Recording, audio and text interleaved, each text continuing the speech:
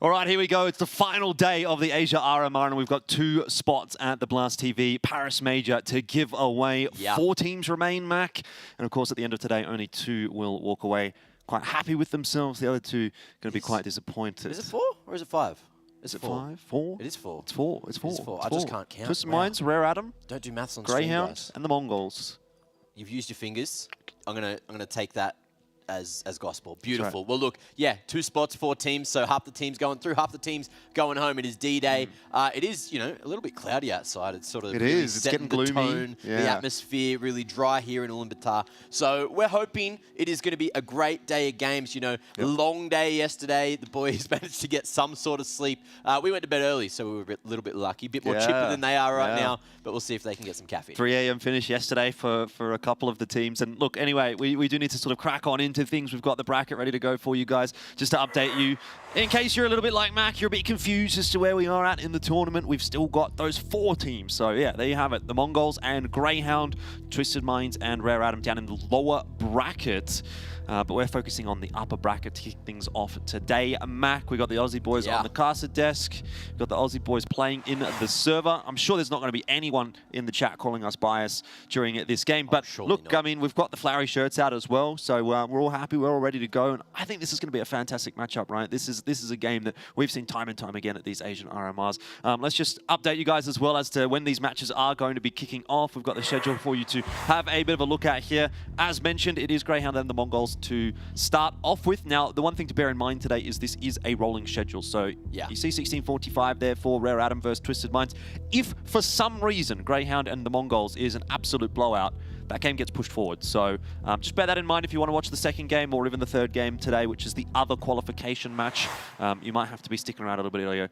Just sort of keep yourself you know, updated with how things are going. Yeah, and there is, I think, planned for a break between that second game and the third game, just to give the teams playing that second best of 3 a slight break as well. Let them sort of get themselves together, get some food, you know, get some energy back in before going into that final game of the day. Yeah, indeed. All right, let's start getting cracked into this matchup. We've got to start talking MongolZ first. They are the back-to-back reigning champions of the Asia RMR twice in a row. They have come out of this region in first seed, and they've, you know, come in with, I guess, a few question marks over their shoulders at this event, but so far they haven't really missed a beat, right? They've won both of their matches already. Haven't seen them play in a little bit. Haven't seen them play in a best of 3 yet either. So that's going to be a little bit of a question mark. But obviously seeing them get that win over Rare Atom was a big deal for me as someone who kind of considers Rare Atom to be the favorite in this event. Obviously, that's a big bonus. That's a big tick in my book as far as the MongolZ are concerned. Yeah, look, Mongolian CS yesterday unfortunately suffered a loss, but today they might be the first team through. However, they're going to be up against the likes of Grayhound. Best of 3. Last time they had a best of 3 against one another, it went the way of the Mongolians, and that was a couple of months ago when Grayhound was still, you know, suffering some kind of roster instability.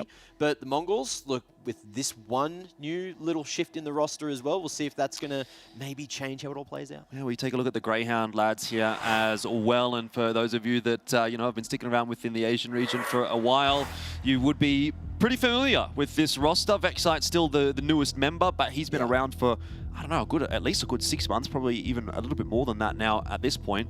He was relatively new at the last RMR, and I think that's kind of what you're referring to, but has definitely been with this team for quite a while now. So taking a look across the board, all looking really strong at this event so far. Haven't really seen anyone underperforming. But then again, I mean, you look at the teams that Grayhound has had to play. TYLOO, you know, they've been a little bit wishy-washy of late. They got knocked out yesterday.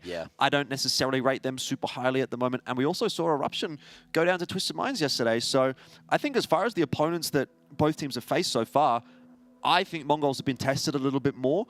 But with that said, it's just 2 best of 1s that both these teams have played. So it's kind of hard to get a grasp of how both teams' form is looking like coming into this game.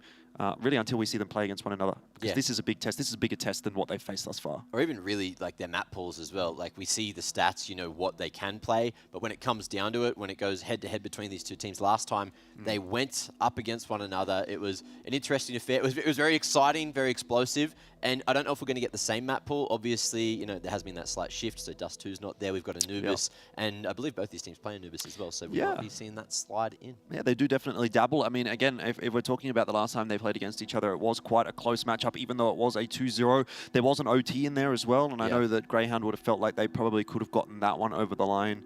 You know, again, it was much of a muchness in that sense because it ultimately ended up being the Mongols as IHC back then and Grayhound to qualify through to the Major. But I think it's actually a bigger deal this particular time around because at the last event, they were both playing in the upper bracket. They knew that if they lost, they would go down and play against GG Hao. Second chance. Which is kind of like, all right, well, not really that big of a deal, you would think, at least on paper, and it wasn't for Grayhound, who inevitably did have to go down and play through that lower bracket. But here, I mean, okay, there's the possibility that it's Twisted Minds.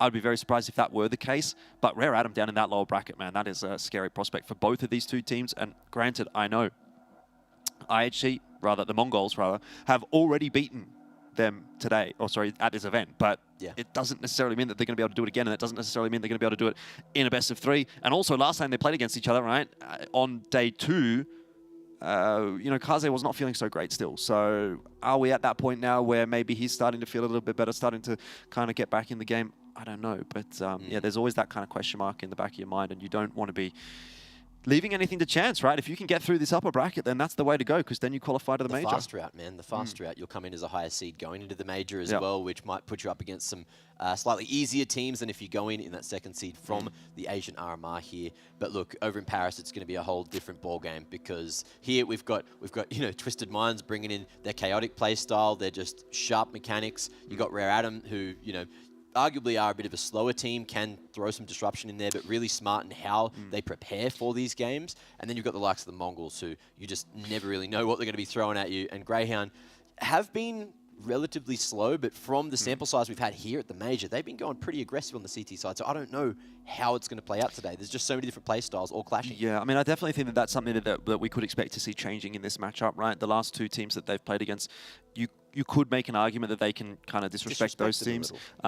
Especially TYLOO, right? You want to kind of get on top of them early. You don't want to let TYLOO really get the ball rolling. So I kind of get it from that perspective, but I think up against the Mongols, a team that Grayhound probably has a lot more respect for, having obviously already lost to them at the last RMR, I do expect we're going to go back to a bit more of a default kind of style here from Grayhound. They'll slow things down a little bit. They'll you know, toss all their utility really early on in the piece, and you know, we'll sort of see whether or not we can get Vexite and Ins to sort of activate. I suppose that's going to be a question maybe that's on everybody's lips, but we'll have to wait for the answer to that one. Though we do have a few more answers for you in just a moment. We've got Tea Time ready for an interview, so let's see what he has to say. With ourselves, the Aussie boys, and I'm right here behind the booth this time over. Alistair, how you feeling? Pretty good, pretty confident, staying calm, ready to play. Were you guys expecting the Anubis pick to come through from the other side? Not too much. We were more expecting Nuke, but I think they just must have respected our Nuke a little bit more. So, I mean, we're fine and keen to play Anubis. Got some extra prep going on for that one, or maybe were you guys, you know, just really zoned in for Nuke? You think you're going to be fine on that one? Yeah, I mean, we were focusing more towards Nuke, but we still back our Anubis and we have been practicing it, so it's fine. Well, absolutely. And look, listen, right here, what are your expectations coming out from them? Obviously, no score. You guys feeling happier about that, sad about that? Don't care. You're going to win anyway. What's going on? I think Score's a really good player, but I know this kind of team and their dynamic, like, they can have a good player slot in and still be just as good. That being said, I still do think that we're going to take the win today. Well, time to see if Aussie can secure another first seed out of the RMR. Good luck, mate. Thank you.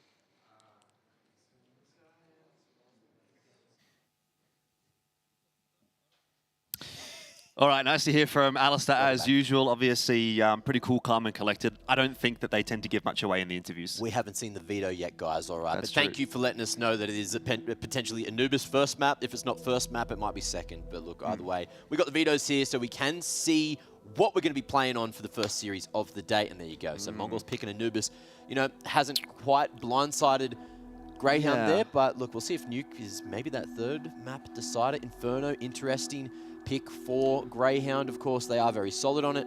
And they're even going to take out Nuke now. So Ancient going to be that decider. Interesting map pool. Oh, yeah, it is actually a bit of an interesting map pool.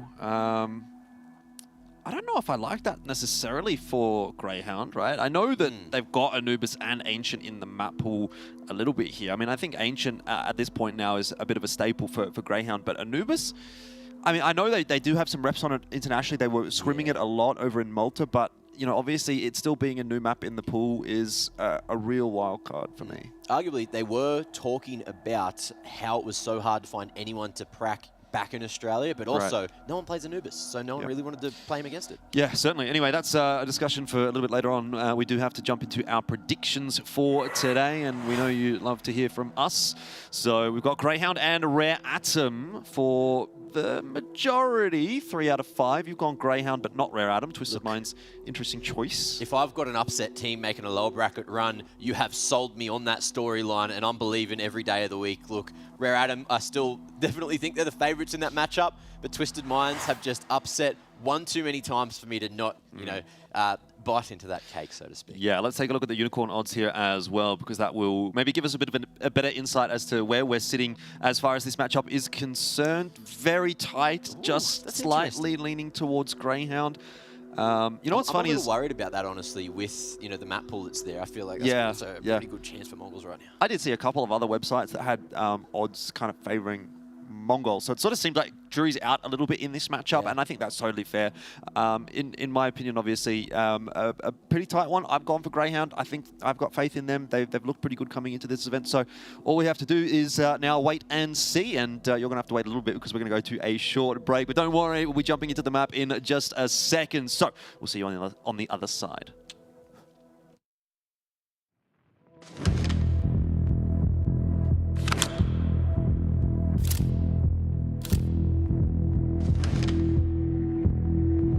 Зэнд орж байгаа сэтгэл юу гоё байна. Тэгээ Монголд болж байгаа гэдэг нь жоохон даваа. Нойр морины асуудал ингээд онгоц ирсшээ яваагүй. Ингээл байдгаар байж болохоор арай даваа.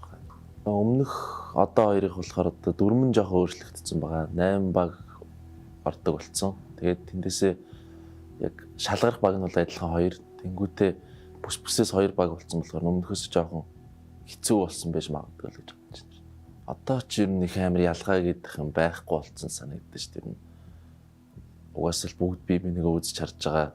Тэнгүүтээ багаас хамаарал тоглолтын стил нь өөр өдөөх юм. Одоо бол тийм алгаал байхгүй хаа.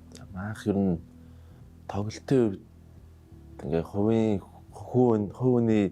чадрыг илүү голчиж тоглодог. Дээрээс нь 2 коучтэй, нэг коуч нь тэр ордлыг хариуцж авсан, нөгөө талын сэдэдлийг хариуцж авсан. Тэрүүгээр ер нь ялгаатай болоо. Хамгийн том өрсөлдөгч ер нь TYLOO гэж бодож байгаа.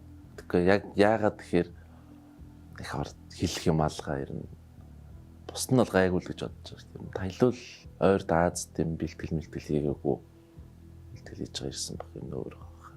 Ер нь миний зүгээс л зүгээр л TYLOO-тэй тоглох бусдаас арай жоохон өөр байгаа. Арай нөгөө хэдээсээ тоглоход хэцүү юм да. Гэтэ гайгүй. Ялахтаа ер нь амар ихтэлтэй байгаа. TYLOO бол бракет дээр манай багийн нөгөө талд гарсан байлээ. Тэгээ апраар гараад ирэх юм бол эрхээ авах тоглолтын дээр 2-0 днаа.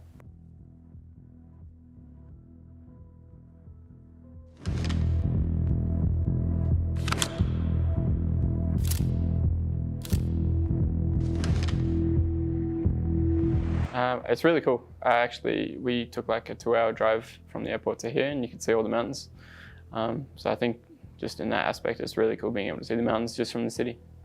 This is probably one of the most important competitions we've ever played, seeing as it's the last major coming up. So I think everyone is going to be wanting to qualify for it. The way we approach the game won't be any different. I think the level of competition will be a little bit different.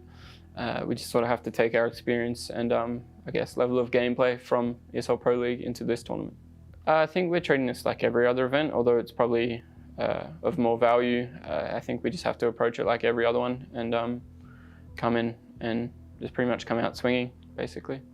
I think our mid rounds are actually a pretty high level when we're actually on. I think we can actually piece together some really good counter-strike and stay calm when we need to, which I think not every team here would be able to do and compete with us in.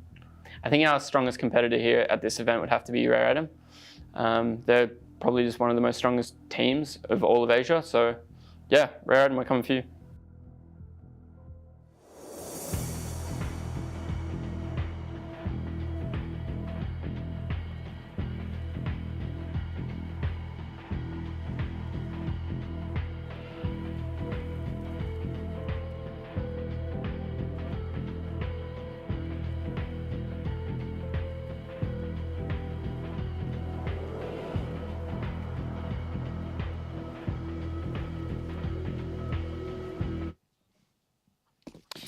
All right, here we go, ladies and gentlemen, straight into it. It is time for Anubis, and it's time to find out which team will be heading to the Blast TV Paris Major, the final Counter-Strike Global Offensive Major. Grayhound kicking things off on T side, and they're doing it minus ins, which is not a great start to the pistol. Interesting. A few of the Aussie teams now have picked to start on this T side, considering this is the Mongols map pick.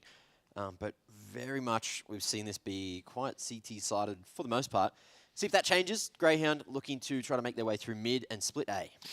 Bartak just chilling behind the pillar for now. Doesn't really have to do too much. Grayhound obviously being down a member, the ones with the onus put on their shoulders.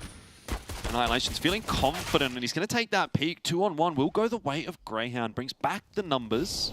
4v2 over towards the A site. Ali dropping those flashes. How's the timing of the push through camera? Looks pretty good, but the shot's not quite there just yet. Bartak going to be taken out by Ali. And this looks very difficult now for the Mongols unless the flank works real quick here. Alistair should have heard that. Surely. The comms haven't come across. Maybe not. Ali maybe just thought it was his own footsteps. I don't know, but Hastika was hot-footing it right behind him. And in the end, Sicko gets caught off guard. We're back now to the 2v2. Ali could get that bomb plant down if he wanted to, but he's decided to take that fight instead. And Techno loses his life. This is looking actually much better now for Grayhound than you might have anticipated, but it's Vexite now. The two new members of each roster, Vexite and Hastika, in the 1v1 to clutch things out on the first map of this qualification game. Shots connecting from Vexite, but not from Hastika. And now the USP's picked up. Bomb as well, 15 seconds. Vexite's going to have to plant. Hastika allows it. Bit of extra cash in the bank for the next round, but for now, who's going to take the cake is the question. Flash forward, and Vexite has a nasty line to try and play here. He'll finish it off with a couple of body shots, and the Hounds take the T-side pistol. Yeah, very interesting pistol the way that played out. There was just people all over the place, very weird fights. It almost looked like the CTs were ending up being the ones attacking the bomb site, and the Ts were the ones defending it. Nice! Good fucking job. Well, apparently. there you go. Yep, apparently. I think Ali probably going to be a bit more vocal today. He was hushed the other day, but I think that one's been sorted. So we're probably going to hear a lot of yelling from the Aussies today. We'll see if the Mongols can match them. But for now, a bit of a change-up. Looks like we are going to see Hastika try and get aggressive into the dark there, but won't roll the dice too much. Just falling back. That pistol round actually ended up basically being a 3v3 because Blitz and Techno did 0 damage. Liaz and Ins did, well, 10 damage respectively. Ins got 10 damage, Liaz got none. So it ended up being really a 3v3. Vexite, massive round from him. And a good start to the map for Grayhound. But obviously that investment does come straight back on through from the Mongols. So they're not prepared to let control slip this early on. And you can even see a little bit of presence in toward mid there from Annihilation. Hastika's having a bit of a look through dark. It's not as if they're giving up complete map control. And the Hounds playing it slow for the first half of the round, now starting to make their way in towards A. And there's eyes on this position. Let's see what Blitz is going to be able to do from here. Close range with a 5-7 is a dangerous affair if Vexite gets too close to him. Jiggling has the util out, will drop it, but Vexite drops him as well. Yeah, Vexite looking pretty thirsty for a couple more entries here. He's not quite really been given the opportunity there, to be honest. Liaz is kind of keeping him safe, keeping him happy. Overall, though, I think at the end of the day, you're not really too disappointed there if you're Vexite, whether you're getting kills or not. The round is going as swimmingly as you could hope for Grayhound. Bartak's the last one alive.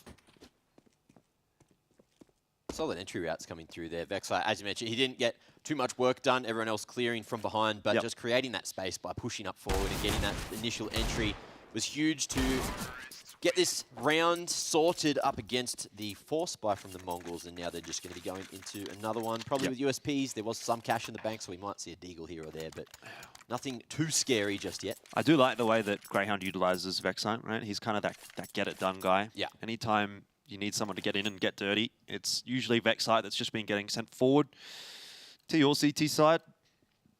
So get him in the mix and get that firepower working. So far, so good for Grayhound. Another save out for the Mongols. We'll have to wait really until the next round until we get a good insight as to how the rest of this half might start to play out. Slow creep forward. And Vexite looking to be the point man. Sicko waiting for a big swing, and Liaz, of course, just playing anti here. So expecting some kind of aggressive 5-man approach from the Mongols. And they'd be right that they are here on B. But you can see Ali as well. The money man, the expendable one with the MAC-10, slowly but surely going to work a flank here, but in comes this push. One nade is all that remains for the Mongols, and I don't know if they're going to get too much work done trying to fight together on similar lines, but things get very difficult now, and Sicko eats up all those ecos. 3 for him, 2 for Vexite, and a third round on the board for the Hounds. Yeah, good signs, good positive early signs coming through from Grayhound. Yeah, it's been a bit of an interesting event as far as the stats have been concerned. You know, normally you look at the individuals on the Grayhound roster and you would expect to probably see Inns head and shoulders above the rest. Yeah. I know they haven't really played a lot of maps just yet, but Alistair's actually top stat for Grayhound at the moment. Well, speaking of him, he's keeping that MAC-10 in hand, so looking like they are going to go for the bonus round with a couple of Galils here. Don't want to overinvest. And just quietly, throw at him. Sicko as well has been having a pretty good event. Oh, yeah. So when you put all that together for Grayhound, it just seems like they're firing on all cylinders at the moment. This round, though, is going to be a big tell for us. If the Mongols can just completely shut this one down, then things start to get interesting. If not, obviously Grayhound going for a bit of a waltz in the park so far on Anubis. Hasn't really set the world on fire, either teams, but I mean, Grayhound will be happy with it. 3-0, can't complain. So solid defensive setup coming through from the Mongols. But the Hounds looking like they are going to try to end B. Vexite slowly but surely walking in towards E-Box there. And looking to try and catch a timing, but in comes the rest of the util now. Ali with a smoke in hand. Might be able to set up some kind of execute. Annihilation poking his nose forward. Spray is there. Connection's good. And Ali with that MAC-10 is going to be very difficult to trade. Vexite able to find one, but Annihilation too sharp on the stick right now. And the Molly as well going to force them back deeper into sight. Techno dealing with the split. Now it's just one approach that the Greyhounds have. Alistair going to make his way to the back of sight, but they're both so low, it's going to be difficult. Yeah, Annihilation being a key factor in this round, still alive. 50 HP. And actually, Greyhound called the cancel. 30. They can get back over to A if they go quickly. Alistair's already on his way, and the Mongols have no idea right now. Haven't heard it. Greyhound will beat them to the punch, absolutely. They'll get into that bomb site for free. That's plant money. That's good. And Ali with a little bit more HP, he's going to try and take that space, allow Sicko to plant open for him. Yeah, Greyhound really well known for their good mid-round calls, and I think that's another one of them, another good instance of it. This was really winnable now for Alistair and Liaz, although Ali tries to get a bit aggressive. Sicko might find a bit of an off angle here and catch Annihilation, who's watching the wrong direction. He's opted to go for the AWP as well, and remember, Sicko, he was a pretty deadly AWPer bad decision, back in the day. Smoke down on the bomb. He hasn't connected. He's got another chance. He's even still got another one. He thinks he's off it, but it's 10 seconds on the defuse, and Bartak reels it. Oh. Yeah, that's a shame for Sicko. He was pretty close. He was pretty on the money. Had he gone for the AK at his feet right there, he might have got that one done. Yeah. But in the end, I guess worst case scenario, right, Greyhound, they can say, we took 4 guns away. We've retained an AWP. Overall, it's not a massive loss, assuming this next round goes well. But big clutch to pick up for the Mongols. That really could have gone either way. Either way. Look, bonus round was solid. 4 kills, bomb plant. Greyhound getting everything they need to still have plenty of money going into their first real gun round with AKs with an AWP in the hands of Ali. And let's see how they utilize it. Ali just posting, waiting for a swing at dark there.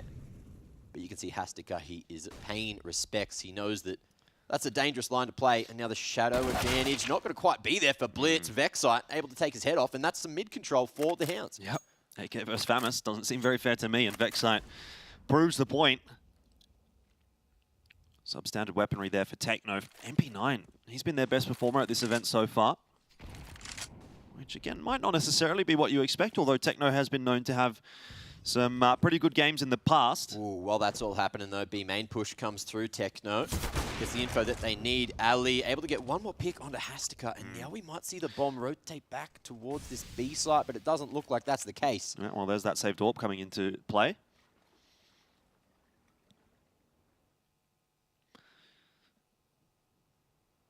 Shifting in towards A main.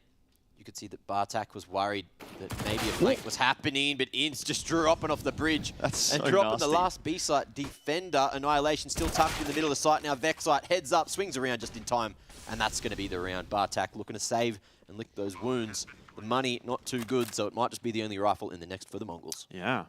Oh, this has been a very painful start for the Mongols, that's for sure. The one round that they win, they do it with only one gun alive. And then subsequently, they lose the next gun round straight away. Grayhound's money is blossoming. Every Grayhound member really getting into this game, but particularly Vexite and Sicko. And so far, no one's really on the board for the Mongols. We saw a nice little highlight from Annihilation, nice little double on the B defense. Yeah. But outside of that, no one's really fragging. Blitz is 0 and 5, and Blitz is normally the best player on the Mongols roster, not to mention the IGL. So, it's not looking good today for the Mongols. Bit of a slow start. Remember how streaky everything's been, though. And Grayhound, of course, getting their selection of sides. I was saying that so far we've seen this look a bit more CT-sided at this event, but the Hounds on a comfort pick of theirs, obviously quite prepared for it, even though they haven't got a huge amount of reps in recent history. The Mongols, pretty good stats on it themselves, but let's see if that trend continues. Hastica only has this USP to try to defend Dark now, and Vexite is hunting him down real damn quick, but they are going to play both shoulder to shoulder. Techno not too far away and does have that 5-7. That nade, look how much damage it's done, Jordan. 92 points, dropping it straight on the heads of both of them. This should be easy pickings for Vexite, the young gun.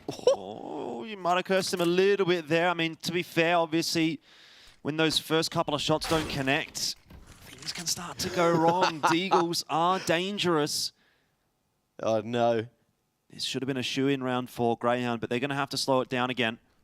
That's the AK now retrieved by Techno. Bartak still has his M4 as well, over towards that A side of the map. Yeah, just a couple of individual peaks that do get punished. I don't expect we're going to see much more aggression now from the Mongols. They have the numbers advantage. They've got the stack on A. Ali's waiting for something in mid with that AWP, but he will not be lucky. Does look like Greyhound's making the correct read over toward the B site. Yeah. Mongols passive in this approach. It's just Techno staying proactive, poking his head over towards water. And is in a good position as well to deal with this push out of B main, which is about to happen. Grayhound, a whole bunch of util here to make their way in. But no armor on Techno could be a factor. Here comes the smoke, 20 seconds, and the Mongols not going to go for the rotation yet, thinking maybe it's a bait, but Techno, close range, he's not going to be blinded. Will find the first, but not the second. A good trade from Liaz, but in the sight. There's not a lot of time to get this one down, but they should have the space. They should have the space to get the bomb plant, but yeah, beyond that, a 3-on-2. Annihilation's going to drop. Liaz, he's just popped off. He's got 2. Blitz from behind, though. I mentioned him earlier. What can he do? He's being watched like a hawk by Liaz, who will not miss. Big round to come up with the goods for Liaz there. 4 kills, steadying the ship, and Grayhound, they negotiate it. That was a bit scary, though. Certainly was, but they bring it back in the 3v4. A dangerous anti-eco, but it gets across the line. But fortunately for Greyhound, you know, the money's been pretty solid on most of the rounds they've won so far, so they have plenty in the bank to buy up again here, next round, and maybe even the round after that. The Mongols back on the guns, though. Let's see where Annihilation's taking the big green. Well, Alistair doing as he should. Most AWPers tend to fill this role early on. Just watching dark or mid from that pillar. Hasn't been able to spot too much just yet from that position. Mongols haven't been overly aggressive. There it is, Annihilation, missed opportunity. Bartak close with the nade. Oh, not going to quite finish off what the leg started. Liaz living on 16 points of health, and everyone just hanging around in that boat area over towards water now. And Ali slowly but surely just creeping his way forward onto Dark. Let's see if he can find a sharp shot. He can. Techno falling. Can't get the quick scope onto Hastica, who wants a little bit more now. Going forward, he'll find one more, but Liaz good spacing to trade. Yeah, indeed. And In's already into the site. Catches Blitz off guard. This is Greyhound at their best, I think, at the moment, Mac. They're all firing. Everyone is having a contribution. And it doesn't really seem to matter whether or not 1 or 2 players are down. There's that clutch ability from whoever is left. Bartak and Annihilation, what can they offer us? Can they pull off something similar to what Greyhound has been able to do here? A couple of pieces of util do go in. Liaz has to shift up his position. Not spotted yet. Inns catches Bartak, and now Annihilation's alone can't hit the flick. It is going fantastically right now for Greyhound. Oh, yeah. you can't really write anything against them. I mean, even that round that they lost could have just as easily gone their way. Sicko hits that one shot through the smoke, but... That scared me. Ali. Did expect a bit more of that today, I think, Mac. Very vocal, very happy. And the Mongols going to be going into a tactical to decide what they need to change. Because 6 rounds on the board now already on the T side. That is dangerous for the Mongols.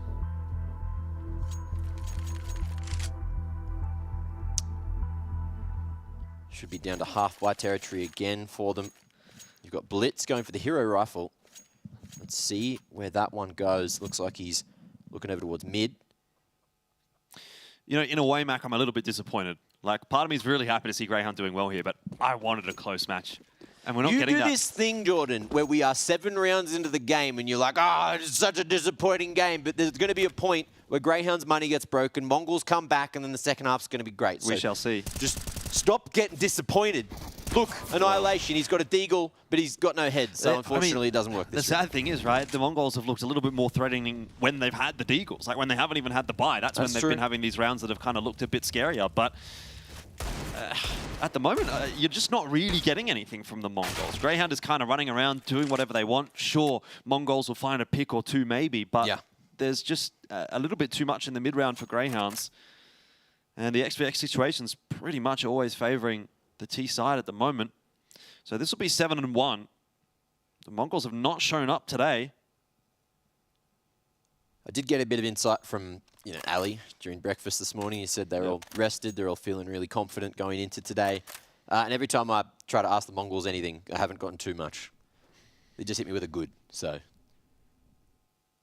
Well, maybe good's not as good as, well rested and great, who knows? Maybe you should try learning how to speak Mongolian, you might get more out of them. Duolingo, let's go, huh? Yeah. I've learned how to say yes, no. Team. Team. What was no again? Ugui. There you go. So right now, Ugui Mongols and Team Greyhound. Team Greyhounds. Are you Team Greyhound right now? Look, I'm not going to say no. Surprising that Greyhound's taken this long to get the bomb down, but just not leaving anything to chance. Hastika, he's more than content to save that M4A1S.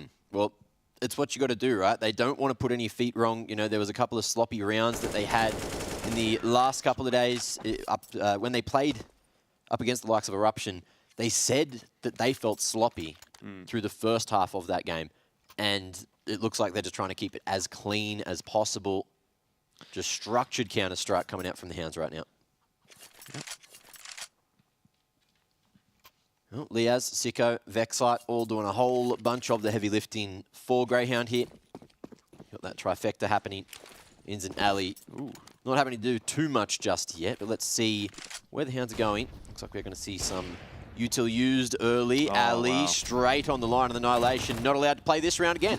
That is Ali in a nutshell, though, isn't it? When they're up 7-1 especially, he gets one nice shot and he's like, you know what, I'm going to go for another one. Does kind of work out in the end. Greyhound are able to bully their way in toward middle. Here's the push coming back on through from Hastika. So secondary AWP for the Mongols is having an impact as well. Bartak. He knows. He's ready. It's bangable. But Liaz just barely living for the moment. Flash forward and he'll get out of dodge. Ooh, he got stuck on the wall. Awkward position. Hastika going to be traded. Nice swing from Ins on the contact from Vexite there. Yeah. This is a little bit better from the Mongols, right? They're showing a bit of proactivity on that CT side. Ins aware. You got Techno pushing around the back. And indeed, Ins is cerebral at the moment. Knew something was happening. Sicko fell down towards that B main push years ago. Yep. And as a result, Ins is just going to pick the pace up in toward B. Meanwhile, Liaz is making a bit of noise over at A. So worst case scenario, Liaz will die.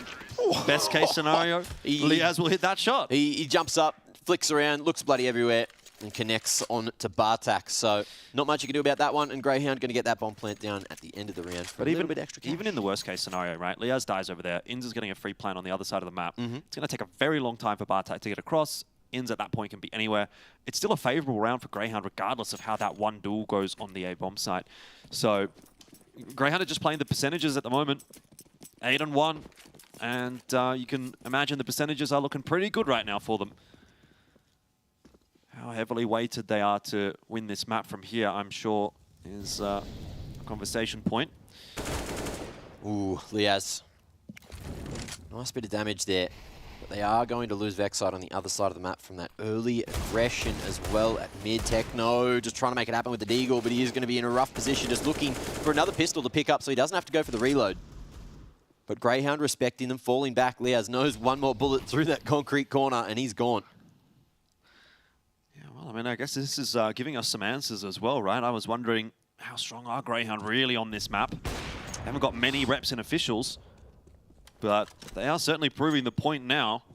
And it's exactly as Ali said in the interview, right? They were maybe expecting Nuke, they were prepping for Nuke, but they were confident in their Anubis, and it goes to show exactly why. Liaz, on that short side of B main, is going to be able to pick up one in the back of the head, and that is going to be the B side open for the taking. You can see this rotation coming through. Techno, the man with the rifle in hand, is going to get domed. Grayhound looking way too sharp at the moment, and the Mongols hoping that they can find something towards the end of the half. I quickly just had a quick look at the stats of the Mongols as well. And here on Anubis, they do win about 66, so 2/3 of their rounds on the T side. Yep. I mean, I think that's definitely something to keep in mind, right? Grayhound is starting on T. It is a T-favored map, but it's not a 9-1 T-favored map. You know, you need to be getting a little bit more than that on CT here for the Mongols. It's just how healthy they're winning these rounds as well. Look, Liaz about to hit almost max cash, Ins and Ali, 5 figures on the horizon. And when the Mongols were IHC previously, they were taking this map off the likes of Lin Vision and Furia, but Eruption seemed to have their number a couple of months ago as well, and they couldn't quite get past MIBR over at EPL. Yeah.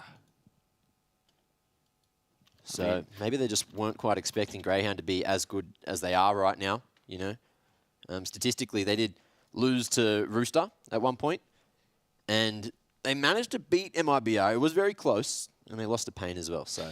Yeah, but I mean, a close loss to Pain and a close loss to Rooster. Obviously, the Rooster game was the first official they had, and I recall that was like almost only just after it had come back or come into the map. That was like the first thing back here in Australia, pretty much. Yeah, so I don't know how much they'd really played on the map at that point in time. And when I say back here in Australia, that's like a figure of speech. We currently are in Mongolia. That's right. But my brain, you know, still thinks you're in Australia, huh? Thinks I'm home, you know. Well, time to go home soon. True. For a few of these teams as well. And the Mongols might be joining them. They don't have far to go. I'm not sure that's going to really... I'm sure that makes them feel a dull whole the lot pain. better, you know. But either way, they do have a second chance if things don't go right. And they also have another map after this one if their map pick isn't what they expect. You know, their Inferno... not too shabby either, so I don't think they're going to be too unhappy about that one. Look, they win about 1/3 of their games, but they get very close on a lot of these losses, and they played it a lot recently overseas. So, well, I'm seeing a 32-34 map on that map too. So that was up against New Happy last month. Crazy, crazy games. Looks like we are in a technical pause at the moment. So hopefully, hopefully that won't take too long. Hopefully it's something little. Yeah. No word yet as to what that is. You know, I mean, I think overall this is maybe not ideal for Grayhound, right? They've been on a bit of a roll. Yeah. So it does give a bit of time for the Mongols to just reset themselves. I think maybe we're getting back into it, just judging by the body language there from Vexite. I heard a few nades getting bought. Yeah. Little fist bumps. So let's get back in. Love that one. Quick pause is a good pause, as far as I'm concerned. All right, all that. Just a little sigh of relief from me. You know? But we're back into it. Round 11. Let's see what the Mongols have for us here. Not a whole bunch of util, but we are going to go for the double AWP. Annihilation and Hastika both picking those up. We'll see if Hastika is going to poke his nose into Dark this time, or if it's going to be over towards B main. Yeah, Hastika was pretty effective with that secondary AWP when he had it earlier on in the piece. Yeah. I think that sort of caught Grayhound off guard a little bit. Nice flash. Annihilation still hits the shot through it, though. Faster approach towards that side of the map. Sicko not expecting the aggression on the other. Well, he got one. Get one at least, but down to the 3v3. Grayhound don't have either site just yet, but you can see Bartak just running back to mid, Happy to play retake here at A. Yeah. Flashes are really good here from Grayhound. You can see how many times they're catching the Mongols with those. Yeah. Smoke in to camera. And that's going to make Liaz more comfortable planting the bomb. Ali's in a great spot to hold. And of course, Liaz will be the initial point of contact if necessary. It feels like they've got some decent chemistry cranking right now, but we'll see what Techno has for us. He's got a smoke. He has no kit right now, but he will have a flash and a nade to maybe polish off one of these individuals, if not two.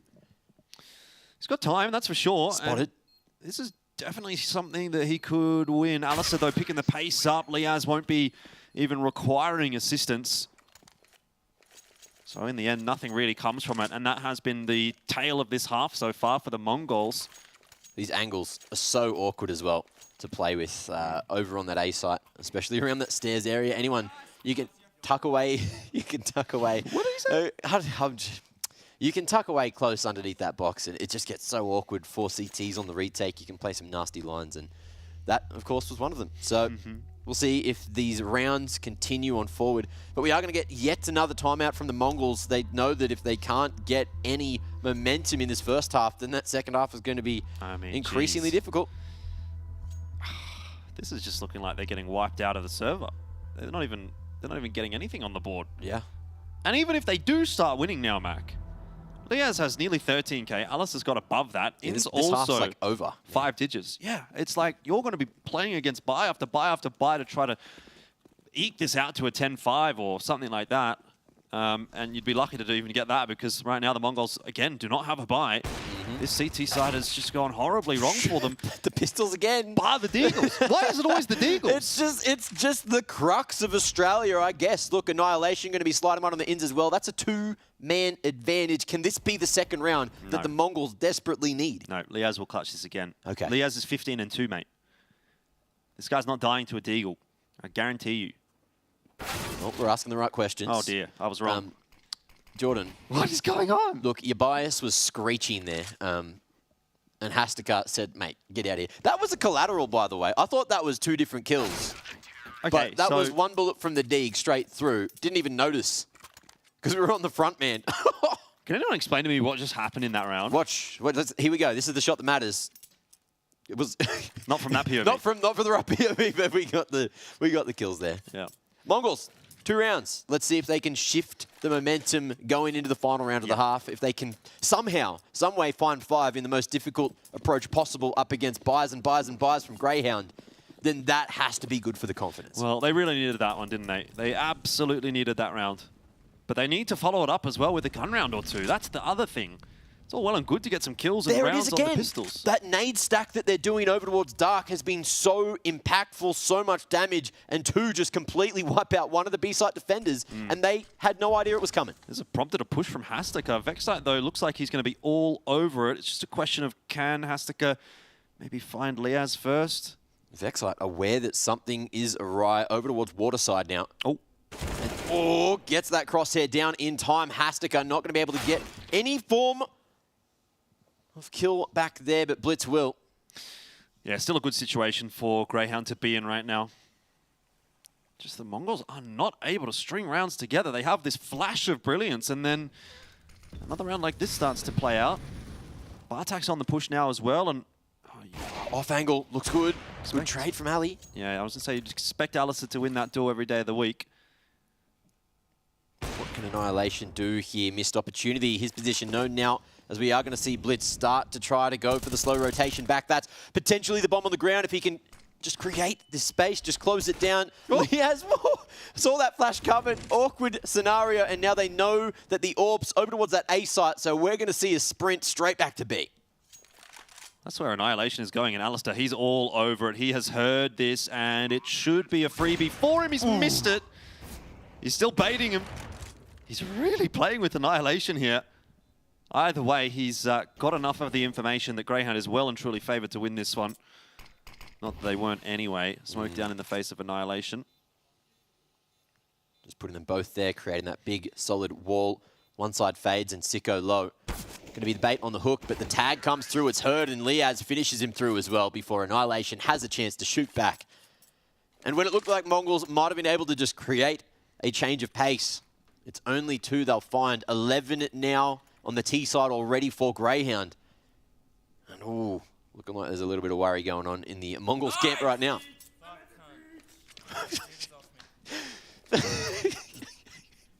Oh, this is entertaining. We're getting some kind of reactions today, hey? Yeah. Let's go. Let's see what changes here. The Hound's going to go for a faster approach in towards A main, just going with the flash in through that smoke. Bartak has a big job ahead of him, but he is going to be baited to throw that molly. Yeah, Ali already picking the opener up, and Vexite's got a lot of space. Just again, you know, Sicko, he's been an absolute rock waiting for these pushes from B. It's been a phenomenal map from Sicko. He hasn't done anything flashy. He's literally just been sitting there outside B waiting for the MongolZ to push. And every time, he's getting at least one kill, if not a couple. It's just going so right at the moment for the Hounds. I'm just waiting for like something to go wrong, you know? It's just such a classic thing. Techno though, let's see how many he can find. The Hounds from this position have been so good on the trade, and the lineup not going to work out for Techno at all.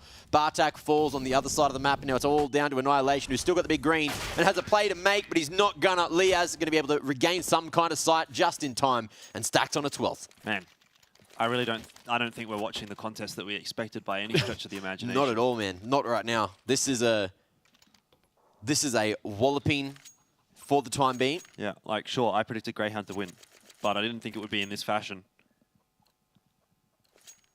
It's not even a contest. Mongols have not shown up at all. And that's worrying signs as well. You know, again, if Mongols gets knocked down to the lower bracket, and they're looking like this, what do you think is going to happen when they play against Rare Atom? Yeah, true. Well, more twisted minds, Jordan. You never know. Maybe. You just don't want to think that that's a possibility. I will get on a plane and go back to Australia if Rare Atom loses to Twisted Minds. Well, I guess you're not cast on the last series then, so unlucky. Yeah. This round looking a little bit better for the Mongols, but Inns is able to swindle one back into his favor. Once again, it's, you know, kind of a half mixed buy from the Mongols that's looking a little bit more dangerous than the rifle rounds. Annihilation with the Deagle. Maybe they can just get 3. Maybe they can at least get 3. Sicko's been pretty good up against buys like this, though. Oh, hasn't seen that jiggle coming through, and he's going to go down for free. Now, Ali, what has he got for us? Already getting 1 in the round, 38 points of health, and 3 more to get past. 2 of these CTs quite low, so the Tech 9 could work here. Yeah, honestly, wouldn't be half surprised to see Alistair win this. It's just been kind of the way this game has been going for Grayhound. Oh, he's on the right line, waiting for Annihilation, though the timing does not favor him. And the Mongols will end the half with a round. They've only got 3 of them, though, and, well, that is very much favoring Grayhound.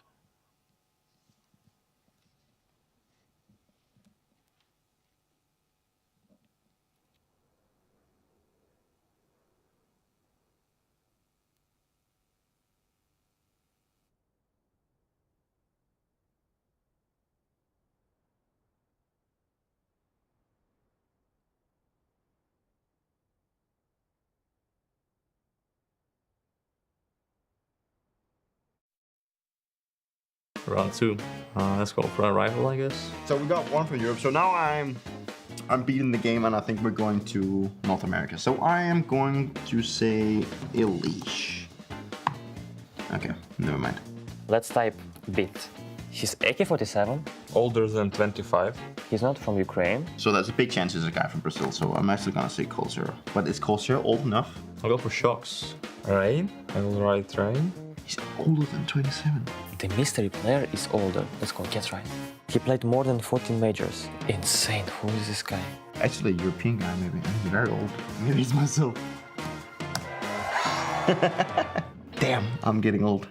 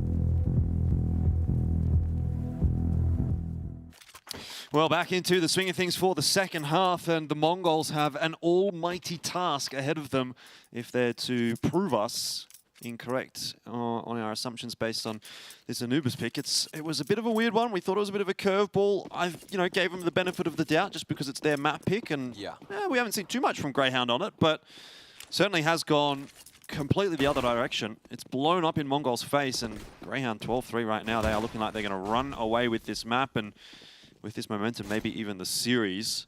We shall have to wait and see whether or not the Mongols can pose anything on the T side. Decent start. Bartak has got Liaz. It's something. It's certainly something, but Vexite, Ali are both going to shoot straight on back. Blitz going to try to crack open the A site. There's no defense here right now. Hastika hearing these rotations in from mid and not going to be able to stop them just yet, but we'll keep them at bay. Jumping across and drawing the attention. Ali allows Inns to take the head off of Hastika, and now the Hounds, they've got the numbers, and they're looking to make the retake happen. They've also got a flashbang, so let's see what Inns can do with that one. Can he send Ali and Sicko in? They're waiting until the forces are put together. There's the pop flash out. Ali gets on top of Blitz, finds out his position, and Sicko will make short work of him. Now it's down to Techno dancing around the pillar. Dooley's against him, but it won't matter. Techno clutches up in a big way for the Mongols. 4 on the board. They needed that. A little bit more like the Mongols we expected. Sharp shots coming through, winning from the disadvantageous situation. No trades coming through in time for Grayhound there in the dying moments of the round.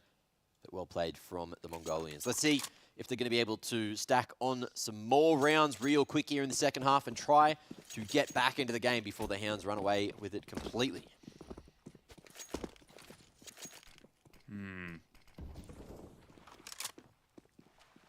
There is that investment from Greyhounds.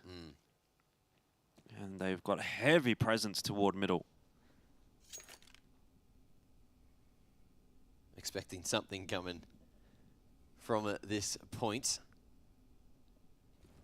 But it looks like Mongols just going to be mollying their way to bait out any kind of util in towards E-box there. And then a slow approach back to A. You can see Bartak starting to poke his noggin forward, going in with the util, Galil and Blitz just drawing this attention, keeping the numbers of the Hounds at mid. And it's working right now. Yeah, the Mongols should be able to walk their way into A. But maybe if Techno goes down, this is where Greyhounds could start to flood their way back over to A. All it needs now really is Vexite to just hit one shot with this Deagle, and it could be really dangerous for the Mongols. Luckily, they'll be able to get into the bomb site and get the plant down. 4v5. Liaz has retrieved that Galil. And, well, Greyhound is going to start to flood their way into the site, but the counter flashes are just a bit too good. Sicko not able to wrangle anything there. And that is 4 guns alive for the Mongols. Another round on the board. It's going to take a little bit more than that, though, Mac, to start to convince us. Haven't seen Greyhound with the weapons in hand just yet. Yeah. And that's not going to happen this round. That's not going to change too soon. The next round will be the round to keep your eye on. Mongol should be able to navigate this one easily, but let's see where the 5 USPs go. Looks like the Hound's just going to be trying to get this round over and done with. Over towards B main, waiting for the molly, and then looking to poke their heads through. It's all down to timing, jumping, Ali, drawing out the attention again. And happy to do so. Techno expecting the numbers to swing around, but let's see how the spacing is for now. Blitz at longer range is able to clean them up. It shouldn't be easy pickings. 5 alive for the Mongols, and they are happy as Larry. Well, I don't know if they're as happy as Larry, Mac. But that one. Larry's pretty happy. But that was 5 Jordan. Yeah, but you're down 12-6. Larry loves rounds where 5 people survive. Yeah, can you really call yourself Larry, though, if you're down 12-6? I'm not so sure. Still a big test ahead here for the Mongols. Warps out for Alistair. See what kind of shenanigans he can get up to. And the buy, of course, for Greyhound looking better this time around. Now he's headed over toward the A bomb site. Looks like he's actually going to be soloing A for the moment. Lots of presence toward B. In fact, Alistair's set up on a fairly aggressive line here as well, so it's pretty good to see. Nade stack over the top. We saw Greyhound using that one, but the push comes straight through from Inns. Caught by Techno. Who's trying to live up to his name right now. Kills already, looking for more. Hastika deals with Vexite, and that's going to be the B site cracked open completely. Ali finding the lurker. Ulaanbaatar not going to be able to make anything happen on the other side of the map, and Annihilation as well, stopping Liaz from dropping in through the window there at mid. Now, 1v3 angle. Ali, we'll see if he has a sniff at it. 13 and 9 so far, back at himself, feeling it, has hit some pretty sharp shots today. But is he ready for this aggression? Techno just around the corner. But he's gone the wrong direction. So Ali in a safer position. This is one of those rounds, Jordan, where I can say there's a ninja angle, but there's also no kit. So you can see Ali's not going to be doing it. I think he just scoped again. Maybe Techno heard that. He's turned around. He's Techno's clearing it. Shadow spotted. Oh, drop hasn't happened. It's awkward. Ali going to be able to fight for himself, and that's going to be the orb carried across to the next. He's ready for more of this aggression. The no-scope. What? Hello. Why is he done? Why is he peaked again? Alistair firing up, even on the save. Oh my god. He just ran at him. He didn't go for the safer approach. No. Look at this again. I guess maybe he expected someone to be coming back over the top as well with Techno. Maybe, yeah. Far out. 5 rounds the difference now. Mongols not out of the game by any means. And Grayhound are going to go for a mixed bag. Just getting some kind of pistols going around the AWP now. And Ali trying to figure out where he needs to go, where he needs to poke that scope forward to try and get some kind of advantage for the Hounds in the round. He's going to have to get aggressive with it, isn't he? He needs to have an impact before the Mongols are able to dig out a couple of these Greyhound positions. And that's kind of why you can see Alistair's working his way out from the B bomb site. He's got the info. He's got those lines now. A lot of nooks, a lot of crannies to clear out B main, but action's happening at mid now, so Ali might start to speed up. You can see on the map, though, Annihilation ready and watching that flank, it seems, and it's all just going to come down to a matter of timing. Vexite falling. Let's see if the rest of the Hounds can buy this time that they need to. But look at this shot. Annihilation ready and waiting. That's going to be the AWP on the ground, and safer pastures have been found for the Mongols right now. Yep, you'd say so. They are still looking toward the A bomb site, though, and there's 3 Greyhound members here. So it's definitely not over just yet, especially when Liaz is looking sharp like that. Techno's down early on in the piece, and oh no, not again. It's doing it. It's working. I'm not going to complain personally, but it's a sharp couple of shots. Mongols choosing the right side to go to now. Yeah, that'll dissuade the Mongols away from the A bomb site. But Greyhound are also pretty quick on the rotate here. Already into middle. They've both, Ins and Liaz, picked up an AK. So there is a world. There is a round. And Annihilation, he's on this line. Liaz needs to time it to a T. Jiggles coming through. I believe he saw the shoulder. Yeah, must have. He's happy just to hold now while the other boys start to encapsulate that B main position. Honestly, this could end up just being a save for the Greyhound fellas, because... Exits maybe at best. Yeah. That's going to be a kill. Oh, they don't really have time, though. Yeah, they don't have a kit. And Liaz just repositioning. AWP has been retrieved. They're just trying to suffocate the economy of the Mongols, but that ain't happening. Liaz hoping someone's close, but everyone, all these 5 individuals should survive now. Yeah, I think you overall would kind of consider that a win for Greyhound. Sure, the round goes the way of Mongols, but it should have every day of the week. And in the end, Greyhound, they lose an AWP, but they pick up 2 AKs. So overall, not a bad prize. What's that? The Mongols? Greyhound. Oh, right. Gone for the double AWP here as well, Greyhound. Saw that a little bit from Mongols on their CT side. Alistair Sicko, pretty deadly AWPing combination. I feel like we don't really see Greyhound lean toward the double AWP in ANZ at all. Yeah, never really, but at the same time, you know, we have seen a couple of teams picking it up. I think it is map dependent, and Anubis definitely one where you can take some deeper lines. We saw even Kingfisher picking up the double AWP, remember? Yep. That game yesterday. But let's see how the timing goes. In's just going to be zoned by the nade, dodging a decent amount of that damage. He'll drop his own molly to try and control Dark now. Mongols positioning to try and end on the B side. And that's exactly where Sicko's AWPing. He's still got that full belt of util. Nothing happening here to make him drop any of it. But Ins, he is running very low. Only 1 flash remaining.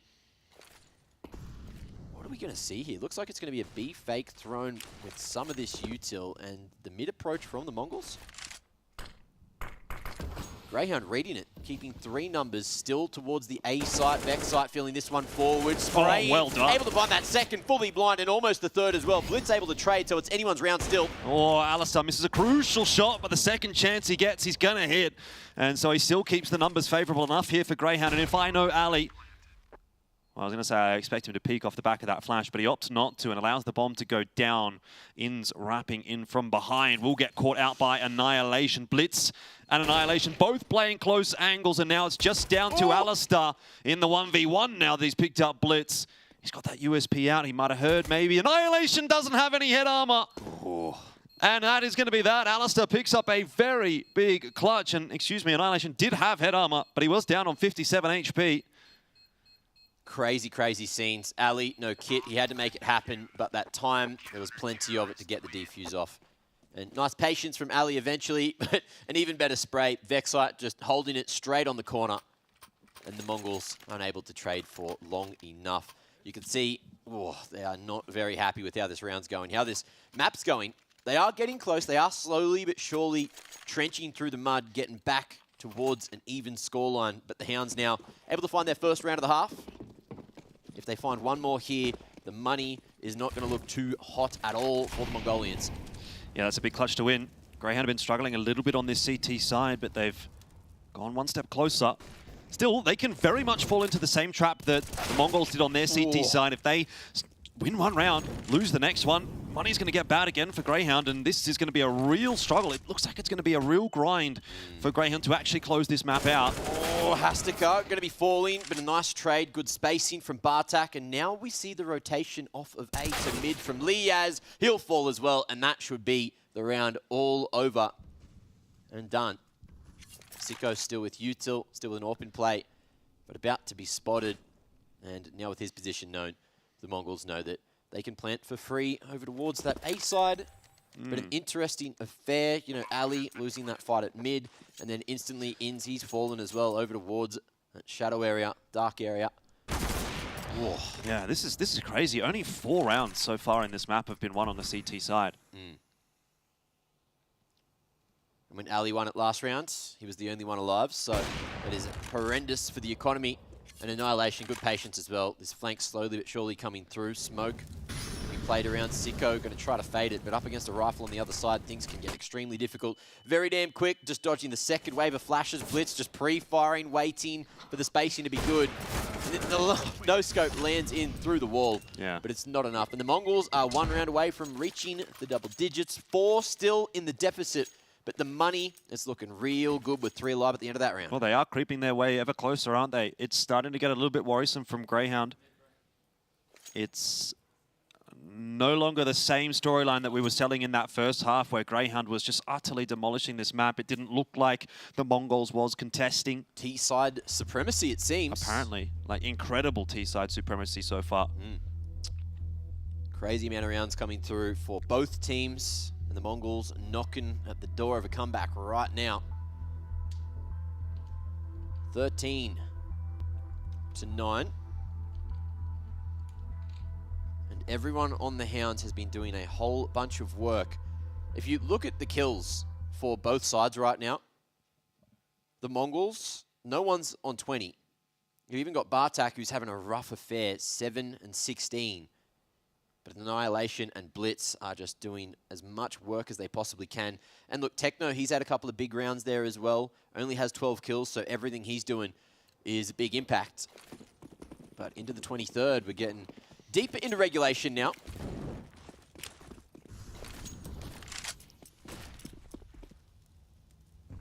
Pistols, mixed bag of a buy for the Hounds. Ian's even going for a hero rifle, because Ali's got a lot of cash in the bank. Let's see if they can put it in the right position. It is looking to hunt through a main. He's just dry pushed into a smoke there, so there's big info. And the Mongols now showing face towards the B side. Dark control going to be lost now, and Sicko's got a big job to do to try and buy the time for the rotation in through from Vexite. Backside, mollied. He's only got 1 pillar to play around. Not a lot of places that he can stand right now. Flashes. slowing down the Mongols, and the shots are okay for Sicko, but it's Techno looking that little bit better. Inns almost found the line there, one bullet on the blitz, and he's gone. No trade potential, has to go for the reload. Ooh. And look at this, Techno wants him. Inns can't hit it. Yeah, and Backside goes down as well. So the Mongols, they will survive that round. It was a scary one. Oof. Touch and go for a moment. Grayhound can't get it over the line. But they've done a lot of work with just the Deagles, pretty much. It was some solid damage to the economy of the Mongols, but even so, you look at the bank there, Annihilation still can rebuy up and AWP if things go wrong. And everyone else pretty close to being able to get themselves some AKs, some Galils at worst if a round goes wrong. But that's the 3-round deficit, 10 on the board for the Mongols. And no change in pace just yet. However, Hastika, hasty towards Dark, really enjoying how he's been playing this position. Ali posted in a slightly different spot this time, won't be able to connect, and that's going to be Dark Control lost. Yeah, that's bad. That's really early on in the piece for the Mongols to grab that area of the map.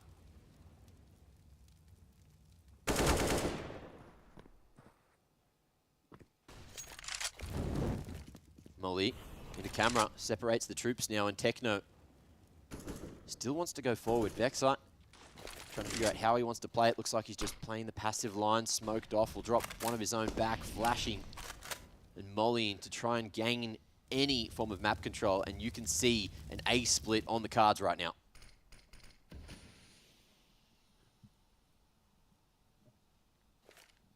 Yeah, well, smokes in from Blitz and from Hastika. Light pieces of util. The Mongols aren't really exploding off the back of that. Slowly starting to work their way forward. And Hastika eventually starting to show his presence, but there's only 30 seconds left here, and Grayhound already having found that first. Liaz trying stoically to stay alive on that bomb site. Can't eventually, as Annihilation will find him. Smokes keeping Inns at bay, and Techno hits a headshot. Inns alive because it went through the wall, but this round falling apart for Grayhound. It was a slow creep from the Mongols, but they've made it happen. And they make it look comfortable as well. Should be an 11th here every day of the week. Ali, it's all down to him saving again. There's maybe an angle for him to find some of these kills, but the round way too far out of question right now. Mongols all split up, so we'll have some isolated affairs. Hastika looking the right direction, slowly creeping, jiggling, but the no-scope again is going to connect, and Ali going to be flanked in a moment. No one in front of him. There's someone behind him. Lose the battle of timing. No AWP for the Hounds into the next one. And there you have it, the Mongols thriving in this momentum right now. See, Jordan, I told you. Yeah. Always bloody writing off games when there's a lot of Counter-Strike left to be played. Well, hopefully the Grayhound guys didn't follow suit. Haven't gotten too ahead of themselves just yet, because it seems as though there is a lot of work to do to close this game out.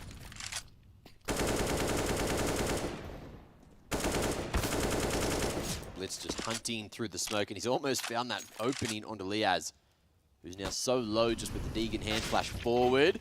Sicko, sharp with the Deeg now, and that's going to be an opening. Numbers advantage, but for how long is the question? Why is it always the Deagles on this CT side of Anubis? I just don't get it. Bartak, contact play into the side. I mean, Alistair could be good for one. Bit of an off angle from him. Doesn't quite land the headshot, and so that'll be enough to allow Bartak into the site. Now all that util starting to be tossed. Vexite under pressure, can't really do too much. So again, it looks like Mongols will bully their way into the A bomb site. Couldn't quite find the angle with that Deagle. Now the numbers favouring the Mongolians. Techno, freebie onto Liaz. A gun for him. And just clearing out mid as well. So CT's looking to try and find anything. Inns knows he wants to try and get this damage across, but the CZ at this range not going to be able to do a huge amount of work. And if he can get his hands on the rifle, maybe there's a chance for the money to look a little bit better. And Sicko as well, just going to try to find anything. There's the 3-tap. Oh, has a couple of bullets left, but he hasn't heard that swing from camera side. And it's going to be the AWP retrieved. Or is it? No, it will be. No explosion. Just enough time remaining at the end for the Mongols to survive. Well, we're almost equalized now. The Mongols, this fight back has really come into fashion. 13 apiece. You'd think it's almost assured now. But Grayhound have one last shot at staving off at least the equalizing round. Double AWP is the option for them. Is there going to be any change up on that CT side? Vexite into mid. Alistair over toward A again, but favoring mid with the AWP for now. No little pieces of aggression from the CT side just yet. And once again, Dark is going to be a focal point for Hastika, although he hasn't been able to take control of it this early on. And Inz is very much prepared for that push to come through. Smoke at the ready. Knows that this is probably on the cards. And Grayhound just going for the hard 2-3 split, hoping that they can hold on here. Smokes towards mid again. We're going to see an attempt at a different kind of split now. Annihilation waiting for anything to happen from the B main aggression. That's not going to happen. It's just passivity. Wow. Vexite not ready for the swing. And Techno now just drawing attention towards that A side. Sicko goes deep, and it's been sound cut from both these members making their way in. Hastika fully contacting, jumping through the smoke though. Annihilation going to give up his life. Good trade from Blitz, and that's going to be the B site found. But Sicko on the line, able to cut the site in half now, connects through the wall, and won't stop the plant. Yeah, it doesn't have a nade or anything, so can't really do too much there. Alistair might get himself a freebie onto Bartak, make this possible. Hastika covering it off from Dark, and both Hastika and Blitz exit through there, which will leave Sicko solo. This is a tough one to ask. He doesn't have a defuse kit. He's trying to clutch with an AWP. He's got no smoke. He's going to try to draw the peek out, but he has no idea where these two players are. And so that's almost always going to be a round going the way of the Mongols, who now equalize. Timeout immediately called by Grayhound. And they must be feeling the pressure now. You'd have to. You know, just so much going on. Ali, unlucky to pull his knife out, thinking he was safe there. The Dark Swing comes through to trade. And fundamentally, the Mongols this half have looked so much better. Spacing's good, trades are good. And Grayhound just losing a lot of those 50-50 rounds when they are in 2v2s, etc.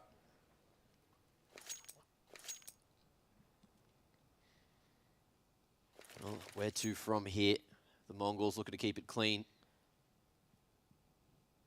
And Grayhound don't have a whole lot in this round. They've got the round loss bonus, so they will be buying again into the next. And they're just going to go for a half investment. Vexite might get aggressive with the MP9 instead. Let's see where he goes, or if he's just going to keep hanging around camera here. Looks like it might be some more aggression towards a main. Bartak already on this short side. Flashes forward. It's aggression. Smoke as well, but they don't clear the corner. And Bartak gets 2 freebies. Oh, not so free for Hastika, trying to work his way into Dark, though. And Alistair's now even got a smoke to play with. Tosses that one into main. So AK retrieved on the CT side. Mongols waiting in that smoke. Techno just about gets the timing right. And so Liaz and Alistair will both fall. Just full confidence. There had to be a call somewhere. Yep. Well done from Techno. So it's on to Inz now with a P250. But he's being watched by Bartak. He was. Okay, I don't know how he gets away with that, but in the end, shut down by Blitz anyway. So that'll be 14 for the Mongols, and it's been a long time since they've tasted the lead. In fact, they haven't had the lead at all. What's the lead taste like, Jordan? Yummy. Ooh. Tastes pretty good. Okay, tastes better than what? Chop liver. Oh, okay. Yeah, I don't think that's a very good flavor. You could see Ali just running through, hoping you could get that trade, but Techno playing so close to the smoke, you're never going to expect him in a position like that. By the way, Grayhound back on the guns now. Let's see what they change up. Looks like we are going to see some more presence early on from Inz here. Wants to try and take this fight with Hastika, but he's going to be smoked off already. And the Mongols looking to just go for this B split. It's been working. Why change up the strat? Still only 4 rounds so far on the CT side of this map. It's just absolute madness. Sicko, he'll get that incent down on a pretty good timing. Inz cutting them out of the bomb site. The util helps him out there, and it ends up being a massively favorable trade for Grayhound. Finally, they've got something going their way. Sicko will drop, though, to Hastika. So it's not over just yet. Liaz is going to give them the site. Sicko feeling the nerves there. Big damage onto Hashtag. Might make it easy for the 3 remaining Greyhound members to make a retake happen, but they still need to cross the site, bomb down over towards the back pillar. They've got 3 mollies. Yeah. So it's going to be tough to get a bomb down easily here. Hashtag, his position is going to be known. That's really nice from Greyhound. Isolating the positions that he can be in with the carpet of fire, and now it's Annihilation that will fall. Greyhound are not done yet. They equalize after going behind, and 14-14 will be the scoreline. This time as well with 3 alive, so they will be able to get a healthy buy into the next. The last round they won was what felt like years ago now, but that was when Ali clutched it. So he was the only one alive in that scenario. This is the point where we can see a change in pace. But that being said, looking at the Mongols' economy, there's going to be a couple of buys more before the Hounds can break that economy. And there's no time to do that either. Second last round of regulation, OT, a possibility, but who knows what's going to bloody happen. Everything's happening this game. We're going to see some more aggression over towards water. Greyhound trying to change it up now. Flash did not work as intended because Hashtag was just behind the pillar at the perfect moment, so he can see everything, and Inns falls for free. We might even see the shift up in speed straight towards B again. Yeah, Sicko, I mean, he's on an island right now, isn't he? He's got Vexite and Liaz coming through from middle, but this is going to be on to Sicko only. Tries to find the off angle and does manage to grab Hashtag, but getting out of here alive is going to be almost impossible. It's a one and done position, but Sicko is still fighting. Eventually falls, and Annihilation has 2 with the AWP. The Mongols with the first team to find 15 on Anubis, and Greyhound will have to fight for overtime. Alistair, the only survivor in this round. I don't know if we have a replay of that first pick in the round, but if you go and look at the timing of that initial flash, and Hashtag, who was just swinging past the pillar, that timing was the most ridiculous thing I have seen in a while. Ali now looking to try and find exactly where the T's are coming from, and Techno picking the right direction to go. Silent, sneaky, hits the headshot, and there's almost nothing for Greyhound to work with here. You got Ali, Sicko, Inns can buy, but Vexite and Liaz going to suffer. And there's a lot of smiles in the Mongols camp right now. You can't say the same for the Greyhounds. Yeah, 1 round. At least 1 round could be a big one. OT or map 1. All right, he's bloody...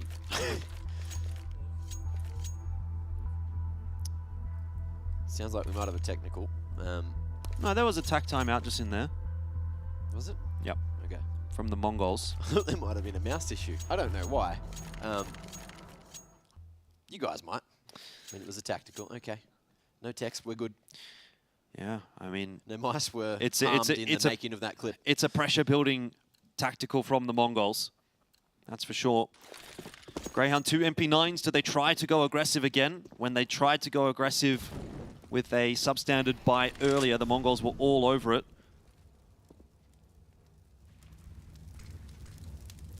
Inns playing a dangerous game. Hashtag hasn't been one to spam too much here. Bartak not too far away to trade, and they're putting high prio on Dark this round. Ooh. Spam through, hasn't connected, but in comes the fade. And that's going to be a 1-for-1, a 2-for-1. Hashtag makes it work. The newbie to the team is doing heavy lifting for the most part. Molly forcing Ali back. He'll snag one onto Techno. What? How did he even see him? Alistair, he was under so much pressure, and I thought that that was a sure thing, but in the end, Mongols 3-on-3, good spam through from Ali, gets some damage done, but Annihilation goes better, gets himself 1. Must win for Liaz and Alistair if they want to keep this map alive, and they are struggling to even get into that bomb site. Annihilation focused on Dark. Liaz only has an MP9. He'll swing, clears out Ninja. There's another player still to find, though. Blitz spotted. Liaz and Ali, they're putting it together. The Annihilation can't survive, and Alistair will secure overtime for Greyhounds. Plenty of time to get this 10-second defuse off. They pick up the pace on the retake, and oh my heart can't take this kind of gameplay. I almost thought Annihilation had that when he hit the shot onto Liaz. I thought, oh dear, it's happening. If he just ran around that a little longer, who bloody knows? This is just getting absolutely chaotic right now. Yeah, 15-15, poised, as close as it can be at the end of regulation. The main thing is now, you know, on the CT side, both teams, they're going to have finances. They're going to have money. This is something that both teams struggled with throughout their CT sides. True. But that is overtime, down to a T. And I don't know what we're going to get. I don't know if it's going to be more aggression, less aggression, 12,500 for each team. So we'll see how they dish it out.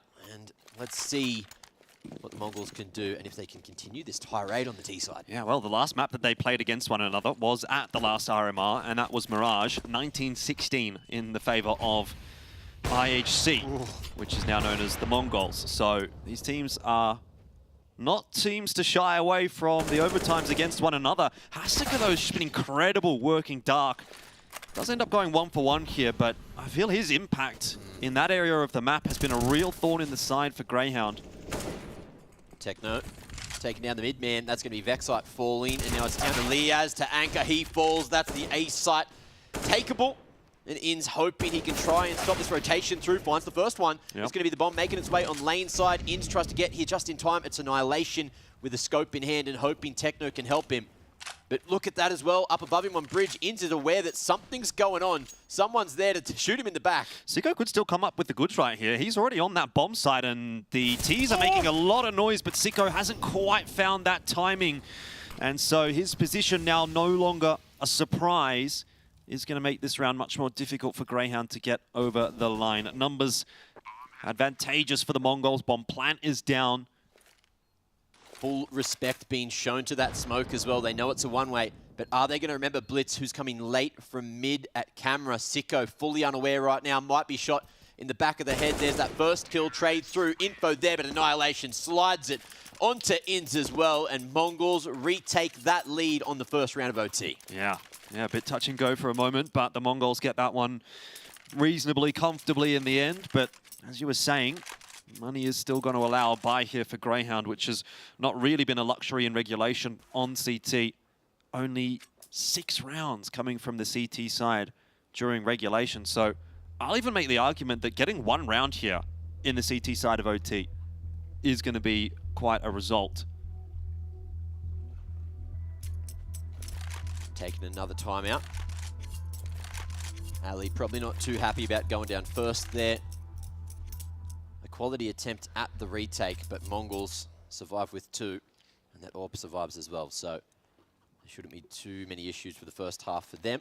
Grayhound, we could see them run out of a little bit of cash if things don't go right here.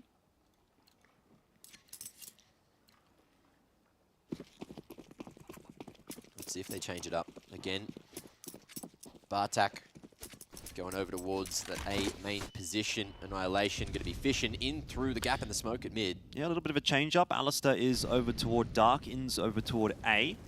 So the change up. Orb watching Dark instead of a rifle this time around.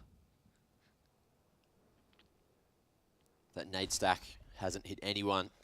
As you mentioned, no one going in towards Dark. Mongols investing util and focus towards mid this time. It's not just Vexite here though, solid crossfire. Each player able to peek off one another's contact here. It's a nasty position to try and get past. But we'll see if it works out at the moment. Annihilation just still waiting for that dark swing. At mid, you got to worry about Techno. Finds that first one on the Liaz, and Vexite still just waiting for something. Flash in, able to find one back, so we're down to the 4v4, and here comes the troops today. Yeah, Vexite just swings like a monster, and he's found a couple. Gives some space to Inz as well to find another 5 bullets, all that Inz needs for Blitz, and that's the 1 round maybe that Grayhound needs on this CT side. We'll see if they can get another. But pressure's now back on the shoulders of the Mongols. High pressure, high stakes. And it's only the first map of the series. Who knows what's going to be going down on the next couple? And who knows when this one's going to end? Grayhound with the round win with a couple of AKs now. Might be able to bolster that defense. The Mongols not changing the pace too much. Again, just running it back over towards A. However, I say that, I see Hastika starting to make his way in towards A main through the molly. Liaz not ready with a gun, but the molly's going to be enough to take Hastika down. Yeah, 1 for 1. Still going to favour the T side just a little bit, but you've got good numbers over toward B right now. Alistar must have spotted Annihilation out there, so the flashes are going to start to come through. He'll be able to cross back into a little bit more relative safety. Catches Annihilation on the way out as well. Still the numbers advantage, but they've heard Vexite falling back at mid. Now In's playing a dangerous game, pushing his own smoke, and that's going to be him hitting the ground. Not running just yet. Vexite rotation in from camera. It's all him to try and hold A. Ali trying to fish in the smoke, looking for anything. Shadows spotted. Vexite can't react in time. It's Sicko that needs to be the savior. Finds this first one tagged to 50 and needs to make his way to site. Bomb not planted yet. Blitz going to be sticking it, and Bartak covering across the top. Good shot. And it's a 2-1 half for the Mongols. Yeah, high-octane gameplay from both teams in that round. Just all over the place, weren't they? Sicko looked pretty good for that first kill onto Techno, but a bit indecisive as to where to go and ultimately falls. So Grayhound won on the CT side. Like I said, I think CT round's pretty important to be grabbing here. Is that enough, though? Well, we will find out. The Hounds were solid on their T side. That's right. Both teams equally as good on their T side. That's why we find ourselves here. What do we got? Ooh, double AWP coming through for the Mongols. It was effective one time. Let's see where Hastika takes his Annihilation. Looking like he's going to be making his way in through mid. Again, he's been very effective there. And Hastika going to go full aggressive this time, waiting for the flash. Put on the line. Let's see if the Hounds decide to take the fight. Is that nade stack? Techno living. Heard that one coming this time. There was 3 nades invested. And it's just a gentleman's agreement. Everyone sitting back, expecting the other team to be the one that puts the first foot forward.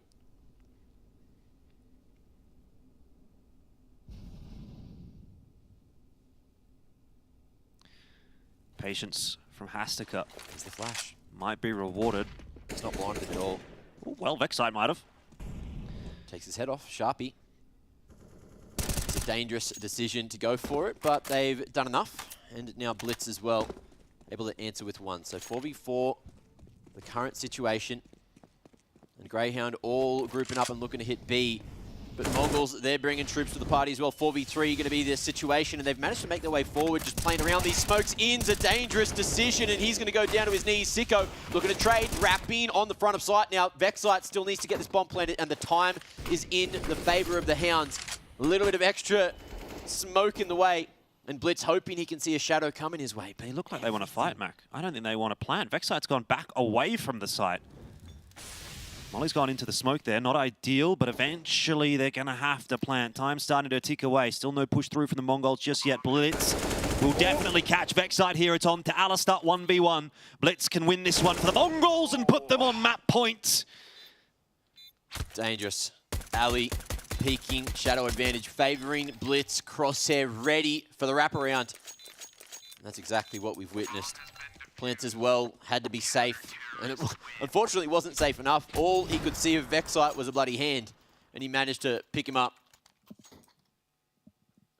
The Mongols have fought so hard to get back to this point, and they are going to be the team to have another chance to close now. But we'll see what the Hounds can do. Cinematic look there from the Greyhounds.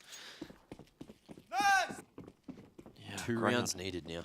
They are fighting for overtime number 2. Lest we find ourselves in a very similar situation to the last time they played an overtime against this team. Losing 19-16. Yeah.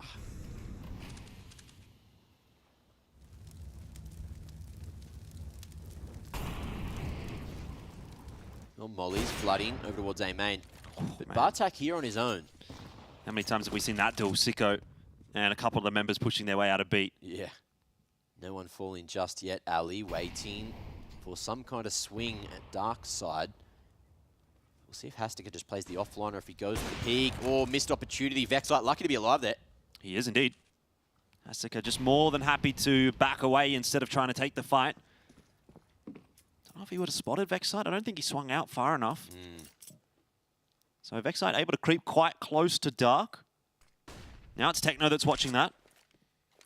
Meanwhile, the Mongols sending more reinforcements back towards that A side of the map. After poking their head towards B main, only seeing Sicko there, and they're making a decent read.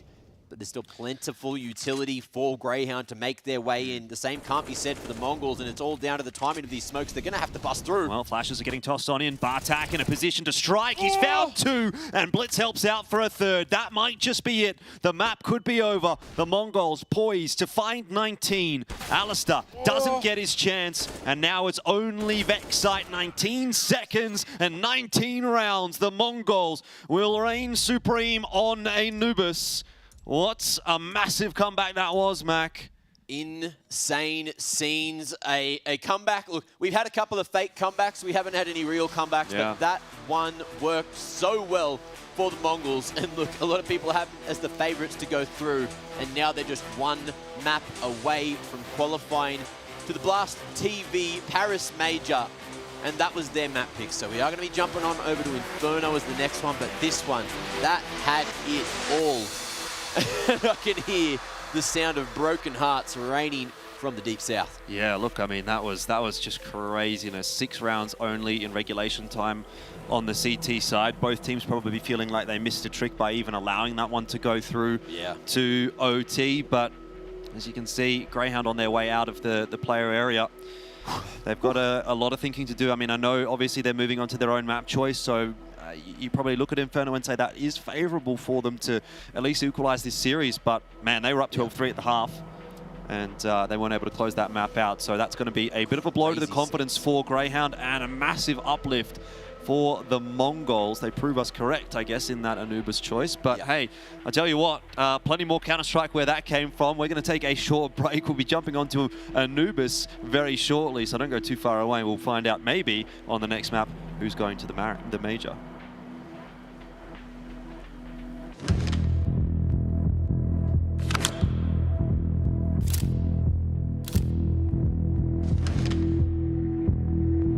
Зэнд орж байгаа сэтгэл юу гоё байна. Тэгээ Монголд болж байгаа гэдэг нь жоохон даваа. Нойр морины асуудал ингээд онгоц монгоцор ишээ яваагүй гэл байдгаар байж болохоор арай даваа. Өмнөх одоо хоёрыг болохоор одоо дөрмөн жоохон өөрчлөгдсөн байгаа. 8 баг ордог болсон. Тэгээд тэндээсээ яг шалгарах баг нь бол адилхан 2. Тэнгүүтээ бүс-бүсээс 2 баг болсон болохоор өмнөхөөс жоохон хэцүү болсон байж магадгүй л гэж бодож байна. Одоо ч ер нь их амар ялгаа гэдэг юм байхгүй болсон санагдаж шүү дээ. Угаасаа л бүгд бие бинийгээ үзэж харж байгаа. Тэнгүүтээ багаас хамаарал тоглолтын стил нь өөр өдөг юм. Одоо бол тийм ялгаа л байхгүй хаа. Маах ер нь тоглолтын үед ингээ хувийн чадрыг илүү голчиж тоглодог. Дээрээс нь 2 коучтэй, 1 коуч нь террортлыг хариуцж авсан, нөгөөдөл нь CDD-лийг хариуцж авсан. Тэрүүгээр ер нь ялгаатай болоо. Хамгийн том өрсөлдөгч ер нь TYLOO гэж бодож байгаа. Тэгэхээр яг яагаад тэгэхээр их хэлэх юм алгаа ер нь бус нь бол гайгүй л гэж бодож байгаа. TYLOO л ойр Аз тийм бэлтгэл хийгээгүй. Бэлтгэл хийж байгаа ирсэн баг юм өөр байгаа. Ер нь миний зүгээс л зүгээр л TYLOO-тэй тоглох бус хэдээс арай жоохон өөр байгаа. Ер нь арай нөгөө хэдээсээ тоглоход хэцүү юм да. Гэтэ гайгүй. Ялахтаа ер нь амар ихтгэлтэй байгаа. TYLOO бол бракет дээр манай багийн нөгөө талд гарсан байлээ. Тэгээ апраар гараад ирэх юм бол эрхээ авах тоглолтын дээр 2-0 днаа.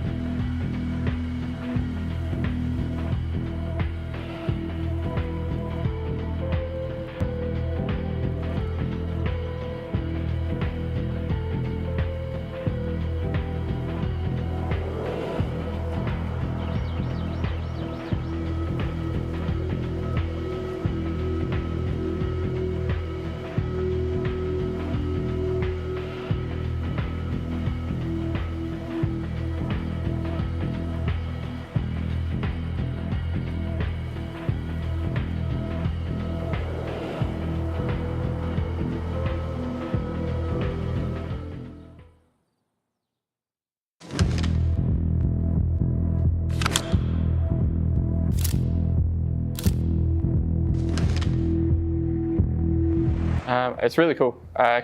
We took like a 2-hour drive from the airport to here, and you can see all the mountains. So I think just in that aspect, it's really cool being able to see the mountains just from the city. This is probably one of the most important competitions we've ever played, seeing as it's the last major coming up. So I think everyone is going to be wanting to qualify for it. The way we approach the game won't be any different. I think the level of competition will be a little bit different. We just sort of have to take our experience and I guess level of gameplay from ESL Pro League into this tournament. I think we're treating this like every other event, although it's probably of more value. I think we just have to approach it like every other one and come in and just pretty much come out swinging, basically. I think our mid-rounds are actually a pretty high level when we're actually on. I think we can actually piece together some really good counter-strike and stay calm when we need to, which I think not every team here would be able to do and compete with us in. I think our strongest competitor here at this event would have to be Rare Atom. They're probably just one of the most strongest teams of all of Asia, so yeah, Rare Atom, we're coming for you.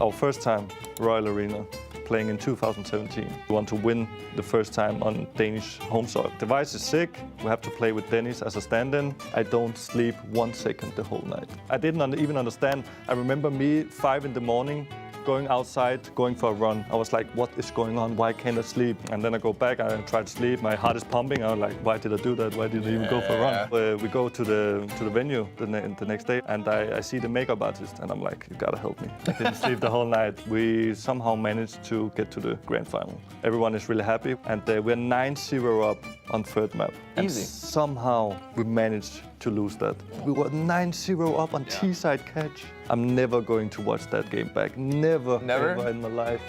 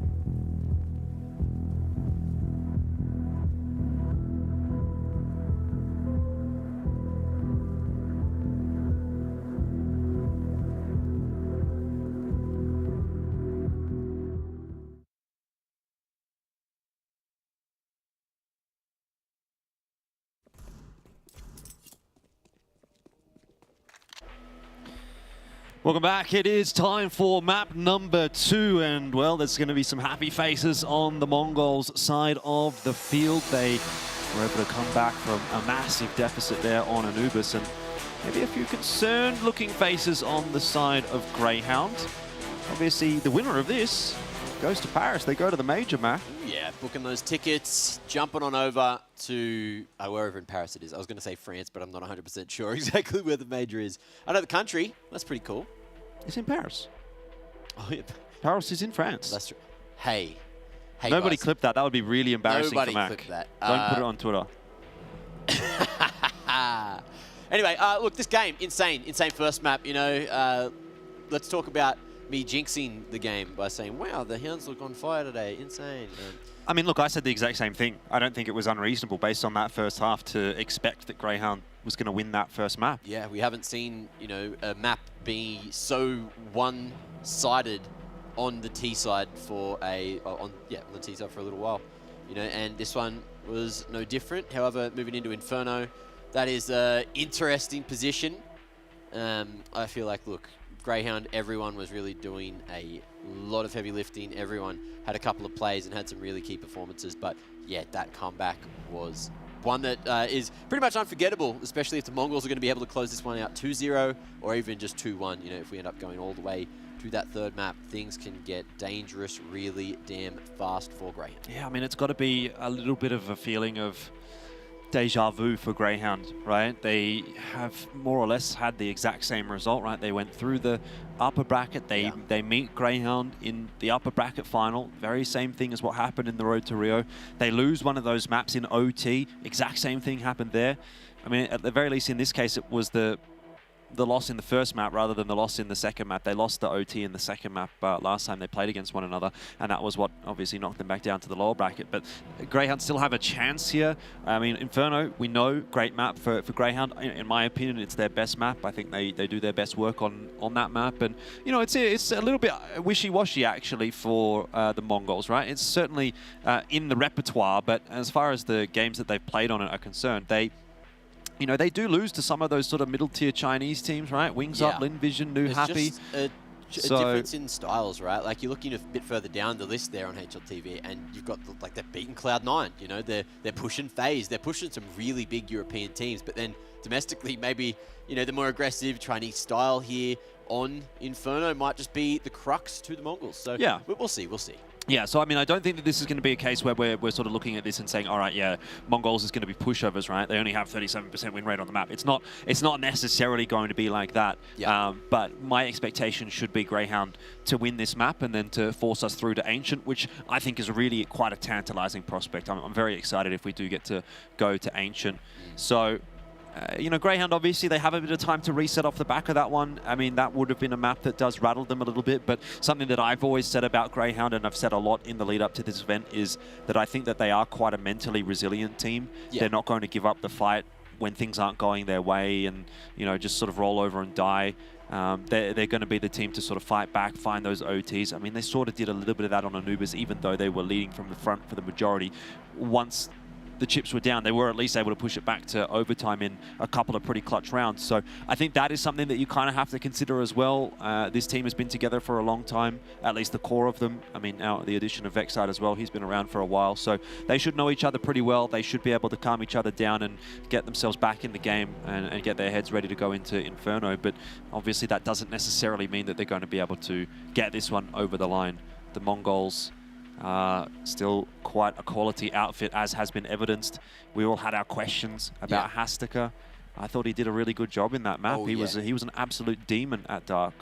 Just key piece of the puzzle, knew exactly how to play that position, play his role, and did more than enough to make that comeback happen. But the question is, can he do the same thing moving into Inferno? Inferno's been a map that's been in the map pool for a very, very long time, so you could only assume that he's going to be able to slot right in. So any questions that we had with his viability for this lineup, is he as good as Score? Maybe, maybe not. Either way, he's still doing just as good of a job. Yeah, I mean, the funny thing is, right, I think, again, if you want to go ahead and make that comparison, right, I mean, we go back and look at that last map, Hastika drops a 23 and 26, 1.01 rating. You look at that and you think, well, that wasn't that good. It's not that amazing. But actually, as far as his impact on the game is concerned, I actually think he had a bit more value than what the stats would actually show there, right? Oh, yeah, for sure. Blitz and Techno certainly were sort of clutching up for the roster, and Annihilation was doing a great job with the AWP. But Hastika was finding a lot of opening frags, getting a lot of space.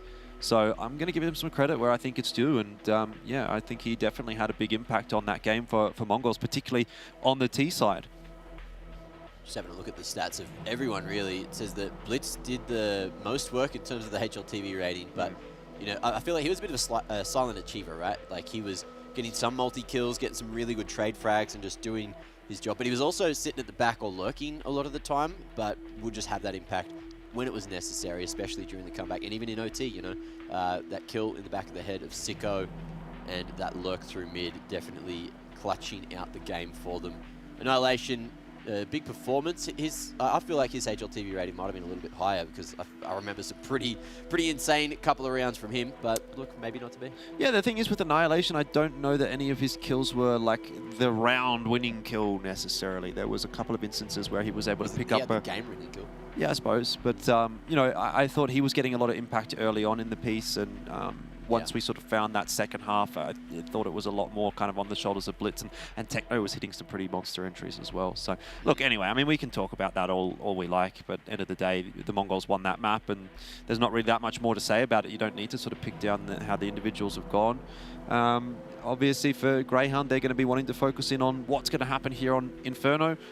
I wonder what side they're going to be starting on. I mean, Grayhound chose to start on T side of Anubis, but will the Mongols decide to, opt for something similar to that, or are they more than happy to just start on the CT side of Inferno, a bit more standard? Yeah, I feel like they're probably going to be choosing that CT side, but if we jump in, have a quick look at a couple of those stats, we can definitely find out what their preferred side is. Looks like it's probably... It's not looking too either-sided, really. They win a little bit more on the T side, it seems, but if you're having a look back at most of these games, let's have a look at their most successful one. So, recently up against Twisted Minds, I'm pretty sure they started on that CT side, right? I do not recall. You do not recall? Well, I can tell you in a second. Or can I? That's the question. There's a lot going on here.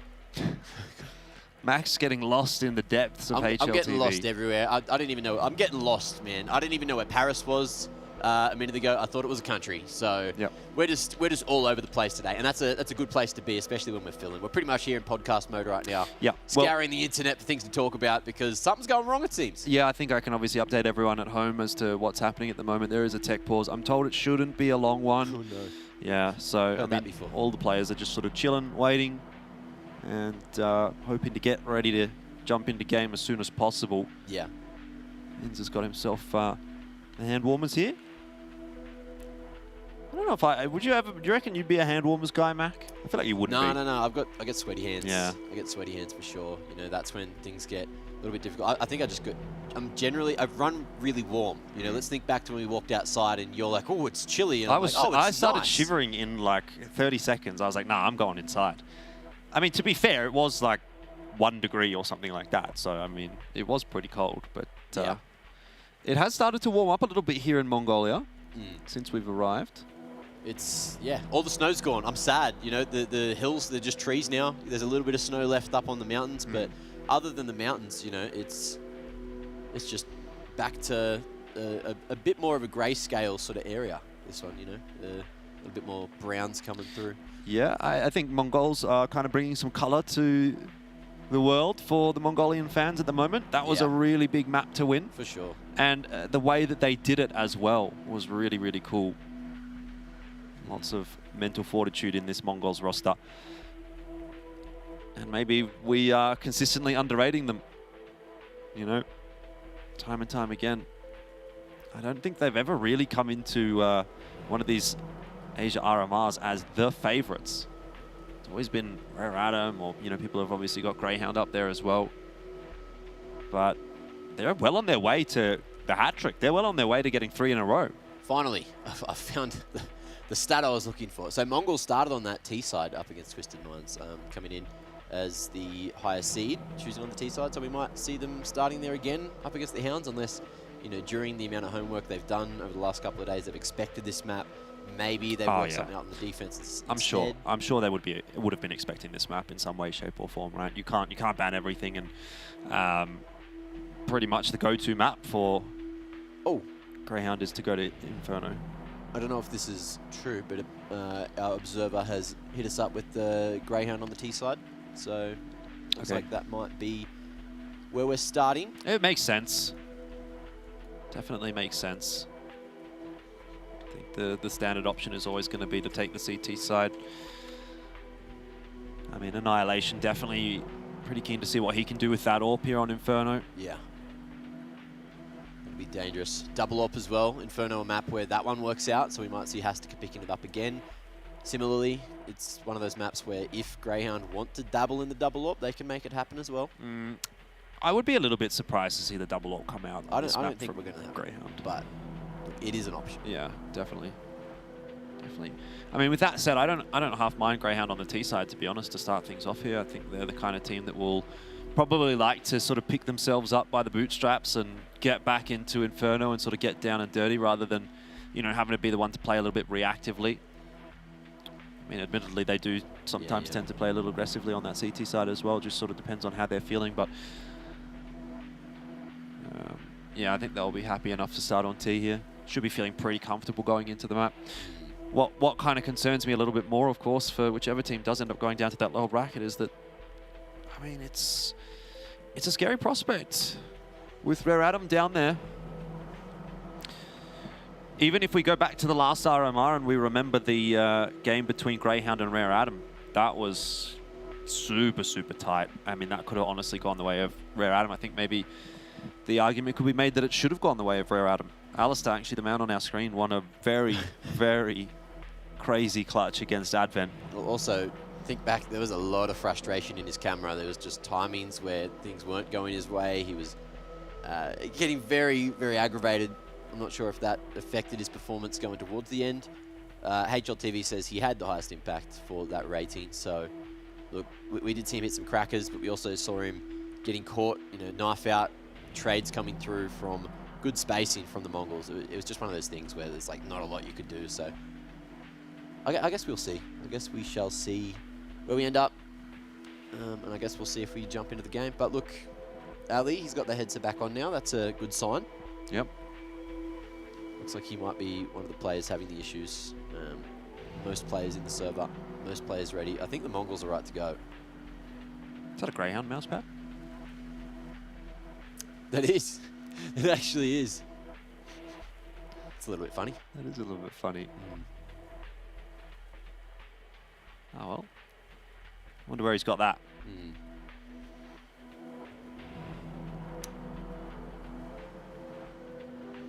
Do you like hand warmers?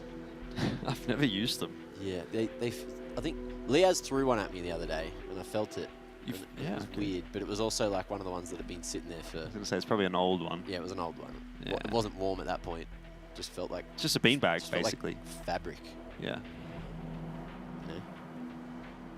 Oh, well, I mean, you're starting to feel a little bit of that pressure mounting, I guess. You're just sitting here and you're waiting and waiting and waiting and going over things in your head.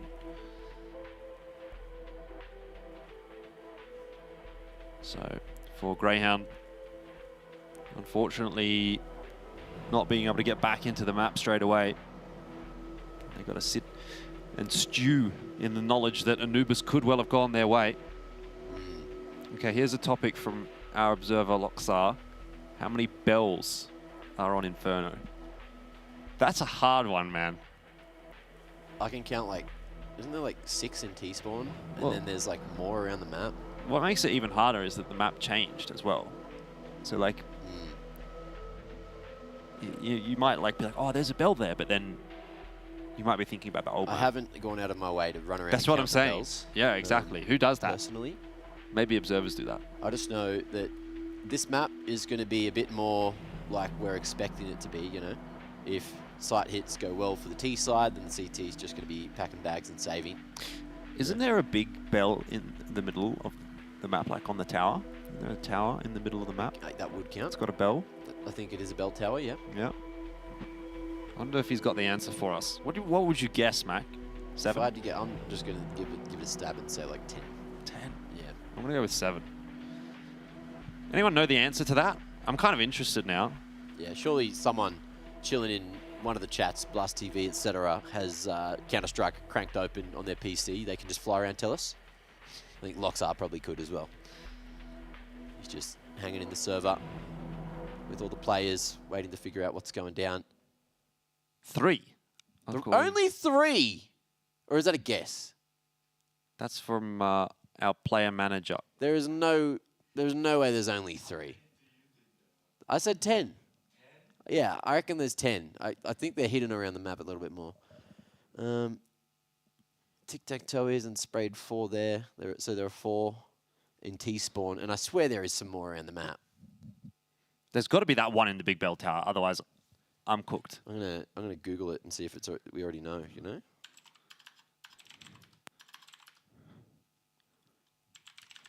Oh, you're doing it? You're on it? I'm looking up. Inferno. 4 bells are located at the terrorist spawn.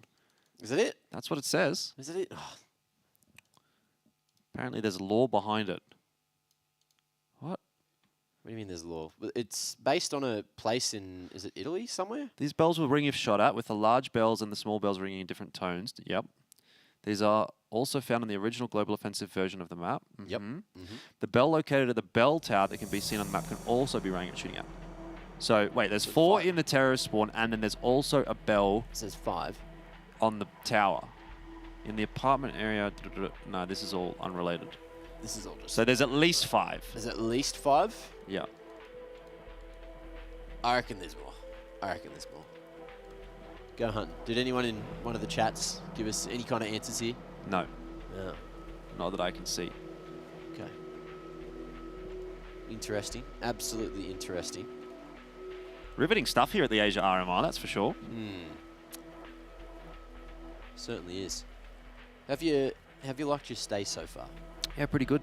Mongolia's been nice. The only thing I'll say is that We've just been busy. We just haven't been outside other than that first day. Yeah, it's also just been dry. It's really dry weather. It's dry inside because of the dry aircon. inside because the aircon and the heating. We're like, what is it, 35,000 feet above sea level or something here too? Like, yeah, I don't think that's affecting me at all, but it's definitely the dry weather, and then obviously outside it's pretty dry as well, just because it's so cold. Me water boils at 95 degrees here instead of 100. Really? Because of how far we are up in the atmosphere. I didn't know that was a thing.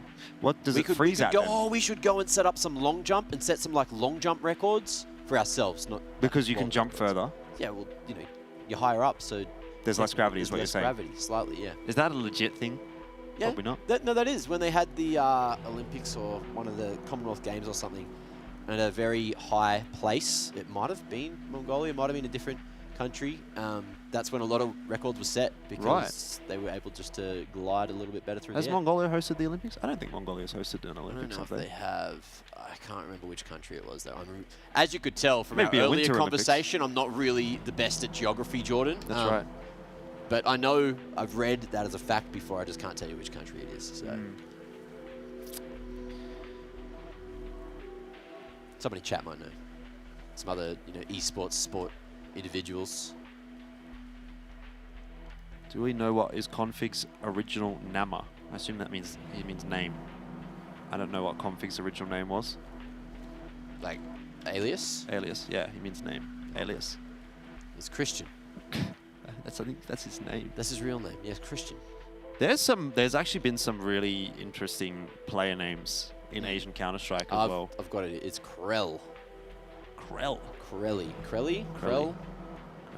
Yeah, see, I don't... Oh, my word. Welcome back. It's time to jump on into the action here at the Blast TV Paris Major Asia RMR. Wow. Woo! Wow, straight back into it, Mac. You're ready to go. So am I. And so is everybody else, the Greyhounds and the Mongols, taking on one another here on Inferno. Appreciate you guys sticking around for the podcast episode while that tech pause got sorted out. But off to the races here in the first half of the second map. And, well, Greyhound not exactly off to the races, are they? They're just slowly working their way up Banana. Starting to make their way forward. Chicken in the way. Not going to be harmed this time. Boost on the wall.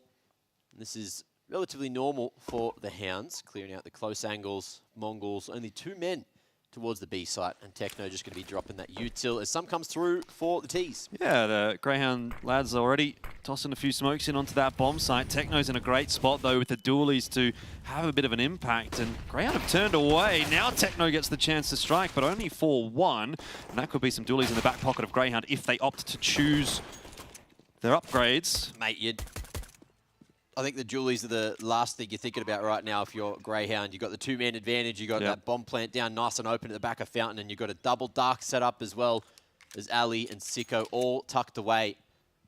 Nice passive approach. No one giving anything to the Mongols right now, just Sicko. A little jiggle there at New Box to see if anyone's making their way forward. And that time it's ticking. Ali will flick back the right direction, and that's going to be his second kill for the round. But look, Annihilation, he is just looking to keep that armor healthy. Free little upgrade to the helmet in the next. If we do see the CTs go for the Force Spire, Inferno, it's the place to do it. They didn't get the dualies, Mac. Ali just ran straight past them. Look, they haven't had too many great clips with the dualies, so I understand it, They had a good read on the positioning from the Mongols, though. You could see with that smoke on the choke, they knew someone was close. And the dualies were the only guns to get that first pick. That's exactly the way you'd want to be starting the map if you're Greyhound. Oh, yeah. Making up for lost time, making up for that lost map. Reverse sweep angle. If Greyhound wants to be the first team to qualify over to Paris. Yeah, it's still a long way to go for them, isn't it? Mongols can almost see the light at the end of the tunnel. Winning map 1. Greyhound have a bit of a longer task ahead. Mongols now heavily favoured as far as the odds are concerned. Oh, big shot, huh? We're going to get some Inferno vibes here, Mac. You can smell those. Is it a little bit too early to start bringing that up? You can smell those eco frags, you know it. Yeah, he loves them. Padding those stats real damn early. And he's hungry for more, even though he's only on 5 points of health. But we'll see if they decide to keep the economy strong. Mongols, last 2 players are here, but the Hounds don't care. Yep. And Ince unceremoniously put down by Techno. They're just going to send Grayhound back over toward the A-bomb site. Liaz is already clearing out brackets. He's having a look at the library. Hasn't spotted anything. They seem to have got the read. Ali just going to planting there. Dink on to Vexite. Man's living for the moment and just trying to shuffle his guns away. So Techno can't find himself an upgrade from the scout here. 5-7 in the back pocket. Can drop that to someone in the next round. But he's really looking for this rifle. Sicko low, but not low enough for one bullet from the 5-7 to knock him out of the round, and that's going to be 4 alive at the end. So the Hounds back-to-back 4 surviving. Not too bad of an anti-eco. Yeah, just chilling. But that's the same thing that happened on the first map. Grayhound got off to a good start. MongolZ able to grind their way back into it. 2-0 the lead. MongolZ still having to take another save. They've opted to go for a bit of a nade stack here. Might all get sent down Nana, and oh, Grayhound at risk of copping a few of them. Ins again, the money man. Happy just keep on There going it is. forward, but he's caught that nade. Great catch. Yeah, ends up being a 1-for-1, but Sicko's also down to 20 HP, so some low HP members here for Grayhound. Looks like Liaz has more or less got it covered, though. Just helping out the boys, trying to keep Liaz alive. Nice little bits of movement to get him back on the line. Slow rotation from the Mongols, with Bartak edging back towards A, and Techno on an adventure in apartments, just tucking away in the corner. But Grayhound looking like they are still interested in B here. Flash towards the top of mid there from Vexite. But all just going in a pack and making sure things don't go wrong. Bartak with the Deagle in a solid position to be the only one that could really do damage unless Annihilation hits some 2 taps with those USPs, but that's a difficult decision, and he's not going to be given the opportunity. Bartak falling, and there's no more damage to the Hounds for now. Techno fast on the flank, but he'll fall instantly, and it's clean again. 4 alive for a 3rd round in a row. The Hounds not dying too much just yet. Well, once again, you're just getting that slower style through from Grayhound on the T side. It's not anything too out of the ordinary. Yeah. They like to take a lot of map control. They like to use a lot of their util. Don't often see any quicker plays from them. Mongols now, though, have a buy in hand. And so they can start to mount their campaign. Well, let's see what they opt to do. Not going too heavy towards Banana, just opting to hold that util instead. However, 3-man dig setup. And it looks like Grayhound are going to start to show some more presence towards A this time.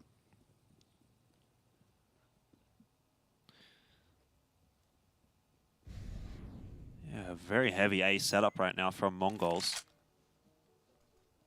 Is this a bit of a counter read? It seems to be. And Blitz just ready to drop a flash over the top if needed.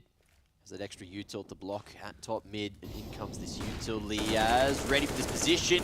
Both CTs playing anti, caught off guard. Blitz tries to save the round, but has he done enough?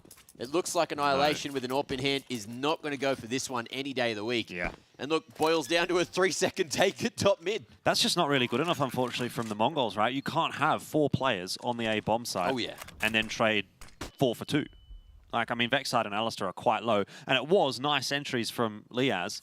Solid utility as well. Support coming through. Grayhound all over it. And it just goes to show that they are here. They're ready to play a little bit of Inferno with how things have gone so far.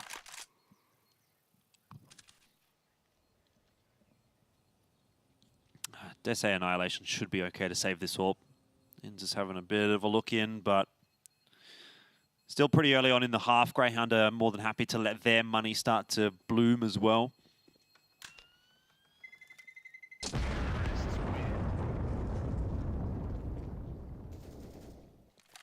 All eyes going to be on Annihilation in this round.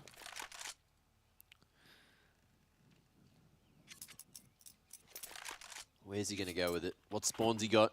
Is it a mid one? Is it a B one? We'll find out right now. Looks like he hasn't got anything too great. But what do we got? No util board up. Techno will grab a smoke now. Could throw Furia and send Annihilation on the line. It looks like that is exactly what we're going to get from the Mongols. Let's see if it's successful. Just going to get popped up on top of the half wall here. Grayhound do like to look for banana control early. And so Annihilation has to give away his position. The flash was good. Doesn't? Oh, Swag 7. Dissuade ins. Mag 7 just not quite enough damage on Liaz. We saw that work a couple of times yesterday, so I got excited for a moment. Either way, Bartak unable to trade, and Liaz very low. Doesn't want to be handing across rifles for free now. Slower approach, but everyone on the map is on the A side right now. Except Annihilation, who's just left. It's probably not too bad, all things considered, for the Mongols. In fact, he's got a couple of members rotating in his direction as well. It's a bad read. It's a terrible read from the Mongols. Grayhound, smart decision just to fully cut sound at mid.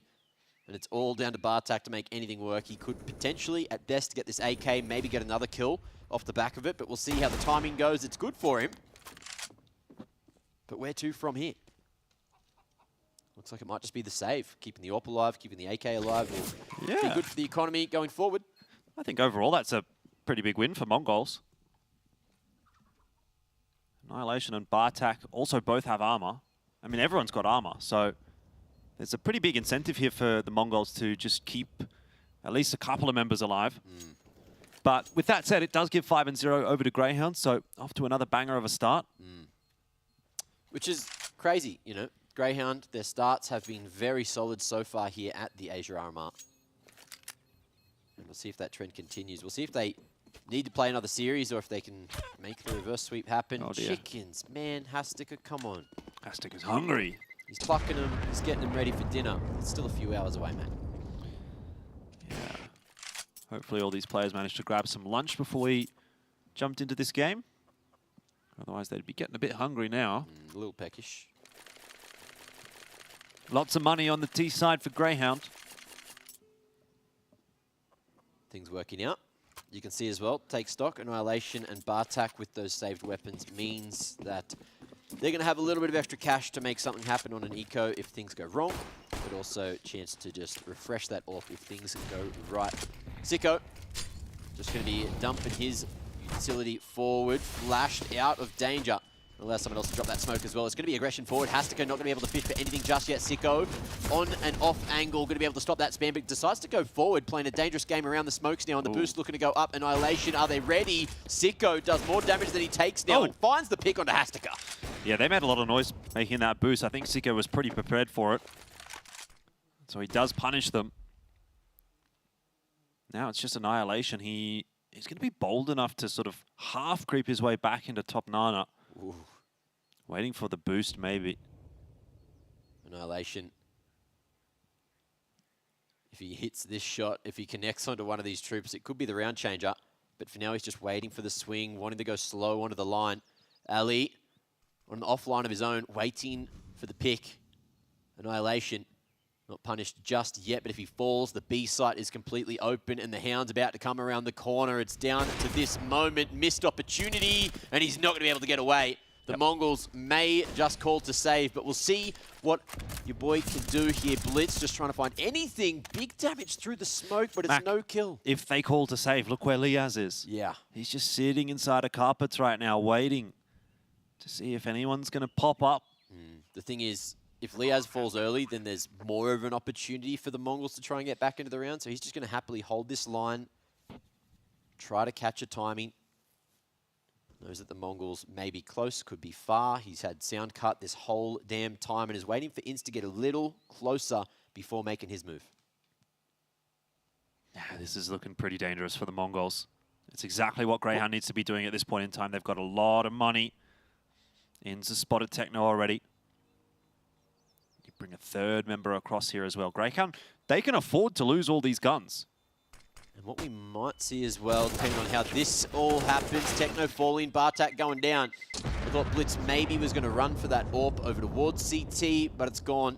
And the man's just looking to survive. So one rifle carried across, but the Hounds clean, 6-0.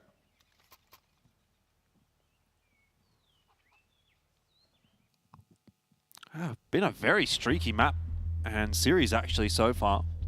Streaky meta. Streaky game, this one. Yep. I feel like that's been like the whole RMR, right? You go back, you look at any of these games, it's like 5 rounds in a row, 6 rounds in a row, 4 rounds in a row before everything swaps across. Like, everyone's been so good at just capitalizing on everyone else's mistakes. Well, what does Coach Mara have to say here for the Mongols? He's been with this roster for a long time and was even involved with the original Mongols roster back at one of the very first Asia minors that the Mongols competed at. If you remember the famous win that they had over Renegades at Taipei. I'm seeing an old bloody TYLOO logo there. That's that's a throwback. Yeah. Mo Didi, Somebody Fancy, and QZ. MVP Carnal. That's old. These are the glory days. I mean, this was when Kaze was playing on a Malaysian roster. In 2016, I believe Taipei was. Yeah, 2016. Crazy. Well, slow approach to the round this time. Annihilation on a similar line. Let's see if he can strike true. Molly onto the corner. Won't connect this time. Takes 40 points of damage, but Hastika able to clean up the goods and to try to fight for this banana control. Smoke at the bottom and no one here from the Hounds to try to contest. They're going to A instead. Yeah, this is best case scenario for the Mongols. No Nana control at all for Grayhound. A member down now 2. This will be a hard round to salvage for Grayhound. Sicko wanted to try to swing for the trade, but the Molotov keeps him at bay. And a creep up dig now. Liaz just trying to find a line, but it's going to be straight up one approach. No one in pit to set up a crossfire, but they might not even need it. Smoke on the front side comes a little too late. Liaz, his life gone, and they're trying to figure out how to get in the site. Ali, secondary, not going to be enough, or is it? Second kill found on the Bartak. Man's got an ace if he wants to win it, and that's a far cry from anything you'd expect right now. I mean, but you say that, but he's got a smoke, he's got a flash, he's picked up the M4. I don't know. I mean, he's going to have to get pretty lucky to find the win here, but win some aim duels, it might have been possible. Those first 2 members quite isolated from the third. Won't go the way of Alistair, and in the end, the Mongols will win their first round. The transfer almost looked good for the Mongols on the board before it's too late. And let's see if we are going to see a shift in the streaks again, if the Mongols can stack on a few more. Grayhound, though, keeping so many numbers alive, and a lot of these wins means their economy should be fine for this round, the next round, and then the one after that. So it's going to be a hard affair for the Mongols to make this streak happen. See, look, Matt, they've got full util. There's the 4 bells on the graffiti, but there's 1 bell next to the door. So does that count as 5 bells already? There was another bell that you missed there as well. I don't think the chalk bells count. There's a bell. There's a bell. Look, exactly. You count the bells. I'll talk about the round. Bells everywhere. Man's just going forward. He's got no flash to help him. He's just caught a timing. The CT's in front of him. He's found 2 out of nowhere. Look at that. Just going in dry. Third man a little bit further back. Annihilation had a flash to try to help out the other 2, but it's coming way too late. At least the B site's still in their hands for now. And Grayhound deciding what they want to do from here. They've caused a lot of chaos in the last few seconds. Yeah, just Vexite misking out into brackets has kind of given up that advantage. I don't think Inns was necessarily expecting a 3rd member over toward B as well. Yeah. So what ended up looking like a really good start for Grayhound hasn't quite been converted. Well, Mongols keeping info here at bracket. Blitz on an offline, and he might get stuck at Cubby. 1 flash to play with. And I don't know if he's heard the scope or not. I can't see his mouth moving. But Bartak very invested over towards apartments. Smoke goes down, and Blitz, he won't go through just yet. Tries to connect. A couple of bullets he will. And it's Bartak to try and hold. Yeah, Bartak got a job to do right here. Sicko sent in on the entry. He's found Blitz, in fact, not Bartak, who does manage to trade back down, but is now alone on the bomb site. It's going to take a long time for Annihilation to get here. At least he's got some util to play with to provide a bit of space. Liaz up into his favorite position on the graveyard. Flash will catch him, but he's got time to reset unless Annihilation strikes. And now it's just Alistair trying to pick the pace up. Glock in hand, has found Bartak. Orp on Orp. Alistair will strike. Annihilation just not quick enough on the flick. And it'll be Grayhound to find their 7th. Crazy, crazy scenes coming through there. A great job done from Bartak to live for so long, but the Glock gets it done and the flick to follow. Ali putting Grayhound on a 7th. I thought Annihilation might have had his number there. Supportive utility coming in just in time to get that pick onto Liaz, who was in a very odd and open position up in the graveyard. Yeah. But let's see if the Mongols can find a second here with a lackluster buy, because for now, their economy is not the greatest. Inz is playing with fire at the moment, down to 43 HP. Only the one member over toward A, though. You'd think this is pretty much sealed up tightly for Grayhound. Although Blitz is charging his way down mid, and Inz. Hello. 43 HP. There was a bit of a danger when Alistair went down so quickly. Luckily for Grayhound, he's able to trade effectively and quickly. That was nearly a round-winning play. That was a real change of pace for the Mongols. Straight down Banana, and they're looking to send another member down here. Has to go tucking away at Broom. I mean, once again, Grayhound just cuts out, plays super slow. Yeah. Just happy to preserve this util at the mid-round, and it looks like they might go back to try and take Banana. They've had brackets for years, and Bartak jiggling there. He's not going to see a thing just yet. The Mongols making a solid read. But how's the mid-round call going to go? It looks like they're just going to shuffle this util, try to take their way forward. And at close range, the 5-7 can be deadly. Has to get able to get 2. That might be enough for the round, but we'll see how the rest of the round ensues. Will they clear sandbags? That's the question. No is the answer, and Techno takes 2 more. And a second for the Mongols. Pistols at Banana. Dangerous as anything. Yeah, I mean, Greyhound are just going to be kicking themselves for that, because when they go back and look at this round, they'll look at how they tried to accelerate up Banana off of a timing and just got completely wiped. And, you know, they would realize, okay, we could have just done the exact same thing into A when we were in brackets, and it would have been basically free. But they've gone in the complete wrong direction, and they've given up a bit of a freebie over there to the Mongols. Double kill from Hastika, double kill from Techno. So Greyhound will be very disappointed with that round. What's important is they don't let it affect the flow of this half, because they're still very much in control. Blitz is loving these aggressive plays. Man's at the bottom of mid, but he is all on his own and caught off. Annihilation just waiting for someone to try and force him off this line. There's that flash. He'll take it back, and there's no one here from Greyhound to contest yet. But they're thinking about going in through apps this time. Oh, the wow. timing couldn't have been better. Yeah, what is that? Alistair as well, just watching. Pushing. Is Techno going to get caught in the back with the bomb as well. Oh, that's the round, maybe. Could be indeed. Got Bartak and Annihilation over toward A right now, and it's starting to fall apart a little bit for Greyhound. Vexite will look for the trade, can't find it. Liaz is starting to creep his way out and very nearly swings around and catches Annihilation there as well. Let's see how Vexite and Liaz decide to play this one. Very worried about Archers, but look at this maneuver from Techno. Man's gone over to T-Ups as well to lock down second mid, giving up the bomb, but allowing time for Annihilation to go and pick up Banana. Smoke goes down to clear those angles. Vexite still locking down Dig, but look where Hastika's sitting. Just peeking from Cubby, timing, info there for that. Hey, Vexite finds the head. Yeah, Liaz though is going to have to get his running shoes on. Look where Techno is in the meanwhile. Exactly. Just creeping in through cups. Techno's the key right now. Vexite's the key. They're both going to run into one another, but the timing will favor Techno. Vexite just turns around at the last second. Liaz can't clutch it out. And Techno comes up with the goods for the Mongols. Truly the MVP for that third round. Big push, silently contacting down Banana and Ali.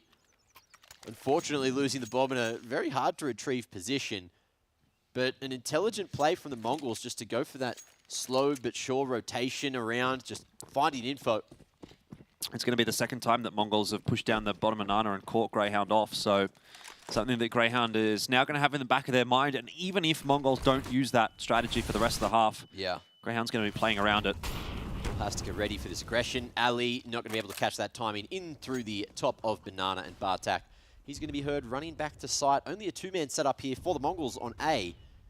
And Greyhound, no one's going to spot him on this wrap just yet. They might be able to close the distance onto Annihilation, but they're going into CT instead. Blitz, he's got the gun out, but he has not got the shot. Okay, so M4 secured for Vexite. Bomb site's really split in half here. Rotations are going to be difficult for the Mongols. Annihilation does manage to find himself a cheeky one onto Inz. Grayhound now maybe a little bit more interested in heading toward B instead. Well, that's it, right? Like, there's some range towards the B site. Hastika could get caught in transition. And the M4 needs to be the key piece to get Grayhound somewhere. Back to bracket they go. And if they will go through dig, then that's a dangerous prospect, knowing there's that crossfire set up from Cold, from Pit. And it'll all boil down to the timing here. One flash to try and break the crossfire. This really is Grayhound in a nutshell. Leaving it down to 30 seconds on Inferno. Flash over the top there from Sicko. Will give away the intentions. Vexite on the flanking angle. Hasn't spotted anything out just yet. And you're really requiring almost one from Sicko to win this round. Obviously, that's not going to happen anymore. So Vexite just trying to try and do some damage. Can't really put much more together. And the Mongols are up to 4. They are slowly crawling their way back into this half. I like the proactivity in the mid-round as well. They were aware CT's gone, so they decide to take Banana and slowly but surely make their way down. Quick flank on a dig, and that's going to be the bomb on the ground, and things are almost inachievable at that point for Vexite. So the Mongols starting to call their way to a few more rounds here in the first half. But how many more can they get? Grayhound Economy finally in the depths now. Let's see what Ali can do. He's gone for the big green on the T side. A aggressive smoke from the CTs as well. Vexite tucked away at the ready with a little gap in there, and Inns just shoots back, finds it on the common line. Yeah, that's good news for Grayhound. They need something going their way. Rolling. It's going to leave Bartak solo on A, and this again is one of those situations where Grayhound could really just accelerate into the A bomb site, but that has not been their tendency. No. They've slowed down, and it's given Mongols the chance to rotate across, and Techno very nearly could line a couple up there. Bartak falls. Quick flick from Alistair. This time the round goes the way of Grayhound. But Ali has just heard those footsteps come and flicks in time. Man was looking over towards bracket at that point. But look, timing not going to favour the Mongols now. A couple of whiffed opportunities definitely going to right. But that could have been a Mongols round. Go back to Techno. Man shot in between both the T's. yeah, It was a little awkward of a position for him to be in. But where to now for Annihilation? Oh, spotted. Going for the slow cross to New Box. And the nade is perfect. okay. Well, Grayhound have their 8th. So a little bit of a sprint out there from the Mongols, but it's been put to a stop by Grayhound now. Yeah. Great utility usage. Spacing much better this round as well. But also, it comes with the caveat of course, the Mongols unfortunately not playing that round as you would expect, you know, some whiffed opportunities. Well, next round is a crucial one. If the Mongols can't start to get a few rounds on the board, then this might just be Inferno, Grayhound Inferno. Yeah. Because if they can reach 11 on the T side, well. that's danger. I'm not so sure that I'm really on the board with that one yet. Mongols have got a half buy through here. 3 guns alive. A couple of Deagles. I'm not prepared to count them out just yet. I don't think that Greyhound's going to have an easy time of sweeping the rest of this half. Deep util already from Greyhound into Banana. Stops any progression from the Mongols. Slower approach now. Greyhound adapting. Just trying to bait out as much of this B site util as possible. Annihilation with a pop flash at the ready to try and help out Hastika, who's on the offline. Could get caught between a rock and a hard place. Nade going to chunk him down to 95. The molly as well, but he's going to go forward through it. Flash is good, but Liaz ready with the rifle in hand. Yeah, I think that's fine for the Mongols, right? You need to be going for something like that when you're down weaponry. Hastika obviously not able to make it work this time. Annihilation starting to run out of bullets. Can't get more than just the one. And blitz straight through the smoke. Causes a bit of a ruckus. Man loves a flood, doesn't he? Techno does the same thing, but in the 1v2. A bullet onto Ali might have sweetened the pot, and Bartak could be thinking about this one, but Greyhound playing slow and giving Bartak a whole bunch of time to make this rotation happen. This is, again, just Greyhound. They love playing the timer. They could have planted 30 seconds ago. But they're just keeping Bartak waiting and wondering. He is halfway up Banana, though, so... Ali planting oranges. Vexite peeking towards Conside. Making sure it's all covered up. But Bartak might be interested in the financial damage instead. You can see him not moving forward. Yeah, he's definitely not going for the round. No kit there as well makes things that little bit more difficult, and he's going to send it packing. So Greyhound now securing their 9th. We'll see if Bartak can put this M4 in a position to cause some kind of damage, maybe even get a round for the Mongols in the next, but you're looking at the money there, and with the round loss bonus, they should be able to maybe get a couple of upgraded pistols, but... Yep, Greyhound definitely putting it together. Maybe a nade stack. Look, you can get a flash onto Annihilation. Juggle some of that util for Bartak to try to set up Mongols, but that's their only real opportunity, I'd say, going into the next. Doesn't seem to be too much investment coming through from the Mongols. Can they set Bartak up for success somewhere? Smoke and a flash for Annihilation, that's it. No other investment on behalf of the CT side. Bartak has gone over toward the A side of the map. Just sitting around Boiler, heating up with that Molotov from Greyhound. And looking to maybe catch a timing. Is he going to peek or is he just going to hold? Looks like he's happy to play that time down and play close to his teammate who can try and recycle it if possible. Liaz should be the first point of contact, but it's all going to boil to the timing. He's happy just to sit here at Romeo and wait for the push, which is going to be happening. Does he clear the right side? Does he get the shot? Not this time. That's the rifle down, and the round gets harder. Yeah, the butt of the rifle, or sorry, the tip of the rifle really just peeking around the corner there, gives the game away for Bartak.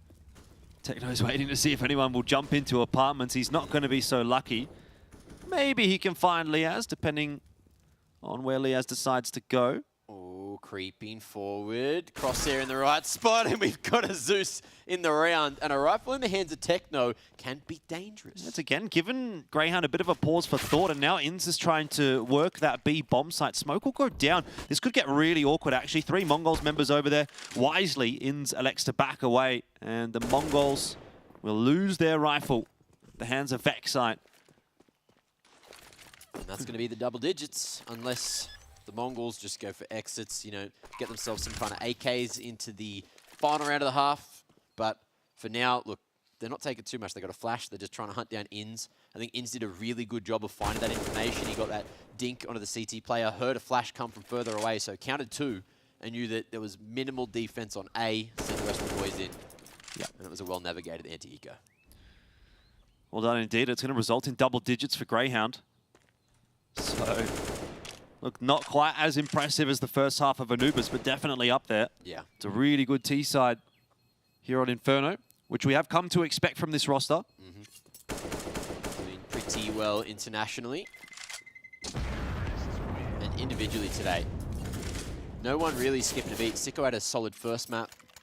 A little bit to be desired here on the second, but either way, everyone else firing up. Yep.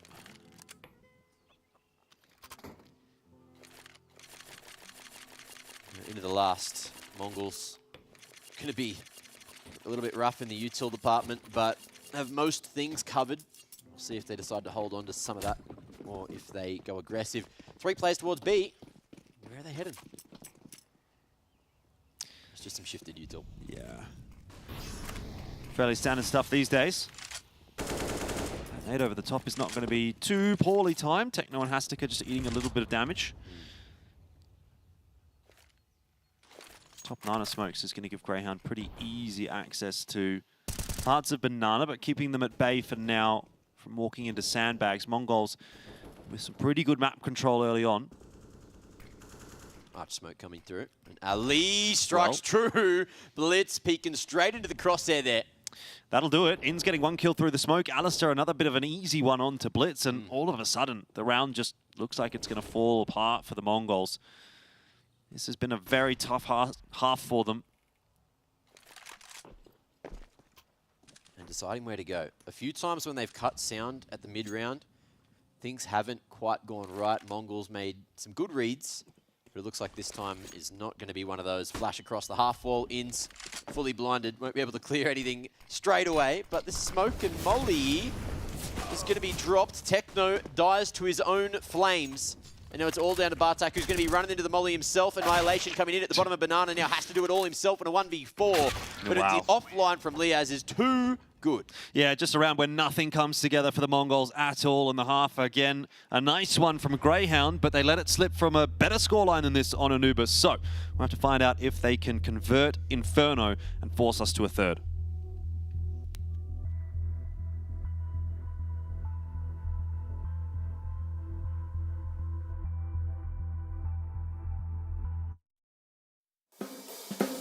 I remember more Monesi clutches. Right, yeah. You know, it was weird. It happened in Abu Dhabi. Obviously, last year, he starts with that, like, MIBR clutch. Yeah. But, you know, in Abu Dhabi, he had, like, a similar clutch from the same position and nearly the exact same kills versus outsiders. Right, yeah. Yeah, I thought that was so weird. Where I was like, I've seen this exact moment before, right? He had a one good clutch against FaZe as well. For me, that one is the best because he played it out the best. Okay. I think it was last Lisbon groups. I'm also thinking of like the Inferno clutch as well when he stole bomb from outside of apartments. Yeah, it's against outsiders as well. Yeah, right. Okay, two clutches, same maps. He's just crazy in clutches. Yeah. Like even practice what he pulls off, it's, I don't know how, but he just somehow makes it work. You can't talk G2 clutch without bringing up Monosin.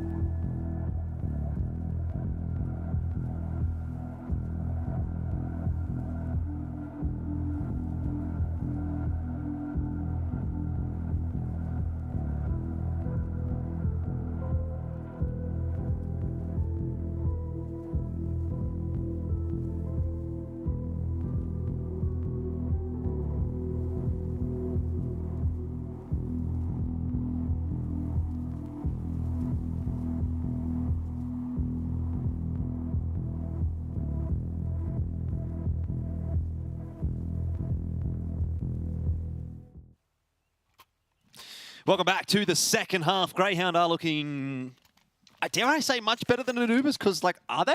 They were looking really good at halftime on Anubis as well. That's so true. So, look, I mean, jury's still out, I guess, as to whether or not they're going to win this map. But based on where we're sitting right now, it's looking like we should be heading through to map 3. Look, I walked out there and asked if there was a comeback for Mongols, and I was like, I'm not saying anything because there's going to be no casters cursing going down right now. But the Mongols, let's see what they're going to be able to do on the aggression this time on the attack.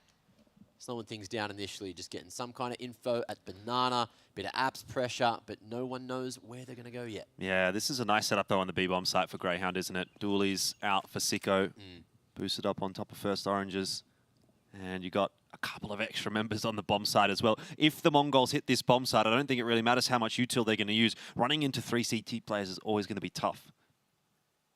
In's on a tight line. But the Mongols have been pretty good with their pistol rounds so far. Let's see if the Glocks do it. Just creeping up on the short wall. No barrel spotted yet. Great spacing, and in comes the smoke. Flashes to follow. Let's see how it goes. In's giving himself just a little bit more room, and that's more than enough for 2 headshots already on those USPs. Sicko now starts to do that dance and eventually does drop off. Damage, though, already done. The Mongols backing away from Banana. scurrying over toward A, which is where Bartak is trying to provide some room. He's managed to lurk his way up, dig a little, and we're going to see the high-low swing come through. Great coordination from Grayhound to keep all bases covered right now. Double pit means it's so hard for the Mongols to take sight, and they're going to be fully split up as well. So the bomb, if it goes down at dig, that's pretty much the round out of the equation. But we'll see what Blitz can do. Still 20 seconds on the clock. He's lost his head, and it's all down to annihilation. 1v5 angle, jumping forward. Ali's had enough. Yeah, just not working on either side of the map there for the Mongols, is it? So 2 pistol rounds go the way of Grayhound. You'd have to say now this map is pretty much in the bag. But it's not over the line yet. The Mongols will look to take a save here. Didn't get the bomb plant down. True. Pretty important factor. So we might see a buy into the next. But Grayhound, on paper, they've been pretty good against the anti-ecos, against the anti-glocks. So it should be a 13th, but we'll see what the Mongols decide to do. Not a single bit of util brought into the round. It's just going to be strength in numbers, and the approach over towards Archers is a good way to go. That's a Famous retrievable. Molly going to be able to find 2 at least. Yeah, that util damage is insane from Vexite just now. I think he might have done more with the Molly than he did with the Famous in the end, though. Frags still come through for the Mongols, but won't end up mattering. 368 damage in that round from Vexite. Insane. Insane. Molotov burning the Mongolians to a crisp, and now into the next will get more difficult. Mongols should have some guns in their hands. There you go. Decent amount of util as well. 4 smokes, 5 smokes. Huge amount of flashes and 2 mollies. Let's see if they decide to execute and what part of the map they're interested in. 4 players over towards T-stairs means they're probably going to send a few over towards Banana, but it's just Techno now who's mollied off for the moment. Look at Blitz at mid. He's just going through, playing a risky game, and Liaz could be in trouble. The numbers there over towards the other side of the map. Yeah, I mean, this is a big stack over toward the B bomb site. Grayhound have to get something done in Banana, and they have to start scurrying their way back across here toward A. Liaz, of course, the pit anchor.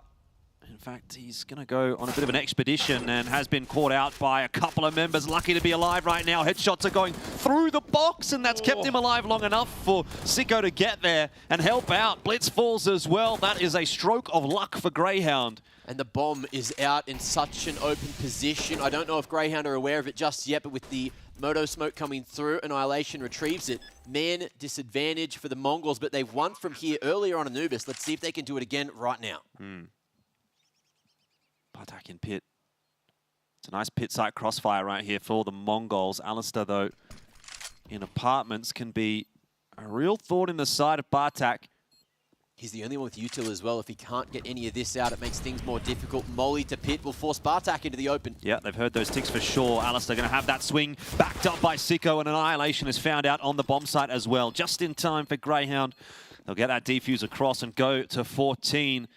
They don't look like they want to make that same mistake as what they did on Anubis. They want to close this one out quickly. Yeah. Solid retake. 3 alive. Navigating away from the danger of the Mongols' first gun round. What's up? Nothing, actually. Thanks for asking. But look, I'm enjoying myself, Ali. Did someone just say, "Why are you yelling, man?" That's what it sounded like to me. There is so many things I want to go back and watch. Just to figure it out. It could have literally been like the Twisted Minds guys next to him, just prepared for the next game. Yeah.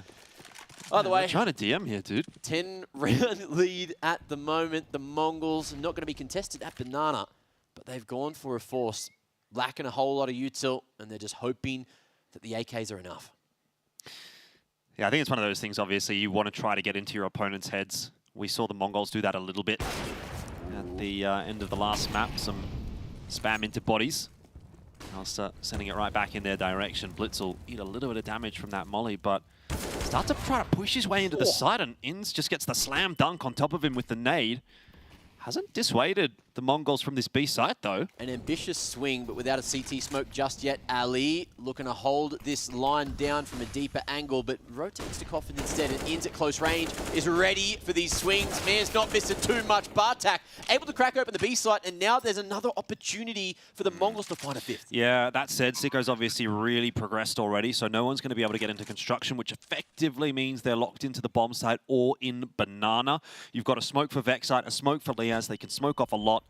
And they've got a molly there as well, which is now not going to be used. Annihilation has found 2, and Grayhound have found a way to lose basically a 1-on-3. Annihilation with a stylish round to keep the Mongols in the fight. That's what you need from the Mongols if you want to get back into the game. You can never doubt them. You can never write them off. You saw what happened on Anubis. They dug deep. They made a real comeback happen, took us all the way to OT, and that is still a possibility. It's not huge, but I could believe anything with everything I've seen at this tournament, you know. The Asia RMR has been crazy, and that's not going to finish until we send those 2 teams over to Paris. Yeah, a little bit of a slip up from Grayhound. They looked like they were well poised to try to make that retake happen with the util they had, but in the end, Mongols get away with a cheeky one, and how much of a disaster is that going to be for Grayhound? Guess we will have to find out throughout the rest of this half. But it does force Grayhound back onto a save, so they're going to fully stack the A bomb site. And Mongols are starting to clear out B, so looking at it on paper, this one should be pretty okay for the Mongols. They've read it pretty well, though. Doing a little bit of homework going into this one, and that bomb is making its way to A. Looks like Hastika is just going to try to listen for any info while the bracket take happens. And Grayhound tucked away in many little corners means it's going to be quite difficult for the Mongols to find them right now. Double graveyard setup going on as well, and a rapid arch. They might be able to go for the full push through CT instead and wrap into B, and that might be exactly what we're going to see. 3 through CT, 2 at B. They've made the right choice. Well, not much more to say about this round. Inferno in a nutshell sometimes. Kick your feet up, guys. It's going to be a long post plant. Yep. Grayhound, look, they might run at them. They might try and find some kind of exits. A couple of AKs on the CT side wouldn't be too bad, but the Mongols, great call. Had a great moment. Ooh, okay, here's the action. Banana is going to be where everything's going down, and the MAC-10 farming. Hastika looking for a little bit more cash in the bank. But we'll see if it's going to be him or someone else. Liaz aware that the MAC-10 is something he doesn't necessarily want, but he doesn't want to die to either. He's drawn the attention. Sicko, 2-tap, AWP on the ground. And that's not too bad, all things considered. Techno now just running the raid, trying to keep the AWP in the hands of the Mongols now, and just making sure that there's no explosion, no rifles going down Banana to go into the hands of the CTs now. No scope from Bartak to close. That's going to be 6 secured for the Mongols. Into the 21st we go. And the Hound's now going to get some guns in hands again. Here's that cheeky little peek from Sicko to drop the AWP, do more financial damage to the Ts. And if you have a look across the board now, Ali has that AWP in hand, no util, half armor. I don't think that's going to matter too much. It's just AKs and an AWP across the board for the Mongols. So everyone able just to go for the body armor, prioritize util instead of their own safety. And Annihilation has just ran up mid and tried to take that fight with Ali straight away.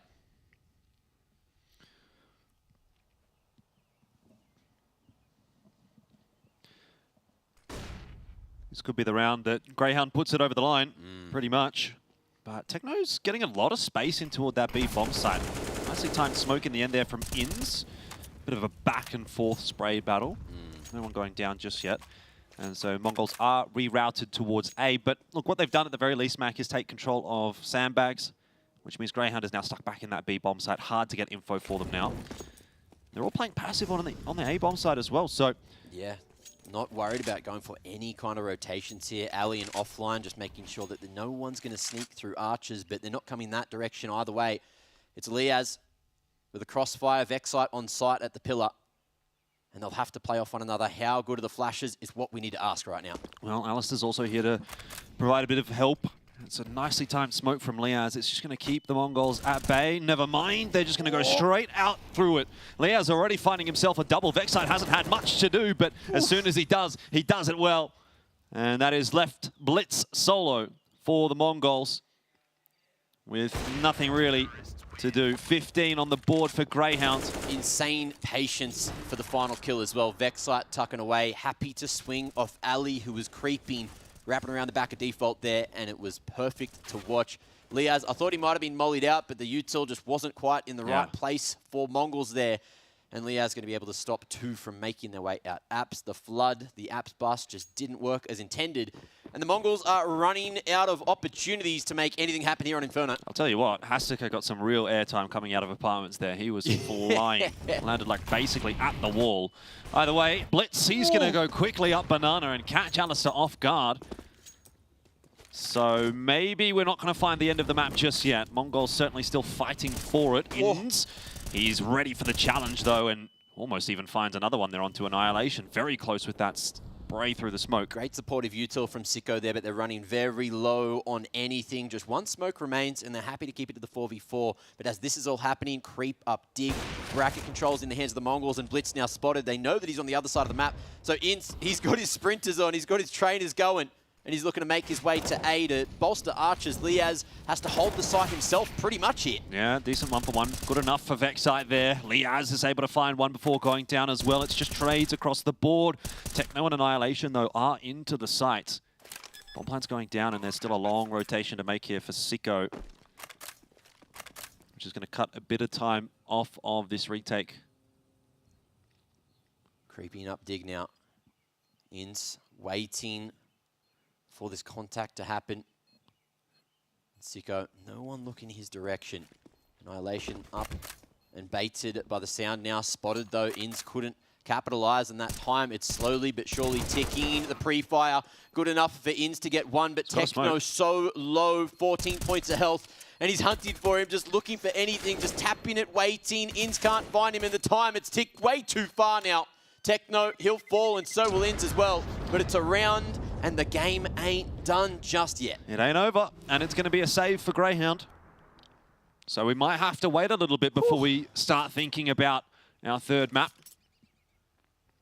Ancient will be a pretty fun one, though. I think that's going to be cool. Yeah. Well, arguably, the Mongols have a decent amount that they could have seen from Grayhound.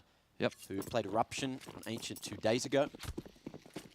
Yeah. So there is some source material, and the Mongols can come in very prepared, which is a dangerous thought for Grayhound. By the way, it is just going to be aggression down mid with USPs, strength by committee. Liaz finding the first pick now, and we'll see if the rifles are going to be able to try and find anything else. That's banana control, that's mid control. All of the Mongols, they are grouped up in apartments, and Sicko's going to hear them going, might even be able to snag one away, but Techno, waiting on a nice position, is able to take him down. Yeah, this isn't really looking like too much for Grayhound. Ins is just completely locked out of the site. He's stuck in library. Liaz trying to work his way up through Diggity, but end of the day, not able to do too much. It was more or less a foregone conclusion. You would have seen Grayhound not buying too much into this round, so it doesn't really give you a whole lot of faith. Look, I was a little worried. There was a moment where I thought maybe, just maybe, Grayhound was going to make that happen with that first pick. But they're looking for this rifle as well. It's gone somewhere.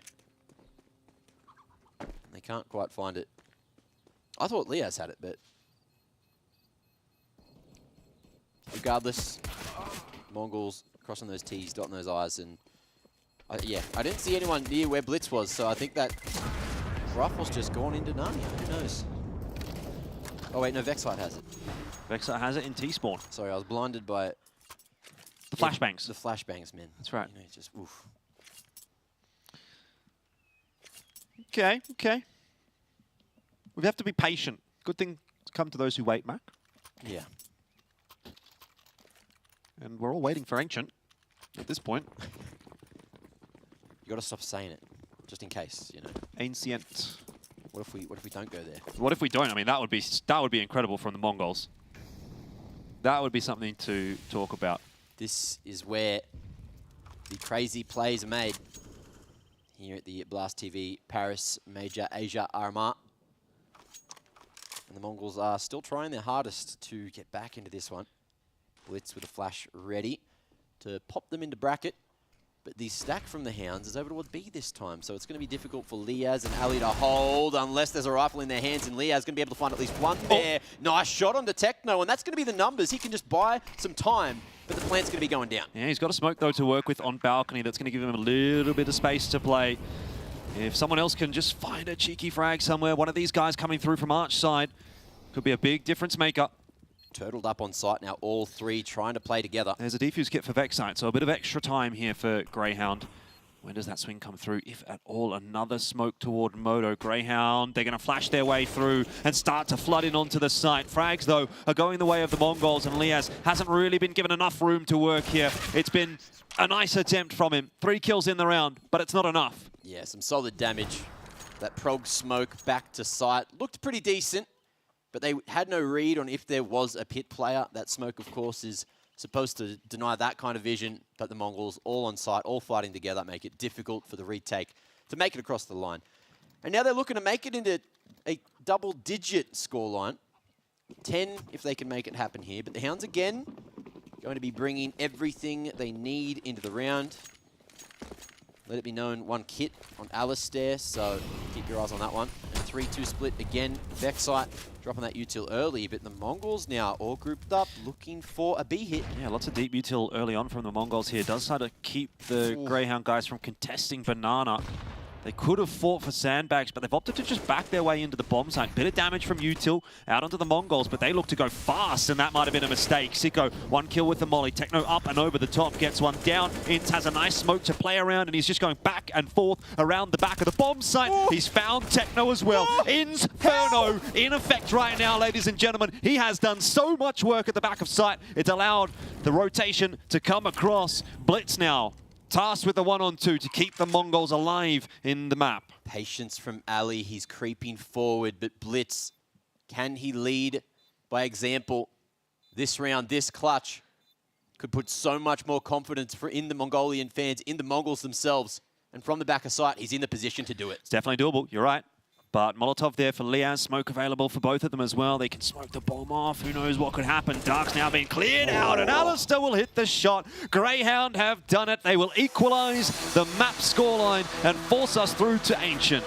Insane scenes. It took a little while, but the Hounds, they made it happen. And we're going all the way to 3. It's best of 1 territory again. It all boils down to Ancient, but this one was a scorcher. The Mongols showing what they had towards the end of the map, but of course, they took too long to get started. They couldn't find anything in the first half, and you've got to remember as well, they chose to start on that CT side, so things really going wrong for them, unfortunately. And it's... That's what I've been wondering this whole time, man. I was just seeing if anyone was going to answer his question, you know? No one's answering him. I mean, he's been asking every round, hasn't he? What is up? What is up? Guys, what is up? I don't know. Look, I know what's up next. That's going to be Ancient. I mean, there's a world, obviously, where this could have been a 2-0 Grayhound. They'd be going back and looking at Anubis and thinking, man, why didn't we close that out? Yeah. Because they had the opportunity, right? They had such a good first half, but unable to do so. And so that means we have to go through to Ancient, which I'm excited about. I'm certainly looking forward to this one. I'm excited about too. And as you say, Mac, one map now stands between both these teams and the Paris Major. We'll find out who's going over there right after this.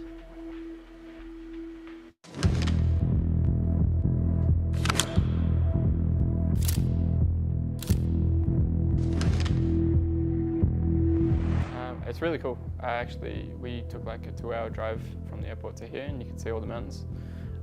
So I think just in that aspect, it's really cool being able to see the mountains just from the city. This is probably one of the most important competitions we've ever played, seeing as it's the last major coming up. So I think everyone is going to be wanting to qualify for it. The way we approach the game won't be any different. I think the level of competition will be a little bit different. We just sort of have to take our experience and I guess level of gameplay from ESL Pro League into this tournament. I think we're treating this like every other event, although it's probably of more value. I think we just have to approach it like every other one and come in and just pretty much come out swinging, basically. I think our mid-rounds are actually a pretty high level when we're actually on. I think we can actually piece together some really good counter-strike and stay calm when we need to, which I think not every team here would be able to do and compete with us in. I think our strongest competitor here at this event would have to be Rare Adam. They're probably just one of the most strongest teams of all of Asia. So yeah, Rare Adam, we're coming for you.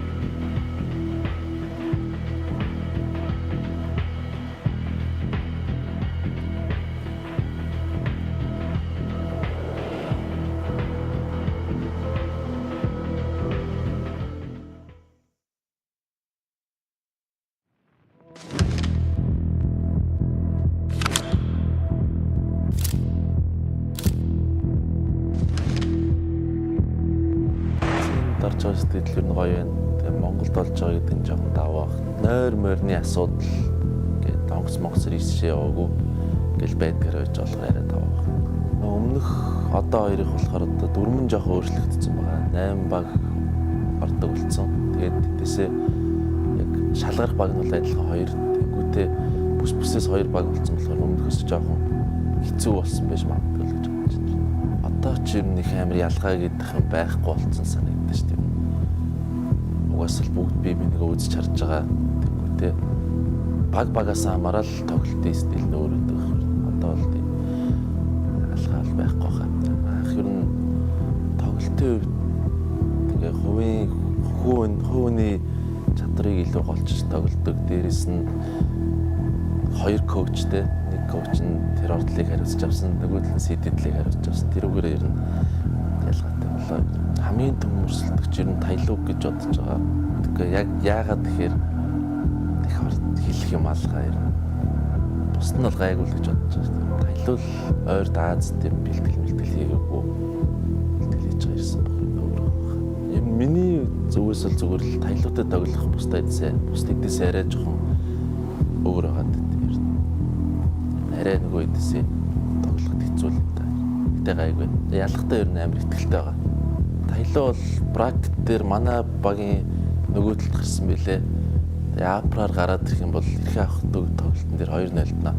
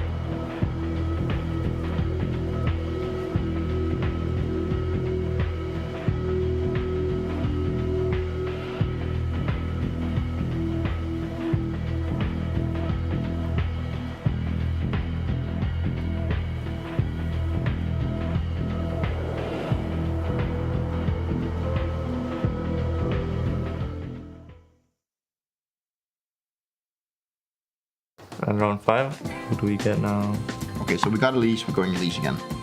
I'll just try Carrigan, because I think Carrigan is gonna give me a lot of hints.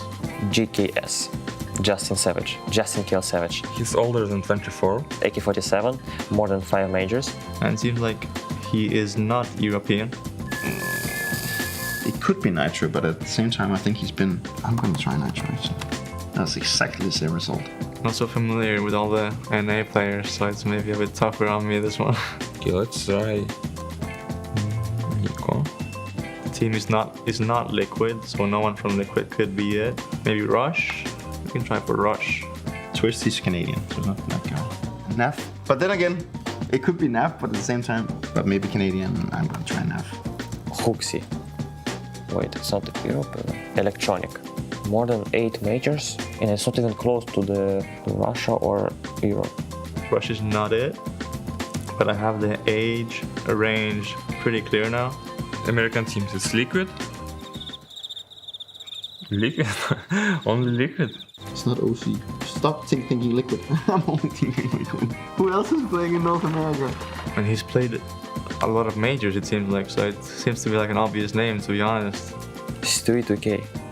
He's from America, he's retired already, and he's younger than 27, imagine. Maybe he's playing Valorant. Which was the roster that Cloud9 won the Boston major? It was Stewie, Automatic, Rush, It's got TYLOO maybe? No, it's just the weapon is AK, so that wouldn't fit. Could it be Tarek? Let's try Tarek. Let's go. Why was that one? That one was really hard. Yes, it's Tarek.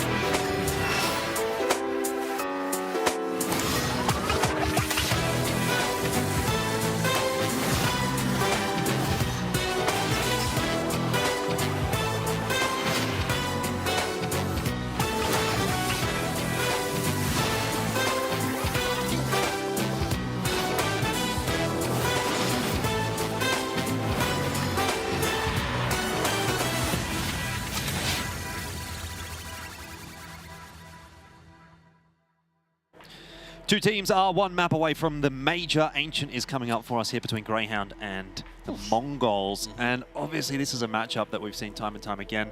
Last RMR, it was a matchup that heavily favored IHC. They won that 2-0. Not so the case today, Mac, and Grayhound going to have a crack at it and see if they can take that first seed out of an Asia event for probably the first time in a long time. I can't remember when Grayhound actually secured that first slot. First slot, mate. Ugh. Rolling back the years, it'd be like a Renegades, and it'd be like a long time ago now. But look, either way, this has been an interesting one. The only time in recent history that Grayhound have managed to struggle. Oh, well, speaking of struggling, we're halfway through the round. No one dying until right now, and Ulaanbaatar going to be able to take full long control. That's going to be probably the round from here, unless some kind of magical affair comes happening on the retake from Vexite and Liaz. Yeah, you'd think so. I mean, look, Vexite and Liaz, they're not bad players, but in a situation like this, I reckon it's probably a tough ask. There is, though, a sharp shot from Vexite, which maybe doesn't get me quite so excited considering the time is a bit of a factor now, and obviously Liaz going down. That'll be the end of that. The MongolZ up 1-0. They didn't win a single pistol round on the last map, but they're back. And this is a dangerous place for Grayhound to be as well. Ancient, the T side, has been a little bit stronger since that CT changes have come through. But what I was trying to say was Grayhound, the only team that they've struggled a lot against in recent history was NIP, and that was a little while ago now. So we'll see how they roll and if they can get off to a W, because they've gone for the force here into the second round. Let's see if Mongols are going to be ready for it. It is just going to be the 3-2 split. No one too worried about mid from the Hounds. They're just going to double up a donut. And Sicko looking for info over towards lane there. Cheat up, mollied, and everyone falling away. Yep, good solid control established for the Mongols early on in the piece. But if they do start to try to explore mid, there's a fair heavy bit of presence there from Grayhound. I mean, Sicko looking like he's been kind of left high and dry over toward the B site. Does at least get himself a little bit of info, survives, and now you're going to start to see some movement from Grayhound. Good flash onto Bartak. Will allow Liaz to creep onto this angle, but he just almost wasn't expecting him there. Vexite, though, doubles down with the Deagle, and so maybe there's something still in this one for Grayhound. Somehow, Alistair still alive. Vexite hitting shots there with the Deag. Both kills so far going in his favor. But Annihilation looking to turn the tide of the round, creeping his way up ramp here. Bartak spacing a little far away, but we'll see if they can get past Sicko, who's tucked away in the cutout at long. And is just waiting, spotting over towards cave side. Hastika spotted, but Sicko didn't want to re-peek, but he's peeked the wrong person instead. And this could be Mongols answer back into the round now. Could be indeed. Bomb plant goes down. Alistair kind of locked out from the side at the moment. You do have a bit of spam coming through there from Inns, but he's the one holding on to the flashbang as well, and Alistair just goes in front of it anyway. Dangerous approach. But let's see Grayhound go for it anyway, I'd say. Vexite, a little while away to maybe go for some exits. Inns takes a head off, and that time is still ticking, but there's no kit on either of the CTs here. Bartak going to be destroyed, and Inns are going to tap it for good measure. Trying to find the final men now. Hastika throwing it from ramp side. Wow. And all the damage gets done. Inns might be able to create enough space to survive. I think he will over towards B main now, and they both should. So huge damage from the Hounds. Yep. You call that a win. I mean, it's not a win in terms of the round. The Mongols do get that over the line, but 2-gun save for Grayhound. Arguably really 4. good stuff. You know, getting primaries in the hands, a couple of secondaries, another chance in the next. Now, I just wanted to go back to that conversation we were having while we have a little bit of time here. The last time that Grayhound actually managed to take first seed out of an Asia minor was actually when they were still called Asia minors. It was back in 2019, the second major of the year in 2019. So it's been, you know, nearly 4 years since then. 3.5 years since Grayhound have been the first seed out of this region, and obviously bearing in mind there's been COVID and there's been a couple of events missed and such like that. But I mean, that event didn't even feature any Mongolian teams at all. So it just goes to show you exactly how different the scene looks now than when Grayhound last took that first seed. And I mean, back then it was a completely different team as well. Dexter's Grayhound. Well, we'll see what's going on here. Change up of the UI for the moment. We'll see what goes down now for the Mongols. Looking to make their way forward. And, oh, that's going to be some kind of cave control for Grayhound. Vexite gets the dink for 90, but the Galil needs 2 bullets, and it's not going to be found just yet. So Mongols still in with a shot. Liaz, close range in the corner. Blitz, won't see it straight away. But look at this patience. Ooh. Blitz aware, gives it a crack, and look, 1 bullet shot back, but it's not enough to take Blitz down yet. Yeah, certainly not. But even still, you know, there's a chance in this round for Grayhound. You've got a couple of members over toward B still. Vexite very aware of that flank being a possibility. Inns has definitely cleared out A long. Still hasn't really made a bit of a move, but I mean, Vexite able to play around this smoke, can definitely do damage with the Galil, and this is why he's been picked up by Grayhound. He just has an intuitive sense for the game and picks up 2 quick frags that change the round. Cave control so powerful, so potent right now. Ali able to pivot on a dime, and oh, we'll have to as well, but he's not going to be able to get the trade, and Blitz might have saved the day, but 40 HP between these two. Inns still in with a shot. Yeah, Inns absolutely can still win this one. Blitz goes down without too much of a furor, and Hastika now 7 HP. Whoa. This spam through the wood wall must be concerning for him. Inns starts to creep his way forward. 13 bullets. All it requires is 1, and he makes it look easy in the end. Grayhound will have their first on Ancient. The clutch minister for Grayhound coming through with the goods and leading by example. 1 round now found, and Grayhound didn't go for too much of an investment into this one. Look how good the money is for them after that round win. The Mongols They're going to be broke as well. At least they've got the bomb down for a little bit of... Oh, he let him know. He let him know. He did. Really loud too. I wonder if they can hear him. I'd argue they can. That's a lot of decibels coming out of Ali right now. Yep. Well, let them know. Let them know. Big round to win for Grayhound, and they do manage to put together a pretty good buy in this one. Big change up from the Mongols down to Deagles and working their way into the A bomb site. Contact play. Liaz will be here to answer, just playing behind the signposts. And, well, first little bit of a spray didn't go so well, but the adjustment was decent enough. And now Alistair able to chime in with one. Vexite should be able to deny the bomb plant just in time. That's gone about as perfectly for Grayhound as they could have hoped. The only member lost is Liaz, but one gun down, can't complain. Not too bad. And deny that plan as well, so there's a little bit less money for the Mongols to play with now. But they still should have everything they need. Couple of flashes, couple of smokes. Let's see where they're going. All eyes on B, so it looks like it's going to be some lane control just off the spawns here.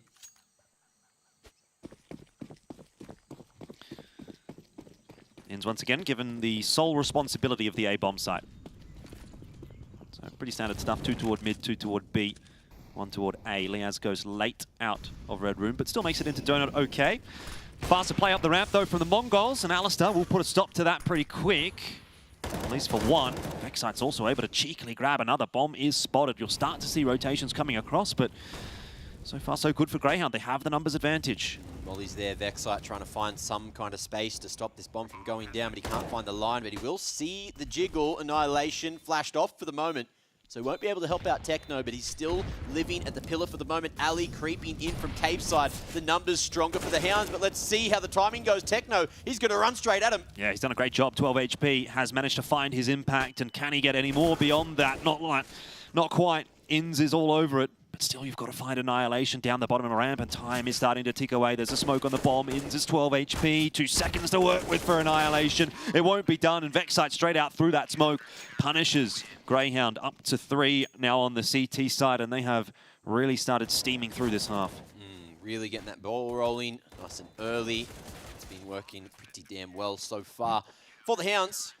And the Mongols, look, doing a good bit of damage to the economy, but the next round, I'm not so sure if we'll see a buy come through. That bomb plant, not quite enough. But with these Deagles, an AK will be purchased by Techno, who is going to go for the hero buy.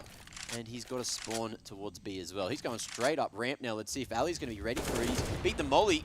Ali doesn't have the gun out, but he will get it on the second attempt. That's AK lost now for the Mongols. Is it going to be retrievable? Looks to be the case. Ali not flashed off, just playing around the pillar perfectly. Yeah. Mongols have been stalled. Blitz is going to still try to work his way in through Cheetah, but I was going to say he should find that difficult. Still, I forgot there's Deagles in hand for the Mongols, and I can never really count them out. But it looks like it's pretty comfortable at the moment for Grayhound. They have really put their foot down on Ancient. Starting to lose a couple of members, though, and it's going to be costly for the economy if they drop 1 or 2 more. Alistair wisely just backing away from the site is going to give the Mongols a bit of room to work here. Ins, though, on an offline, should have that on lockdown, but still Annihilation is doing more and more damage. And this is now becoming a winnable round. He's got time. I'll have to go back to collect the bomb, though.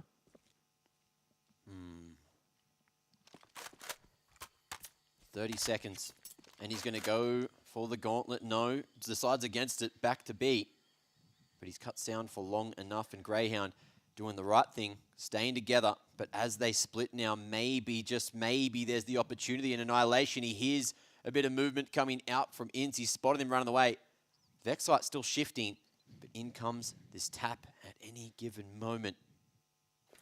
Grayhound, they're going to have to play for the retake now. Yeah, Vexite's on the way back already. So, quickly aware of the fact that the bomb has gone down on B. Pushing. Annihilation is going to be blinded for now, but he's just trying to work this one-on-one with Ins. And if he picks the fight perfectly, he can shoot him in the side of the head. There is a smoke available for both of these players, though. So, smoke goes down on the bomb. Defuse kit available for both as well. Annihilation can't even get the duel against Ins. So before it even gets exciting, the round is over. And Grayhound have 4. They're doing a really good job. Ins individually, this map 9-1, 6 rounds in. Doing a lot of work, winning a couple of rounds almost single-handedly, but this one, Ali, huge impact here, just dancing around that pillar. Yeah, good stuff. Mongols have got a bye again. Well, Haven't round been finding... bonus is fully worked up now too. Yeah, I mean, they haven't been finding too much success, though, on this T side, have they? Just been getting shut out by Grayhound. See if they get a roll on. Annihilation. As a spawn to take, and he's just going to slow it down at the doors. Yeah, once again, a lot of util invested into mid from both teams, but no real contest from the Mongols there. Yeah. Blitz chunked away at by the Molly Nade combo. But mid control still going to be in the hands of the Hounds. Liaz just jumping around at Red Room. And we might see some more action towards A this time. Yeah, a little more default heavy this round from the Mongols, though. Yeah, sit back, expecting some kind of aggression. And here comes that noise, but that's that rotation of the bomb back through T-spawn. Is it going to be a mid hit? Is it going to be an A hit? What have they got for us? They're just tossing a grenade back and forth, that's all. That's what it is. It's one smoke for Blitz in mid. This util's real thin now for Grayhound. Yeah, you're right. But then again, it is as well for the Mongols, so a lot of this is going to come down to timing and shots. It'll be the flashes from Annihilation to try and get these players out of cave, and that will be the difference maker in the round. Liaz is kind of already on the fast rotate toward the A bomb site, so you can kind of, sorry, to the B site. You can already consider this almost 3 members there to defend. Sicko starting to get isolated, and Alistar looks like he wants to go through this smoke. The flash is now starting to pop, and how's the timing from Alistar? Not good. Liaz was the only one to actually get a kill. Neither of the bona fide site defenders got much done. Some chip damage onto Annihilation, the nade as well. Tickling to 40, Liaz. He's fallen to Annihilation, and Vexite picks up the lurk. So in a 2v3, there's still the opportunity. That's nice. Greyhounds Wow. are closing the distance to site, and they got plenty of time to make it work. That was some crispy util from Inz, the Molotov to force him out from the pillar. The flash catches him as well, but you can't beat stuff like that. Hastika spamming through the smoke, catches Inz in the side of the head, and so Vexite will go to save the AWP. Well played round. Hastika shooting on the common line. And not only that, but he also got that pick onto Ali, which was huge. Ali trying to get a little bit too fancy with that smoke push, trying to help out his teammate on site. I think it was Sicko tucked away in the cutout, but that did not work this time. And the Mongols keeping it real damn close. 3-4 now. One more to tie up the odds here in the first half. Yeah, it's nice to see it staying tight. That should give us a really exciting finish here. Looking forward to it. But who will it be going to the major? And who down to the lower bracket? Grayhound have suffered at the hands of the Mongols before. Maybe they can find their revenge. Slightly different lineup as well. I think one of the core men that they saw the first time, or that they suffered the fate to the first time, is no longer here. Was, of course, Cabal. And Score. And Score as well. But there's a lot of words said about Cabal after that Mirage game, if you remember it. By the way, Inz was spotted on that jump peak now. Mongol's going to be slowing it down. Inz looking to poke his head in at mid. And he'll clear it out, but the timing, if this smoke fades, he's surely in trouble. But, oh, slides away on a perfect moment. Yeah, still, he's going to have a job to do right here. Gets a bit of fire through, doesn't connect there. Double almost on the cards for Inz. It's in mid, though, but we'll find that. Vexite has 2. Techno banged out of the server by Sicko. A couple of nasty shots. And Annihilation is solo. So the Mongols, they find some success, and then instantly it's ripped away from them by Grayhound. Oh, I like this from Sicko, repositioning from cave where he was last spotted and starting to make his way over towards B main. Annihilation going to be seen. And now they're just going to make sure that he goes down at some point in the round. Head spotted, but Annihilation knows that people are going to be running at him soon. So best case scenario, he gets one there, maybe, but he won't be falling down before that timer. So there you go. 5-3 now A 2-round lead for Grayhound and a solid round. Another little intricacy as well is when Sicko went for that peek, it was after the nade blew at Cheetah, so he had that bit of extra cover, which makes it just harder for the Mongols to see him. Well, you heard that from Alistair. Tracking the economy pretty well. They are indeed. A little bit of armor invested, some util, but yeah, no guns. Fast play in toward the B-bomb site. Mongols have tried that a few times. Times the spam really nicely, and Sicko helps out for another. Meanwhile, Annihilation is planting the bomb. I think it's well wrangled. Blitz now 1v4 angle. Thought maybe there was a world where Annihilation could have found more there at long. Blitz just with a Glock in hand. Gets one more head found, but that's all it is. And with that damage, with this bomb plant, the Mongols should have a healthy buy in the next anyway. Greyhound's money is still shaky, you know? It's going to take some reinvestment in the next. There's still definitely a chance for the Mongols to come back in this half. They're keeping it extremely competitive. But Greyhound, all smiles right now. Absolutely. To be expected. Things are going well. And they're on their way to the major. It's not quite locked in yet, but they're definitely feeling like they're getting it done. Still an opportunity for those tickets to be cancelled too, if things don't go right today. Could potentially be a very long day for a couple of these teams. Yep. One benefit is they do get a bit of an extended break. Blitz. Well, he's going to get a bit of a break in this round as well because Vexknight said, you're not going to get to play it. Sit back and relax. Ooh, Annihilation. Get some popcorn. Missed opportunity. There's been a few of those where we're kind of used to Annihilation hitting crispy shots on lines like that. But he's just missed a couple more than expected today. Liaz feeling it, locking down the short side. And just trying to find one more. Annihilation slides one back. But in the 2v4, it's a big ask. Yeah, it is. And Sicko's already kind of clearing out the bomb side a little bit. Hastika has managed to get back to Pillar, but now spotted, and easy trade for Sicko in the end there. Jump spots as well. Catches out Annihilation. Good round from Sicko. Good round from Greyhound. Another one with 3 guns alive. They're starting to flow like water. 7-3 the scoreline now, and the Mongols must be starting to get a little bit worried. Yeah, chemistry looking really, really good. Annihilation not looking super happy right now. Understandably, really wants to make it is so hard to stay on topic every time we get these replays. But look, I'm not complaining. No. We get the live insight, you know? Yeah, what are the players thinking? That's what we want to know. And a lot of it's just nice. They're just constantly thinking nice. I mean, I think or some other expletives. Who knows? Someone let Alistair know the answer to his question because he's not asking what's up anymore. Looks like we are in a cheeky tactical. Arguably, Mongols. Good time to take that one and discuss what they need to do going into yet another gun round. Greyhound, hands on 2 AKs, a couple of M4s, and the AWP.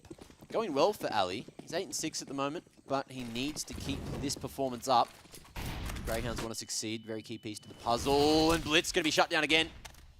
And he's been left all on his own. This time a second wave of utility, and Bartak tries to make his way over towards the boxes. Flash is bad for Vexknight, unfortunately, and Bartak strikes back. So we're down to the 4v4, and this is going to be the first time it feels like that the Mongols have actually made their way into Donut. So we'll see if they can convert. Yeah, but Inns is just waiting on an offline. He's got the info early on. Smoke's going to go down. They'll get out in front of that. Inns should have spotted Hastika on the site boxes. He's called for a little bit of info and seemed to be somewhat aware of that possibility. Now Liaz, though, has a really big job to do. Inns is pretty cooked. Out on an island, still managed to take down Hastika before falling, so it's still a round that's winnable, but the bomb needs to make its way out of A main. And Inns, with him not there, and Liaz unable to stop that cross, unable to stop the plant. Did Ali spot Techno crossing into Donut? I don't think he did. I don't think so. But he's on a nice line to try and help out. But Techno doesn't need to be dislodged from this position unless Ali finds him. Yeah, that's what I was wondering. I think if they don't get that kill from Alistair, Greyhound were trending toward a save. Now, though, they're incentivized to push on through. Techno down to Alistair. Nice shot, and it's just Bartak. Tough spot to play from. And Greyhound, they get another one. It's just another nail being driven into the coffin of the Mongols. Ali extremely happy with that retake in the player cams. And I'm just going to stew on that for a moment in case we get a opportunity to see it again. By the way, big pick onto Hastika, making the odds look quite even. It's not so easy! It's a fucking round. There you go. All right, it came. It came.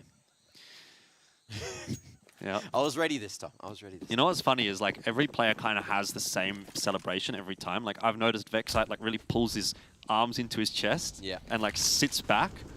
I remember because there's a photo I think of him doing that in Melbourne at the last RMR when they just won. And we're seeing it again. So parallels being drawn. Speaking of parallels, Ali. Whoa. Not going to be able to keep this one even, but he goes back for seconds, playing an extremely dangerous game, but it's worked. Blitz down again. And Liaz is going to cop that nade on the face. Big damage. And Hastika is slowly making his way through Red Room. Huge bit of mid control, and it looks like they are going to try to posture for a B split nice and late in the round, but with cave control, that's so hard for the Mongols to make their way in. And Vexite fully heads up, realizes what's happening, smoke onto CT side, and Hastika goes forward. The bomb's still over towards ramp. This is just completely dislodged. Yeah, this is really awkward for Annihilation. I'm not sure what he's going to be able to do about it. He has to win at least one duel of his own, but do you expect ins on this line? Well, maybe even if you don't, you're going to hit that shot.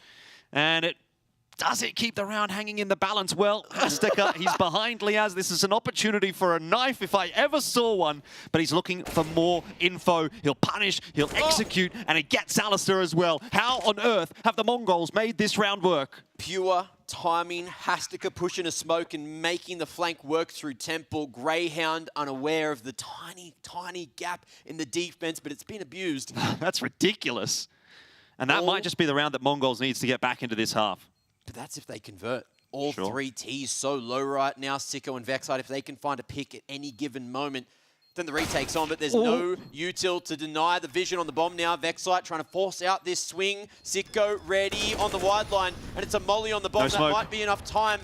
But Vexite is sticking it. Whoa! He's gone to the molly with 0.03 milliseconds left. You're kidding me. What a round. That round had it all. Massive flank in from Hastika. Molly onto the bomb. 0.03 seconds. Vexite sitting in the molly. Defusing. Wow. Both these teams are pulling on my heartstrings. I don't know which way I want this one to go, but it's just absolute chaos. The bomb was on both sides of the map. Somehow, safe passage to get a plant. And Hastika, truly the difference maker there. Getting that kill with the molly at the end as well. But now a faster approach. Blitz has managed to make his way into Donut. Ali aware, but he's going to be tucked into the corner. He's got no help just yet. Won't be able to find the kill, but he will be able to get back to default. Reinforcement from the Mongols also a while away. Okay. Things will slow down a little bit now, though, at least. Everyone gets a chance to breathe. Push out into lanes from Grayhound, and they're clearing out mid. That's a lot of info for them now. Not really expecting anything toward the B side of the map anymore, and already Inz is going to start to creep his way in toward Donut. You've got Liaz and Ali on A, but Liaz dispatched of, no trouble at all. Ali stuck behind a smoke. It's on to Inz. Somehow he's gotten two from downtown in Donut. Sicko spamming through as well. Looked mighty close to getting another. Disrupting the hit for the moment, but now on the retake, the Hounds have the numbers. Inz should be going in first on the low points of health to try and get some info, but he's somehow in behind enemy lines, the late lurk, and he's going to be able to find two at the bare minimum and turn the round on its head. But Inz is still living, and Vexite right behind him. He'll find that first onto Hastika. Bartak falls, one-on-one Annihilation, misses it, and the young gun does it for the doggies. Yeah, he went for the no-scope. Annihilation. And it hasn't worked out. Vexite 17-5 is having an absolute banger of a map here on Ancient and pulling Grayhound through this half. 9th on the board. The Mongols will be deflated. And Grayhound are sensing victory. They're sensing the blood in the water. How has he done it again?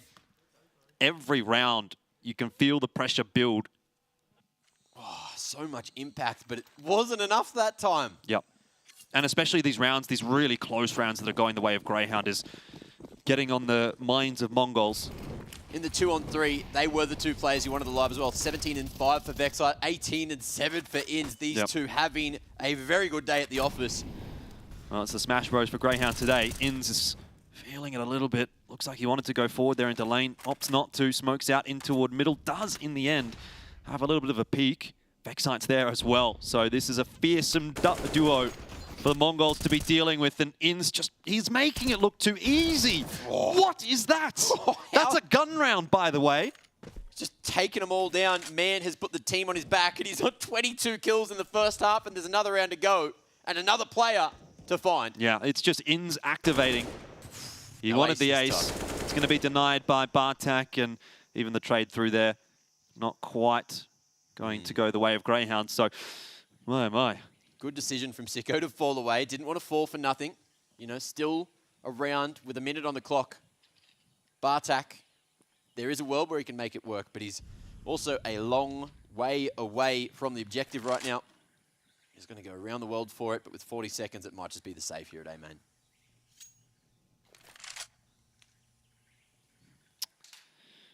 Yeah, In's kind of smurfing here on Ancient. And it's a really good little cameo from Vexite as well. On the other side of the coin, you're looking at the Mongols. Annihilation doing most of the heavy lifting. Hastika, only 8 kills, but look, 4 of those, insane impact in a lot of those rounds. Some didn't get converted, though. The KDs, I think, do tell a bit of a story here for the Mongols. No single player with a positive KD on that T side. Liaz maybe about to find Bartak as he chose in the right direction. No, not this time. But there's plenty of cash in the bank for Grayhound going into the final round of the half. And we could be seeing an 11-4 scoreline on their CT side. The Mongols have got round loss bonus out the wazoo. But unfortunately, without a bomb plant and a buy in the previous, they don't have a whole lot cranking here into the final round of the half. Galil's a little bit of util and a whole lot of heart. Looks like it might be mid and A. Yeah, and what's particularly painful for the Mongols here is this map isn't even as CT-sided as it used to be, so they don't have the benefit of going onto the CT side necessarily. Vexite and Alistar looking pretty crispy. Doesn't really seem like the Mongols are going to get away with much at the end of the half, but some low HP members, it won't matter. Vexite, Liaz, they've combined. And it's Grayhound storming toward an 11th. There is just no chink in the armor of the Greyhounds. Well, Annihilation is still going to have to try and give this one a crack in the 1v5. It's the last round of the half. So much damage done to Vexite and Ali, but just no full conversion yet. And Annihilation playing a slow game. Grayhound happy to play with 4 members here over towards the A site, just in case there's no rotation, and it's going to be an extra bit of damage slowly pushing forward into the crosshair of Alistair. It's 11-4 at the half, and look, we'll see how the Mongols go in the second, but the Hounds are on fire at the moment.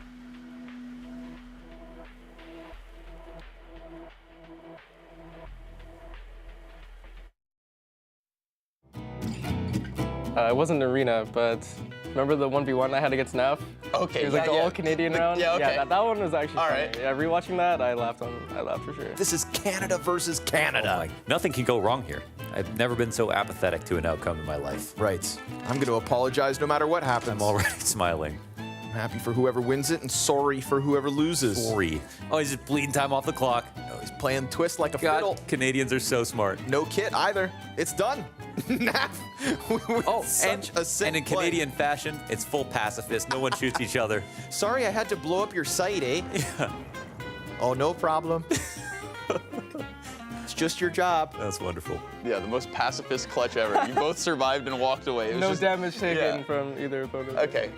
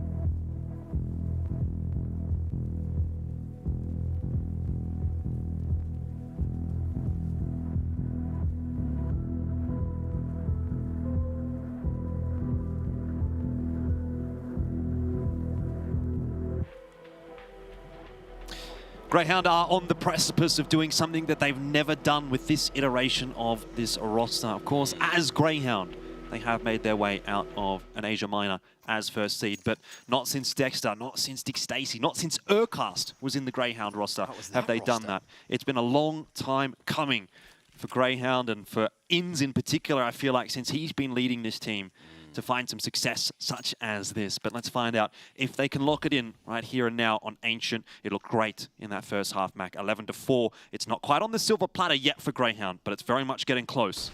Well, the Mongols going to be going for a 2-1-2 split. Looking like Blitz is trying to hover closer towards the B site, and he's made the right choice, but this bomb at the bottom of mid makes me question what's actually going down now.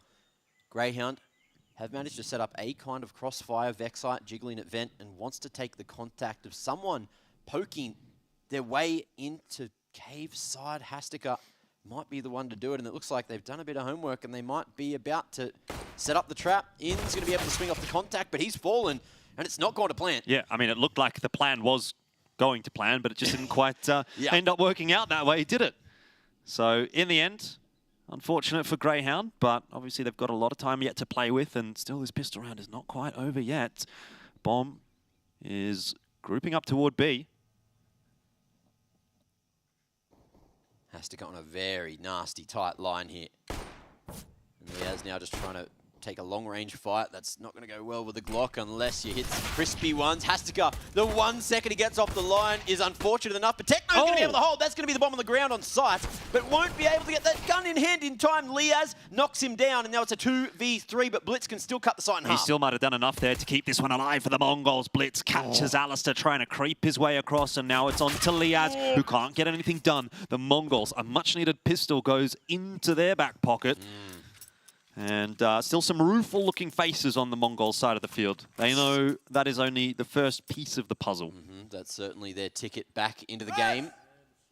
One that was desperately needed. Big shots. That man on your screen doing big work on the pistol. Those kills at Cave, crucial to a 5th. And of course, going for the buy here. And denying that plant, more importantly, making this round that little bit easier. Yep.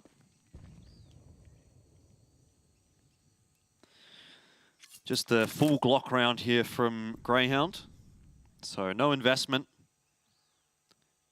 I know they've got plenty of time to play in this half. Won't be as easy as they might have hoped it to be, though. The Mongols opting to go for the longer range weaponry, but even so, Hastika might be the one to farm up. They're running into the 1 SMG, and it's just going to be a bloodbath. Bomb down, and Liaz hoping maybe he can find someone to shoot in the back of the head, but Bartak, eyes on the money right here. Yeah, I definitely think it's pertinent for Grayhound to just remember that the Mongols is a pretty solid team. Liaz here will try to do a little bit more economic damage. Nice little offline for him. He loves these kinds of angles.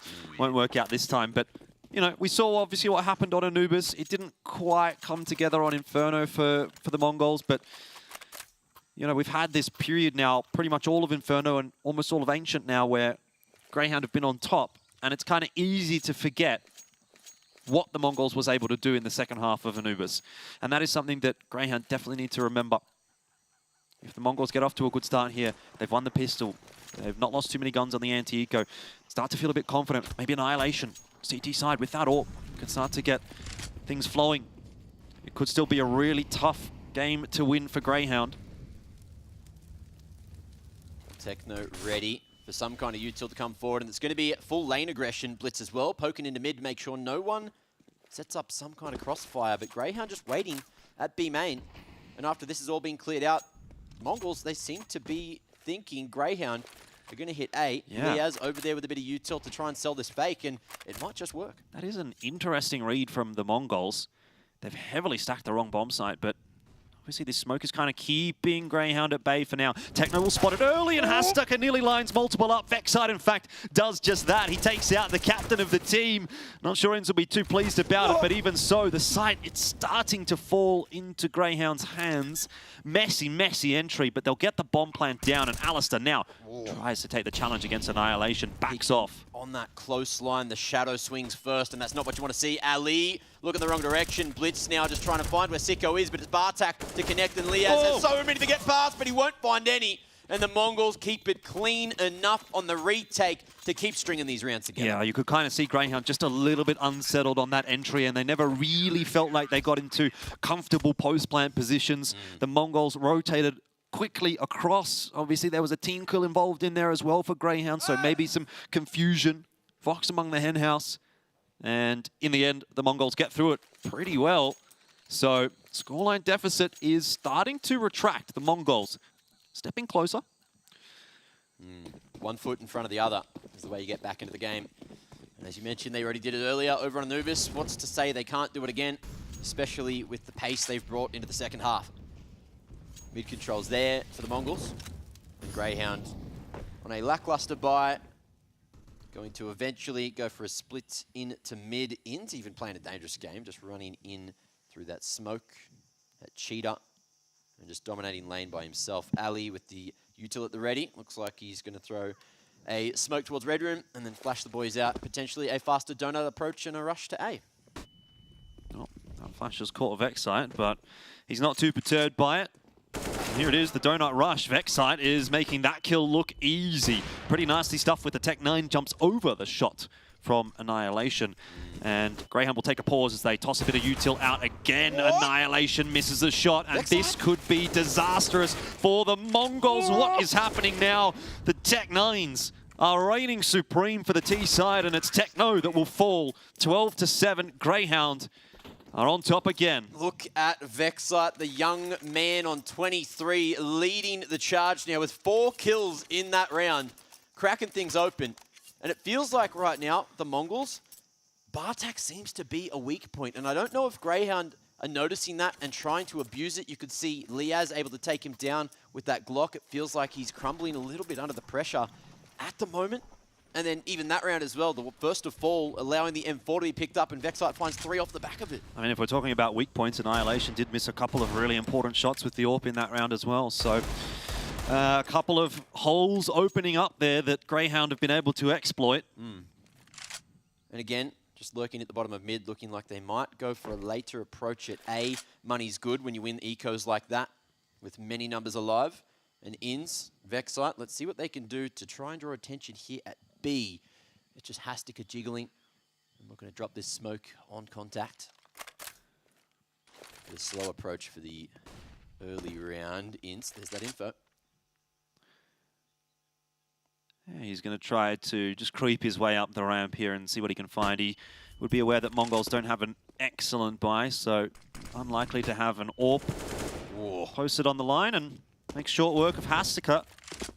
He's gone for that jiggle. He thought ramp was clear, and it's cost him his life. And the opening kill going the way of Grayhound now. And even with this util, this bomb starting to make it back to A. Bartak tucked behind the corner. Annihilation destroyed. Bartak dropping the ball. But let's see what Blitz can do to try to turn the tides. He's going to have to do a lot, Mac. He's 1v5 with a Deagle. What do you want him to do? Get that? And that? No, oh, well. Almost. you really set it up like there was something possible there, and I've just looked at him and said, I don't know about that one, mate. I don't know what you can do, though, when Vexite's hitting shots like that. He is just going absolutely nutso mode right now. This is the Vexite I play at 4 a.m. in the morning on a bloody retake. Yep. And I'm just like, how does anyone beat this guy? And this is the form we're getting from him right now. This is why people are saying he may be that next export out of the country. Yeah, but well, for now, we've still got a super team in Oz, you know, out of what we have. Sicko going to be able to find that first pick. Nate's Blitz good. Can't make his way to Donut. Yeah, there you go. Catches Bartak. Well done from Sicko. 2 on the entry into mid. Just ensuring that this anti-eco is going to go to plan. Oh, hello. That's a bit awkward. Didn't know it wasn't his teammate. Got a little bit frisky. Okay. In's answers with a few more. Techno, 1 HP and a dream. And it looks like he's just going to opt to try and save this AK to the next. How much priority did the Grayhound put on the hunt here? Oh, I wouldn't expect that they're too bothered by how things are going at the moment. They don't need to really worry about taking guns out of the hands of the Mongols. They're just running through them at the moment anyway. Vexite's having a bit of a look, but he's miles away. So it'll be another round for Grayhound. 14 is about to pop up. And the job gets ever tougher for the Mongols. Still, they'll be focused on this matchup, but Mac, remember, there's at least one more game to play. The Mongols will have to reset if they do lose here. And they lose the gun as well. So in the end, Techno doesn't actually get away with the weapon. Yeah. Late hunt coming through, the crunch coming up ramp, drew a lot of his attention, and Liaz was open to pick him. But yeah, 14 now to 7, 2 rounds away from Grayhound. Going in as first seed to the Blast TV Paris Major from the Asia RMR. And you can see there's a little bit of worry on the faces of the Mongols right now. Blitz not looking super happy. Annihilation not as cheerful as we'd usually see him. I mean, even Grayhound are a little bit... taking it seriously. Taking it seriously, right? It's not over yet. It's good to see. You can't get ahead of yourself. But we might even be able to hear them yelling from down here if they do put up 16. Glass cannon coming through for Annihilation. He wants to strike true. And it looks like we might even see a bit more pressure towards mid this time, but Grayhound already out and Bartak falls without getting an opportunity to do a damn thing. Blitz chilling in mid. Techno has mollied himself off from the push into lane. Now, though, he's going to have a look into mid. This could be huge. Techno needs to strike, needs to get something, and they're not watching for it. Sicko will drop as well. Inns still fighting in mid, but not expecting a second, and Hastika and Blitz will hold on to lane. Alistair is stuck behind a wall of smoke. It's like they just didn't expect the push, even though the comm was there, that there was a deep smoke at Cheetah. Yep, Grayhound too focused on their own game, it seems. And Ali, 1v3 angle is so hard. This line... It's impossible, right? He's got to jump out through a smoke with a deagle into an AK and an AWP watching it. They know where the bomb is. He's got 2 bangers. Annihilation playing on the corner. Can sneak away and blitz as well on a corner of his own.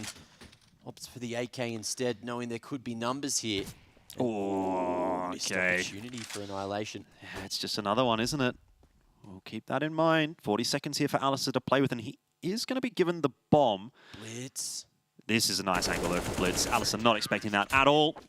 And so Mongols will secure the round. Grayhound left wanting. And that's what we were saying. Job's not done at any moment. The Mongols with a round like that. Techno, Hastika teaming up to get all that damage done. And that was marvelous for Hastika to be able to swing around and get that second kill as well. We could have seen ourselves in a 2v2 there, but it wasn't to be. And Grayhound still have some money to play with now. A little bit left to maybe buy into the next round as well. But mid finally taken by Mongols. That molly going to be respected now. Yeah, most definitely.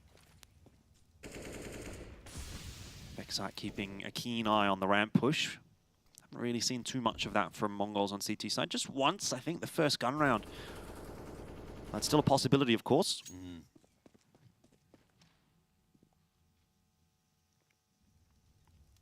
Here it is this time around. So Vexite going to be vindicated, but unable to do too much about it.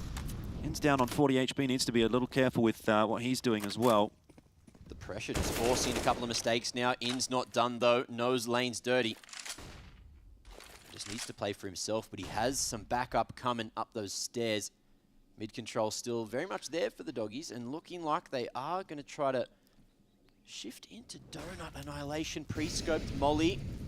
Going to keep him on this line for now. Let's see if he can find a timing. Ali on one side, Sicko spots him. Upwards flick through the wall, not enough. Yep, 79 HP taken away from Alistair, but he's still a gun in the game. There's not a lot of time left for Grayhound to work in toward the B bomb site, and they've been smoked off from Cheetah, so that's going to cost them some crucial seconds. And it's all on Techno, tucked in the back of sight, but instant rotations from the Mongols now. The spam is there, they've done so much damage, and it's an easy entry for Sicko, but can the Mongols keep it together? It doesn't look like it. Yeah, 15 seconds, bomb plant has to go down. Bartak looks like he wants to go through the smoke, but he will not cancel the bomb plant. Liaz, close by, finishes Bartak off, and it's Annihilation left to try to clutch this one out for the Mongols. But there's also the thought that maybe he should hang on to the AWP. They'll have to play for 15 if he loses it. He's thinking about it. Liaz just slow jiggles, trying to find the info. There's the noise. Footsteps made, and Annihilation strikes for one. He doesn't have a kit, though. That time's ticked too far. In should be able to get him from the flanks now, and he will. 15 rounds up on the board. Grayhound, 1 round away, and a whole bunch of match points to play with it. Yeah. It's almost in the bag. It's almost there for Grayhound. And it would be, once again, another shot at a major. They haven't missed out on attending a major since 2018, and it was, I would say, a completely different roster. I think maybe Sicko might be the only remaining member from that original Grayhound roster that sort of first qualified or started qualifying through to the majors. I think most of these guys were Order or even Renegades back then. Definitely not Renegades. Well, Liaz, I guess, but yeah. Vexite probably wasn't even playing the game back then. Either way, the Mongols now expecting something to go down at B. They've brought 4 members to the party and leaving full prio on Bartak with just a scout at A, but in comes some damage through that wall. Blitz barely living, but no pins found yet. Alistair waiting at the bottom of a ramp. This is just an awful round for the Mongols. They've got nothing to work with, though. Mag 7, close behind the box, could be a problem. Grayhound are moving away from the B site, though, and negotiating that danger quite comfortably. They've left Ins here solo. They've read it well. Molly towards that right side. Blitz can't fight, and all with Util in hand. Techno stay in sneaky, will be cleared, but he's not going to win the fight there. Ins on the ground, and that's an AK retrievable.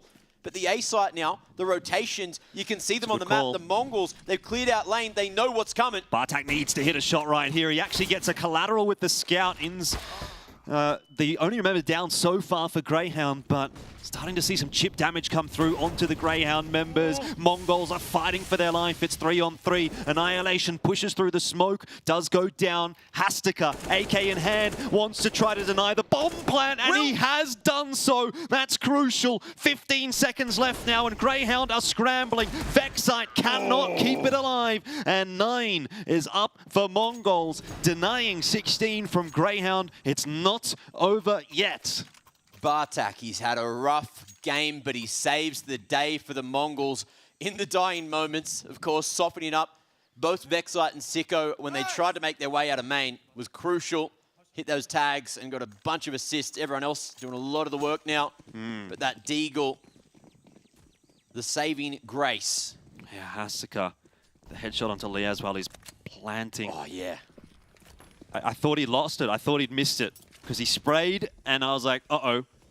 But then he starts tapping, and he gets it done. Still, it's not going to bail the Mongols out of trouble just yet because Ins has already been able to find a way to strike, and the money's a bit of a problem for the Mongols. Timing definitely doesn't favor Ins there, so we're back to 4-on-4.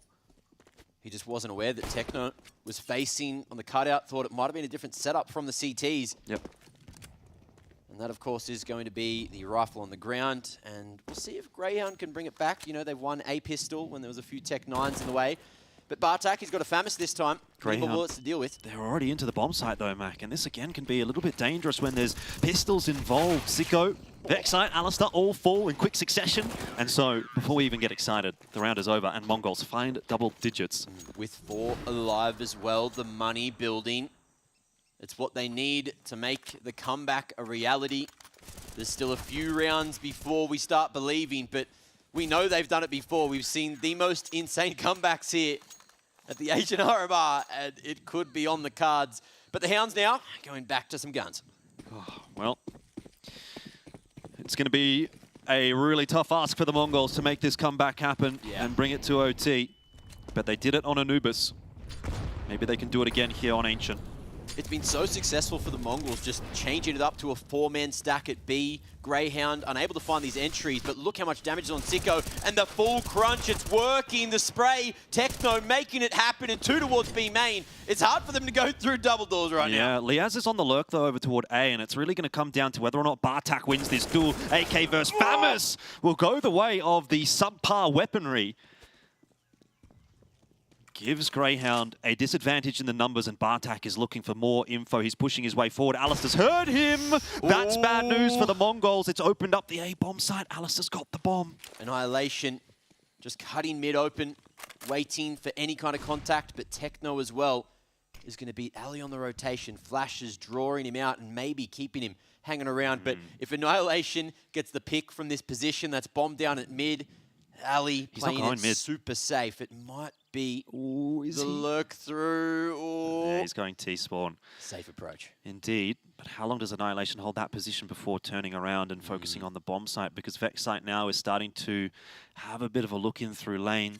Quickly. So much util now for the Hounds to play with, but here's Annihilation on the line. Oh my Vex God. site, it's the dink Annihilation. He can still put the bomb on the ground. Bomb's not crossed. Alistar needs to get out. The flash. It connects successfully. 20 seconds. But the bomb is on the floor, and Vexite's got to move quickly. Walks right into the no-scope of Annihilation. And, Annihilation, he needs a couple of attempts at it, but he gets it over the line this time for the Mongols. Oh, my God. Oh. My heart is pumping.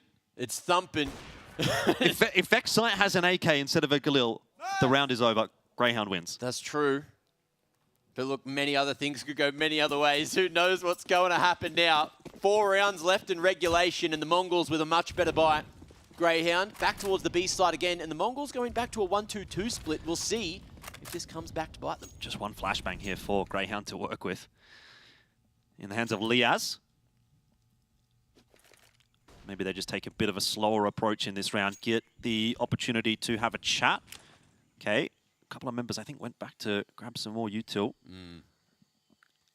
Just shuffling all that util around. Ali looking to throw the God flashes. Liaz with one of his own.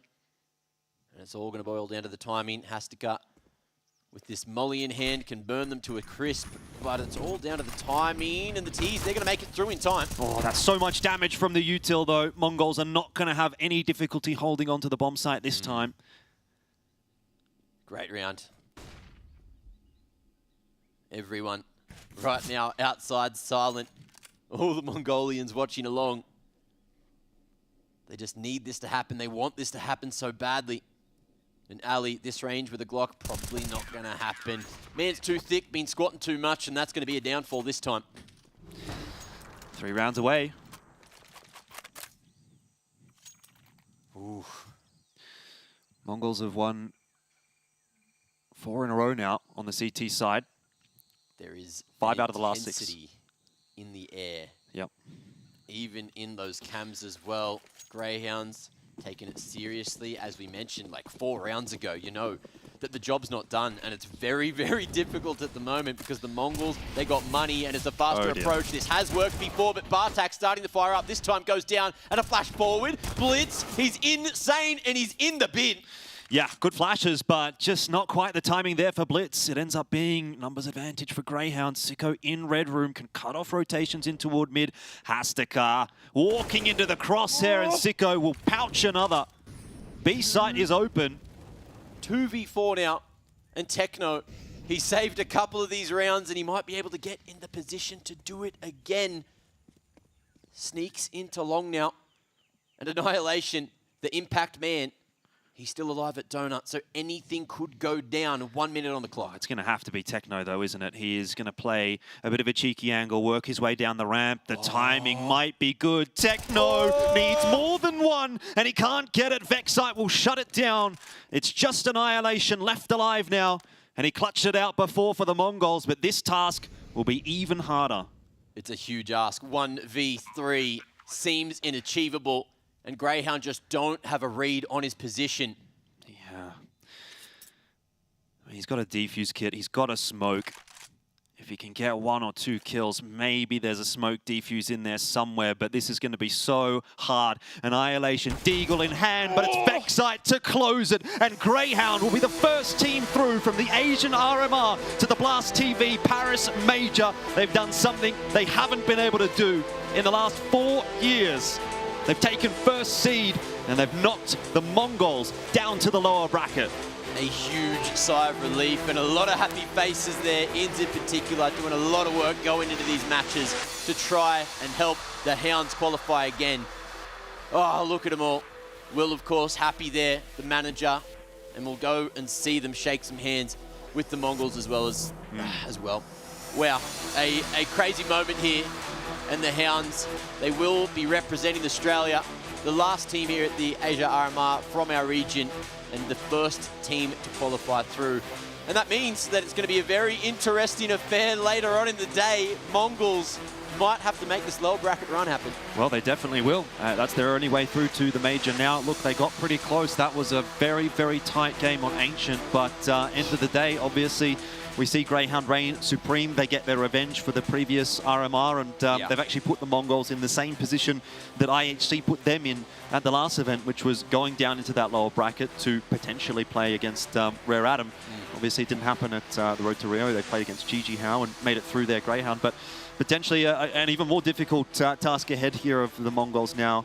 And they head down into that lower bracket and sort of await the victor of Rare Atom versus Twisted Minds. But yeah, man, I can't really undersell the result here for Grayhound because, you know, coming into this year, I think if you go back to Katowice and just remember how the storylines were around Grayhound at the time, it seemed like things were not coming together for the roster. Right. They weren't getting boot camps, you know, they were getting poor results internationally.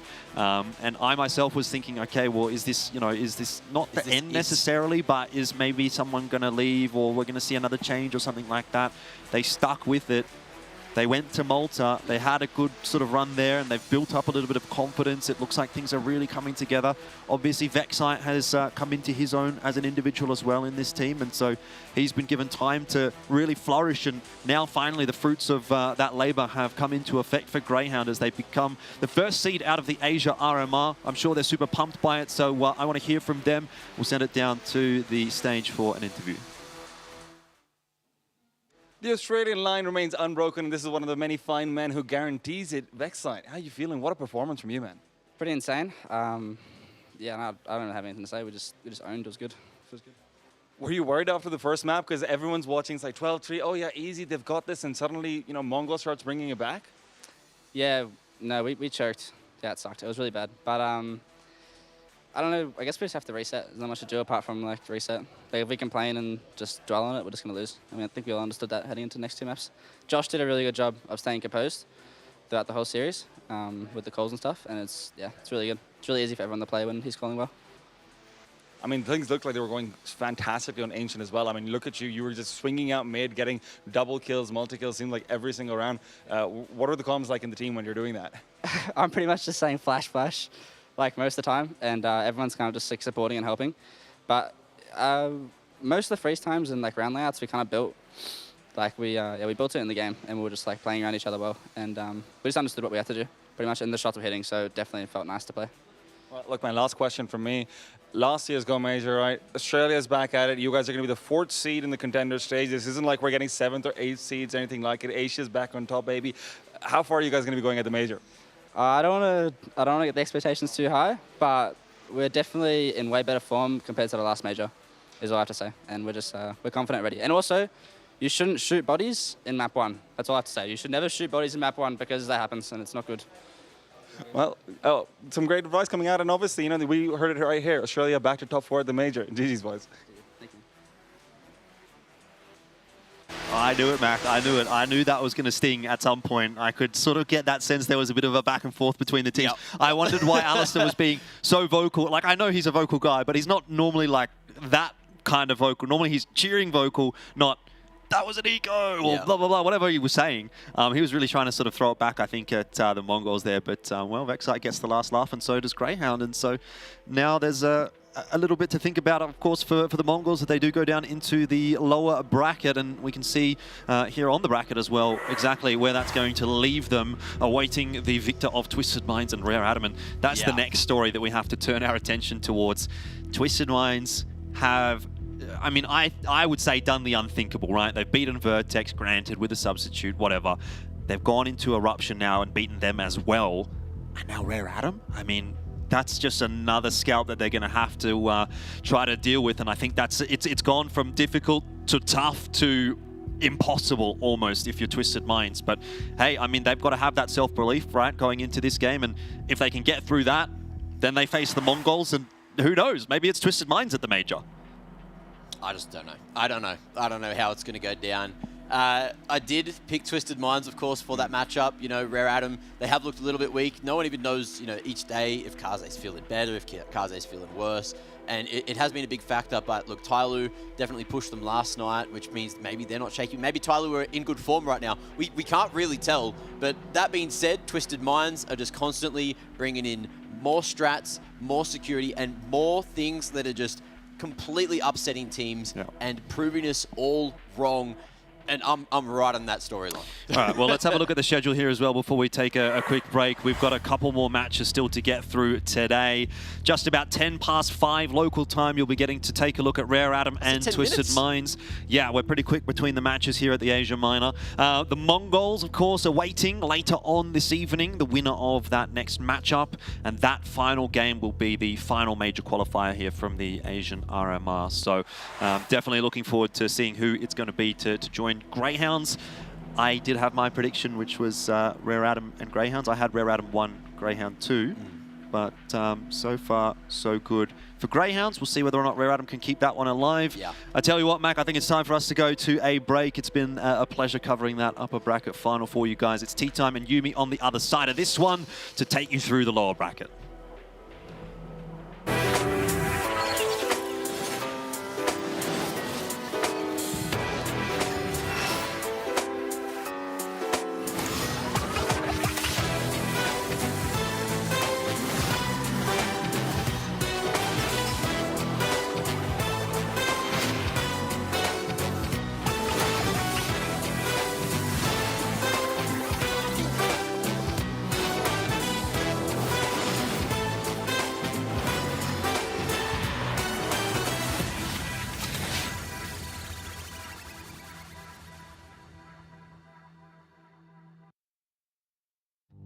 Okay, so I have 5 rounds, and if I nail someone in the first shot, I'm gonna walk out the door.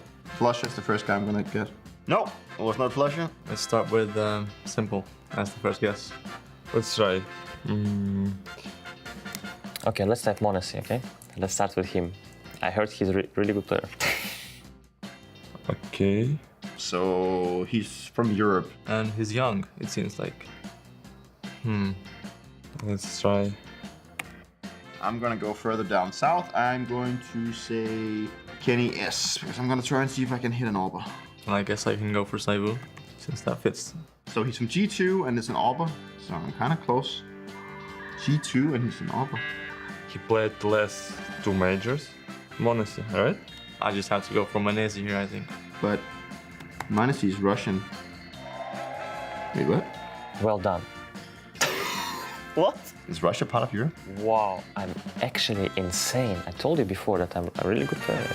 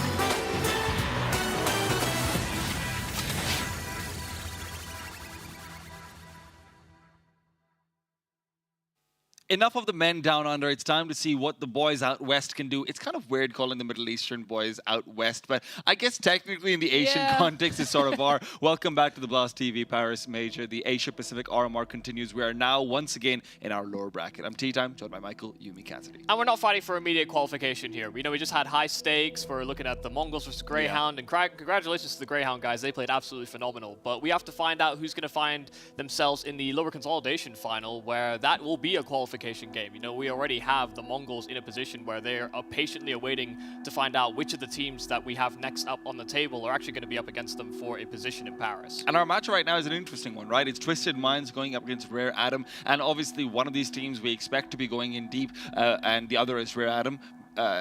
Twisted Minds, of course, in all seriousness, not really expected to be coming forward all so fast, but also we've got a pretty damn quick Veto out of the way as well. And that'll be interesting. Michael, I know you've got some thoughts on it. Well, this is the thing. You know, I always feel like you have to go with your strengths when you come into this Veto, but I think the Twisted Minds are going to go with exactly what you would expect. You know, maybe a Mirage. That's been something that they've been really holding as their staple. But I'd actually like to see something like a Rare Atom Nuke, but they've actually gone with a Vertigo. So I actually got wind of this a little ahead of time, and I was very confused about this, considering this was previously one of Rare Atom's permabans. They shifted it to Ancient, then they shifted it now to Anubis. But that feels like it's beginning to be a trend for this Rare Atom squad, that they're starting to incorporate their old permabans into their rotation. And it seems like one of these riskier picks, considering, you know, this is actual official games where you're having to prove that the work that you've put on this map is actually going to be worth it. And Inferno being the decider is obviously a good place for them to be. Mirage is honestly a pretty good pick for them as well, because Mercury, in my opinion, Mercury is probably the best player in the entire tournament on that map.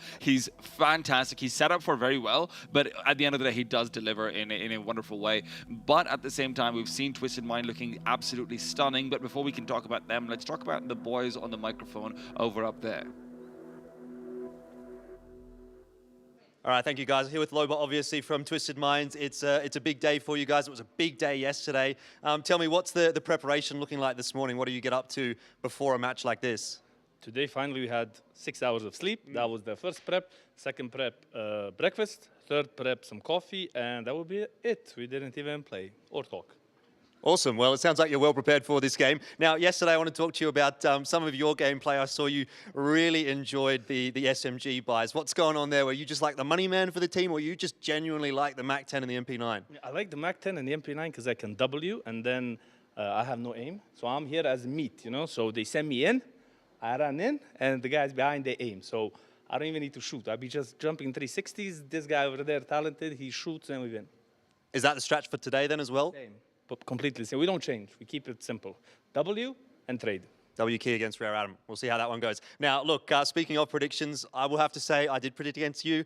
Everyone on the talent team predicted against you, except for Mac. He's gone for Twisted Minds. I know you've met him in the gym. How do you feel about that prediction, and how do you think this match is going to go?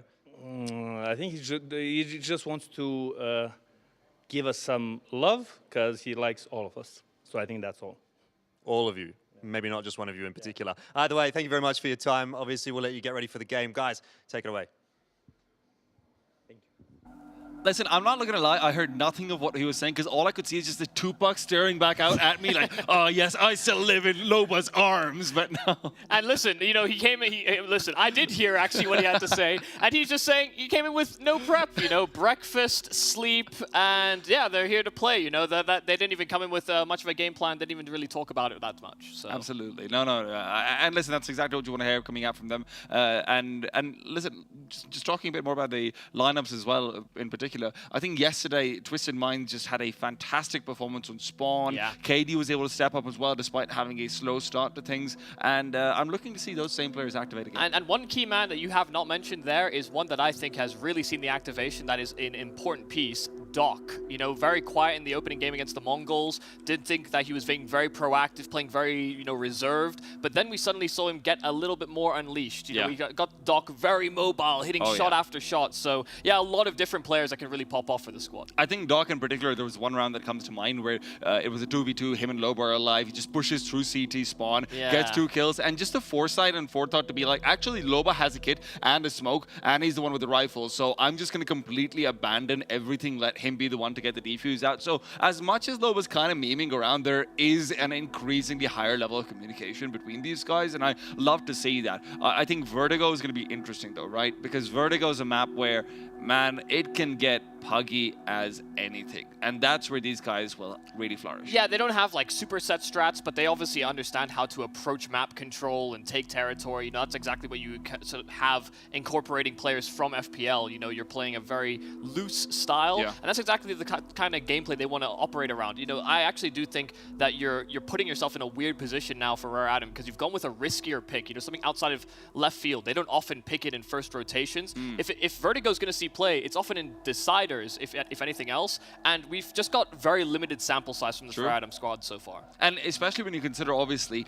the elephant in the room is that Kaze, I don't know how he's feeling today. I haven't got an update on him. I would hope that he's gotten slowly better over hopefully, but also we saw that really come back and sort of affect his performance yesterday. I think it's fair to say up against TYLOO, they did struggle somewhat. Sure, he had some good rounds, but overall he was a bit of a non-factor on this server, and he's such a key component to their CT side, especially more than anything else. We did have Jamyoung step up like nothing else though, right? He was really taking control of those T sides, able to lurk forward, able to bring it into those late round situations where he excels repeatedly. So there's our players stepping up, but on the CT side, gaps are gaps, man. I mean, even in the series against, or I guess the best of one against Vexite, you know, theoretically that could have been a map that fell into Vexite's favor, but that's where Jamyoung was an absolute hero for the squad. So I do think that Jamyoung is currently the primary win condition for this squad. You know, someone that has had periods recently where Mercury's kind of outshined him, but now that we're back on land, back in for qualification for a major, this is where you want to see the stars that Rare Adam have been able to foster for longer periods of time actually see play. You know, that's where your Kaze, that's where your Jamyoung are going to come into the equation. Even Advent, you know, very much a veteran now with the Ceviche lineup, and just, or I guess the Rare Adam squad as it's developed into the current branding of it. You want these veterans to succeed, and this is exactly what we're going to see. Rare Adam, first map in the series. It's Twisted Mind's pick, which means they start T-side, and they already have a plan, setting up outside of A. 1 smoke, 1 flash, and heavily clustered. Faster play. Black Guild started off nicely. Kaze is down. Mercury still playing under Palace. Mosaic covering off the cross as well. Unable to find anything, and Mercury is the same. Jamyoung the only one to get a frag, and Twisted Minds right off the back of things are able to find that pistol round all too quickly.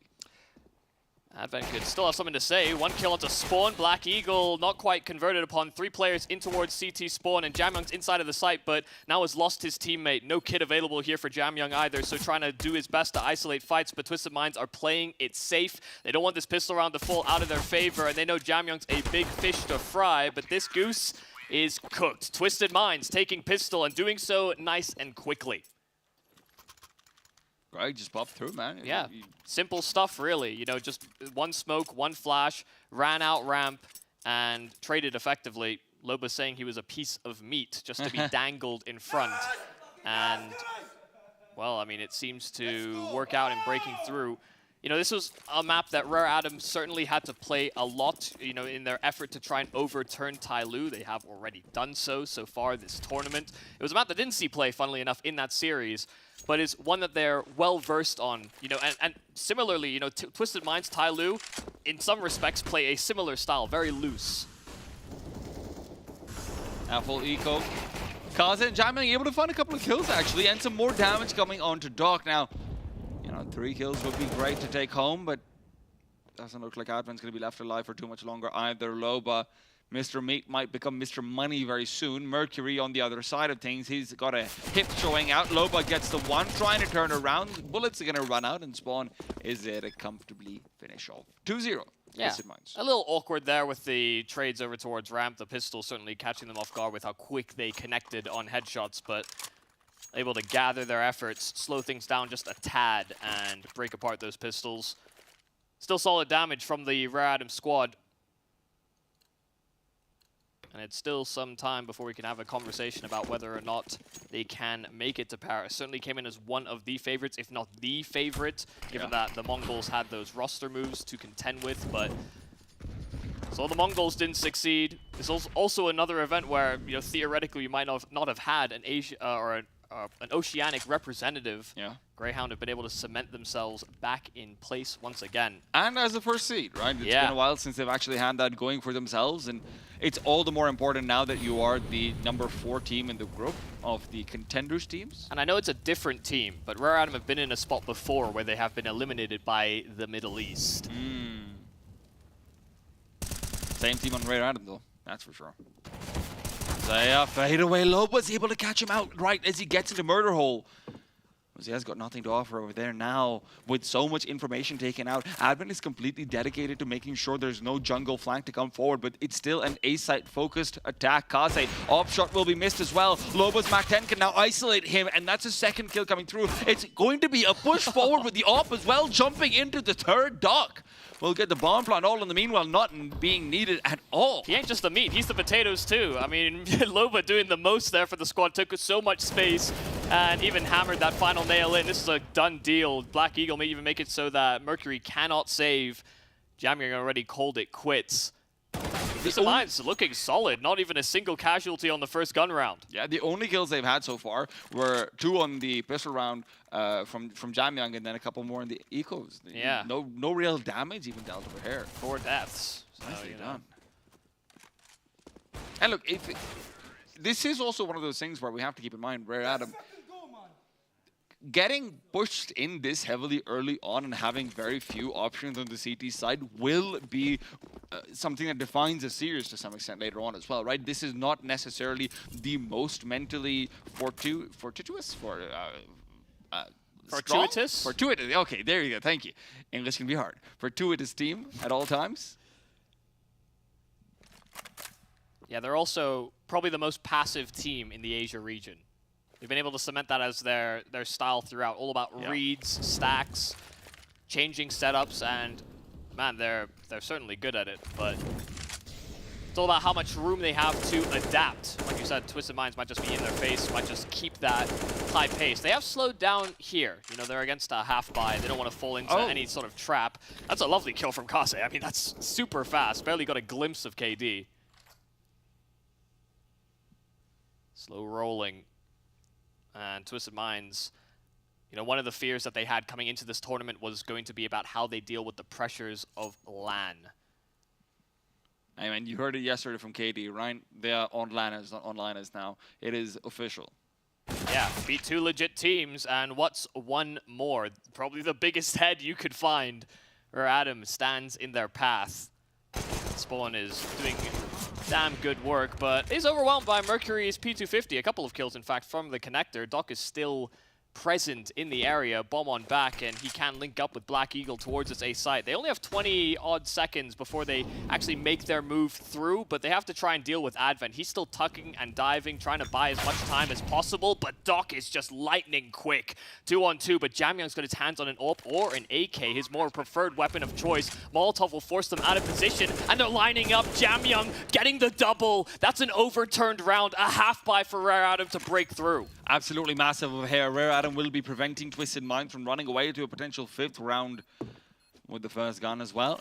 Twisted Minds don't care as far as the economy is concerned, but obviously you don't want to be ending out losing that many players. Jamyang, just fantastic stuff towards the end of things with the AK recovery as well. And great kills from Jamyang, but it's all set up there by Mercury. You know, those are weapons that are in a position that cannot be thrown out of the map. You know, they can't do their due diligence. They were running out of time as well. So Mercury, you know, kind of putting a couple of weapons of choice there for Jamyang to sort of approach that retake with. You want the AK? You want the AWP? Yeah. Whatever you want, just win me the round. And even the fact that, you know, he's able to drop players that still had utility. That Molotov certainly made Jamyang's job a whole lot easier.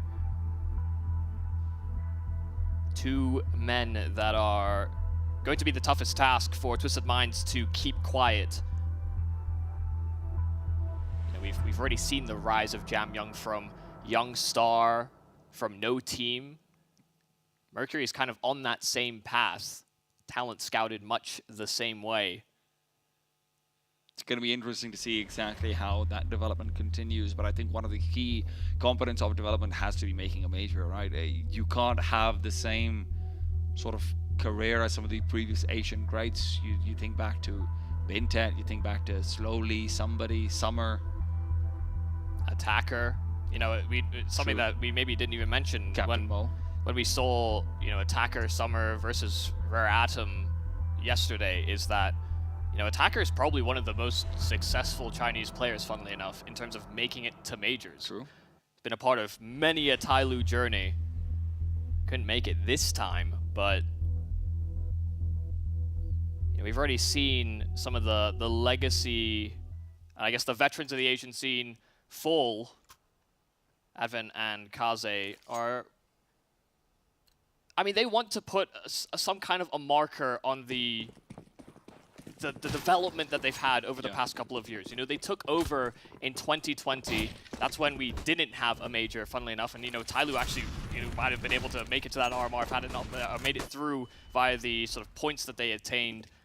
And that didn't feel sort of genuine to how the circuit was actually functioning. This gun round, though, Mercury finding 1 kill, Black Eagle another, and Doc has struck, but it's trades all around the map. Twisted Minds have been able to weasel out with an advantage. This slaughter in through middle, it's now just Kaze and Advent.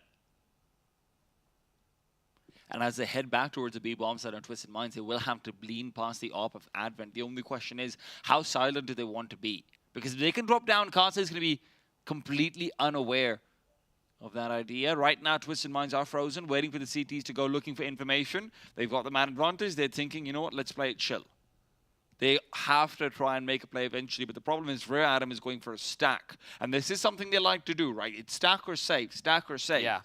And right now, if the B bomb site commitment comes through, there is an incendiary for Advent. There are flashes for Kaze, and he does have the AWP. Yeah, but there might be enough utility, and only utility that's thrown to account for one player. Rare Atom coupling up like this, you know, it might draw attention if Kaze fires off a shot, but that's where Advent could maybe thrive. He's been turned off the angle, though. He's moved away. He's not going to realize it until the utility's already deployed. Misses out the first shot. That is crucial. Advent now needs to activate from Get Right. Good for one. Kaze going for what looked like a wall bang, and instead is able to find Spawn as he's dropped down. Doc all alone will fall. Kaze's secondary peek gives them the round, and that hesitation from Twisted Minds ends up costing them dearly. Yeah, just allowed Rare Atom to reset into what was comfortable for them, coupling up together to make sure that they at least had one of the bomb sites defended, and they fall right into that trap. They saw Kaze, they knew exactly where he was, and they tried to wrap him from the other side of the site. That's where Advent threw a spanner in the works, and sure, a missed shot from Kaze, but he makes up for it. A couple of kills. Rare Atom being able to chain back-to-back rounds, and so now Money is in a tumultuous spot. Twisted Minds in with a bye, but not pristine. Loba, SMG, not uncommon, even on full buys, but one of the players we were talking about having a good performance yesterday was KD, and he's on a Deeg. He did start off pretty slowly, though. We have to remember that as well, right? Yeah, it took a couple maps. He heated up as the round sort of went on. Second half and onwards was where he came alive, so I don't want to ever count him out of these situations. Kaze, Molotov, brings him down. 40 HP's already been shaved off. This is a cool move from Loba, though, just creeping forward. No one's even considering that he could have crept out towards Sandwich. A little bit scary to make a play like that. Advent, first, his attention's taken over towards Connector, and 1 kill. A second, it could have been lined up, but no, the trade's good. Kaze, though, activating, and it's trades galore. Once again, Black Eagle trying his best to grab that bomb and dip out of there, but that smoke would not cut it. Doko 1-on-2 and separated from the package there. Once again, doubled up here on Rare Atom. They know exactly the advantage they hold. Covering off jungle as well, but Doc is trying to circle back to CT. This could be his only win condition. Should he be able to take that journey, instead decides against it. And Rare Atom once again have been given time to try and keep an eye out for all possible angles. You do have Mosea switching and flicking, but it's Kaze who's just lined in and ready to take Doc out and home. And this is one of those problems that you will get, right, when Loba is going for the MAC-10s consistently. If you have something even like a Gale in that situation with slightly less utility, you imagine he gets 1 kill much more easily, and maybe even the 2 to come forward. It was a great play once he gets the sandbag to sandwich. They've got 2 players in connector. They're distracting completely. Even if Kaze peeks out, Loba's undetected, but he can only get 1. It also felt like, yeah, just a little bit mistimed, really. You know, unable to sort of link up at the same time as the connector presence was there. You know, Advent took a peek before the Twisted Minds were actually fully ready to commit to that. So, nice little adjustment. Good timings. Rare Atom have tied things up, and Twisted Minds have to, unfortunately, bow out in this round to a certain extent on a half-buy, but still got a decent amount of utility to try and make this function. Loba quick to dive into window. KD tried to join him, but missed his jump, and Loba's gone, so hoped to maybe set up a trade in some capacity, but Mercury has shut that down before it even gets started, and all that util for Twisted Minds already expended. See whether or not they can pry their way into the bomb site somehow. Advent already spotting some presence connector. Kaze could take that peek. It's certainly an advantageous fight, but it's certainly risky as well. D can certainly hit a little differently, and Mercury's just doing a good job of being annoying in the window room at the moment. Even finds another on his exit. It was 12 HP, finally dealt with. Does Black Eagle know how to drop silently? MongolZ is within earshot, so it feels like it would be a necessity. Unless B is the target. Can you drop silently from here? Yeah, you aim at the paint can and then you sort of hug the right side wall as you jump down. It's one of those weird texture thingy-mahoozits. Interesting. Something to try when you get back home. Plenty of noise made and not very much time. This is a round given up. Black Eagle at best can look for some damage, and that will not be found either. Rare Atom right back into the thick of things.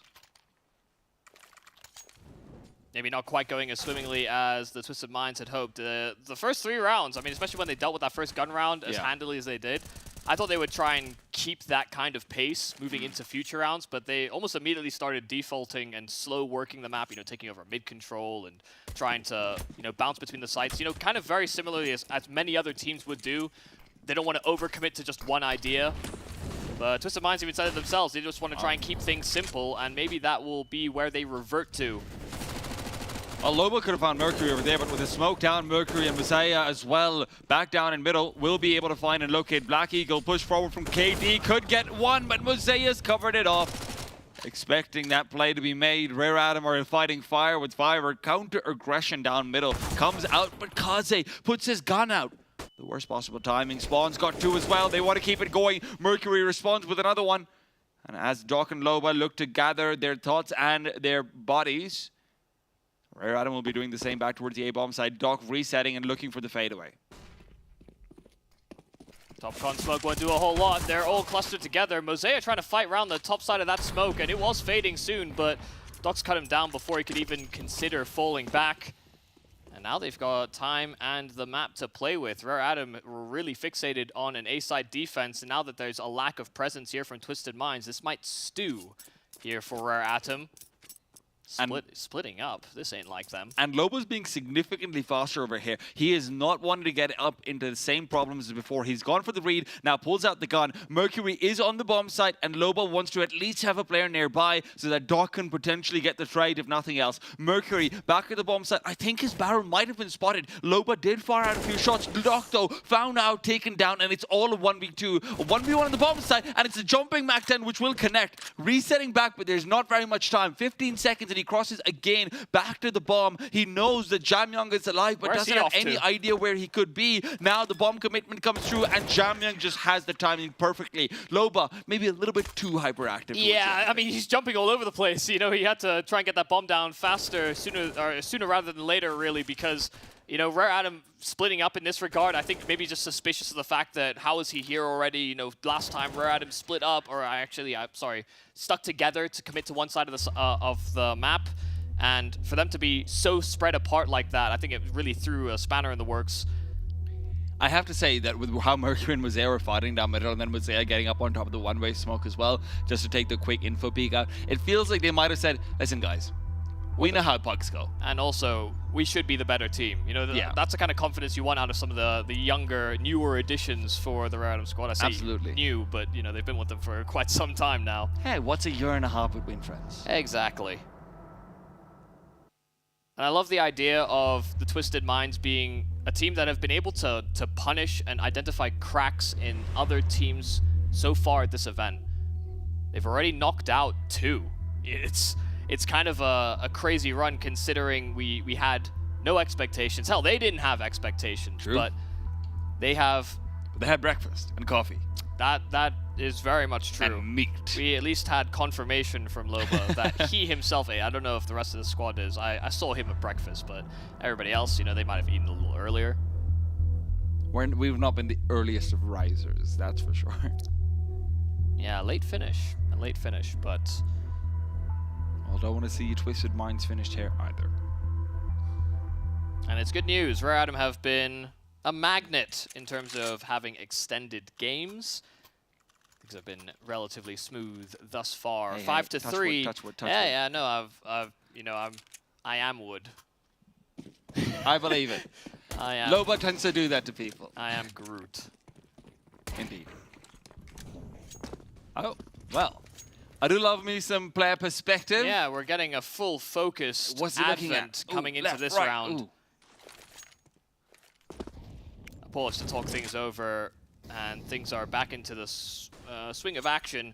Twisted Minds have, once again, you know, just thrown the exact same mid-utility. They have Loba as well through Underpass to try and link up with them. He really wants to dive in towards the window, and this is a gap once again, but Mercury has been one to thwart said plans in prior rounds. Kaze as well, identifying that there's one up close, but he's falling back. They've lost Mercury all the meanwhile, and they're trying to find this trade. They're trying to deal with Kaze, and they find exactly what they're looking for. The flank as well just simply secures that there's no one else on Rare Atom on this B bomb site. A 3-on-2. This might be a call to save. You want to play Poggy? We can play Poggy, says Twisted Minds. Right out to beat their go. This won't be a call to save, though, not with the utility that they have. They want to go for the attempt at the very least. Yes, money's going to be terrible, right? If they lose it, money is terrible. But there is a little bit of a chance that if they can find a kill early on, Twisted Minds make a mistake, something like it, get overly aggressive, then yes, you can absolutely commit. In the end of the day, though, that will not be happening. Yeah, hunted for one frag using the boost, and that was it. So as soon as Twisted Minds didn't overplay their hand, Rare Atom do call it quits after 5 straight. Rare Atom answer back. Or sorry, Twisted Minds answer back and break through. In with a 4th, and now chomping at the heels of the Chinese. And Malaysian, of course. If there's one thing I know about casting with you, you will always add that. Adam on Malaysian. Of course. Because it's true.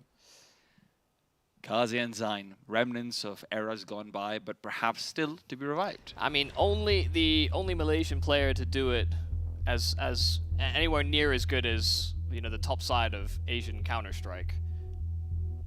Gotta have pride somewhere. True.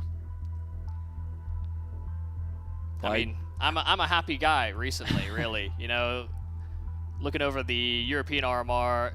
Into the breach are through. A UK team at the Major? Who would have thunk it? And in Legends, too. Go ahead, tell the people. Tell them about your teammate. I mean, yeah, you know, I've tweeted about it, but listen, Cypher, ex-teammate of mine, a long time ago, like, I was...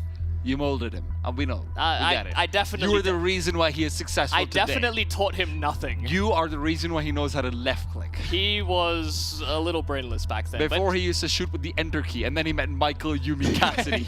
He introduced him to the magical wonders of a mouse and a keyboard. I stopped another Mezzi from happening with a weird control scheme. Yeah, that's apparently my legacy. But yeah, I played with him when he was 15, so it's kind of crazy that we're here 5 years later and there he is. You've been exiled from your region and he's still in it. I'm just not good enough, really, to play at that kind of level, so I called it quits when I could. Well, listen, man, they've still got some things to prove on the server from Twisted Minds. I know a lot of these players came into this being memed upon quite a bit, right? You know, everyone's saying, oh, haha, Loba's here. It's just going to be a quick elimination. He's here to party. But no, the party's on the server and he is rocking and talking. Yeah, and older guys as well. You know, Yeah. none of them sort of young up-and-comers in the same way that, you know, we would have maybe looked at someone from the likes of Invictus, where we were talking about Mini as being a prospect potentially. You know, these are guys that have been plugging away and playing the face-it grind to try and get through to some of these opportunities. And they've, you know, some of them have been on teams. Black Eagle in particular, I know, has sort of darted around. Doc as well had a couple brief stints, but it's not been anything to this kind of caliber. You know, we're fighting to be the best out of the region, and you know, just didn't get a lot of opportunities to sort of participate, fight on LAN, understand some of the pressures that the pro players have to go through on a daily basis. Yeah. They can sit at home, they can play their hearts out, and they can do a damn good job. But that's the one thing about the sort of comeuppance of teams during the online era. True. That can really separate, you know, these past couple of years, or I guess last year and now this year to follow, are really where we start to see that distinction. Well, listen, guys, unfortunately, we've got a call from up top. We do have to go to a short break. Hopefully, it will be short. If it's not, then you can blame me for it. I cursed it, actually. Honestly, you did. You are not Wood, Michael, but we are not resuming immediately. We're going to have to go to a short break. When we're back, it'll be more Counter-Strike. Stay tuned. Don't go anywhere.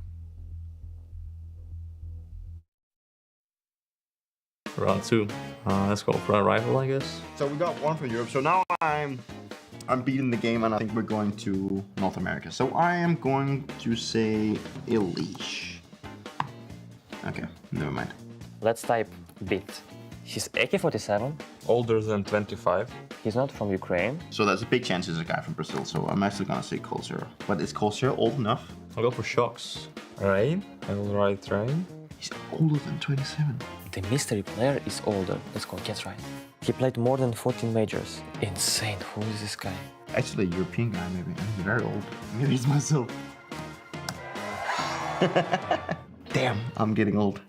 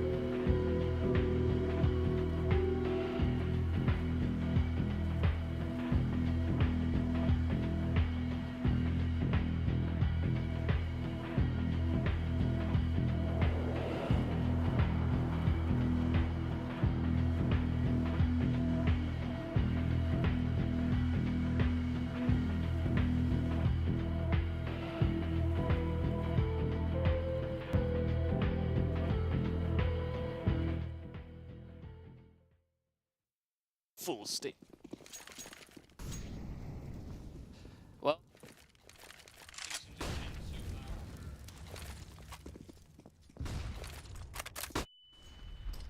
Right back into the thick of things. It's action already. That's what you want to see. Twisted Minds with a full A site. Smokeroonie will be getting into it as well. KD, as he moves past, will be able to go forward. It's Mercury to try and find Loba, but Loba from inside the smoke will be able to take the man down.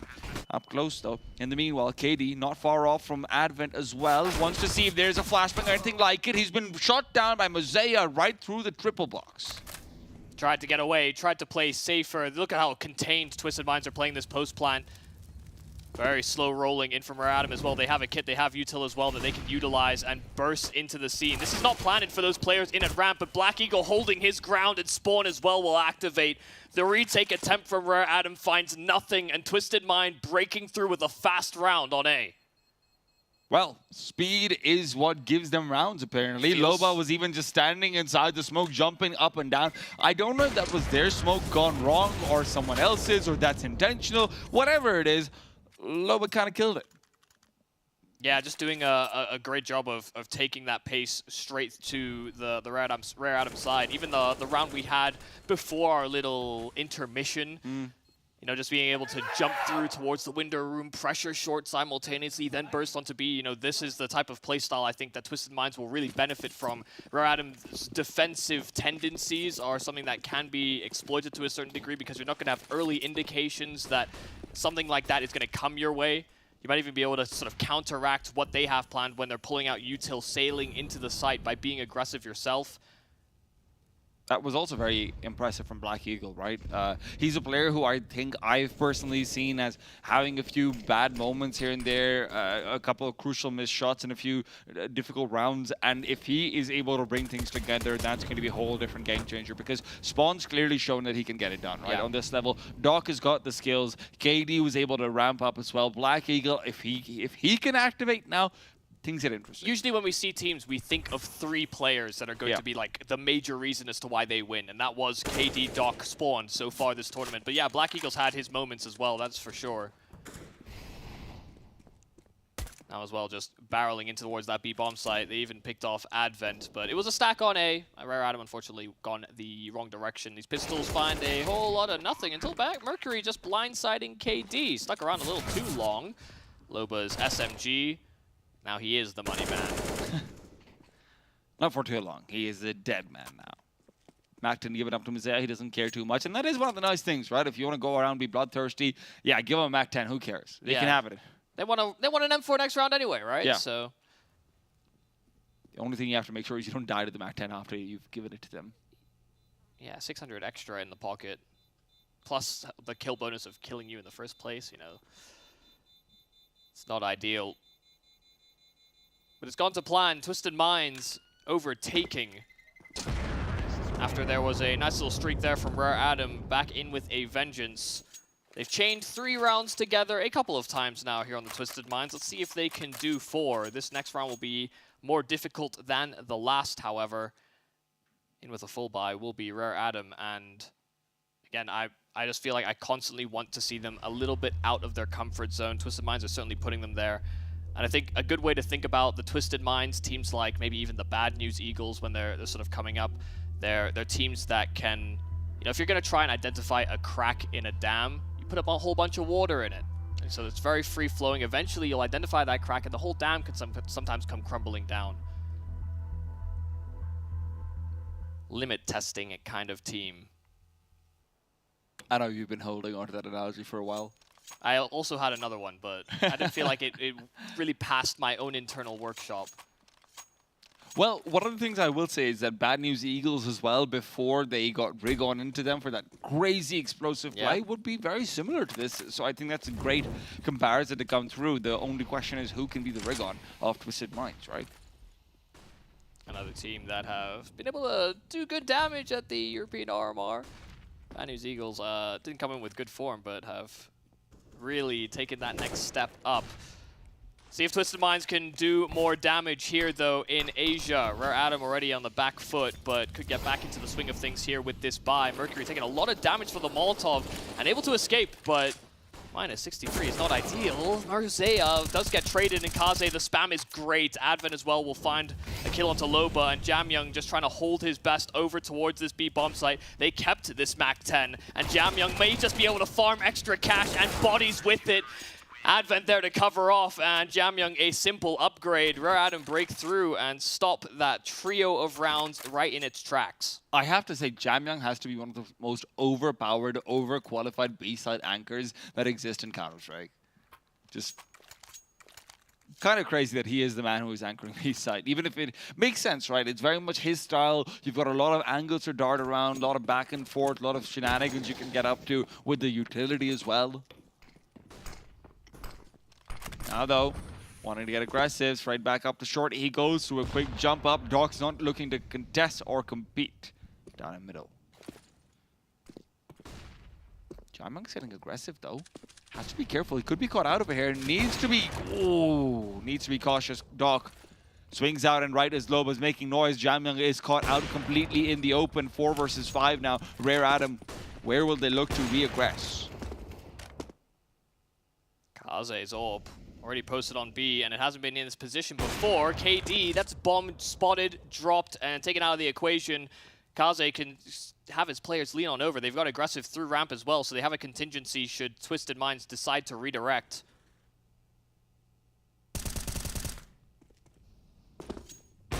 Rather simple there from Advent, and even escaping the clutches of Doc, trying to trade, and this is where that flank could be the biggest issue. Black Eagle out of the equation as well, and MongolZ is unfortunately the mastermind behind all formulas. See if this Doc has a prescription waiting for Rare Adam. Flank coming in, MongolZ. Prescription better be pretty damn tough to swallow, but Mercury says he's not afraid of any pills.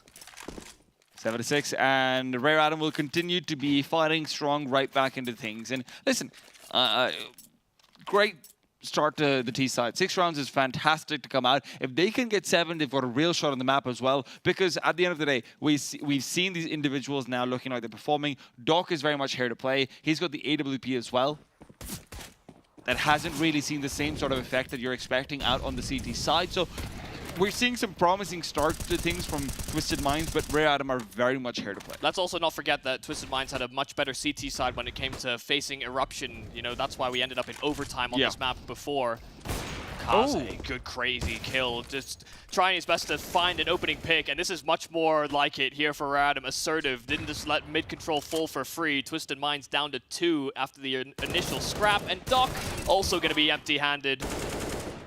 All alone, 1v4. Don't think there's really anything he can add to the conversation over here. There's money to buy in the next as well, even if you do lose a player or two. Advent swings out, and that loss will not even be transpiring. Money's bad as well, so should be a 6-9 setup to come through for the Twisted Minds over here. Just a nice little 3-player crunch. I like that Kaze is being proactive and darting around the map. You've seen him over at B. He's now trying to take positions in through middle as well. Jamyoung, you know, you talked about him being an anchor, but he's sort of gone aggressive through short. You know, he got punished a previous round for it, but you know, that's the kind of thing you want to see from them. That pistol went very high after getting knifed. Last round of the half. Let's see whether or not Twisted Minds can get that 7 that seems to elude them. Setting up for an A play. They've got pistols, MAC-10s. They want to go quick. They've had a few good full executes so far. Advent trying to return fire. Good counter flashes as well. MongolZ stays alive. There's no Molotov here. They go right above him. Lobo's position's been given away. MongolZ wants to activate late round. Spawn is gone. MongolZ over 2. Looks for 3. Advent will cover off his side. MongolZ can't get another. But Mercury's been given time to rotate over and push out of the smoke. Doc and Lobo the only ones to find a frag. And Rare Atom confirm their 9th round. The end of this half shows them at a good lead, but Twisted Minds have shown life in it already.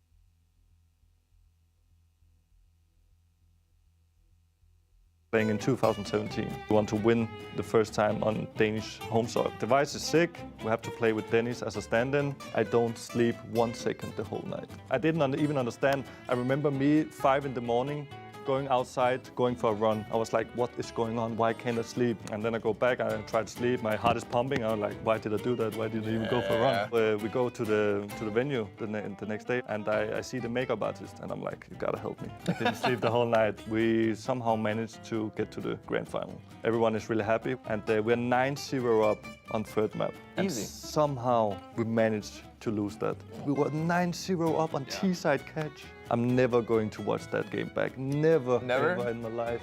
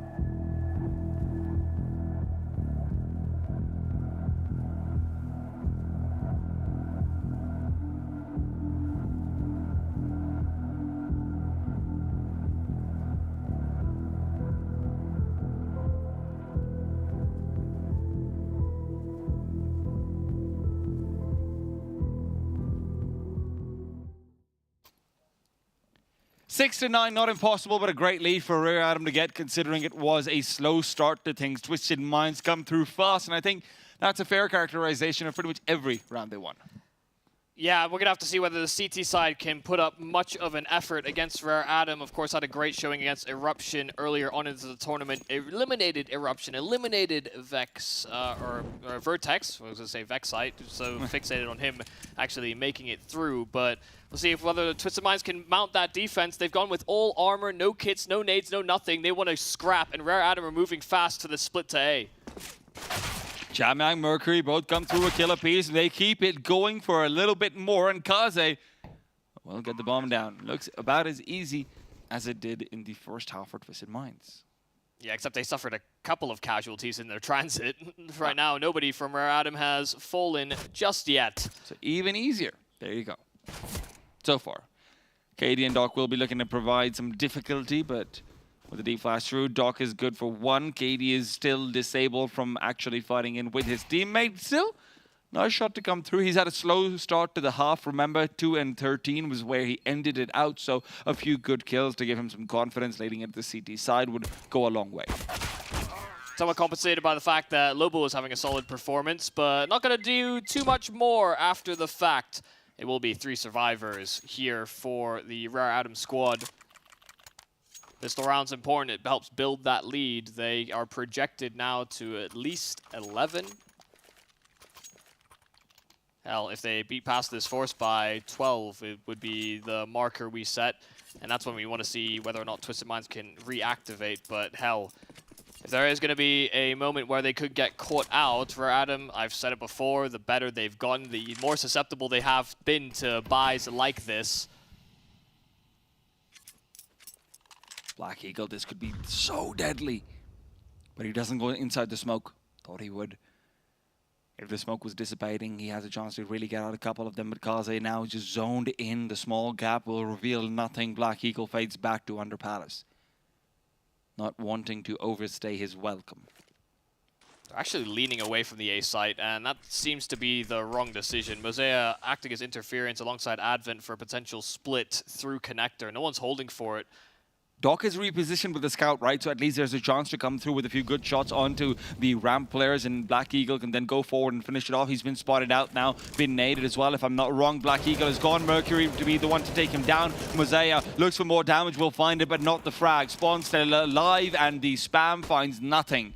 In the meanwhile, flank is coming from Loba, but the bomb will be planted, and there should be Mercury going back to watch in from behind. Advent, though, has fallen. Loba, if he can get this kill, that would have been huge, but he pauses at the wrong moment, and Mercury collects on an easy frag. Still going to try for it. Certainly see some teams within the region just say if this force buy doesn't work out, let's look and save those weapons in for the next round, but that call will come in late for Twisted Minds. Scout and an SMG, not a whole lot that you're expecting from the follow-up, but Rare Adam do get past this force, only losing Advent in the process, and that's a sacrifice Advent's willing to make. Well, Doc's gone out. 11-6 and 12th en route, unless they go for a secondary force buy. We have actually seen Twisted Minds go for successive force buys a few times over, and the surprise factor has caught out a few teams. But again, it's just a particularly bad matchup for them in that regard. You know, this random sporadic things that you are expecting are more likely to work on the T side than CT on Mirage. Well, they've certainly committed more than some teams would. Like you said, that could be something that catches off the Rare Adam squad. A couple more players with armor. Only one survived that last round, but they've got an M4 in Doc's hands as well. I think KD dropped that one, poor guy.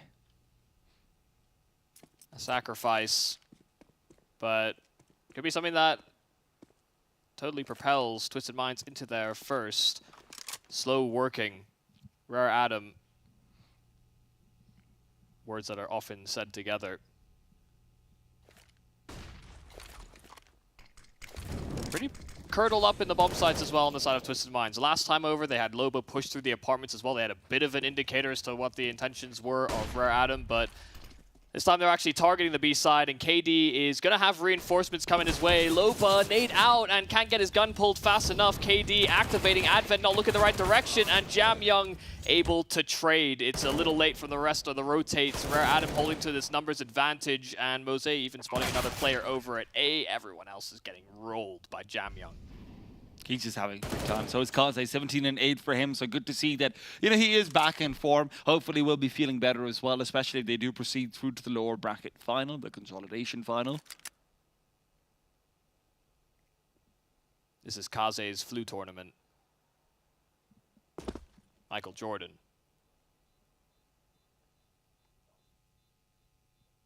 Just as long as he doesn't order any pizza from downstairs. That's also Michael Jordan. Oh. Yeah. I gave you who or me? Yeah, I gave you a look. I'm like, pizza? No, Michael Jordan ordered pizza at like an away game, and he got food poisoning from it because he got it from like a very hostile city. And sabotage. It's infamous that he just demolished people regardless of that. But that's just like every Michael Jordan story, right? It's like, you come and he fight was just me. so good. It's like, oh, what happened in the story? He wins, didn't he? Oh yeah, who would have thunk it? Yeah, he was the hero. He was the main character.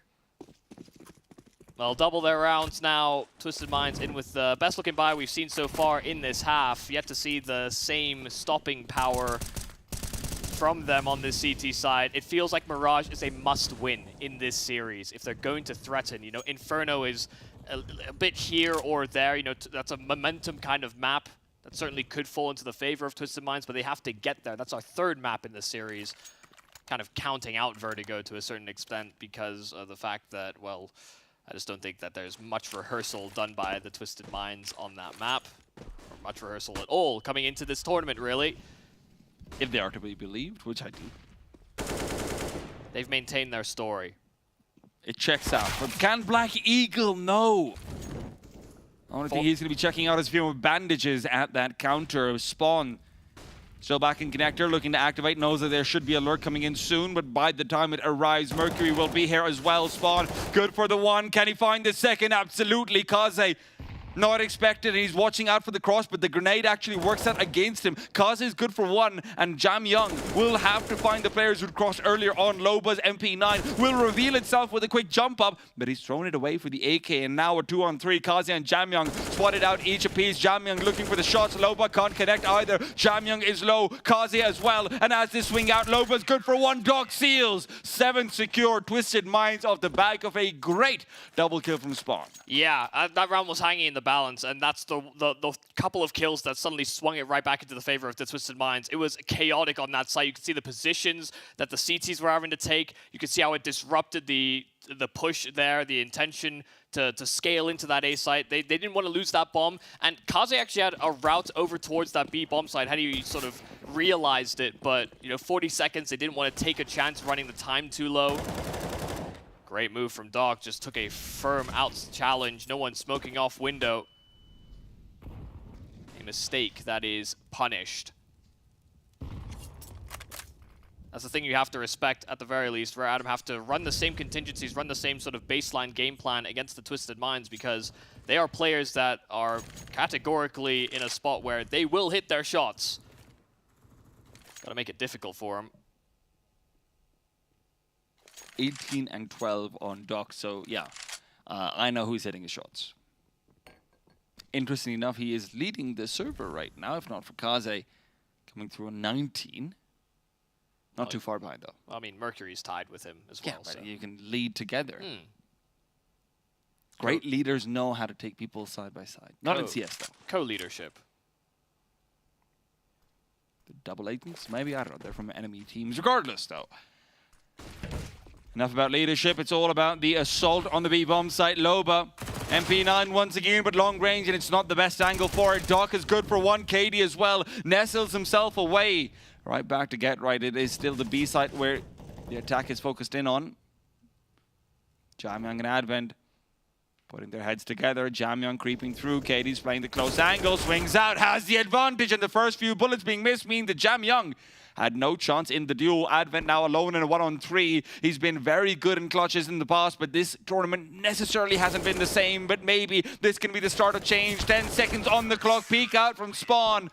And he will get the duel in their favor. Really fast rotations and nicely read from the Twisted Minds. Yeah, they're really just expecting that Rare Artem are going to try and keep numbers together and go in towards the site. It's the same kind of rotation we saw when they attacked A. They completely vacated the B site and just trusted that they would have the right call. And they've been right in their assumptions. Rare Artem have kept the game plan simple.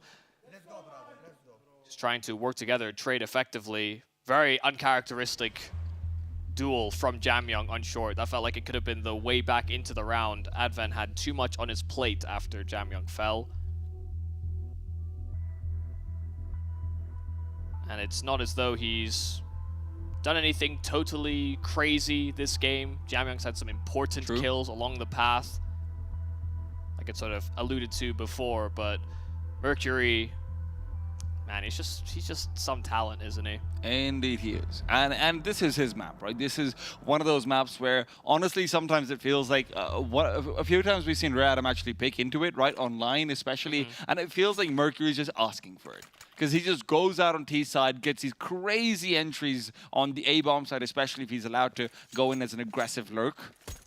But so far, obviously, the MO has been in collective assault from Rare Artem. Down to pistols now, and Twisted Minds are firmly on the path to recovery. It's got to mitigate losses. That's the most important piece. MongolZ probing with that deagle and will find nothing for his efforts. No teammate nearby as well to recover that weapon. They didn't come in with many premium pistols.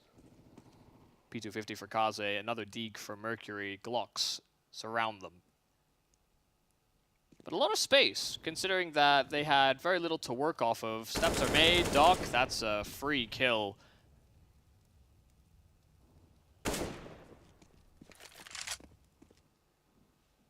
KD's also stepped up in the second half. Remember, that is exactly what we saw yesterday as well in Mirage. CT side was where he flourished. Jamyang.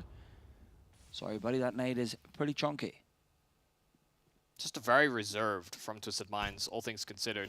A team that we've characterized as being hyper-aggressive, but understanding what kind of a buy that Rare Atom were on, they wanted to try and use that distance to their advantage, and they succeed in doing exactly that. No casualties, that's always nice, keeping things nice and pristine. Despite that, we are not going to see an op-out from Doc soon, and that was a big part of their win condition yesterday as well. Yeah. Feels like this guy is just able to rebound between bomb sites, collected on many a multi. And I'll be honest, you know, when we saw that Mirage game, even though Eruption won it against the Twisted Minds, I think going into that last map, they were actually pretty dissatisfied with how that map had played out. Why wouldn't you be, right? They felt like they had it, and then everything slips out of their hand.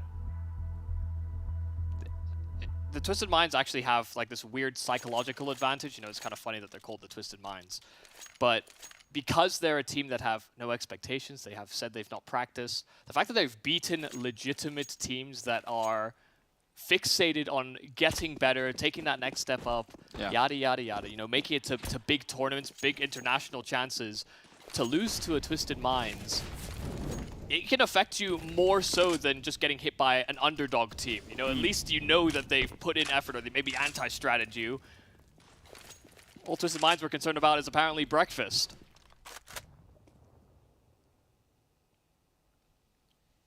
Yeah, it feels a lot better to lose to Messi than it does to like a 75-year-old Maradona, I guess. Still got the skills, but doesn't necessarily care about the game to the same extent, and on a professional level where they've committed those years to it. No, it's kind of like a chess grandmaster getting destroyed in a chess game in one of those parks. Oh, that is true. Yeah. No park over here, though. Mercury is in the battlefield. Doc swings out. Great kill to find. Mercury was checking inside Sandwich. That's an angle that has gone by before. And Mosea has been tagged up as well in the meanwhile. KD keeps him low. It's Black Eagle to collect onto Kaze. And although there has been a jump up into the window, that should have been audible unless it's been cluttered out by comms. Mosea's position should be known, but it doesn't seem like they're completely aware of it. Not for the way they're playing so far. Just totally stifled, totally frozen after losing those 2 kills. And now Doc as well will make the advantage even further. Mosea 1 frag, but he was low from earlier duels. Jamyoung now put in a clutch, a 1-on-3 after chewing 1 out, but Doc was there to trade the backup. It's certainly needed. Twisted Minds get to double digits, and they bring it within 2. So far, we haven't been able to see too much of the Rare Atom T side. They won the pistol, they won the conversion rounds, and since Twisted Minds have been back in with buys, they've let the good times roll. Doc just plays the entire round out from behind triple. Doesn't need to move out. He's got a smoke out for the Molotov at worst, but everyone around him is moving. Everyone's throwing flashbangs, utility. He's unbothered. Yeah. That's one of the things that has made him a very good opper as well. The fact that he's able to just completely ignore literally everything else. The ability to tunnel vision is very great at this one. Now, though, faster play comes out. Back to the B-bomb side they go. Loba's got the MP9. Needs to be able to pull them down. KD's still alive as well. To the side, Loba and KD will prevent the scale up onto the side. And now with the crossfire from back jail, KD and Loba will just continue through with more aggression. Mercury and Kaze finally bring them down. And suddenly the advantage has been lost. Doc now quick to regain it. Bomb is still on the ground. Both rifles doubling up to the back of bench. Jamyoung is so far away. And Doc is in pursuit. Kaze. If he swings out, Doc should have this. Smoke had a gap in it, and Doc ends up using it to perfection. Jamyoung now all alone, a 1-on-2, no armor either. He's wondering what to do, how to go about this, and the CT side with knowledge of the bomb do not care. He's stopping, freezing, resetting his focus, and letting Twisted Mind stew on the idea that he could be flanking from anywhere.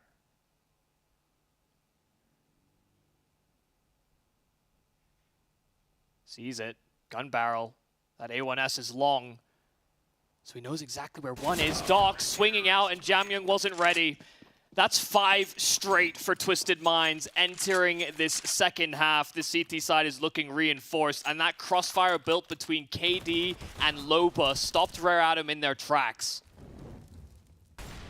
That was just honestly very well played. They do lose out a few too many players, perhaps up against the pistols, but at this point you don't care all that much. You've had enough decent money built up. Hopefully this also means Doc can actually buy into the AWP, although with how good he's been looking on the AK, maybe he decides against it.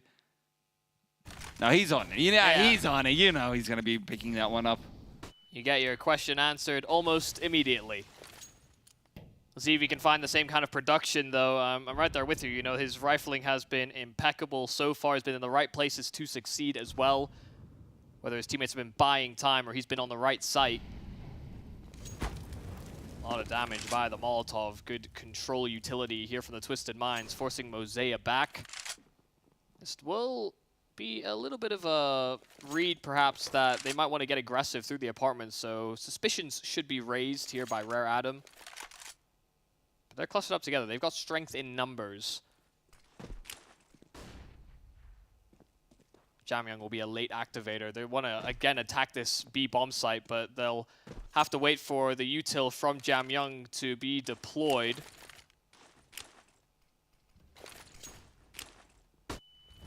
They're really fixated on this B-bomb site, but the problem is that Doc and company have just got everyone around in the vicinity. Doc will fall, Kaze to be the man to take him down. Loba still back at the bomb site, swings out. He's got another one, wants to keep it going. He's got information on the player, on Advent rather. Back at Van, Advent though takes the aggressive angle, and they've all fallen apart, save for KD, and KD can't save that round. 13th found and located despite the stack on the B-bomb site. Kaze's counterkill into Doc just unravels everything. Yeah, much better from the Rare Adam side, just able to pace out as soon as they were able to get that kill. Sure, they lose one in their transit, but you see how far they're having to pull away from the side on the Twisted Minds. They don't want to give up open territory, but Kaze was siphoning off rotates. You had Jamyang as well as another person that could stop Twisted Minds getting another attack avenue before that site fell. Doc, mischance, caught a glimpse of Mercury. Top mid boxes will be attained. Doc's still hanging around. No smoke in towards window, no Molotov either. We'll look to reset. Once again, rotating through spawn. This is looking a little fearful here for Rare Adam. Loba inside of the smoke phases it. Jamyang may be unfazed. Good to see him back off right as he knows the smoke will be running out. That gives him a fair duel versus the 5-7. And in a fair duel, he will win more often than not. Dog is trained onto A ramp. The problem, though, is just how many flashbangs there are available. He's turning around from them, but he won't be able to rephase back in time. Spawn's getting aggressive, great kill to find, and Doc's eliminated Kaze as well. The problem is Black Eagle has been found out in the meanwhile. Doc wants to get aggressive back to triple, but he doesn't have a smoke for the Molotov this time. Over. A 3v3 with everything stalled. They are watching out for Mercury's push. KD finds him, and this is huge. Doc will keep it going. Aggression gives him a tag, but he's not dead, and neither is MongolZ. Spawn looking to activate soon. The smoke's running out as well. KD's got another one. MongolZ all alone will get nothing, and KD's rotation nets him 3 big kills. Yeah, Rare Adam are falling to pieces on some of these hits. You know, after such a composed B-side take, they actually fall into a 3-man setup on the A play as well, even though they punished Loba for his earlier venture. The fact that they had that mid-pressure, that's what turned Black Eagle the other way, but it's also why he was in close proximity to that site. Got to feel a sense of dread. Rare Adam cannot be our top team in the region and falter like this. The Twisted Minds are upset machines. And they, I mean, Elfish exposed us. The fact that everyone had picked in favor of Rare Adam. Who wouldn't? I mean, Loba himself said it, right? Yeah. He thinks Mac only picked them because Mac loves the team, not because Mac actually believes in them. He's playing to favorites. Yeah, so Loba just went out and first he called Mac a serial killer. Now he calls him a hypocrite. Wow. Wow, some real shots out there. Listen, he's mended the relationship somewhat, the pump and iron brings them all together. The closer you get, the more you flame each other. Is that why you're so nice to me? Yeah. Boss out A is the plan. They want to accelerate, just take it to them. But Mercury, he needs to clear the angle. Nicely done. Black Eagle is gone. Spawn as well, nearby with the secondary AWP. Connect Doc, switched up positions this time. He's on connector. Spawn smokes up the Molotov, wants to take the angle again. The gap in the smoke could have given him a frag, but Mercury instead is given a second life. One that he will utilize nicely. Doc resetting, worried about a flank to be coming in from jungle. They could have pushed through. Loba as well shouldn't be too much of a factor. KD's opting in for the Palace position. Loba can't find the kills, and with the smoke forward, they are still aware of Doc coming forward. Scope's been hurt as well. Molotov is there, but Doc gets the kill regardless. Loba now wants to push through. He will not find the kill despite getting the headshot. Doc is given a chance to swing forward and flashbang from himself, but the time is running down too low. They won't have time. Right at the nick of it, Doc gets onto it. He's got a kid as well. They'll have the defuse. 13-13. Twisted Minds have equalized somehow. And a man deficit coming into that retake. Some teams would have called it quits. You know, we're talking about teams that are so focused on saves. Money wasn't good for the Twisted Minds, but they had positions, connector, CT, and a flank composed. As soon as Doc's able to hold his spot, Loba just had to run interference. He had to distract. Doc's able to get all the kills he needs to. Loba was the meat there, and that's exactly what they needed to get that retake. Beautifully played. Even Doc's own flashbang to keep Jamyang blind afterwards to take the duel was great. The self-flash and the chaos just hits them like nothing else. Rare Adam were just not prepared to be playing up against, you know, to put it in Loba's words, the meat. You can't take the meat. You can't handle it. A tie game and a round that hangs in the precipice of what could be a one map for either squad. Money is not ideal for either of them, so they'd have to recoil into pistols. It would almost certainly secure 15 for whoever attained it. Who makes the mistake? Who makes a move? Right now it's the same as usual. Defensive plays from both the squads respectively. They have boosted Loba up. So B site might be a little bit harder to crack, a position that hasn't been utilized thus far from the Twisted Minds. Swan is back to connector as well. KD in his old stomping grounds. An advantage will be maintained despite Loba's death. KD is low, but he doesn't really care. The lack of utility should be affecting him more, but a crucial missed shot. And now KD has to cover, will find a second, and still has a chance to buy some more time. And as the rotation comes over, Kaze is flashed as well. Loba's position not given up. MongolZ doesn't quite realize where he's going to be playing in from. And Loba is back on the bomb site. Waiting for MongolZ to push through. They are still committed to the B-bomb side, and Spawns found him. A 2v1. Kaze drops down, doesn't realize there's a player close by. Loba still completely undetected. 10 seconds, and Loba, rather Black Eagle, gets the kill. I am just completely misreading. I was confused. You know, Loba died many, many moons ago, sat on top of the balcony, was fully cleared out. But yeah, Black Eagle just buying time, just sat on the site and tried to keep tabs on everything that was happening as it was playing out.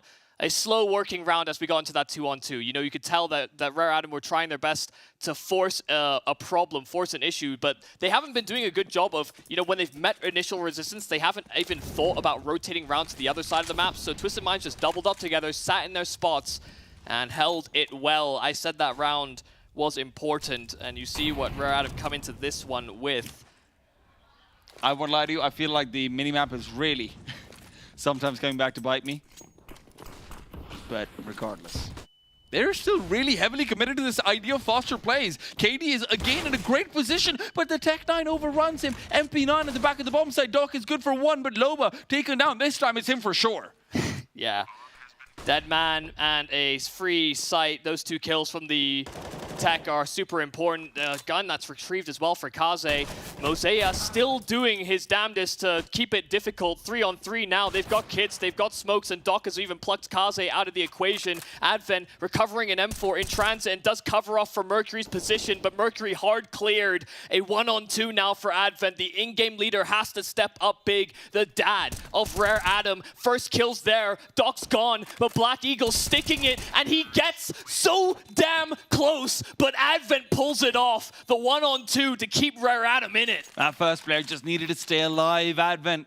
However, finding the kill just makes it a little bit too easy for himself at the end of the day. Rare Adam off the back of a half-buy. That is exactly what gives them hope back in this game again. They were so fast again and again, so stubborn about that play that they're going to the B-bomb set, they're going to the A-bomb set, whichever one it is fast, it is duels. That's how they've decided they want to play. And it feels like such a stark contrast unto what we normally attribute to them, and the discomfort is visible. And this is the thing, you know, we haven't seen any sort of counter action from Twisted Minds. Some teams, when it comes to how mid-control usually operates, you know, T-sides throw a lot of utilities, smoke towards window, connector, Molotov, flashes, and they make it very difficult for you to take early duels.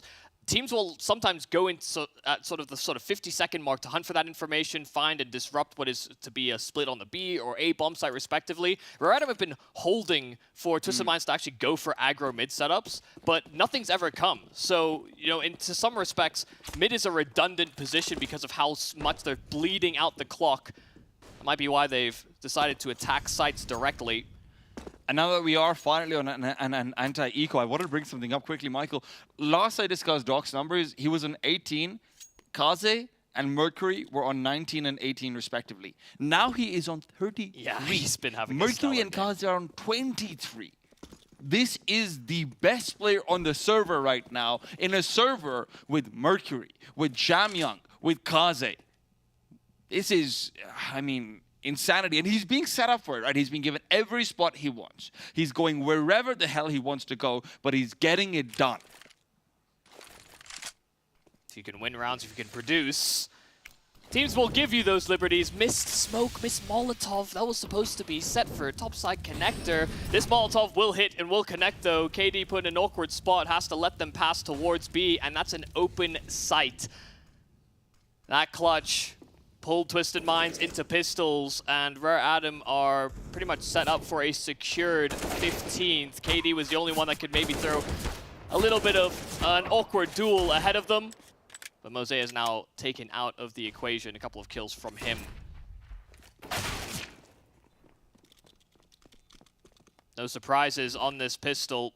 And listen, Rare Adam, it has been a grind. They haven't looked the most comfortable. They have certainly been thrown through the ringer by Twisted Minds. You can see why other teams have fallen to this squad.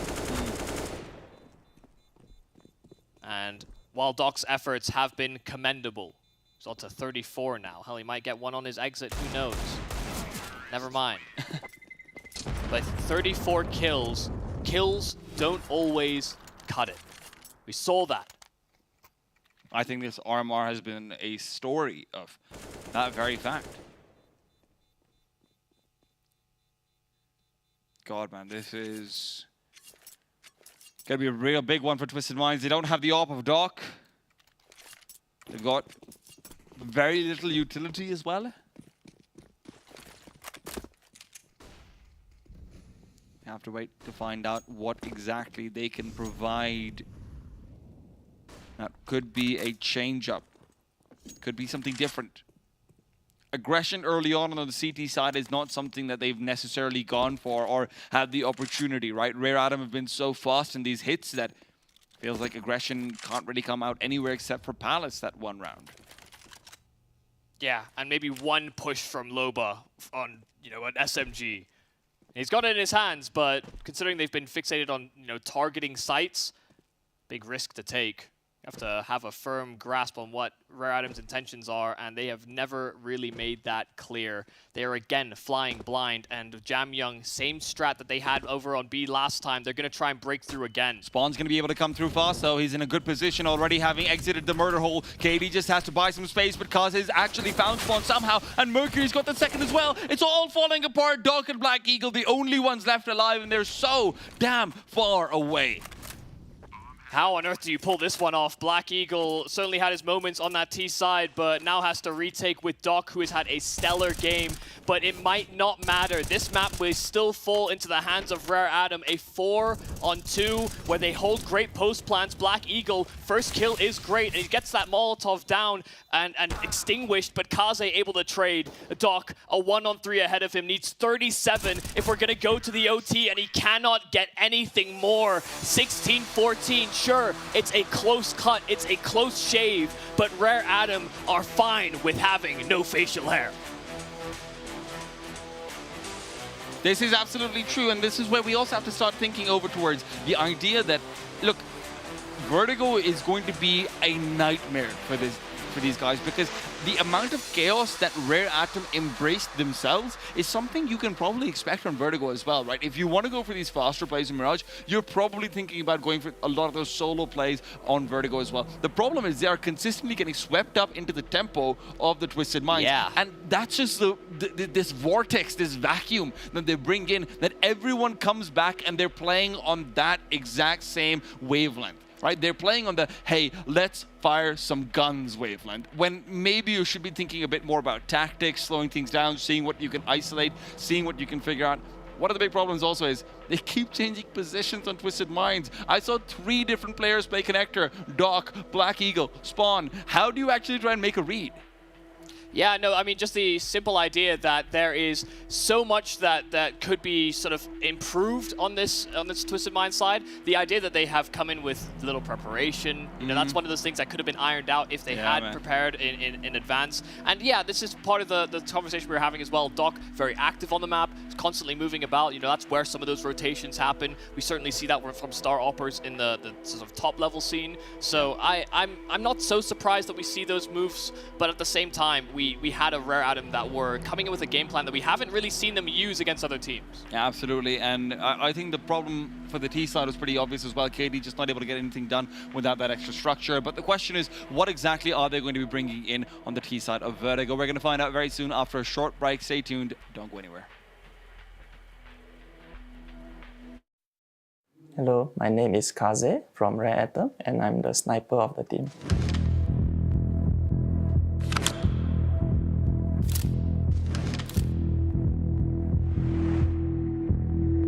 First impression of Mongolia, they are very friendly and very kind person, I feel.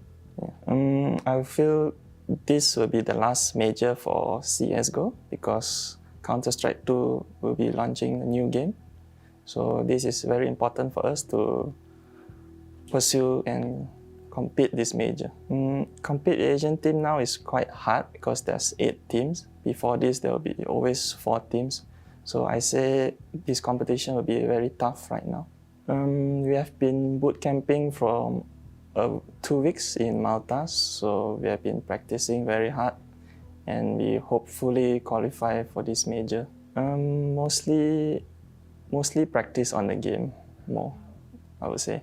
My position in the team is the sniper. Yeah, I mostly pick off any players from the start or anything like that. What makes my team unique?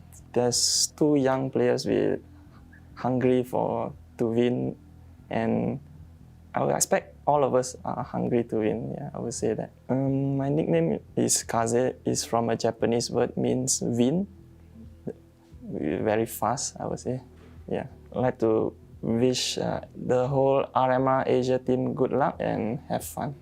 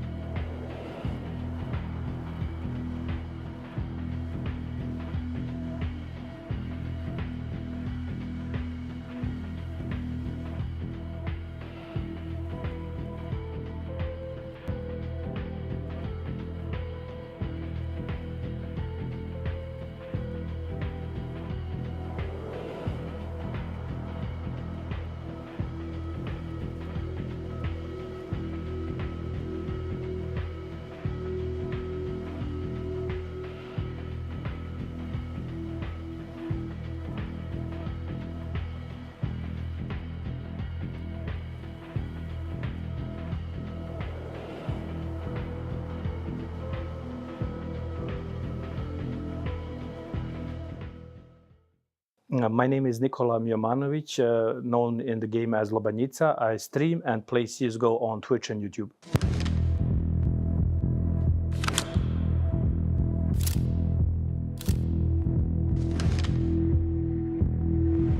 I started probably around 2K15, maybe 2K14, something like that, and I've been playing since then. I prefer CSGO because it has less bugs, it looks more serious, and it's basically a game I'm used to, so hopefully CS2 is going to be the next big thing if they can improve and fix all the inconsistencies and bugs. Honestly, the first impression was it's very cold, but we haven't gone outside or investigated, researched the cities to know more. It would be meaningful because you would get a stamp into the game, like a sticker, and that would stay there forever, I guess. But on the other side as well, it's huge money, and that would help a few players in the team. At the moment, I'm not even hyped to be here. It's more like I'm enjoying it, having fun, doing the interviews and talking to people. But probably when I go home and I remember this, then it's going to be like, yo, I went almost to the major. So it's going to be like a big thing. We haven't honestly competed with Asian teams yet. We competed only with teams from Arab countries. I think that's how you say it. And yeah, we're all similar levels. There's not like a huge difference nowadays in Counter-Strike, at least with us. Now, when you compare Navi, G2, and these amazing like superhuman teams, yeah, they're on another level. I haven't played them, but I saw only good things about them. And sadly, they lost their best player, which was Score. So we'll see how they play versus us. I think they're going to destroy us, but let's hope for the best. They should expect us to lose every game and to get destroyed because we haven't practiced at all, not even like 5 days. So maybe we do something, maybe we don't, but don't expect too much. What makes us best? Nothing makes us best, but what makes us unique, like we have fun, we troll, we joke, inside, outside. So maybe that makes us unique, that we don't take it as seriously as everybody else. Inside the team?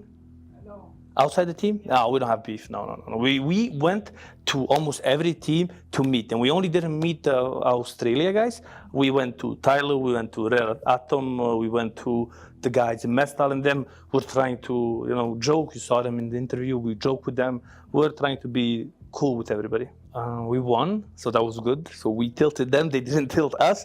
And today we have 2 or 3 more scrims, and we'll see how it goes. But yesterday's scrim was very good. We won like 16-8 or 16-9. I want to say the biggest competitor is Invictus Gaming because they destroyed us at the MR qualifier. So Invictus, we want revenge.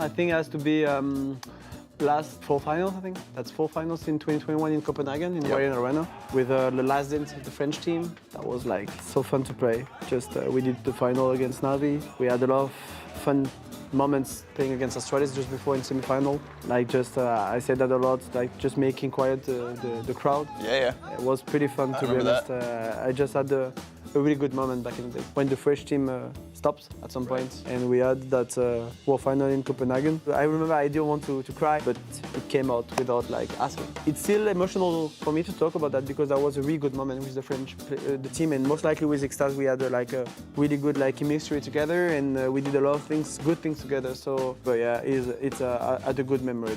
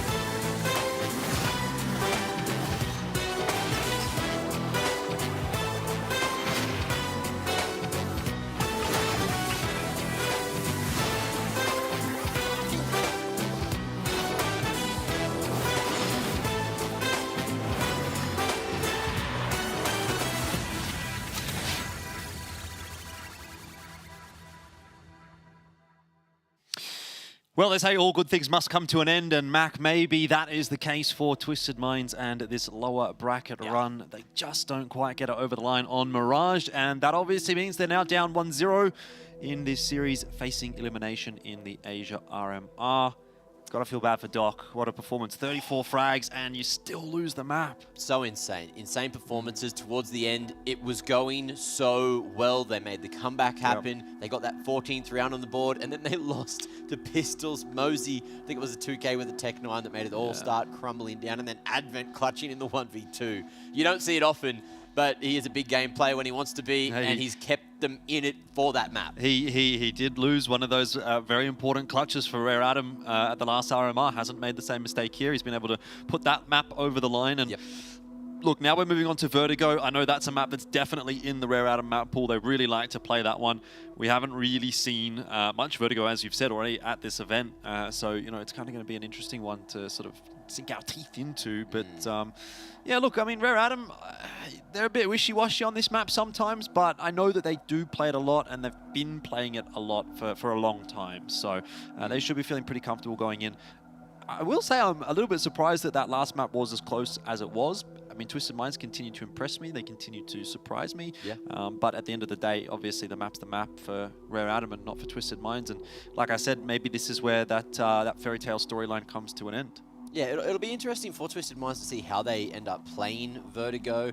Maybe, you know, Rare Adam are hoping that they haven't done too much too much work on it, but they, you know, did the Veto a little bit ahead of time, so they will know what's coming up. You know, in terms of strategy, Rare Adam should have it every day of the week. Maybe they planned to pick into Vertigo just to change it up. They have played it a little bit recently, you know, doing okay up against the likes of Big, but Big's a whole different ballgame to the likes of Twisted Minds, right? Individually, you know, if Doc's popping off, this is a map where the AWP can still reign supreme, but there's also a lot of different approaches to these sites as well, and being Rare Adam's pick, I dare say we're going to see the CT side picked by Twisted Minds. I'm not 100%. Yeah, look, I don't know if I don't know if you're going to be able to expect Doc to drop 34 2 maps in a row or 30 plus 2 maps in a row. Like, that just seems to be unreasonable and quite frankly not a great game plan if that's what you're relying on to win. That said, you know, we've heard from Twisted Minds so many times, like they're not pracking, they're not really, you know, putting too much into this event, and they're still getting close with teams like Rare Atom, for God's sake. And okay, yeah, you can make the argument like, oh, Kaze's sick, Mercury's even seems to be a little bit unwell, but I mean, the Twisted Minds guys are really doing way better than anyone really expected, so they've got to walk away with their heads held high regardless of the result of this game. But yeah, like I've said, I think this is probably where things do come a little bit unstuck for them.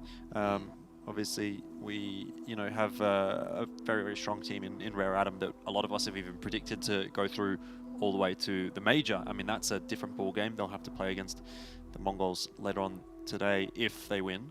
But for those of you that are wondering, there are some tech issues on the stage at the moment, so back to the Elfish Guy and MacMate podcast. Hey, how you doing? How you doing? We got the flowery shirts ready to go. So yeah, we're ready to have a good time. I mean, I'm having a good time here. Like, I know obviously there's been a few issues on day one and such, but now that we're really getting stuck into it, it's really nice to be back, right? Casting some Asian CS and following everything as hard as it is. It's a whole crazy time.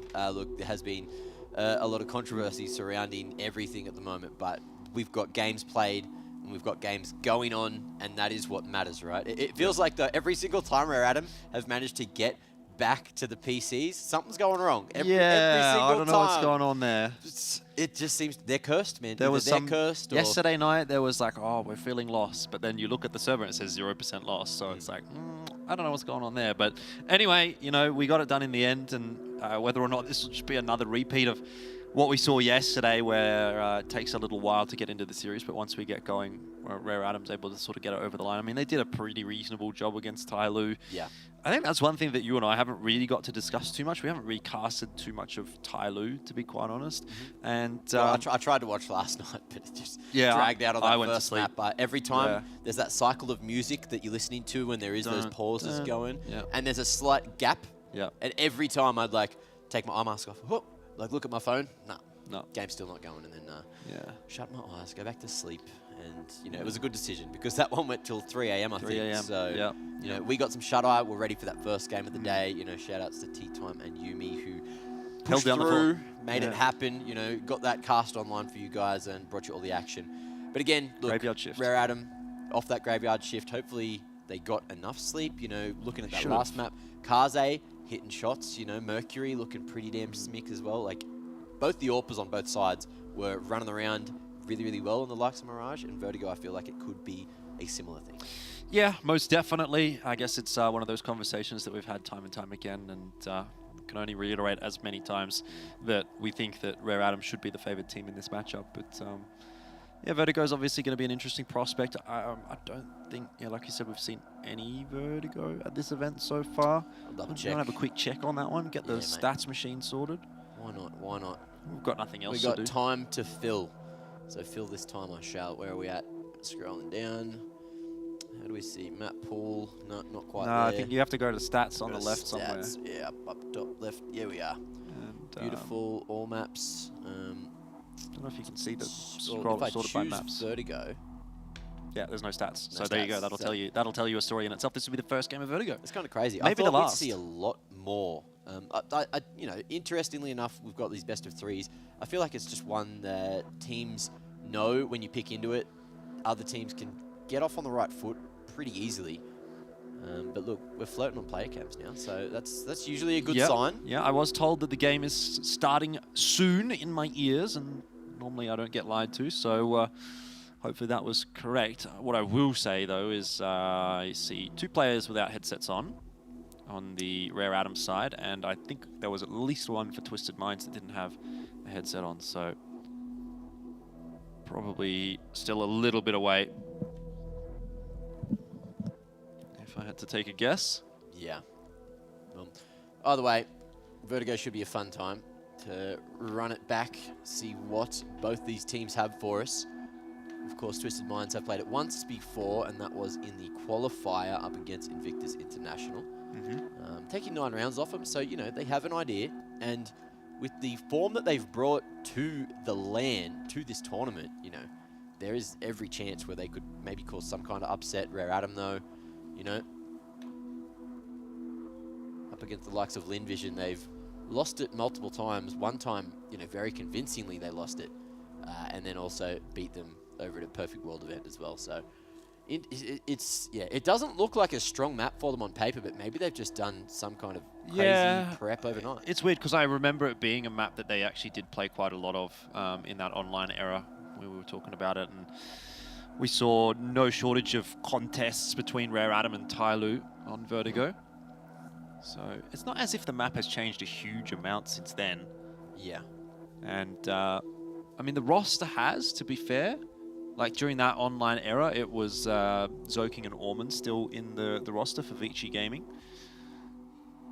But you still got the core three of Kaze, Jamyoung, and Advent, of course, who would, you know, not too bad at that. And you know, you remember they played Vertigo at the last RMR too. So, like, it's not as if they're not having these reps on the map. I think they're more than comfortable going onto it, to be honest with you. I'm keen to see, you know, where everyone is playing for Twisted Minds. You know, Rare Atom probably have their roles, but Twisted Minds probably going to be a bit more floaty with it. I have noticed Loba, for a lot of the games, has been that small side anchor. With a little bit of rotations going on. KD sometimes on that small side as well, depending on the map. You know, everyone just trying to get into comfortable positions. All of them very sharp individuals. But yeah, Doc rocking that 1.68 rating out of the last game. If he can carry that performance across, then Twisted Minds definitely still in with a shot. On the other side of things, look, Jamyoung, 23 and 18, 25 and 17 for Kaze there too, both with 1.26, 1.24. Doing really good work for Rare Atom. And outside, it feels like a lot of people are ready for Rare Atom to close it out in 2, but we'll see what Twisted Minds can do to stop that one from happening. It's Vertigo time, ladies and gentlemen. Here we go, Twisted Minds on T side, and all of them as a group heading toward a ramp. Seems like it's going to be back to the tried and true of Twisted Minds. Just hold W as a group and see if they can frag out. They certainly match Rare Atom for firepower. They've been doing a good job of that. Actually, all week they've been bettering teams. Mercury, though, might be on another level with the dualies. Triple kill comes for him with the 2 weapons in hand. Now it's Jamyoung, isolated by Black Eagle, who will fall. Kaze tries to deny the bomb plant, but this is coming together for Twisted Minds. Rare Atom just filtering out into 1v1s, and they've given Twisted Minds a shot into this one. MongolZ denies it, and that is the end of the pistol round. It was close for Twisted Minds, but not good enough. Blood on the tap looked damn good, and it's worked out for Rare Atom. Black Eagle a little bit upset that he couldn't get that one across the line. But moving into the second, I'm probably going to see just a couple of Glocks coming through. You know, no bomb plant means no buy, no money, and no good opportunity. But Rare Atom, look, they're going to have a couple of Famises, and Jamyoung can be that money man with the MP9. Yep. Take the Loba roll. Where's Jamyoung going to be off to, though, with the MP9? He's just sort of playing mid-rotator at the moment. Yeah. Back over to Ward 8. And it's Kaze with the FAMAS trying to have a little bit of a look over the smoke and see whether or not there's anyone trying to probe toward the A bomb site. Some shots do go back and forth, but none connecting. See if you can find some kind of angle here. There's that need to dump at some point. Couple of flashes, and Twisted Minds now regrouping back towards the B side. Looking like we are going to see this boost up. Advent, safe position at the back of White here. Doc gets that entry. Looking like it could be some danger coming forward. And Loba going to create some space with the Tech 9 here as well. Yeah, Jamyoung, MP9. He did manage to get a bink in there, but his teammates have fallen all around him. And Mercury's actually the only one to strike right here for Rare Atom. Jamyoung grabs a M4 on the way out. That's not ideal. Just beat him for pace. I did not think that Twisted Minds were going to go for the force in that second round, but it's worked out well. I think Doc dropped an AK somewhere. It could have gone off the side of the map. No one's found it just yet. KD getting his mitts on that MP9. And it looks like Jamyoung is just trying to fight for himself here. Playing a 50-50 angle.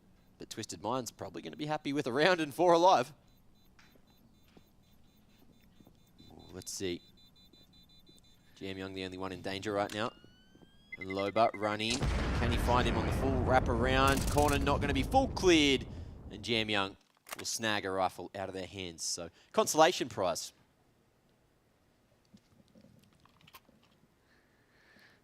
What's Jam Young saying? I wonder. Guys, could you please not all die before I get to do anything in the round? So true, so true. You know, it is a strategy some teams implement. You find out where their star player is and say, we are going to the opposite side of the map. Or where their weakest player is and go directly to them. I know that's something that teams do like to exploit against Rare Adam. They tend to run it at Vent, and he is a B player. We saw that in the last round, right? Twisted Minds, they just sent it straight up to B and it worked out. It's not as if it's a bad strategy at all. Arguably, I watched a bit of that big game, and I'm pretty sure that's exactly what they did to Rare Adam as well. And they won that game quite convincingly. Into the third, Jam Young playing the offest of angles, able to clear that left side over towards the ramp, but also hold down the lane as well. But the Molly is placed perfectly. Very nice value from the Molly, and good spam in there from Black Eagle as well. Just chipping Jam Young down to slightly above half. Yeah. Doc lurking towards mid here.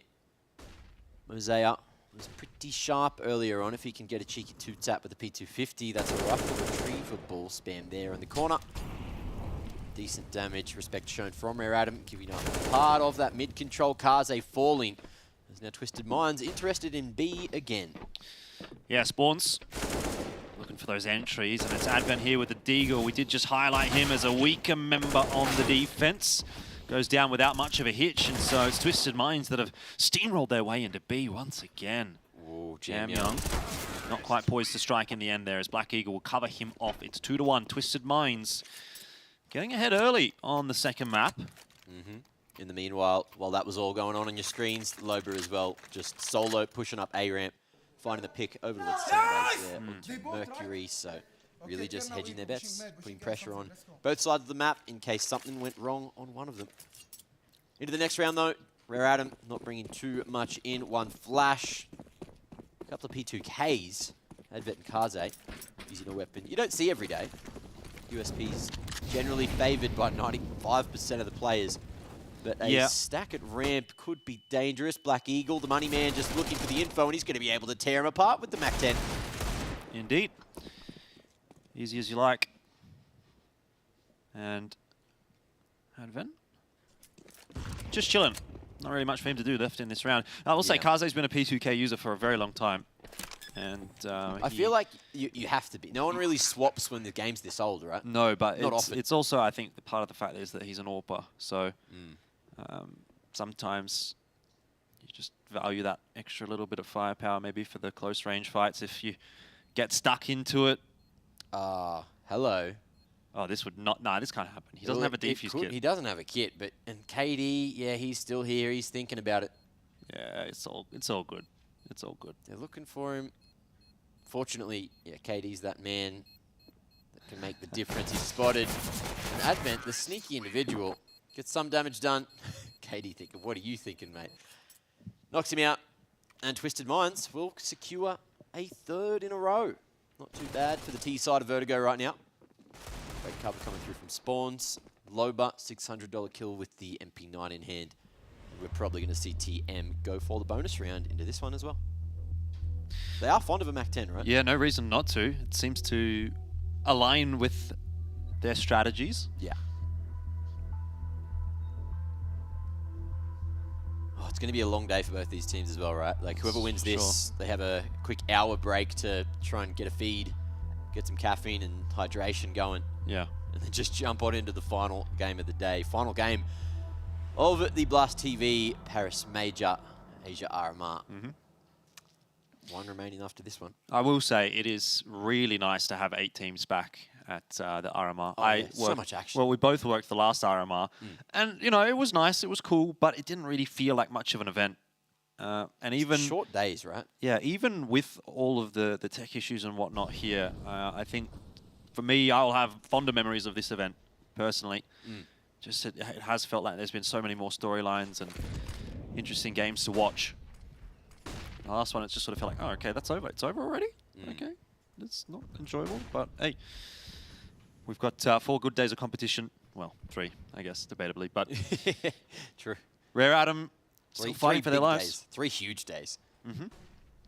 KD Playing a dangerous game, tucked away at danger now, and the rest of the TM members starting to make some noise in T-spawn, rotating to that A side of the map. We'll see if they manage to go for any kind of commitment now. Just baiting attention, making noise, running across the bridge to try and draw these smokes out, which they have. And now with a minute remaining, they are going to silently make their way back to B. Advent still hiding. And look at MongolZ. He's not quite looking in the right direction. Kaze coming in with an M4 just in time over towards Gen's side. MongolZ strikes first. Yeah, indeed, and that's really important because it has slowed Twisted Minds down. Kaze can only grab one more there. It's all Doc, Doc is just going absolutely bananas in this series. He's 5-2 already. The flood. Jamyang spams through just as Black Eagle steps up off the bomb. Doc's got an ace if he wants to make it happen, and he's still got 2 more members to get past. Yeah, bomb is definitely favorable enough for him. There's no defuse kit, no smoke for Rare Adam. This is entirely winnable for Doc. Just wiggling on the stairs line, waiting to see if there's going to be any info given over here from Rare Adam. Eventually, he'll take a peek. The swing is through. Oh, he could have maybe bided his time a little more there, but got hungry for some info. And so the round will go the way of Rare Atom in the end. It was a good attempt, 4 out of 5. Doc just needed someone else to step up next to him. He was trying to figure out where they were. I don't think there was a tap on the bomb. No, I don't think so. Decided that he wanted to try to isolate an angle before they went for it. Yeah. And as you saw as well, look, the 2-man swing, the coordination was too much for him to deal with. Couldn't hit the transfer he needed to. But he did more than his part in the round, right? 4 kills, big damage to that CT economy as Rare Adam find a second. And arguably, the money's looking better for Twisted Minds. So this could still go right for them if they win this one. Yeah, Rare Adam, they're doing it tough on the CT side at the moment.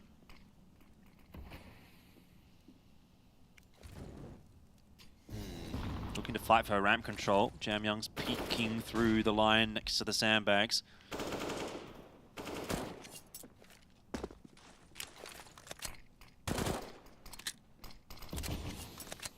Nice blocking utility there towards yellow. Rare Adam just staying mobile, trying to dodge all that spam coming their direction. Loba, he does love a good spam, right? Man's just been dropping clips in every single one of these series.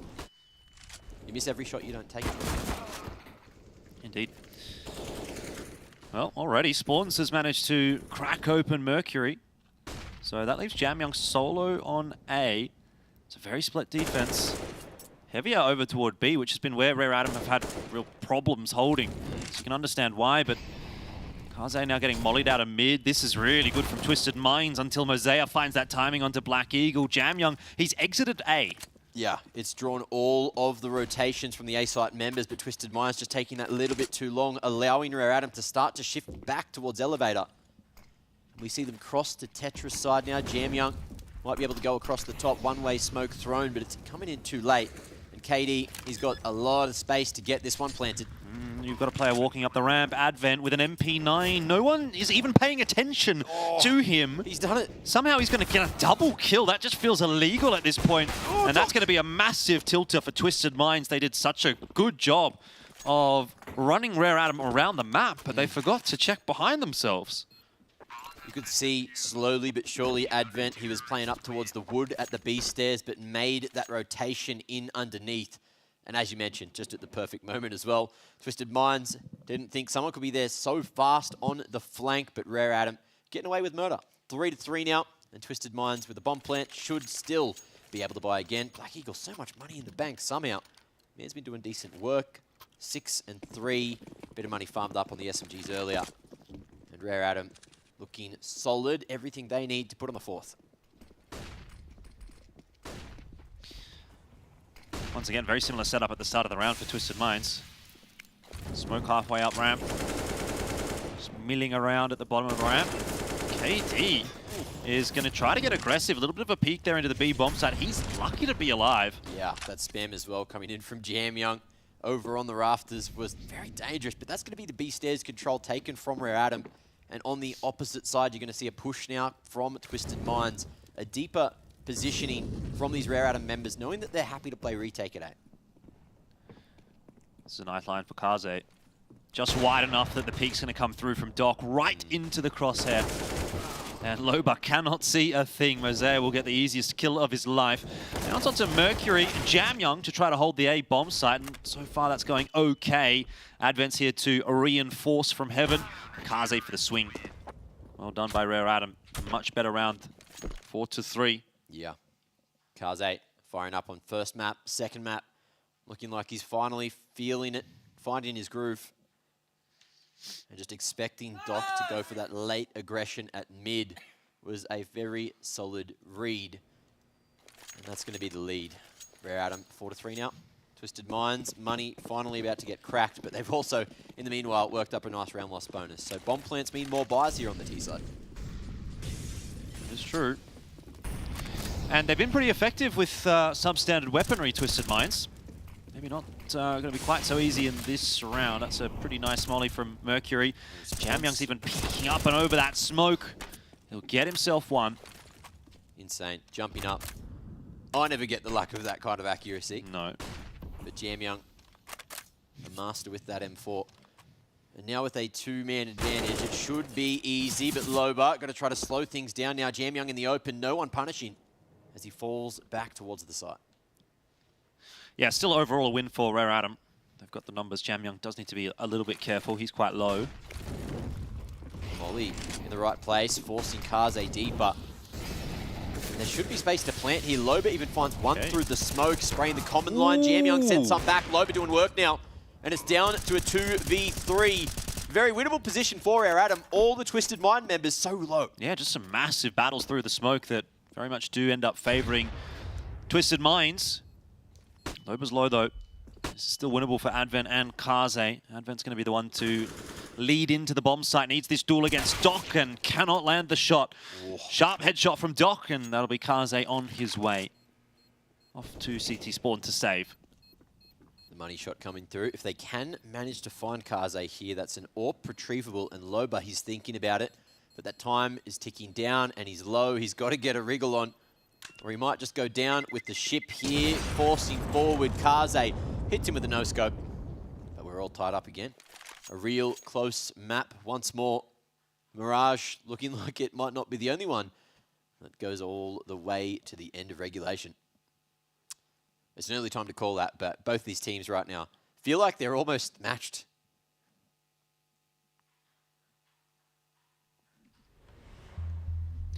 It's weird to think that, isn't it? Like it just shouldn't be. This should not make. This doesn't make sense. That Twisted Minds are going this close with Rare Adam. Yeah. If people haven't been following the last couple of days, you know, Twisted Minds, bit of a makeshift team. Some of the FPL boys from over the Middle East / EU area. Yep. Throwing together a little pug squad. Loba calling up a storm, and everyone following suit. Just enough to, you know, cause a couple of upsets. Well, arguably, are they even upsets? We don't know. We thought so. We thought so. But we could have been wrong. Yeah, I mean, like they've been saying, obviously they don't prac and whatever. But they have been playing together for quite a while, this squad. So yeah, it's not as if they don't sort of know each other as players and have experience and such like that. You've got to give them some respect, I think, obviously. For me, Doc and Spawns have really been super impressive. Yeah. KD, really, really clutch as well. I've enjoyed what I've seen from him in a couple of important rounds. Oh. Here could be another chance to sort of set his name in lights. Seen that flash before from MongolZ, and it's been good for one a couple of times. Advent just dancing around the smoke until he's not. Kaze at range, just trying to stop this one from happening. At least it's the bomb on the ground. And an opportunity, but he'll fall away and wait for the rest of Rare Adam to posture over jump up. And we're going to see a boost over the smoke here as well. Will it be the re-entry that they're looking for? Yeah, Loba, he's hiding inside that smoke for the moment. Thought he might want to go forward. Won't end up doing so. But Mercury's going to be the one leading the charge into the bomb site this time. Has only got the MP9 in hand. It's not gone well for him. Jamyoung only good for one trade. Kaze, close range, shotgun orb, no scope connects. It's on to Spawns. Kaze sits the defuse, and that's a mistake. Twisted Minds find the lead again. Sneaky, sneaky push from Spawns. Gets it over the line. I thought his shadow might have been spotted there in the smoke, but Kaze too focused on the bomb, too focused on getting the defuse through. The lead back in the hands of Twisted Minds, the last remaining team that's qualified from Middle Eastern qualifiers. And if things go wrong for Rare Atom, that'll be the second team from the Chinese quals that is potentially going to be knocked out here. Yeah, well, I mean... It's a far cry away. It's another map away on top of this one. If that all happens... Definitely still an uphill battle for Twisted Minds. But Rare Atom are not... You know, they're not doing a lot to convince me, to be honest with you, Mac. Like, right now, they have a match against the MongolZ after this if they win here. And I'm going to be real. If they can only win a 16-14 on Mirage against Twisted Minds, courtesy of, by the way, an eco win that kind of got them in the position to do that to begin with. Of God, Advent. Advent is my king. And then, you know, obviously they're having trouble right now on Vertigo. I don't know that they get past the Mongols. Spawns, cops a huge amount of damage and is still living for the moment. 2 kills come through with the USPs. And MongolZ very interested in trying to get something done with the AWP. You can see him trying to back away. But Twisted Minds, every day of the week they'll be taken around like this. Slow approach into T-spawn. Twisted Minds already on the hunt. And letting Black Eagle just... look at the bomb, play doggy guarding duty. With that USP instead, he's gone skis. I think he may have thrown that AWP away just off the edge. Yeah, maybe. Just for, you know, knowing that Twisted Minds are a very hungry team. How crazy is it to think that Twisted Minds are only a couple of best of 3s away from a major? Yeah. I mean, this one, it's definitely not going awfully. Can you imagine if Twisted Minds would have won map 1? We'd be saying, they're actually winning map 2, and it looks like they're going to win this series. Man, they were close. They had me convinced. Yeah. On that bloody 27th round, whatever it was. Oh, can't believe it went the way it did. But into the 11th now, Jam Young going to get shot in the feet. Man's dancing back to A now, but Mercury wants to keep on fighting here. Just looking to draw attention. Spawn's going to sit in that smoke on sandbags. There's one there. Molly forward, nade as well. And Spawn's going to take the head off of Jam Young. Yeah, just again and again and again. Twisted Minds finding these openers. Spawns is definitely not afraid of continuing forward, even though he's only on 25 HP. Will eventually lose his head. MongolZ, cross line. MongolZ's lucky to be alive there. Oh yeah, that one's gone through the box, so he's living. Only took 37 more points of damage, and he still has an opportunity falling back to heaven side. The spam's no good, expecting a wider swing, but they haven't cleared out lane yet. Mercury just tucking away, and MongolZ finds one more to keep it close. Yeah, that's not ideal from Twisted Minds. If they would have just slowed things down a little bit, they were in the pole position to win this round. Now bomb needs to be retrieved. They don't have any util to get onto the site with, so it's just going to take this peek from low, but he's looking okay. I mean, Advent's shouldering the corner, but Loba's been hitting some spicy shots so far in this game. Just checking that bomb. The pulse is on the map now. They should be aware it's picked up with the plant sound coming through, and both CTs, they're going to split up here. Looks like MongolZ going to be dropping some kind of util forward. Advent going with it, but Doc can't connect this time.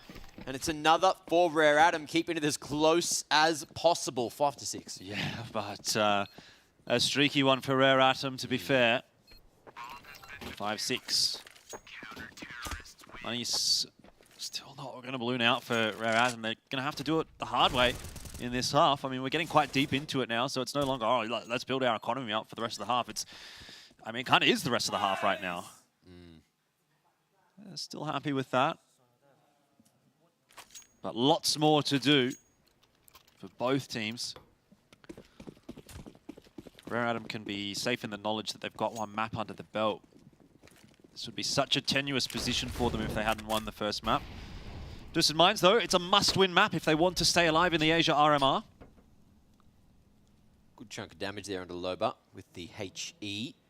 But again, if Twisted Minds hit back right now, the money's going to be broken for Rare Atom. This is what happens when rounds get traded back and forth and back again. KD flushing out lane now. It's been fully cleared, so we'll see if there's space to plant. There is no HEs to stop it. I say that, but I see a few. That one didn't land. Didn't land quick enough. Didn't really go the distance either. Well, 5v5 for the retake, a lot to happen. Yeah, with that said though, Rare Atom, they've got A piece or two of utility to toss in here. Some smoke's getting tossed across the top, and there's mollies available as well. Now the flashes do come ringing through. Advent wants to go around the smoke, maybe through the smoke. Jamyoung up on top of the boxes, has himself one. Mosaic another. Everyone wants to tap the bomb just to draw those extra peeks through from Twisted Minds, and it works out. A full 5-on-5 retake goes the way of Rare Atom. It's hard to really grasp what's going on in all that, because everyone's just kind of fighting through smokes, aren't they? It was just a mess. You could see even Loba as well. Look, spraying straight at the bomb, but somehow those bullets going straight between 4 of those Rare Atom members, a couple of them so low as well. You just really can't tell what the hell is going to happen in rounds like that, and it's Rare Atom to scrape through and bring it back to 6 apiece. Round 13 now, and the money not so good for Twisted Minds, but we are going to see Doc go for a full buy, feeling himself, of course. Is it going to be enough? It opened up the B site when they went for this boost up earlier. KD is looking to try and make the angle work. Advent, he's drawn enough attention, but Doc now looking for the second man. He knows Mosey's close.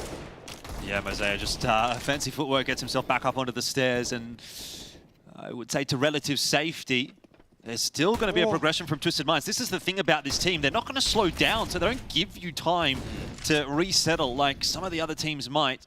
And that almost catches Mosaic off. They've baited out so much more of that util as well. And at the minute mark, Rare Atom really thin in that department. 2 nades for Mercury and Jamyoung if they did lose the A site control, but they haven't yet. Twisted Minds just going deep and looking to re-aggress at mid with the bomb after 2 members take contact at the ramp, it seems. Spawn going to make it a 3-man approach from mid, Loba. We'll see what he can do with the Tech 9. If this is going to be a fake, if he shows face first, just try to draw them off of that jump-up position here. And Kaze could be in trouble. Hasn't spotted it and might go a bit wider than expected. Finding 3 members here at mid. Yeah, good little bit of info. Keeps him safe. Jamyoung just anchoring the A-bomb side is going to get the job done over there. And so Spawns can play for some damage here, but not for the round victory, that's for sure.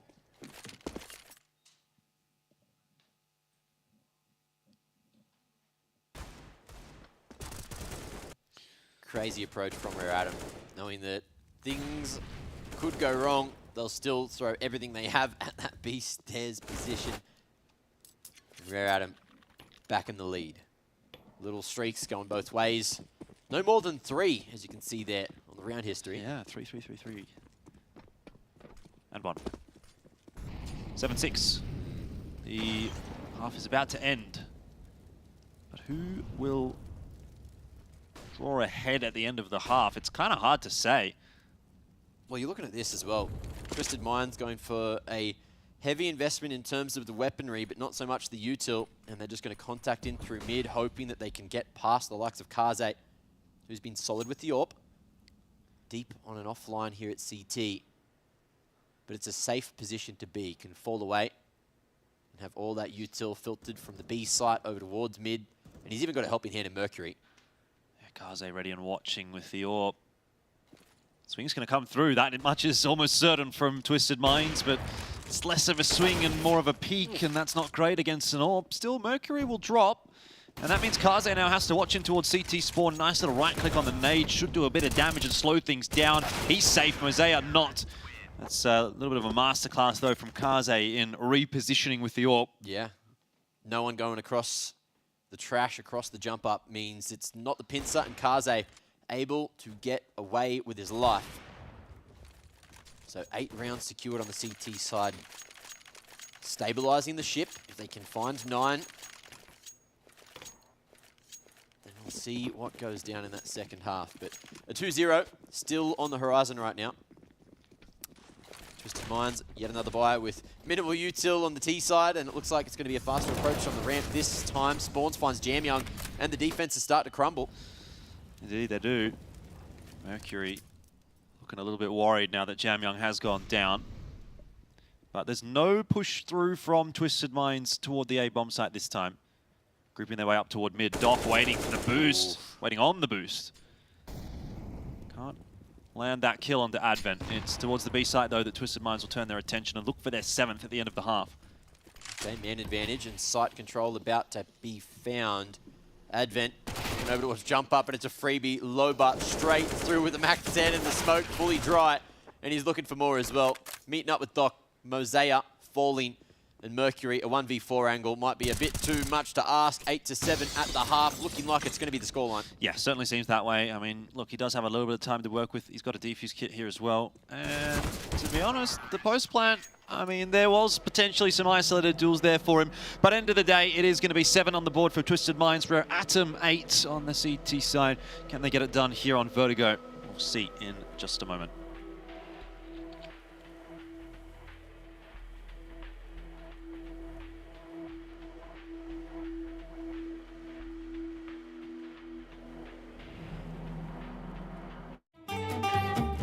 Our first time Royal Arena, playing in 2017. We want to win the first time on Danish home soil. Device is sick. We have to play with Dennis as a stand-in. I don't sleep 1 second the whole night. I didn't even understand. I remember me 5 in the morning, going outside, going for a run. I was like, what is going on? Why can't I sleep? And then I go back, I try to sleep. My heart is pumping. I was like, why did I do that? Why didn't I even go for a run? We go to the venue the next day, and I see the makeup artist, and I'm like, you gotta help me. I didn't sleep the whole night. We somehow managed to get to the grand final. Everyone is really happy, and we're 9-0 up on third map. And somehow we managed to lose that. We were 9-0 up on T-side catch. I'm never going to watch that game back. Never ever in my life.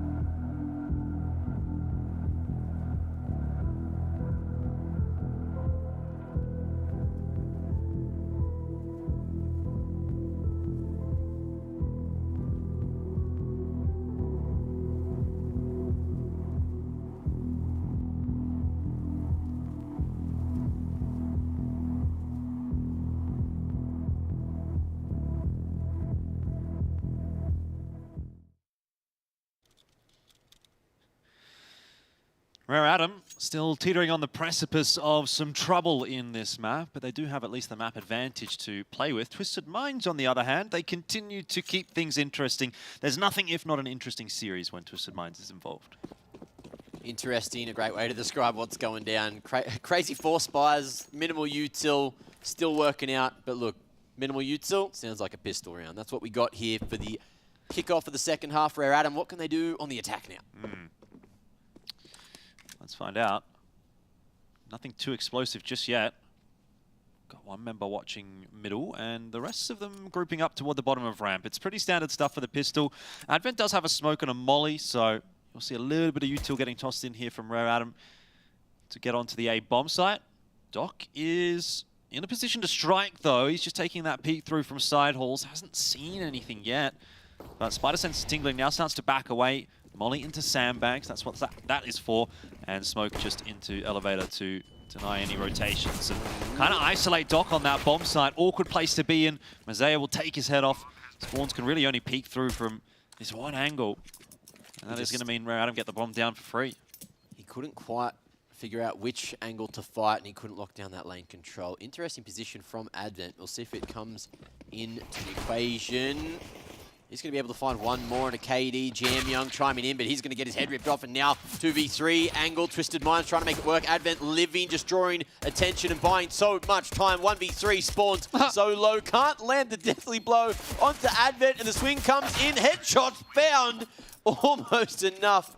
But the time had ticked down a little too far, and Rare Adam lock it in for taking both these pistols now on Vertigo. Yeah, I mean, that's not a good sign for Twisted Minds, is it? But they did show a lot of tenacity in the first map and in the first half of this one. So let's not count them out just yet. We'll see a Deagle in the hand of Spawns, but beyond that, really not a whole lot. Oh, Loba's got one. KD's invested in a 5-7 now. And okay, Black Eagle's fully bought. Are you seeing what I'm seeing? You thinking what I'm thinking, Mac? I don't know what I'm thinking. I'm thinking it might be coming apart for Twisted Minds. I've stopped thinking. I'm just going to let the gameplay do the talking for me. Twisted Minds swinging together. And Rare Adam are running straight into this slightly stacked site. Black Eagle at some point going to make a flank happen, but he's going real damn slow now in Advent. He's looking to take some more names. Doc over the top is going to find the grave eventually, and it's Jam Young to navigate to the A site successfully. Yeah, I mean, I just really don't know about this buy from Black Eagle. Maybe he can save the MP9, I guess. If you're going to do that, you really have to get something done with it. Or save it. You tried to. I was having the same feeling as when Advent made that fast flank happen, but you know, didn't quite get there in the same amount of time, and Twisted Minds, you know, couldn't hold from the front. KD thinking about going for some kind of financial damage. Mercury staying around the bomb as well as Advent there as everyone else goes for the hunt, but will they find the MP9 of Black Eagle here? It looks like they're happy just to keep 5 alive, which is a smart decision. There you have it, 10 on the board. Rare Adam, 6 rounds away from making their move into the lower bracket final rather. The last game that we have here. Well, at least Black Eagle didn't go down, so he can hold on to the MP9 and have another crack here. Full investment's going to come through from Twisted Minds this time around, so it doesn't end up doing anything too bad for their economy in the end.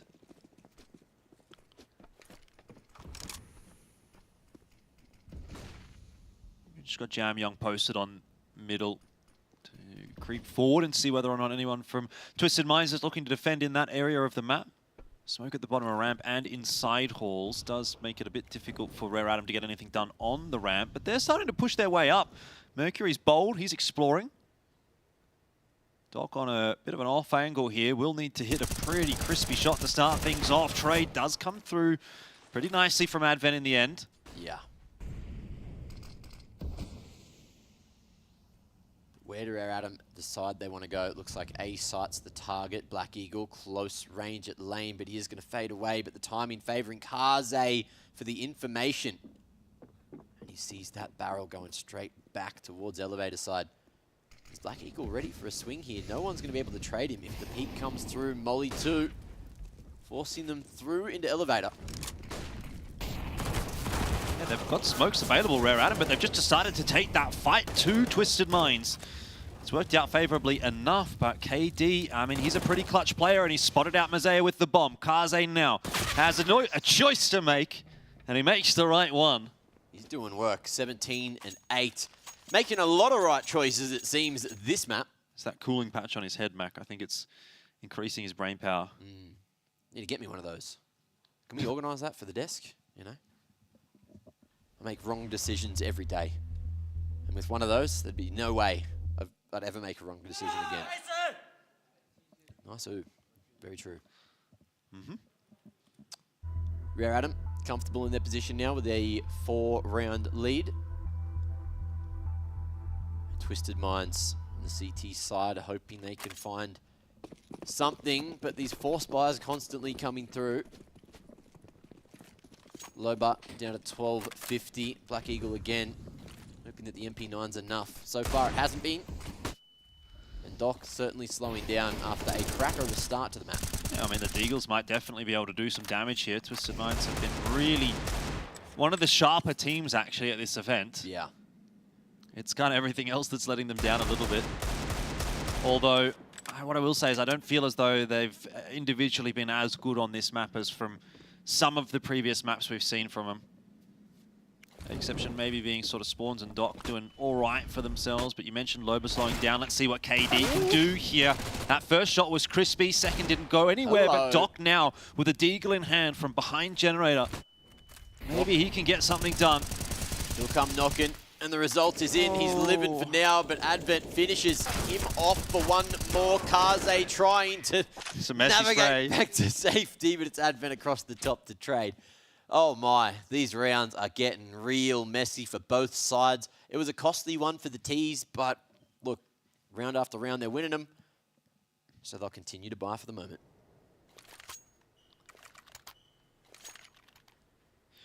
$12-7. We saw this scoreline over on Mirage and Twisted Minds. It was around now where they started to make that comeback happen. So we'll see if history repeats itself. We'll see how they play this. Loba wants to fight for yellow control.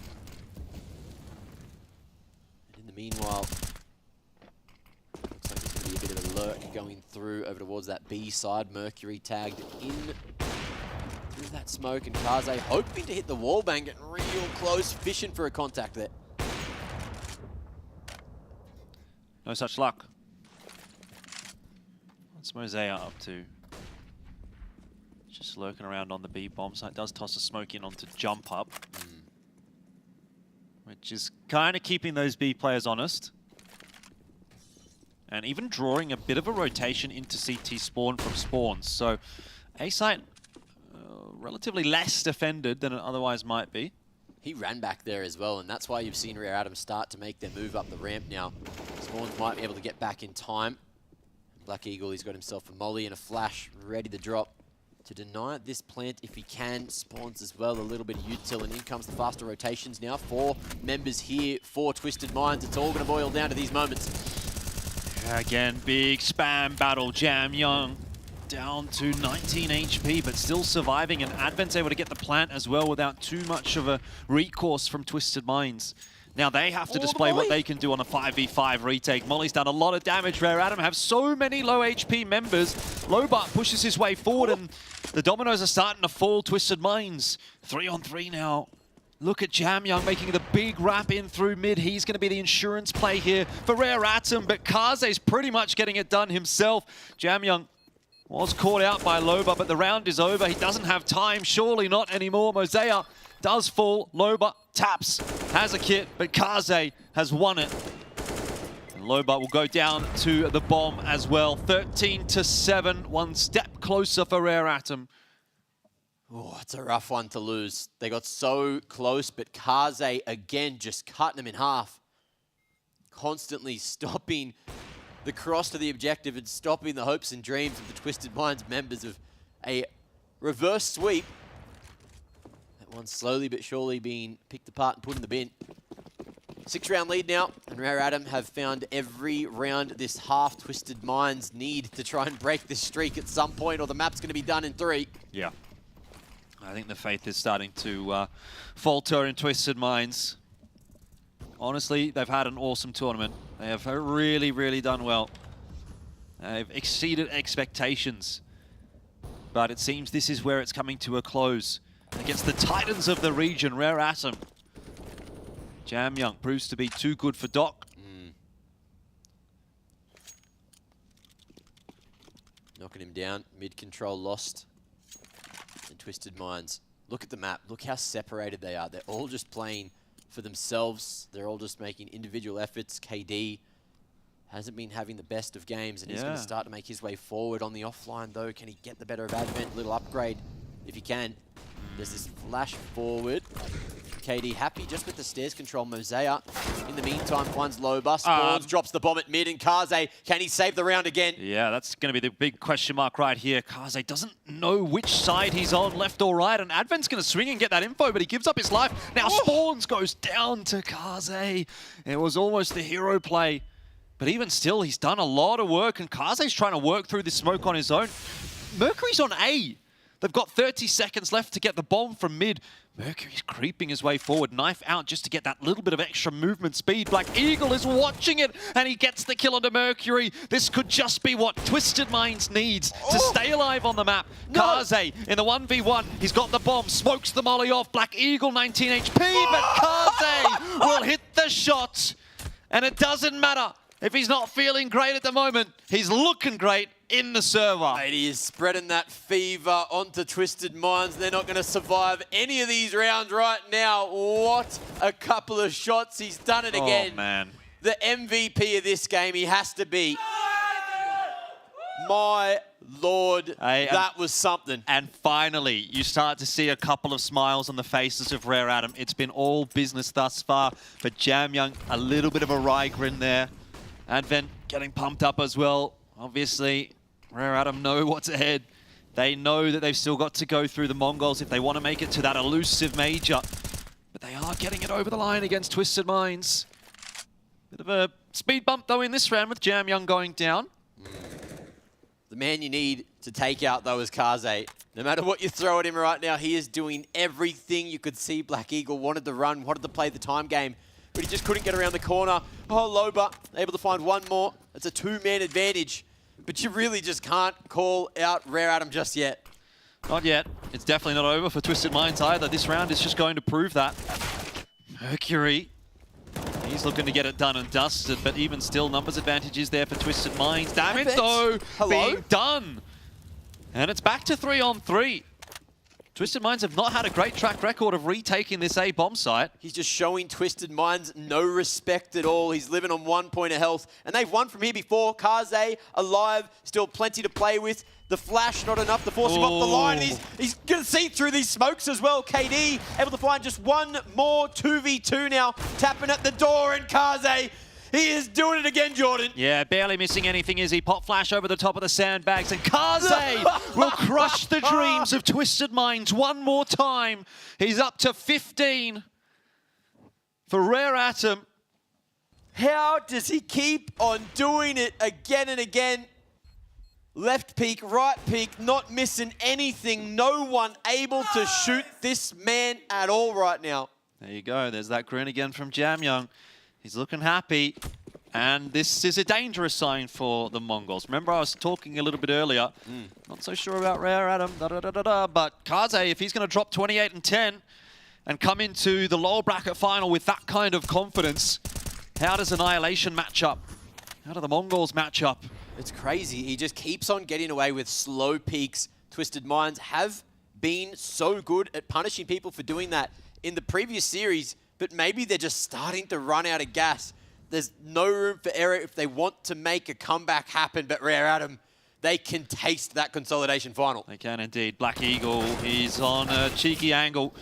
It's only good for one. Bit of a one-and-done position, to be honest, so does about as expected.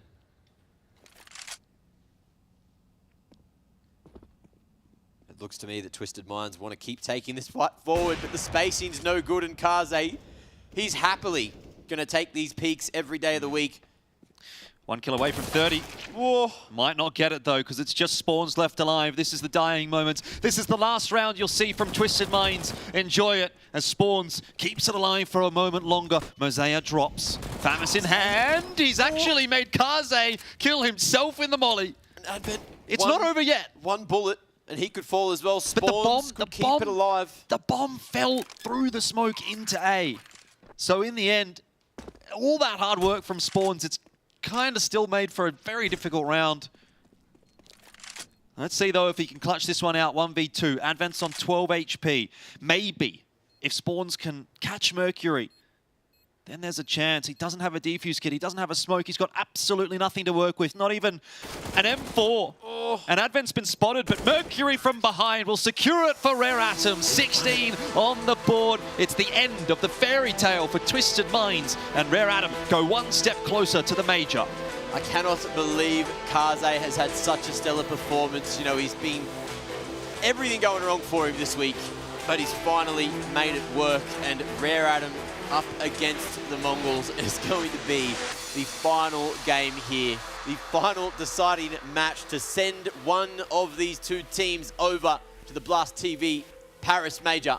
Yeah, absolutely. I mean, look, Rare Adam, I think they're still going to have to be full focus going into that game against the Mongols. We saw the Mongols looked really good against Grayhound in at least one of those maps, the Anubis map. That comeback was pretty awesome. Yeah. Obviously, Rare Adam have already lost to the Mongols in this event once as well. It was a best of one, so don't really want to draw too many conclusions from that one. But overall, it's going to be a tough ask ahead for Rare Adam. I will say, though, I think obviously we've got to talk about Twisted Minds, even though they're getting eliminated right here. Yeah. Top 4 at the Asia RMR is absolutely not what anyone expected from them. Most people would have put them 8th, 7th, 8th, basically. Yeah. But they really did very well for themselves. So we'll take a look at the bracket here just to remind you exactly how far they did manage to go. This was an awesome performance from Twisted Minds. It's like something I've never really seen at an event of this level, to be honest with you. And they should really hold their heads high. They even challenged Rare Adam in that first map as well. So yeah, they went the distance. Doing a whole lot of work over there. You know, taking Eruption down was unexpected. Even that matchup against VERTEX we thought was pretty close until it wasn't. Twisted Minds, you know, just counter-stratting, just knowing exactly what they had to do, and a lot of it was just strength by committee. You can see even in this game against Rare Adam, towards the end of the T side, they're like, you know what, we're just going to go in the wolf pack, go together, try to make it happen from there. Yep.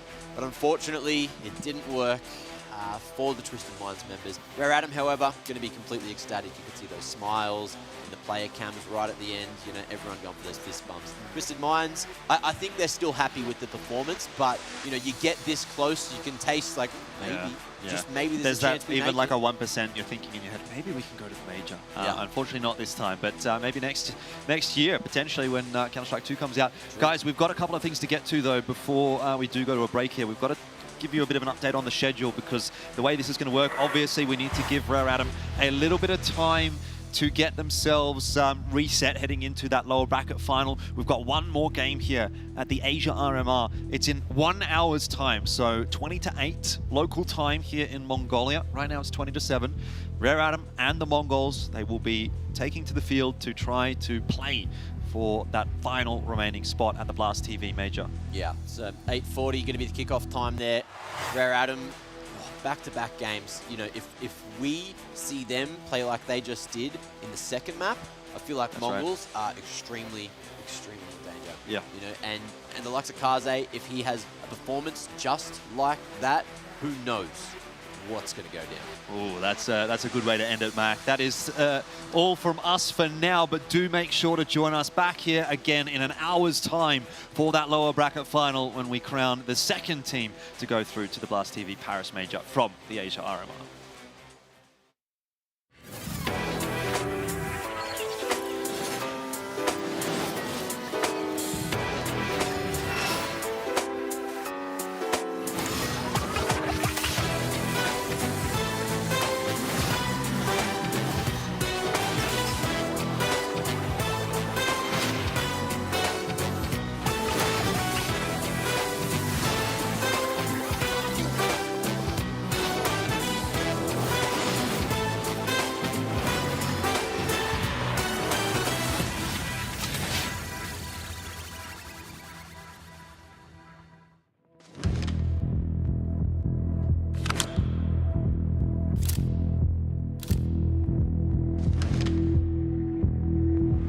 Тэмцээнд орж байгаадаа л маш сэтгэл өндөр байна. Ерөнхийдөө л одоо энэ ч юм бол CSGO хамгийн том тэмцээнд орох одоо боломж гэх юм уу тий.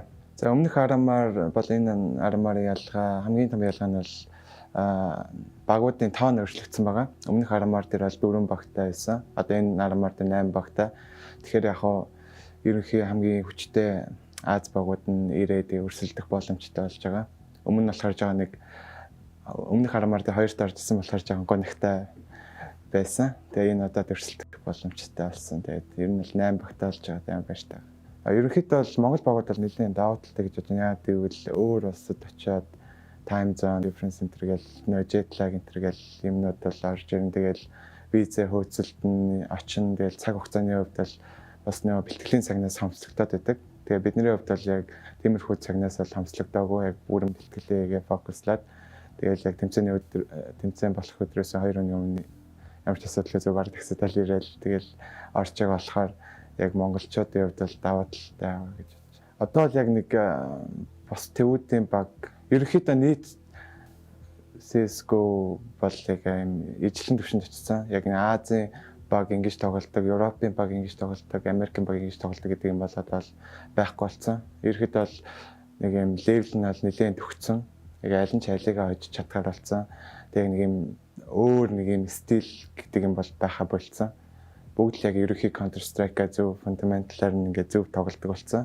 А яг тухайн моментод хин илүү одоо тоглож байна те, хин илүү одоо гоё тоглож байна. Тэр нь л хождог болсон болохоор нэг амар өөр байха болцсон гэж бодож байна. Бид нэр болохоор яг даваад л юм бол аль алингаар нь тоглож чадна, хурдан тоглож чадна, удаан тоглож чадна. Аль алинх нь эсрэг гаргалгаа байгаа. Тийм болохоор ер нь л өөртөө амар ихтэй байгаа. Хамгийн том өрсөлдөгчийг Rare Atom гэж бодож байгаа. Хятадын Rare Atom баг. Яагаад гэвэл ерөнхийдөө бид нэр бол байнга л тэдний өдөөс тоглолдог. Ямар хүчтэй баг нь мэднэ. Системийн хувьд бол тэд нэр амар юм системлэг гэх юм уу. Одоо ингээд яг юмнууд нь амар тодорхой байдаг. Одоо иймэрхүү ороод ирэл ингэж хамгаална ч юм уу. Тиймэрхүү юмнууд нь айгүй тодорхой тийм маш удцсан баг байгаа болохоор ер нь бол хамгийн аюултай баг нь бол Rare Atom. Босод багуудын хувьд бол нэг хайгаад их юм бол байхгүй. Ер нь Rare Atom-аас хайгаад их юм байхгүй. Хамгийн хүчтэй л Rare Atom. За манай баг бол угаасаа энэ тэмцээнд яг underdog байгаа. Тэгээд босод багуудтай хэлэхэд бол нэг бид нарыг басаад хэрэггүй шүү. Одоо басч олно л да хамаагүй сервер дээр болццгаая. Тэгээд сервер дотор л олцъя гэж хэлээ да.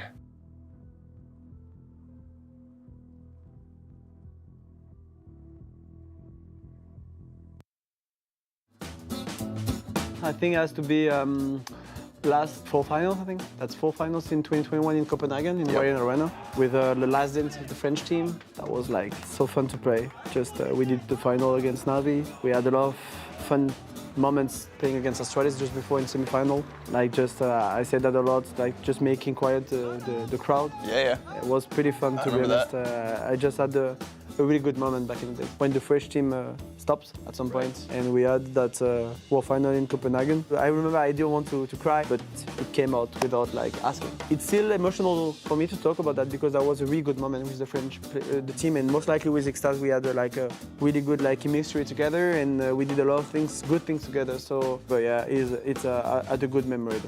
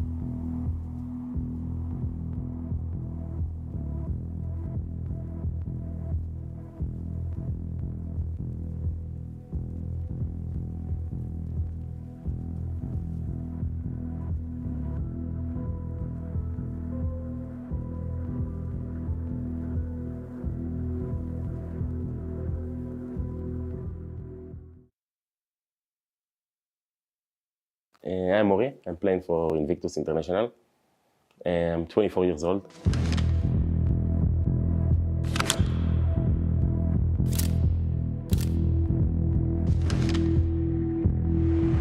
playing CSGO for around 6 years and professionally for around like 2-3 years. The weather, it's so cold. Like you see from the plane, like all the snow, like I'm not used to it. It's like I'm used to like 25 plus degrees all day. But it's a nice city, like Ulaanbaatar is really nice. Last time we lost to IHC on the first game of the RMR. They played good, and like they have like good achievements. But they changed 2 players now, so I don't really know what to expect from them. About Eruption, we have a game against them tomorrow, and I didn't look too much about them. So we'll see tomorrow. It's really important for us. Like we came here with everything we can. We had a really long boot camp for 2.5 weeks, just to make sure we come the best we can. Yeah, we did. We played like the last RMR in Australia. I think it's like just not the same CS you'll play in Europe. Like we're not playing the tier 1 CS in Europe. We're playing more like tier 2, tier 3. And like it's so much difference because like even if you play in LAN, like in not online, because we usually play like online tournaments, like the play style is so much difference because in Europe when you play against some teams, they just plus W. And like last RMR I can say from like everybody playing so slow, and so it's like different play style. I think you can expect us, like we didn't come here to lose. We came here to just for the win. Like lose is unacceptable for us. So we don't expect anything else, like to just win. I didn't try too much CS2, but I didn't like the smoke things. Like when you can nade behind it and stuff. I hope they change it. But like from what I saw, I prefer CSGO much more. It depends on the day. If you have official match or we just practicing. If it's just normal day without official matches, around like 9 hours. If it's official match, like we just played official practice before, and that's all. I think that we live in, like, we can practice in Europe. And like we have better competition to practice against. And only like the Asian teams can like just go to Europe for bootcamp and to practice, I mean. And our play style maybe. Our biggest opponent, I think, is Grayhound because they win us last time for the major spot. So we want to revenge. And I think for all the teams, like they should be aware of us because we're here to make some damage and to win, of course. Nothing else. See you guys in the server. We are coming to win everybody.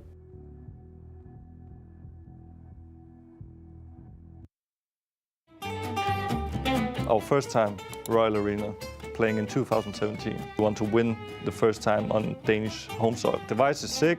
We have to play with Dennis as a stand-in. I don't sleep 1 second the whole night. I didn't even understand. I remember me 5 in the morning, going outside, going for a run. I was like, what is going on? Why can't I sleep? And then I go back, I try to sleep. My heart is pumping. I was like, why did I do that? Why did I even go for a run? We go to the venue the next day, and I see the makeup artist, and I'm like, you gotta help me. I didn't sleep the whole night. We somehow managed to get to the grand final. Everyone is really happy, and we're 9-0 up on third map. Easy. And somehow we managed to lose that. We were 9-0 up on T-side catch. I'm never going to watch that game back. Never ever in my life.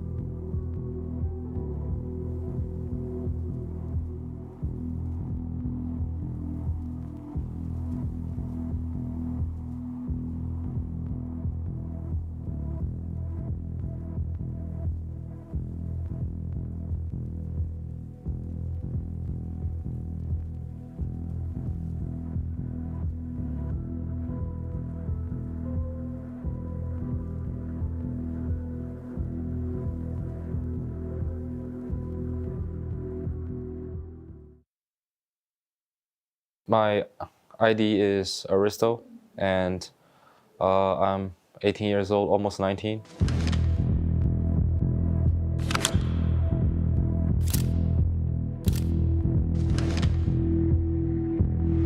I'm a regular of TYLOO esports. I think I played for about 5 months, 6 months. I've been playing CSGO for about 7,000 hours, almost 8,000. And yeah, I started about 2018.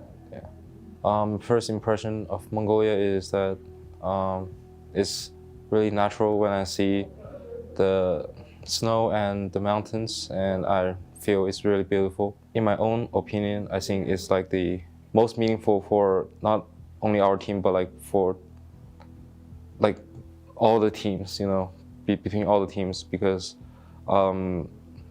like for China and for TYLOO, it's been a long time since we have a sticker and showing up in the major. And yeah, I think it's really like impactful for us. Yeah. Like my impression of Mongolian teams, I think is that their style is like very aggressive, and they had like really good aims. Yeah.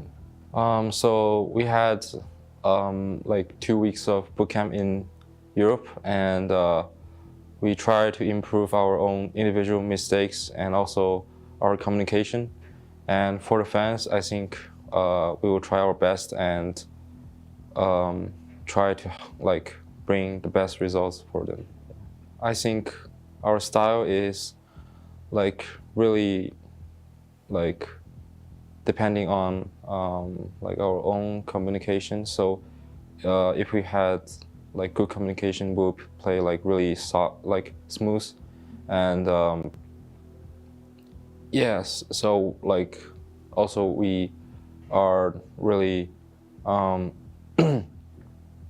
good at like coping with different styles of CS.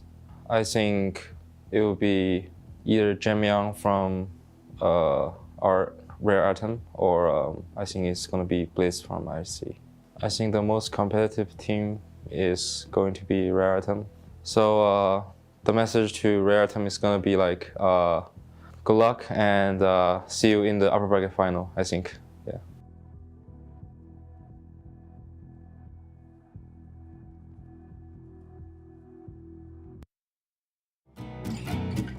It wasn't an arena, but remember the 1v1 I had against Nav? Okay, It was like the all-Canadian round. Yeah, okay. Yeah, that one was actually All funny. right. Yeah, rewatching that, I laughed for sure. This is Canada versus Canada. Nothing can go wrong here. I've never been so apathetic to an outcome in my life. Right. I'm going to apologize no matter what happens. I'm already smiling. I'm happy for whoever wins it and sorry for whoever loses. Sorry. Oh, he's just bleeding time off the clock. Oh, he's playing twist like a God, fiddle. Canadians are so smart. No kit either. It's done.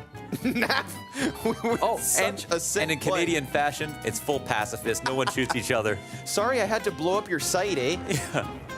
Oh, no problem. It's just your job. That's wonderful. Yeah, the most pacifist clutch ever. You both survived and walked away. It was No just, damage taken yeah. from either opponent. Okay.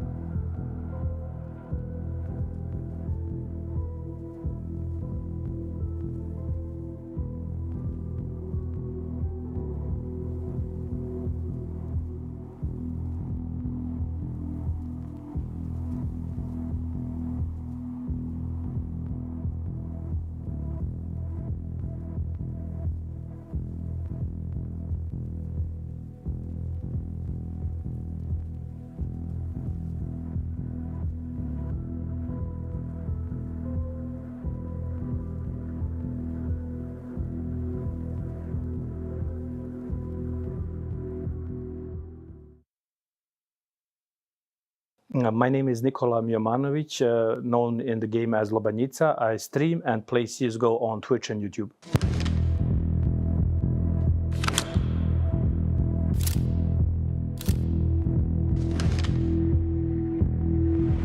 I started probably around 2K15, maybe 2K14, something like that, and I've been playing since then. I prefer CSGO because it has less bugs, it looks more serious, and it's basically a game I'm used to, so hopefully CS2 is going to be the next big thing if they can improve and fix all the inconsistencies and bugs.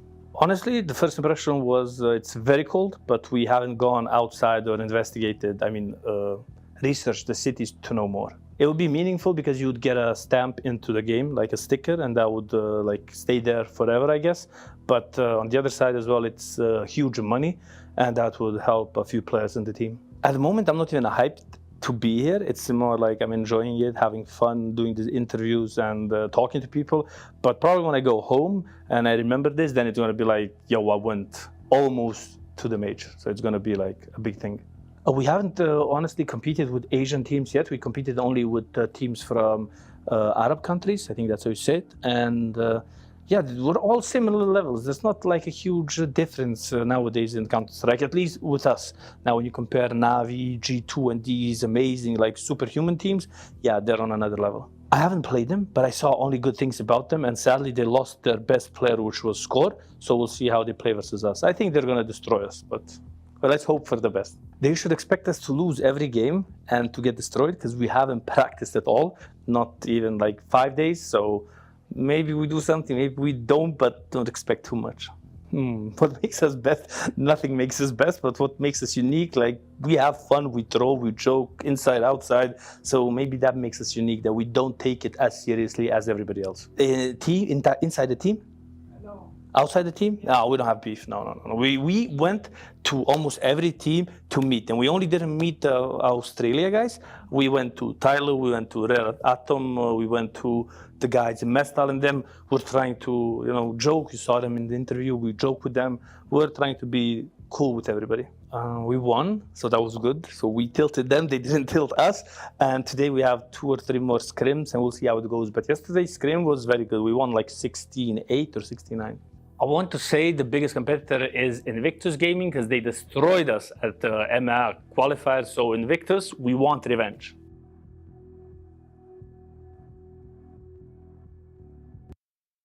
I'll go for a young player again. I'll try for an American guy again. Let's go for Breeze. Guess the Mr. CS player again. Hunter. Come on, Leash. You got this one, bro. No, it was a rifle. North American, but not American. Well, this guy has to be an AWPer since the weapon he used is not AK and he's older. Who's older? Okay, simple. Come on, ColdSir. No, it cannot be ColdSir because you only had 9 major appearances and he's older than 25 and ColdSir was, I didn't check. It's open. I knew it. He played more than 11 majors. Device? I'm guessing Fallen here because that seems likely. Less than 16 majors. Guardian. JDM. I think. Now it's showing orange box. United States, the same continent. Fallen. Gabriel Toledo. Let's try. Okay. 1. Oh. Fallen. That was very easy.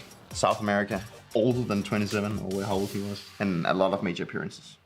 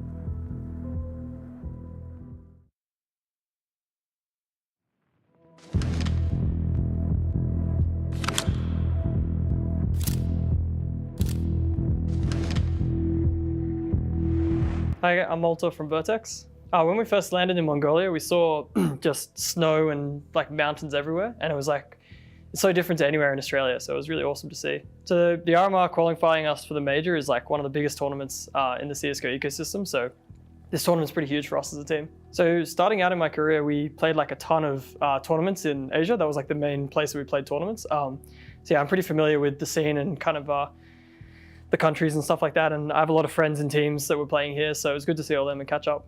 I think as a team, maybe we're a bit more cohesive and we have like a really good mix of guys that are all really good friends. So I don't know how some of the other teams work, but I know some that like work less as a friendship group and more like it's work. And I think for us, it's yeah, like we really enjoy playing together. So it means we put a lot more time in. Yeah, so we have a few routines that we try to do, like with game day. So we're practicing like a routine for game day and making sure we keep things consistent. But mainly it was just, yeah, improving our own game for the tournament. It makes the team unique. I'm not sure we're super unique, to be honest. I think we're, we play like good CS, we play the basics well. And I think that's like how we try, like that's what we aspire to do well. We prepared a few things, like we've just really worked on our map pool and made sure that we're playing good CS on those maps.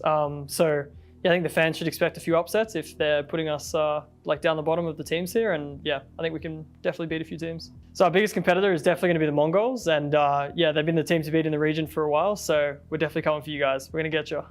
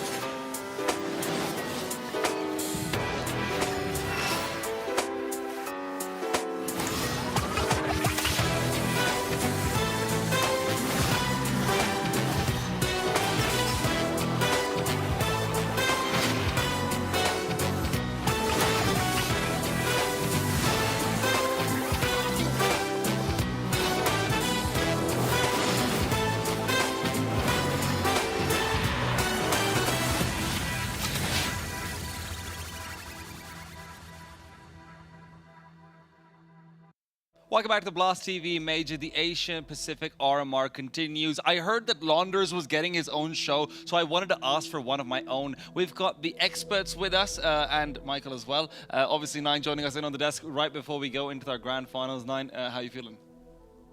How are you feeling, buddy? Yeah, good. I think we might be having some microphone we actually issues. might not be able to hear him in particular, but at the very least, we have him in presence, and he's an important man to have, you know, being a long-standing member for a lot of the players that are coming up as our last potential contenders out of the region. It is very important that we're sort of able to dive into nitty-gritty details. So as soon as we're able to hear from him directly, that is sort of the best case scenario. The thing is, there could be some grouting that's happened where the viewer might be able to hear, but we might not be able to, so... All right, I think I can just talk really loud. Yes. Okay. No, we can hear you now, so... Now? Yeah. Yeah, we're good now. I think I should talk very loud. All right. Well, listen, Nine, obviously the viewers at home are going to know you from IHC, they're going to know you from NKT. Maybe not as much NKT, let's be honest, but IHC most of all. How does it feel right now, MongolZ down there in that lower bracket? Well, certainly it doesn't feel that much good, but it's good to know that we have one more shot at making it to the major. Yeah, so I'm just full fanboy mode on. Did you expect that they would have issues adding in Hastika? You know, like that was a move that I think people were very much fixated on because Score is such like an explosive kind of player, and Hastika's I think more on the experience end. How did you feel about that move and how they've performed with him so far? Yeah, obviously I expected some like changes to how they usually play, like because the dynamic in the team is changing with Score going out. I think they have to like right now they actually didn't like change that much. They just put Hashtag on like Score's old positions and stuff. But if they make it to the major, I think they will like implement Hashtag more into the team. Well, listen, the other thing I wanted to also ask is obviously because you've played a lot with Score back on IHC and everything. So as much as we've talked about how good Score is as like a rifler and this and that, we don't actually know how much he brings to the team in terms of things like communications and mid-round calling and everything. Is there a reason why they brought in Hastika instead of him, in your opinion? You know, what was Score bringing to the team outside of just bing bang boom, you're dead? I'm not sure if things changed after I left the team, but before I used to have like a lot of input inside like secondary wise, so Score didn't have like that much input on communication wise. So I'm not sure if they changed that after I left, but I don't think communication is like the biggest issue why they changed Score. So talk to me a little bit more about Blitz instead, because if we're going to talk about mid-round decision making or calling, Blitz is kind of the guy. But he also strikes me, and from what I've heard from I think the player managers sort of standing behind them, he doesn't really speak a lot. Like he seems like a man of few words. Is that how he calls as well? Yeah. That's pretty much how he is in real life as well. Oh, okay. He doesn't really talk that much, but inside he makes his ideas very clear, and he has like actually in Mongolian language you can like say a lot of things with few words, so that also helps. Like we make like short phrases for things that we want to talk fast. Okay. We'll just like make up a word. Yeah. So like we code it so that everyone knows, like when Blitz says this, everyone knows what to do.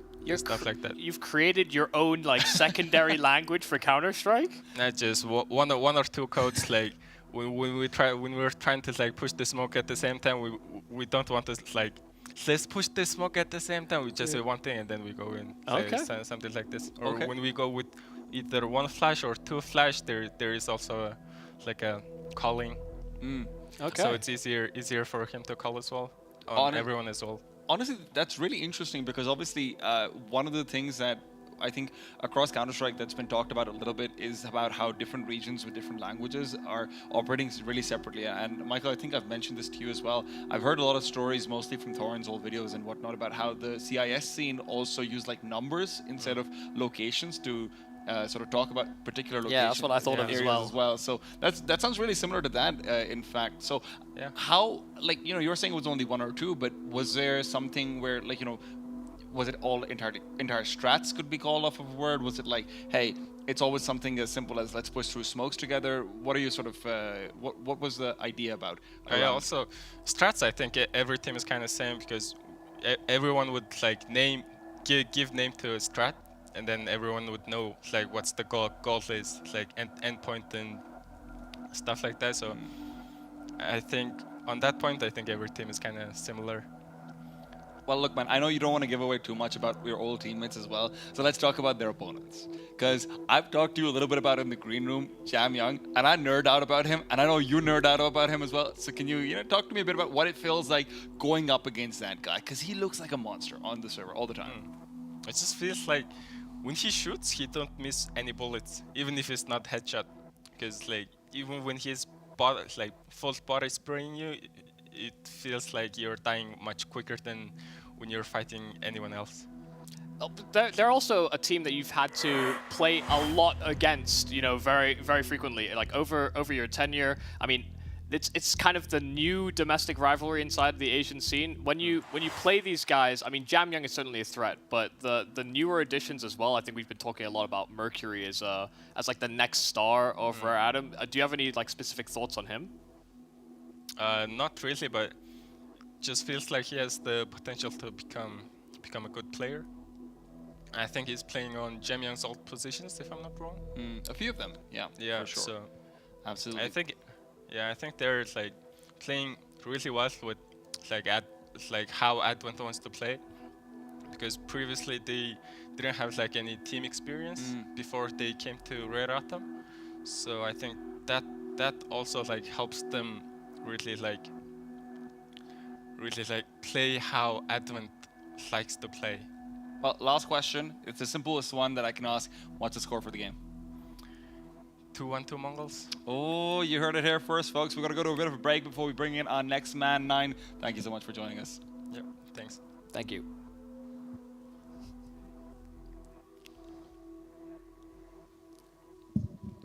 Thanks. Cool. Thank you.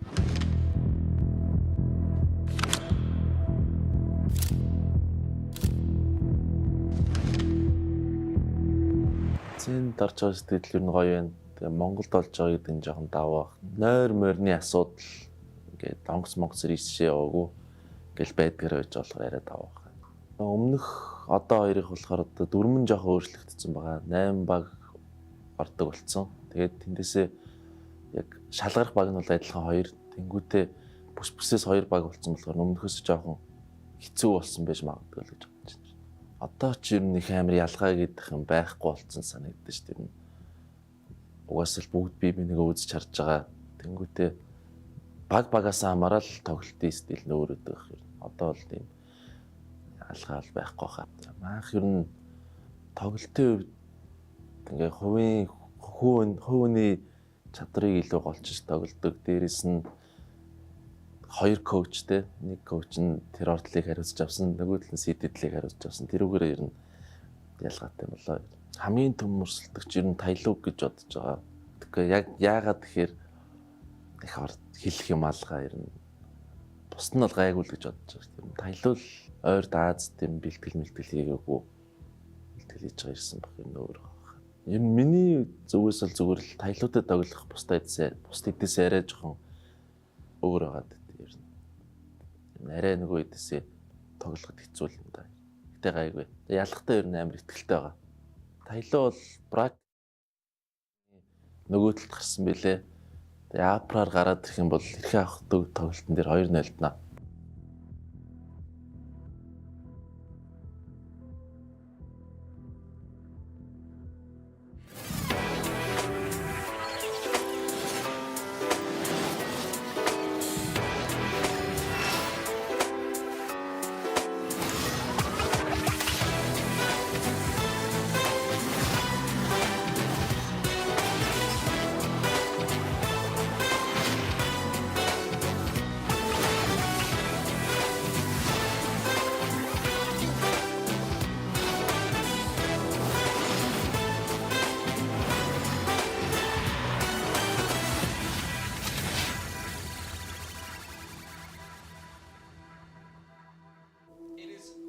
Champion, now current champion of the Asia RMR coming through. Vex is going to be joining us from Grayhound. Vex, I'm not going to bother asking you how you're feeling. I know you're feeling pretty damn good right now.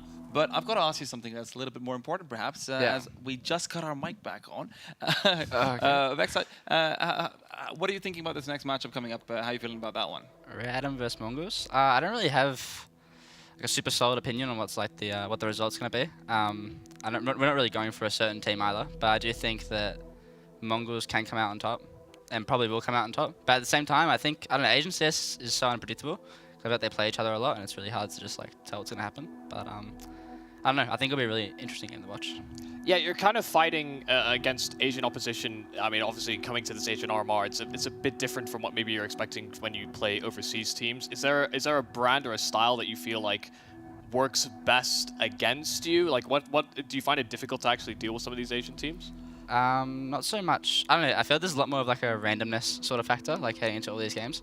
Like if say we come from Europe and then play these Asian teams, it's definitely like there's a different style and there's a bit more randomness. But I don't know. I wouldn't say there's anything they do that's like, you know, noticeably different to like other teams. But definitely we need to stay calm when we play. Like 100% is like what gets us through these RMRs and what gets us through like these big matches and these like high pressure games. Well, listen, we're talking about what differences are there. You guys have obviously faced up against IHC a lot before, back when they were still called that, back when they still had Score. Now you just beat out MongolZ without Score. I know you have to sort of bring yourself back a bit to the old tournaments, but as a player, what was the difference you felt on the server, right? Like, because Hastika is also getting like some really ridiculous rounds out, but Score also does his own magic as well. So what do you think about the difference? I think it's really hard to judge players without understanding the inside of the team. I think there's a lot more than just, like, is a player better than another? Like, I think, personally, I felt like Score was a better individual, but he did have a lot more time in that team. And I felt like he was a bit scary to verse. Like, he had a bit more sort of flair inside of him in terms of aggression and in sort of, like, in multi-frags as well. He was just, like, a very solid player.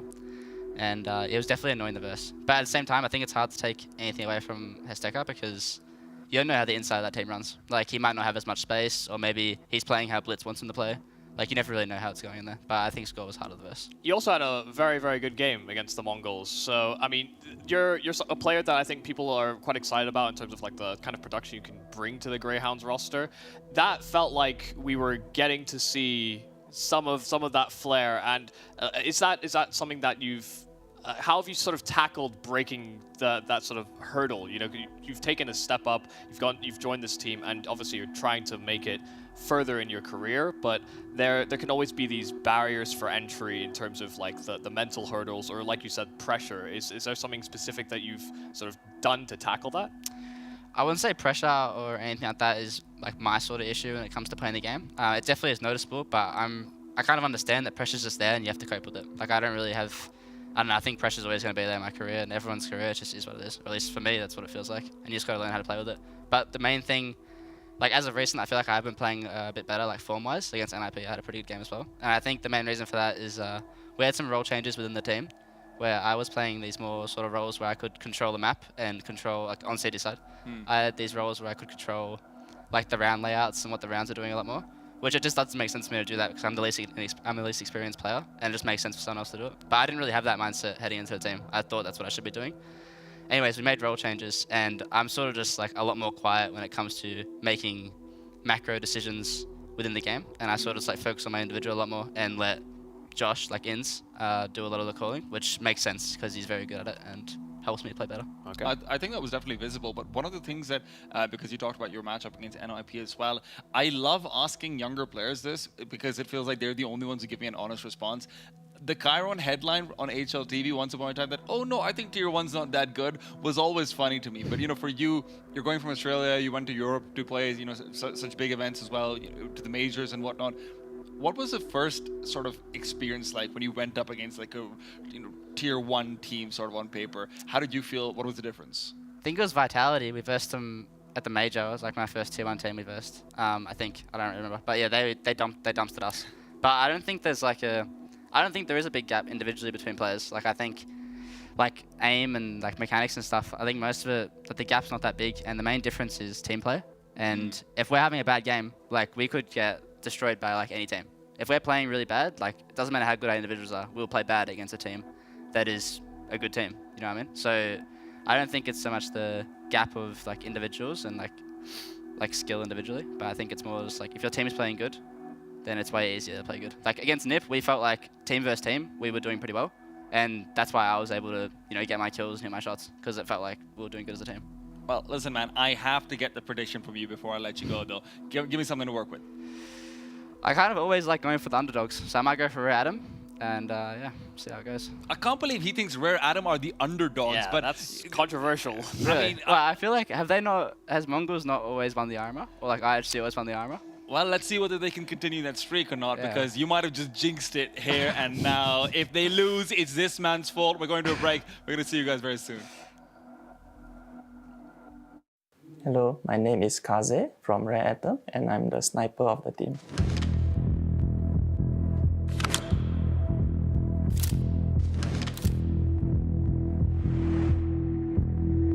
First impression of Mongolia, they are very friendly and very kind person, I feel. Yeah. I feel this will be the last major for CSGO because Counter-Strike 2 will be launching a new game. So this is very important for us to pursue and compete this major. Compete Asian team now is quite hard because there's 8 teams. Before this, there will be always 4 teams. So I say this competition will be very tough right now. We have been boot camping from 2 weeks in Malta, so we have been practicing very hard, and we hopefully qualify for this major. Mostly practice on the game more, I would say. My position in the team is the sniper. Yeah, I mostly pick off any players from the start or anything like that. What makes my team unique? There's 2 young players with hungry to win, and I would expect all of us are hungry to win. Yeah, I would say that. My nickname is Kaze. It's from a Japanese word, means win. Very fast, I would say. Yeah, I'd like to wish the whole RMR Asia team good luck and have fun.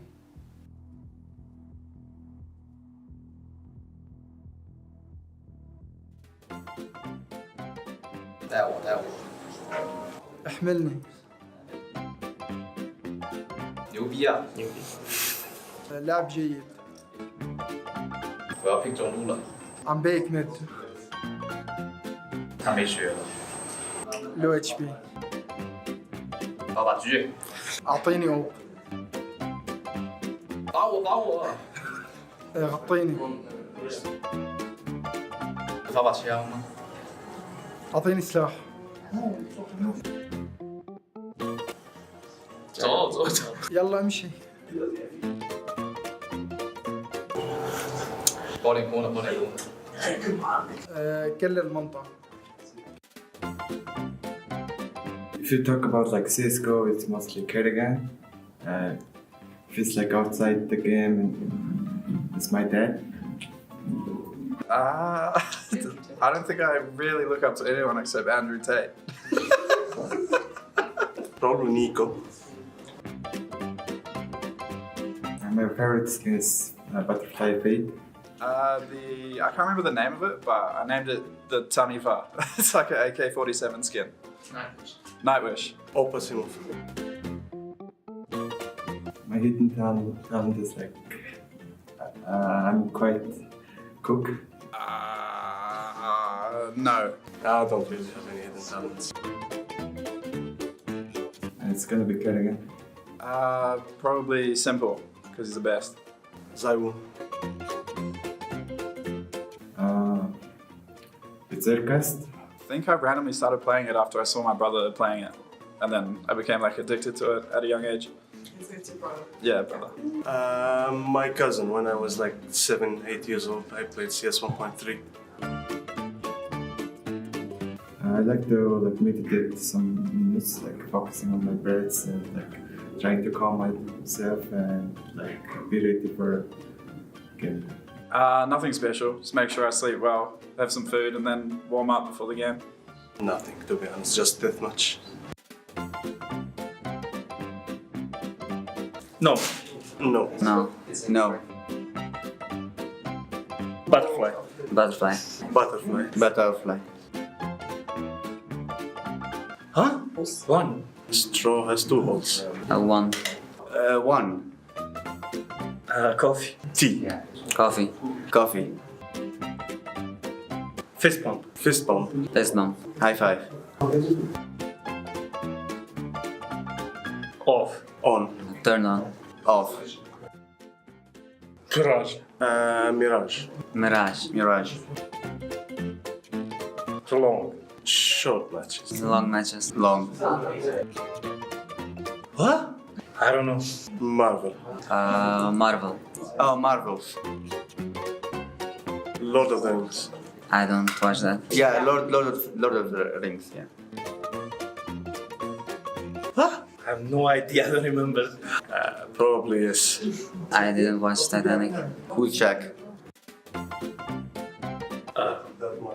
Изнеси ме, молим те. TYLOO. Затащи за меня. Добро отыграно. Не убей. Хорошая игра.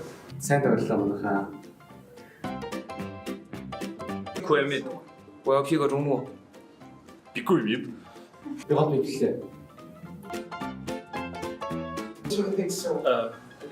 Load no. I don't know. EDJ. Он красный. Улаа. Бачи АВП. 丢把狙，求你了。 Дропни АВП. Покривай меня. 帮帮我。 Прикрой меня. Масара. Хочешь реку дроп? 有人要枪吗？ Дайте кто-нибудь дроп. Айму. 我们走。 Вперед. Очисти то? 轻点儿。 Чисти.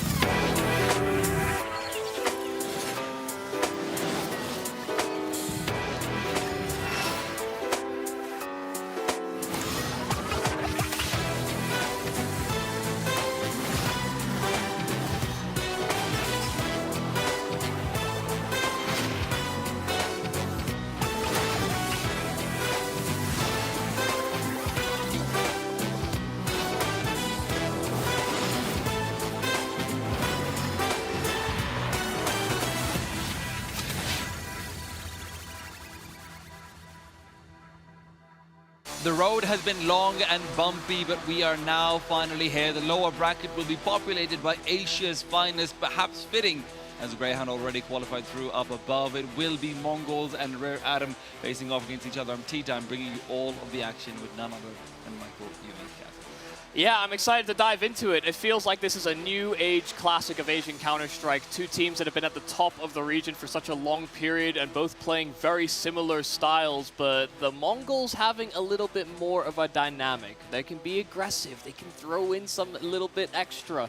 They add a bit of spice into their gameplay, which I think can really catch teams off guard. You know, that's where Rare Adam feel like they maybe fall short, but man, when it comes to defensive setups, there's nobody better in the business than Rare Adam. I mean, you're talking about throwing spice into it from MongolZ. They throw so much spice into the mix that they manage to get all of the community hot and bothered about the fact that they kicked their star player. There you go, going into this tournament, pretty much their debut with the new lineup as well. Hastakar, though, has been very impressive so far. Michael, there's been some great moves. He's been able to get some jingles and jangles out with some great flanks and whatnot as well. But before we discuss him, let's discuss the entire lineup of the Mongols as well. Bring it up very quickly for you guys at home if you've forgotten. But how could you forget? The last reminder of who is on the Mongols. Of course, Hastakar, the newest addition. Like you said, there's some open conversation about how he's been doing.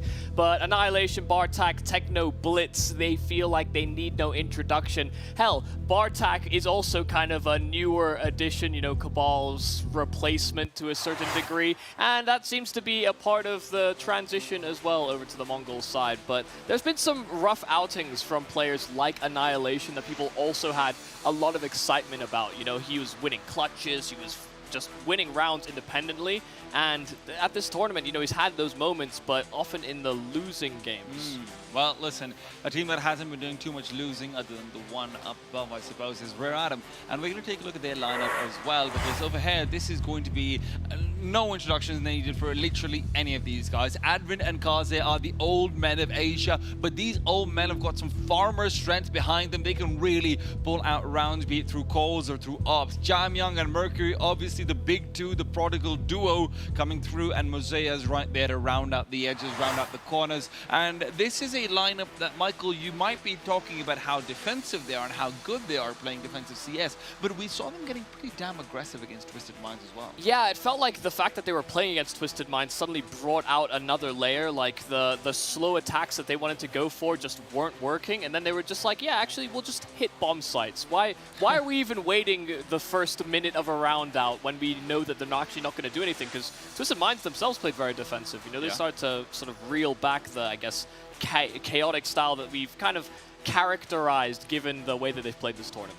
Absolutely, but at the end of the day, Rare Atom bring it together, they clean it up. The veto, though, now between these two teams will be very interesting. Michael, I've got something in mind. Obviously, the permabans will be getting out of their way, but for my money, I'm not expecting Ancient to be picked up by Rare Atom. I think they might lean away from it, although that is certainly up in the cards. Inferno coming out from MongolZ is a bit surprising. I had that as a decider. Instead, I thought they'd go for the nuke pick, and Mirage coming out from Rare Atom makes sense, but maybe not when you consider that previous matchup. I do think they were kind of saving strats, though. That decider, maybe an overpass to come out is what I'm expecting. And yeah, so at the end of the day, these are the maps that I did sort of have in mind outside of nuke. I was going to say, you know, you had a bit of a spoiler there. You were talking about how you didn't think that was going to be Ancient. We had a little discussion before we went live. And yeah, no Ancient, no nuke. We're both kind of wrong. But yeah, the order of these maps is quite interesting because obviously the Mongols had that opening game of the tournament against the Twisted Minds, who, you know, they put them to a 16-10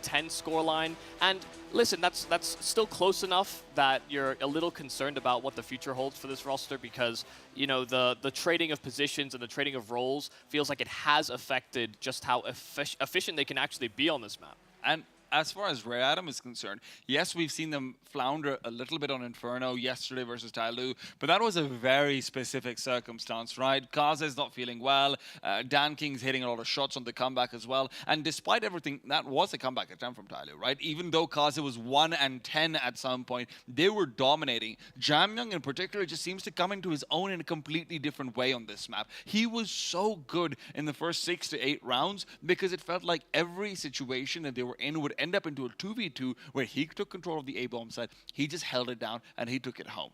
He is clearly so at home on this map. I feel scared about the fact that Mongols have picked it. Hey, I mean, you're going to bring up comebacks. We can't not talk about the fact that the Mongols did perform a major comeback against Grayhound. You know, they went for a bit of a left field pick. They went for Anubis, and they got, honestly, kind of demolished on in that first half. And then they were able to grind back and actually win that map, which felt like a necessity, only for them to falter. So if there's going to be a conversation about whether Rare Atom can get into leads and whether or not there can actually be comebacks, listen, I think the Mongols will actually, even if they're at a deficit, they will make it close. Well, why don't we listen to the players themselves who are on the ground getting ready to get into the battlefield.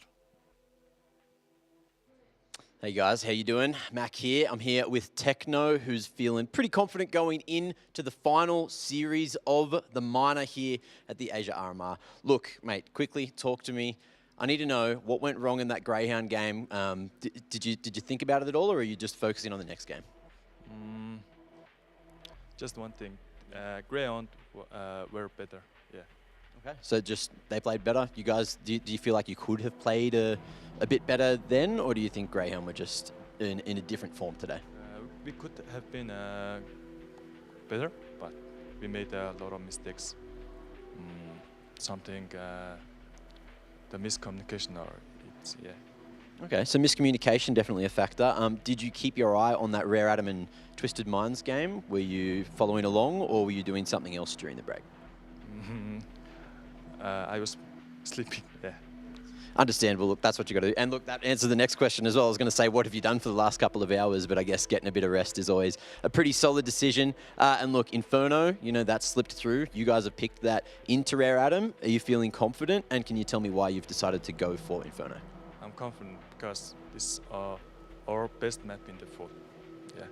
Okay, so it's the best map. Look, you heard from Techno. Mate, good luck. And we'll see you after the game if you get that win. Thank you, Mac. It may be their best map, but I think you could probably say something similar for Rare Atom as well. That's why I was expecting more of a nuke pick. But hey, they lean into their comfort, and that's different to what we saw in Grayhound, right? Against Grayhound, they lean into the Anubis pick. Maybe they've decided, you know, go for your own comfort. It's their best map. It's definitely a map that they're willing to check in internationally with, but it's also a map that they have struggled to convert all the way through. You know, they often will get to very close score lines, but then they can also just lose in the final couple of rounds. Well, listen, Michael, we've all got our predictions, but the question is, what are the odds from Unicorn? For me, I am not surprised at all that Rare Atom is edging this out with such a slim margin, albeit. So I think this one is right on the money. I mean, the precedent is certainly there that the Mongols are kind of expected to make it out of this RMR. They've done it back-to-back times already with different players sometimes fielded in the roster, but the cores remain the same. Rare Atom have missed out on those chances, sometimes getting felled by Middle Eastern teams in previous RMRs, but they're here right now. This is the chance for them to finally cement a legacy out of Counter-Strike Global Offensive. Our last Counter-Strike Global Offensive major. It would be a shame if Rare Atom don't at least add a checkbox into the, rounding out the idea of them being one of the best teams in the region. It would be really nice to see Rare Atom go through, obviously. And one of the things that actually I feel like we sometimes forget to mention is that obviously Bartek, you talked about how he was a newer addition as well. Cabal is also no longer on this team, so a lot of that veteran calling voice might be missing in such a high pressure moment. So what really brought IHC together when they were still IHC at the RMRs was always those close rounds where it felt like Blitz is going to make the right call. Nine mentioned he had some input. Nine could make the right call. You had so much experience put together. Now it really does feel like it's all on the shoulders of Blitz and to some extent Hastika now. So I'm very curious to see exactly how this materializes on Inferno in particular, a map where rotations are everything. Yeah, I don't think there's actually much to say about, the player positions and what roles they're fulfilling, because it felt like, when we were able to get the insight from Nine, which great interview, I think, just the fact that he was able to give us so much from it, talking about the efficiency of the language, actually adding shorthand code to certain things. Of course, that's part of why they would have selected someone like Hastik, who would have been familiar with some a kind of play style or system like that. It's more about just maintaining the status quo, I think, emotionally, pressure-wise, the mentality of these players. Because it took a while before the IHC, now MongolZ guys, were in a position where they could even fight or feasibly go into international waters. They were gate-kept to a certain degree. They would sometimes choke out in series, especially against other Chinese teams, whether that was the likes of a Lin Vision or a TYLOO or a Rare Atom. Like, sometimes we would see them get very close, but they felt like they were missing that final piece. I think they've garnered enough experience under their belt that it's all just about whether or not they can have another person that is a level head when they get that next chance. Make it to the major here would be a great opportunity for Hastika to actually have some additional value, because I think just the idea of him playing with these guys when, listen, they're like 18 years old now, but he played with them back when they were 16. They're just testing the waters of what their career could be. Well, the other thing that I do want to shift over to as well, which maybe we can leave that for later on, would be the conversation around Mirage being picked by Rare Atom. Maybe they were saving strats, that's why they're going for all of those rushes and whatnot, right? But hey, certainly could be. We can leave that for a later time, because right now it is time to get into the action. Techno leading forward over on Banana. MongolZ's map pick, Inferno, will be the beginning of the end of the road in the Asia-Pacific RMR. Let's find out who's going to make it through. The second team to be decided here and now, with Asia's finest on the line. Grayhound need company, and Rare Atom are certainly hoping to join them. CT side start, of course, this not being their selection. That's one of the caveats to having selected a map that Rare Atom are certainly comfortable on. But listen, you're going to pick a map that is constantly first picked by your opponent. You're certainly coming in with a game plan. Probing B, now darting back over towards this A-bomb site. Jamyoung under siege. The Molotov, he's sitting inside of it, and Mercury's trying to cover, but Bartek jumped. He bypassed him completely, and it's a flurry of frags on this A site. Advent and MongolZ left reeling. If Bartek is coming into action, we have to remember the performance he's been able to deliver on Nuke. He was key. He was crucial to getting MongolZ past Rare Atom initially in the best of one in the upper bracket as well.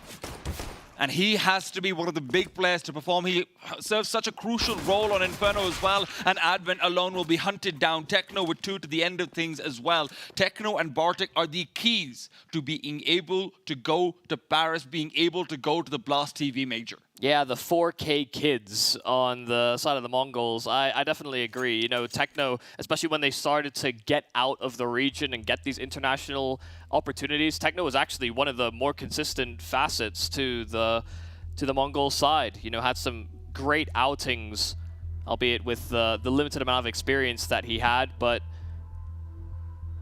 there is certainly a lot to love about this Mongolian team. Put Mongolia on the Counter-Strike map. I'd certainly been plugging away at it for some time, and it wasn't as though the Mongols hadn't made it to a major previously.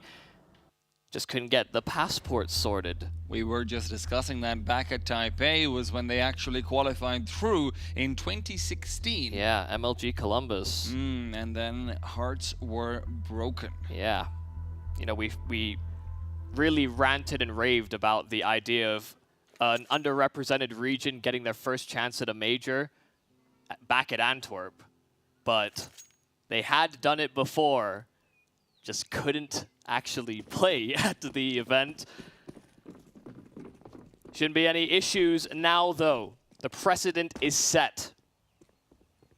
We have Oceanic teams and we have Mongolian teams as back-to-back representatives. And an Aussie team's already there. So will history repeat itself, or will Rare Atom finally break past? This pistol round being acquired, of course, certainly means that Rare Atom are not looking to fight immediately. Opted for the save call, and will be able to get rifles out in the following. We saw against Twisted Minds, Rare Atom did some decent damage on rounds like this. They never really won them, but there can be such an internal metagame between these two. That's exactly what Vexite was kind of telling us as well. You know, there's some sort of internal randomness. It's hard for him to call. Hard for us as well, because there's so much layered anti-stratting on everything we're likely to see. I mean, it's Rare Atom versus MongolZ, but it's very much also Blitz versus Advent on the game of the mines, right? This is already a chess match going on, and Blitz might be good at moving those pieces around, but MongolZ's good at knocking them down. 2 quick kills found with the USP. Nade will finish him off. It's an unfair duel, but Annihilation being as low as he is means he's definitely a potential goner if there's a shot at the head. Aggressive position as well to come through from him. Bartek spots out the second pair as well. You need to keep these 3 alive, right? Just make sure you don't have to reinvest in armor. And Annihilation is being very careful while Blitz plants the bomb. He knows he's in a 1v1. He backs off, does not want to contest. Kaze will not be given a kill for free. Oh my god. I mean, just so much extra damage as well. Blitz almost dying, but they keep those 3 alive, so you're at least going to be satisfied with that. Like you said, building money, especially with this gun round coming up. But that was some really clean shooting from MongolZ, you know, in a spot where someone just simply turns around and faces him, but he took his time between shots. And I do think that in all of the parade that we do sort of lay out for Mercury and Jamyang, some of the conversation around MongolZ can be limited, but he is a fantastic anchor, considering how incredibly inexperienced this guy is. It's a 1.5 years of pro play, and he looks like he's a mega veteran in the body of a rookie. And I know I talk to you about this all the time, T-Time, but just the idea that MongolZ and Mercury at one point or another were kind of trading high performances for the Rare Atom squad. You know, now things have kind of stabilized with, I imagine, ironing out their roles. But yeah, MongolZ succeeded just as much as Mercury in the early days. Maybe that extra flair, that extra layer might be what's needed for Rare Atom to finally beat the Mongols at a chance at the major. This first gun round is critical. They run in with very little utility, but they have been able to insert MongolZ down bottom B. Hastika has to be the one to clear it, and it was an off angle from MongolZ that finds no success. Advent just backing off, has to try and play delay tactics. He only has the MP9. Delay tactics, you say, but he's going to be thinking about going for the swing as well. Flashbang forward, going for the quick wide swing. Doesn't spot out the player. Techno's fully blind. Hastika on his side gives him a quick little roundhouse kick. Advent's out of the server. Mercury will be getting out of the round as well. Does not want to get involved over here. Blitz leading aggressively. Those are the CTs. If they're hovering around, watching out for a kill or two, could be punished, but instead the 3 rifles will be saved for a rainier day. Yeah, just great entries from Hastika. Take a lot of responsibility for this round, contacted his way through Banana for that first kill, and then just accelerated with all the utility, took so much space. And you could see Rare Atom were trying their best to sort of cheat past the smokes after Advent had secured his at the entrance of B. The rest of the Mongols were trapped behind that smoke. If Hastika didn't find that entry, it wasn't going to be safe passage. It wouldn't have been a free sight. Of course, it's an easy decision for Rare Atom, but Mongols already putting their foot down nice and quick. 3 straight, and this first gun round didn't even feel like they were up to much of a contest. Kaz has lost out the forehead patch as well. He is very much here to play in all of his glory. Glad to see. That should be a sign that he's feeling a little bit better as well. You don't want to have any caveats associated to this matchup in the slightest. I do like as well that, you know, I've been fairly vocal about the idea that Rare Atom are just too defensive, but first gun round, them trying to show some presence towards Deep Banana, where so often we see them play Inferno, they just play contained inside of sites and just hold utility. You know, that was a round where they didn't have the full belt, so that's maybe what leans them into that decision, but I like that they're trying to throw a couple of different looks early into this map. They have somewhat committed around the saved weaponry. Of course, keeping and floating at least 2K on all of their players will secure a buy in the following. Let's see if those stars on Rare Atom, Jamyoung and Mercury, can do some damage at the very least.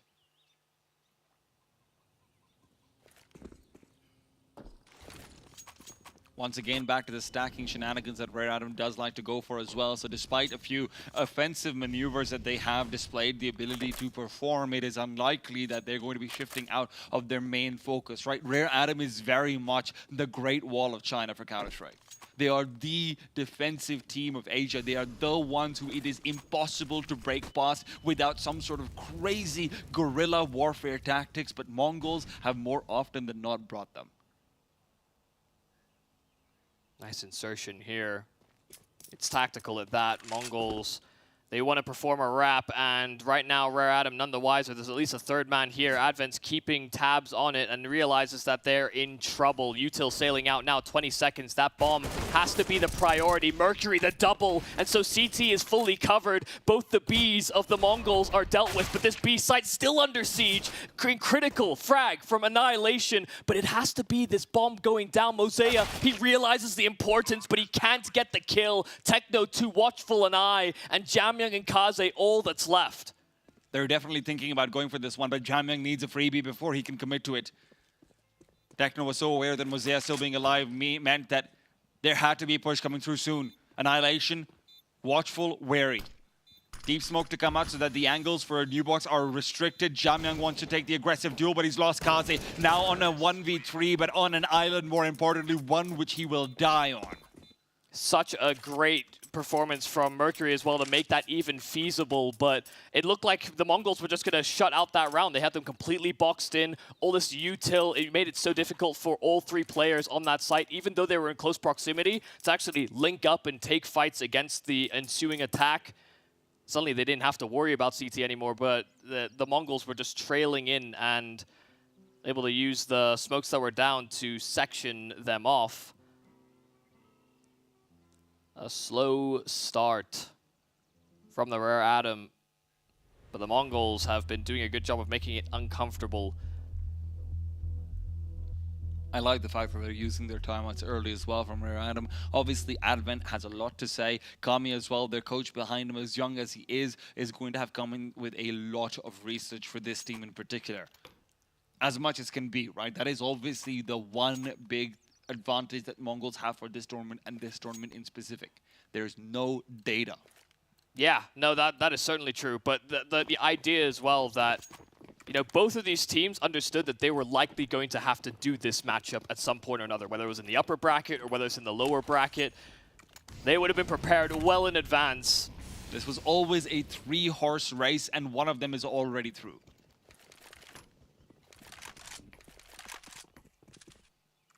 No belief in the Twisted Minds.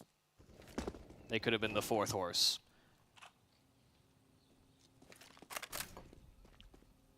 Certainly worked hard, but hard work doesn't always get you to where you want to go. Sometimes you can get skill diffed.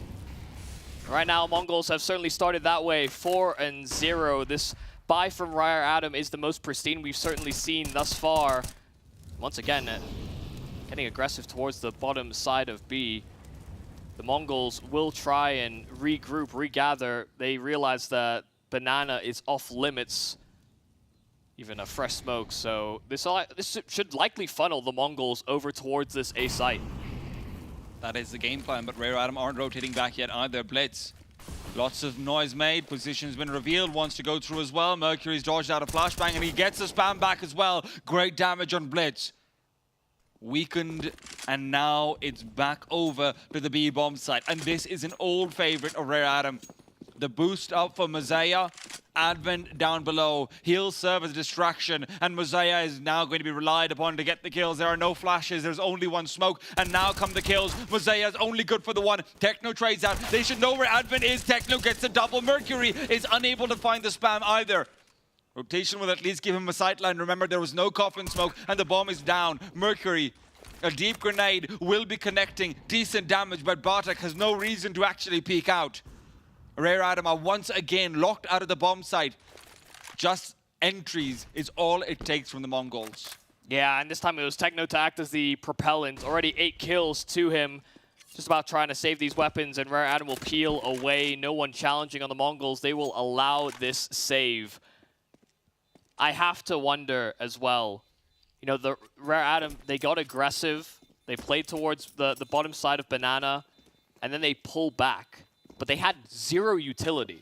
They're entering these last segments of the round, and there's nothing on their belts. No Molotov, no flash, no smoke. Every grenade that sailed on that site was something that was accounted for on the Mongol side, so you always have a bit of an advantage there. But this is what we see from teams around the circuit, is that you will drop a lot of utility to these B players, especially for delay tactics. Smokes, Molotovs are typically the priority in that regard. And listen, here's the other point as well. When you don't have that utility, Advent playing from the right side of the bomb site instead of left side makes a big difference, because you can't actually cut them off from going to Hobbit in that situation. Mosaic needs more support rather than letting Advent be the delayed hit to come through, right? He's supposed to be the one you're expecting to get the frags and whatnot as well. Advent just couldn't be a factor there. So that normal setup, which relies on him having a Molotov, simply couldn't work. Yeah, and you're both on the right side of the site. You know, if you're going to clear for one, suddenly the second one is not too far away from when your crosshair is already placed. Not to mention, it is something that they seem to go for every single game. It's just one of their tried and true tactics, but it had failed them there. And Mongols up to 5 are at the verge of extending their lead in a big way. Rare Adam need to fight back. We see no cheated stacks. Rare Adam are certainly big fans of having 4 on the right side of the map. That's where that mastermind game plan between Blitz and Advent, that conversation you're having earlier, is certainly going to be a part of the play. But the Mongols know that just as well as anyone.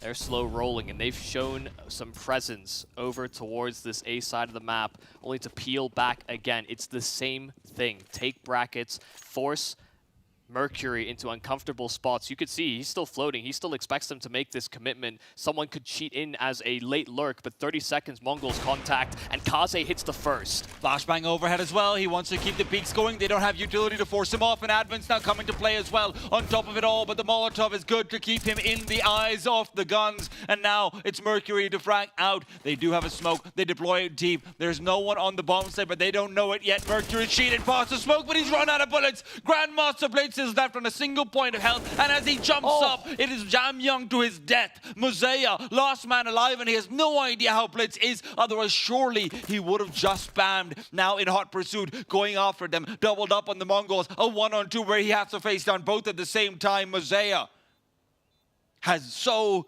little to do here. No utility, the kit might be there, but so damn hard. Annihilation just staring him down. The AK won't matter. He's got the shot straight to the head. Blitzer on the corner as well. Mosaic will recover. So damn close. Blitz was inches from just winning the round by himself. That 1 HP play, the fact he was just willing to jiggle to throw that smoke deeper, oh God, it certainly caught them off guard. You could tell they understood that because that time was low, they didn't want to just let them have access to the site. If that smoke accomplished its job in its entirety, then Mongols would have been a little too comfortable, but it almost comes back to bite them, that decision to chase straight through. I mean, Mercury just didn't keep account of his bullets either, right? He thought he had enough in the barrel to take down Blitz. But that one missing from the chamber is what does it. Yeah, running on a mini magazine. This is different. This is very different. Jamyoung pushing through the apartments, and the Mongols have taken Banana quicker than usual. MongolZ doesn't even have a sightline in. The flashes are great. Advent's first kill will make it a little bit more interesting, but there's no smoke down CT. Hastika, free kill. Advent trying desperately to get firm grip on the site, but bomb can go down only for a flank. That's really the concern, because a double kill from Hastika is quick. Single point of HP on Blitz again. He just manages to keep his life intact by the slimmest of margins. No more aggressive utility. Maybe a flashbang that can take him down, but beyond that, nothing. Beyond just an actual bullet. Rare Atom are locked out of the bomb site. Honestly, it feels like they can only do damage at this point. But Jamyoung started things off. They've got barely any time left. MongolZ's kit needs to be recovered as well, and they cannot find it. Kaze might be getting the kills, but he can't get the round. He knows he needs to back off now. And listen, Annihilation likely to go down with the bomb, but that's 6 rounds here for the Mongols. Hastika with 4 kills, the new addition to this squad. He's been doing his damnedest to go in on that entry, and hell, he took so much room, made it so hard for them to crack back into this bomb site. A key man. Rare Atom are shaking. And as good as Advent has historically been, that's just as weak as his stat calls have looked like in this tournament so far. We've really seen Inferno be a sore point, even against TYLOO, right? Whenever they went for a stack, it felt like the wrong area, and they did cheat back this time. But now hold the point because Blitz is going to be pushing forward. The Molotov has immediately been smoked. They want nothing to do with the fire, but they also want nothing to do with the ace side. Feels like Blitz is perpetually on low HP. He got tagged at the start of this round, and sure, he's on 16. SMG is a good weapon to have in that regard. Can at least provide some space. Advent, SMG won't quite cut it. Damage is good, but Mercury trying again. Trailing through smokes has not treated Rare Atom well so far this map. But the Mongols will take it. You know, we looked at this Veto, maybe thought it's a bit of a risky pick to go into Rare Atom. Their track record, as of late in particular, has just looked impeccable. Wow, Mazaya. Damage is dealt, and remember, that does keep Mongols in the conversation of being reset. Rare Atom always going to be able to string a few together to try and fight for 6 in this half, but it is becoming more and more difficult. Who will be the man to step up? Because so far, Jamyoung has not been able to get involved. They've just not been hitting his bomb site, and on the retakes, Mongols have just been too good. They've gotten too much space.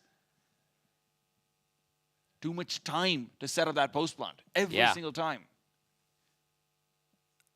This might be a classic case of the nerves here for Rare Atom.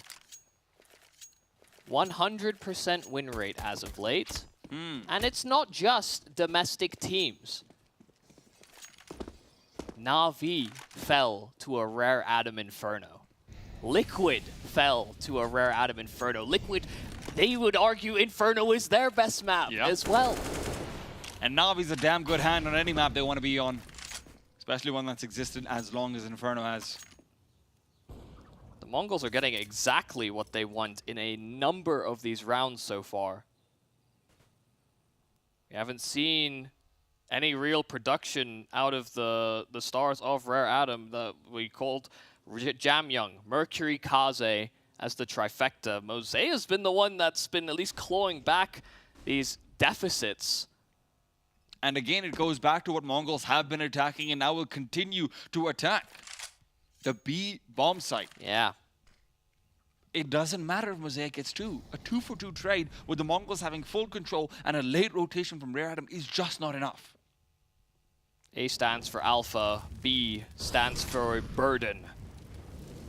Rare Atom are going to be kicking themselves if they continue to lose this side of the map. Kaze, first kill's good, but here comes that secondary man in. Hastika has had multi-frags. Advent cannot connect, and he's chased down eventually. Blitz finds the trade, and Hastika through the smoke. What?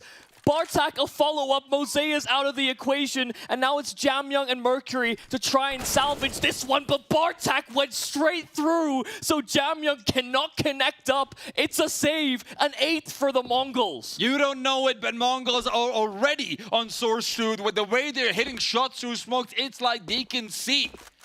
Bullets might not be displacing any particles, but they are displacing heads off of the server. Rare Atom are once again forced to save. How many times are they going to suffer the same fate? Advent just isn't able to produce on the bomb site. Right now, it feels like the game plan is really solid here for the Mongols. You know, this is the thing with playing defensive and curdled up inside of sites, is that sometimes you actually have this delay between your rotates. That's where having reads and hunting for information in the mid-round is so important. Right now, Rare Atom are just fixated on defending their spots, and unfortunately for them, that means there's a disconnect. You know, Bartek trailing through that smoke, if they had typically gone for these faster rotates, it's very unlikely he makes that type of a play, but you could see the urgency there after they lost Kaze in particular. They wanted to maintain control of construction to at least allow a chance for the retake. Bartek understood the assignment. And here's the scariest thing. When Mongols are in the zone, they remind me so much, especially domestically, of the old Virtus Pro. Because they get the plow mode on. They will run at you with all of their players. Bartek is not supposed to be their top player. Bartek is not supposed to be this guy who's going for super confident plays. Right? But when he gets into that zone, you know things are going to be rough. Techno's fragging out. Annihilation hasn't been needed, but he hasn't been killed either. He's 5-1. Yeah. And listen, Annihilation on this map can be either a completely dominant force or sometimes actually struggle to get engaged. But there is really no weak point for the Mongols. You know, the Rare Atom side have not been able to muster up even man advantages for any longer than a few seconds, especially when it's come to site hits. You know, they might get that first. But there are trades aplenty. Oh, now they turn the other cheek. We keep on hammering B. Are you going to reinforce it? Or is it going to be Mercury and Jamyang to unite? Kaze as well is present. Jamyang needs a flashbang, needs something. But right now with the Molotov at his feet, he smoked himself off, waiting for the push to come through. Kaze is burning. Kaze has got nothing to offer. Hastika's demise is met, and Mercury could not come at a more timely fashion. But a trade will take him out of the server. Techno still alive. A second flashbang through. Maybe even a smoke could be deployed with the Molotov for Techno. No. Nothing is there, and they're all falling apart. The A bomb site is very much closed down. Jamyang will have nothing trespassing in his territory. They were just seeing what was going on over here. You know, it's been a while since they've actually perused this side of the map. They checked brackets a few times, but there was no aggressive setups. You know, we didn't see boosts on short. We hadn't seen, the, you know, Kaze really get aggro with that AWP aside from when they were surrounded by pistols. So they were just making sure that these A players were still inside of their site, at least honoring that fact. Could lose this AWP though, and that is a heavy investment. Yeah, Annihilation will fall. It is within time, but would have certainly rather saved that weapon. And as much as we may be having the conversation of, hey, we're checking out A and whatnot, because of how expensive some of these rounds have been, they are one loss away from being taken down. They're one loss away from having their money being reset and Rare Atom being given a chance to build off of that wall one more time. Now the question is, does the game plan revert? Do we go back to, let's go after Advent? Because Michael, you're talking about reinforcement. Reinforcements have come through. Kaze has come to the B bomb site multiple times now, but they still break down. Yeah, I don't know how the game plan has to change to feel safe in your B site. The Mongols are likely to reinvestigate that area of the map now that the A play did not work in their favor.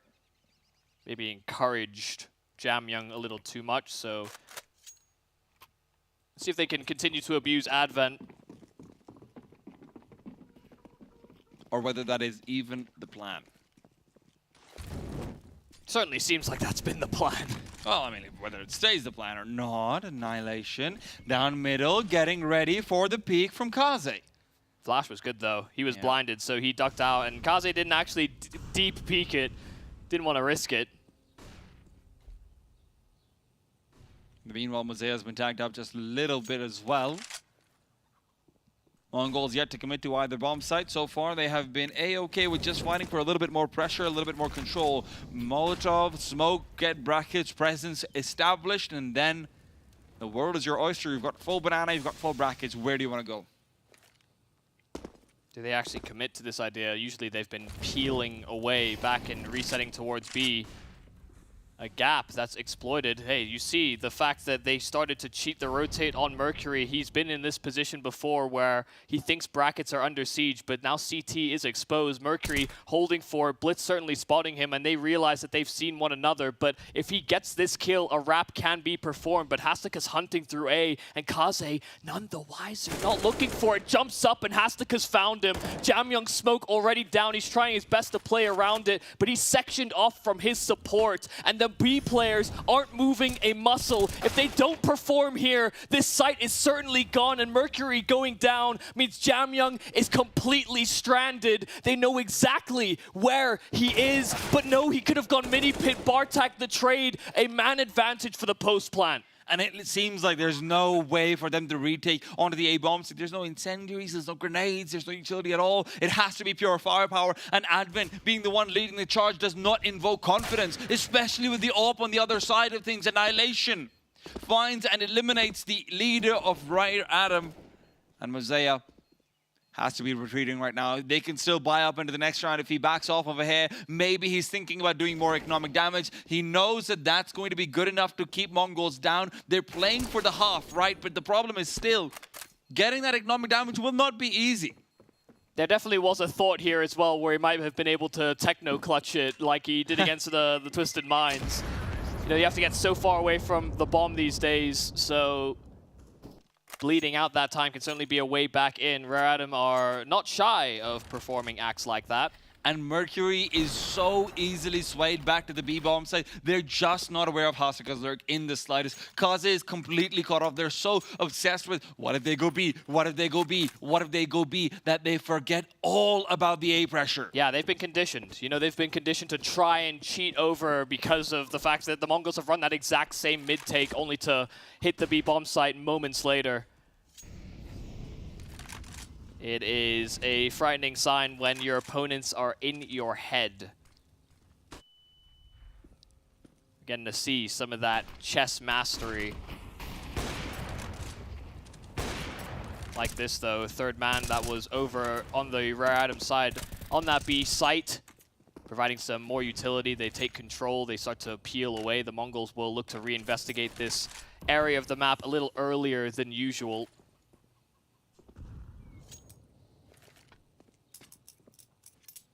This is already a stellar half from the Mongols.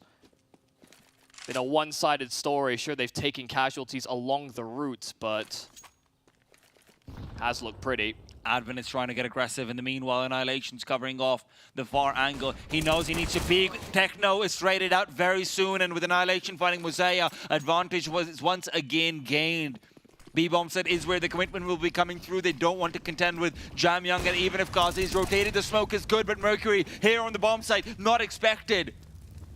And they're re-navigating, at least they thought about it, but Blitz's demise makes it so much more difficult. They can no longer back off. They could have been flanked already by Jamyoung, and they know it. The only way to go is forward, and with the AWP on the other side, that's no way at all. Mercury reveals position, Molotov down, 20 seconds, Bartek has to clutch it all together, but Kaze with the dissipating smoke will do what is needed. They hold the B bomb site. I will be damned. Finally, something falls their way, and it's these initial kills that certainly gave Kaze the space to make the play that he did. A triple kill that is so essential for Rare Adam to start to feel confident in recovering this half, and that's all this half will be from them. A CT side that has not treated them well. But there is a light at the end of this tunnel. You talked about the money, and the fact that there had been so many close affairs, even on this long path. The next buy from the Mongols will not be great. I like this. I love this aggression from Jamyoung. They can guarantee that Bartek isn't there, but they might have missed out the timing regardless. The flashbang goes through. Advent will be forced off. The smoke will not matter. They have already gone through it, but Advent spams. Techno is gone. And now with the secondary smoke, Advent's even thinking about pushing into his own, moving past into Banana. He's finding so much space. He's buying so much time. In the chaos, only Rare Adam knows exactly what is happening. And with a flashbang through, Advent wants to take the B. Another kill found. Advent is a chaotic machine on the B bomb site. Might not be able to hold, but he can certainly make it difficult for you to get into post-plant positions. Bomb might be down, but flashes are still there. Mercury finds Hastika, takes him apart, and Annihilation is all alone. He falters, he falls.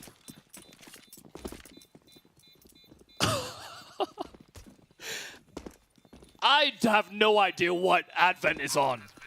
He gets a kill through the smoke, he commits to a reload, and while he's reloading, just darts through. He threw an extra smoke, that's what added to the chaos there. You know, the sight lines were suddenly more obscured here for the Mongols, but suddenly he had the fastest flank possible because he took Banana away from them. That was, I mean, if that hadn't worked, I would have called it ambitious. But hell, he pulled it together, didn't he? I mean, listen, man, that's some Naruto Uzumaki stuff going out over there. I can tell you that right now. I don't know what jutsu he's pulled off, but it lets him get back onto the B bomb site, and that's what matters. That was Mongols, crazy. money, gone. Yeah, down to pistols, and so they're having to commit to a half, but the fact that Rare Adam have been on a bit of a recovery train means that this will be a reinforced buy in the following. That's why they're floating that cash. Not out of the woods just yet, but Rare Adam are certainly looking a little bit better about how they defend.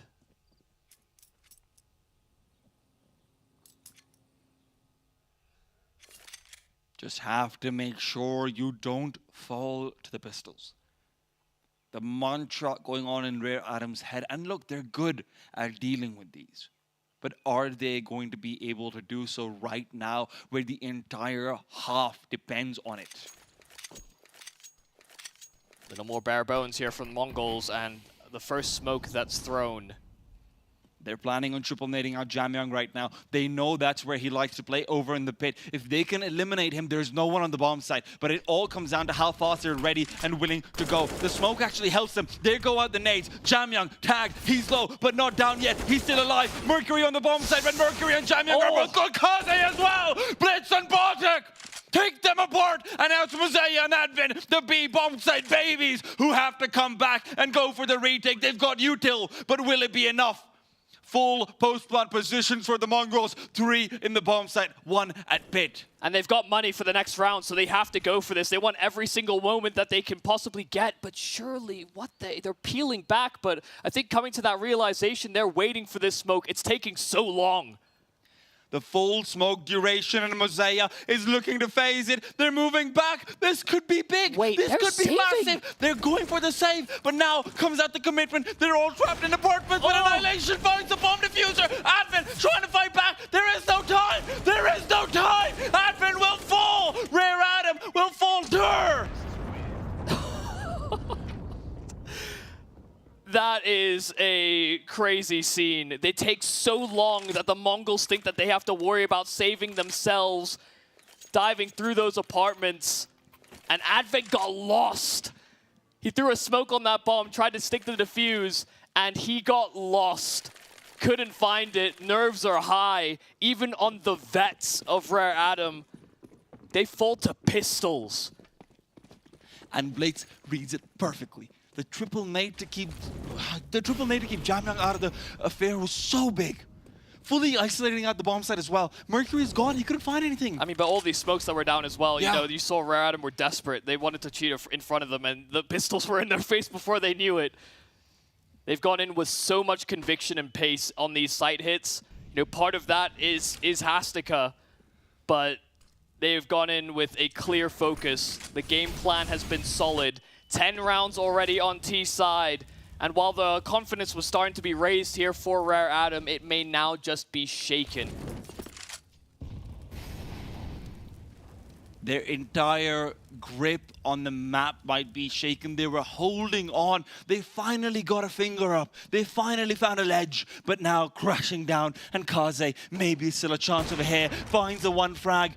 Late commitment from Bartek will not be coming into play. Jamyoung not needed. Kaze with a no-scope. Jamyoung another found. Kaze keeps himself alive. And Jamyoung watching out the Crossley's annihilation as the only man. A 1-on-3. Legendary for his clutches on international. But domestic is where he must now show up. Rare Adam at least find bare minimum. It is 5 where they will be stopped. And it is 5 where we will have to wait for more to come.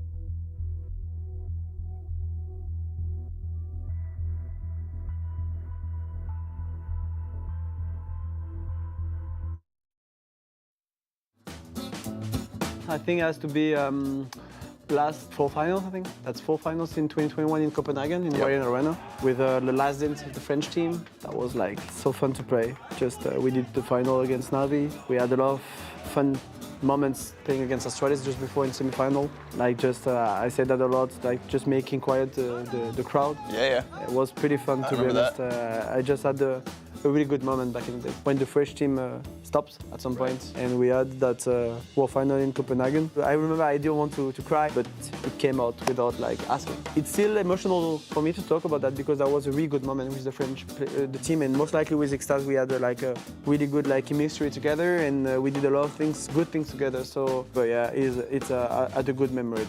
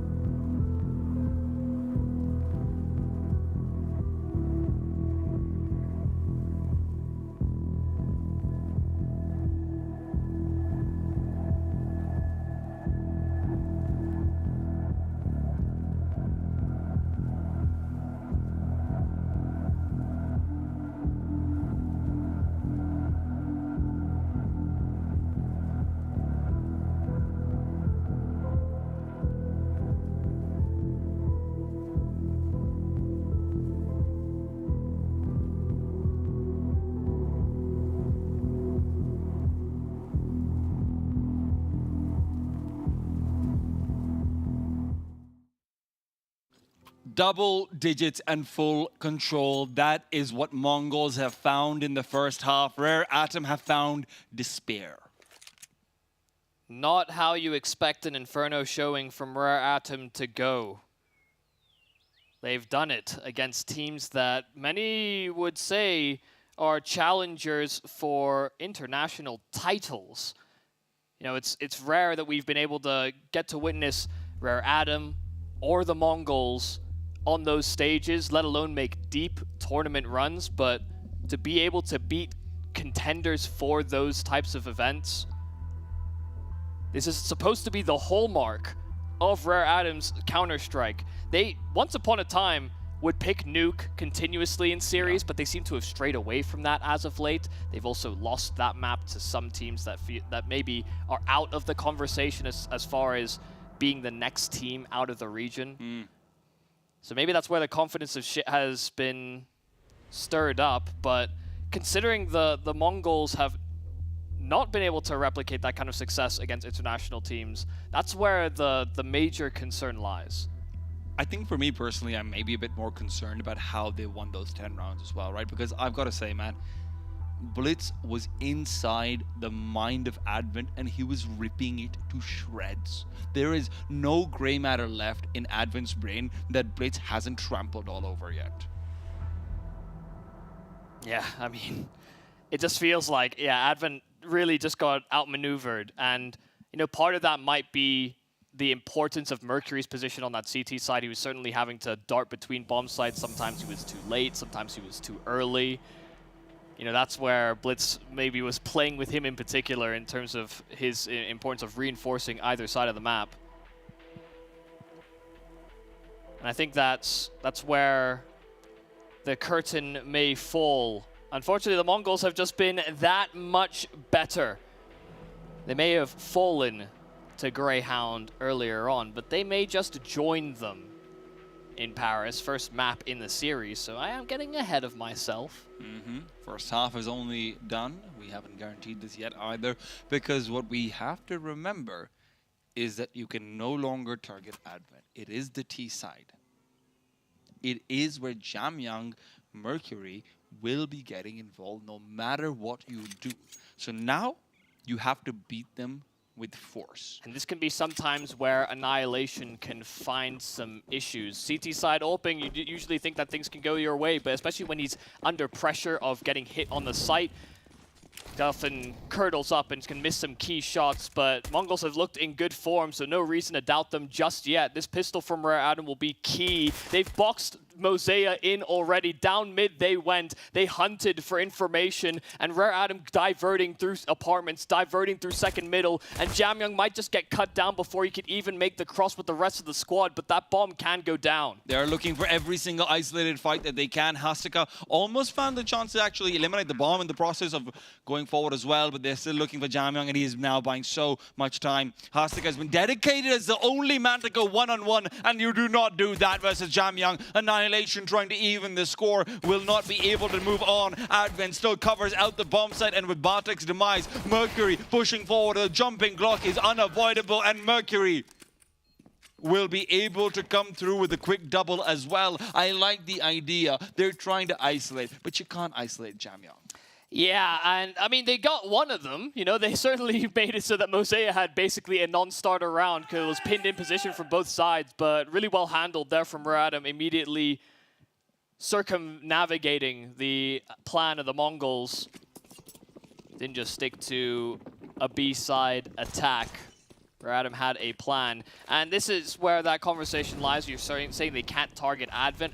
Are there even targets for Rare Adam? Who can they punish? Who can they exploit? Do they need to exploit is the question, right? May not need it. Because at this point, it feels like Rare Atom, their strength has always been in their tactics, in their executes, in their just demolitions of a bomb site. As long as they're able to get some back and forth in rotations, Mercury starts off strong, so will not be faltering to the Deagle of Annihilation.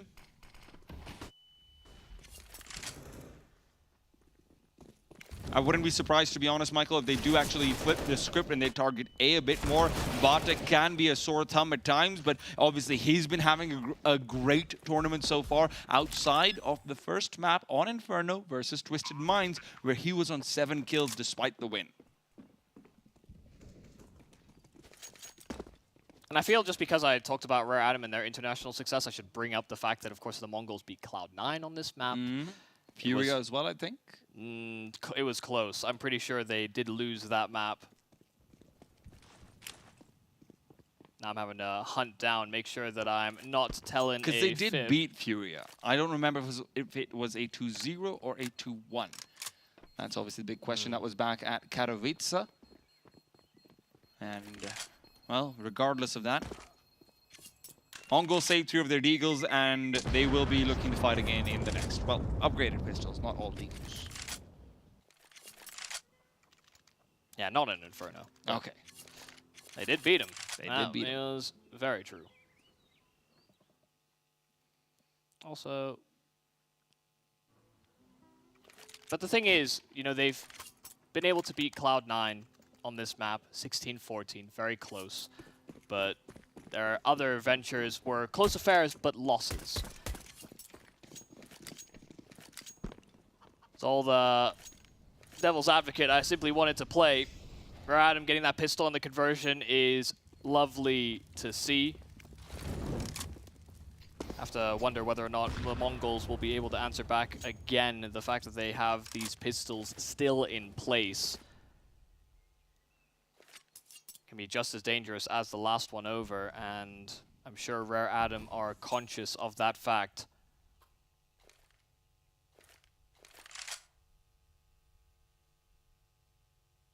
This is where the slow creep can end up coming back to bite you. Going into a stack is looking like more and more of a possibility as they are angling 3 players back in Banana.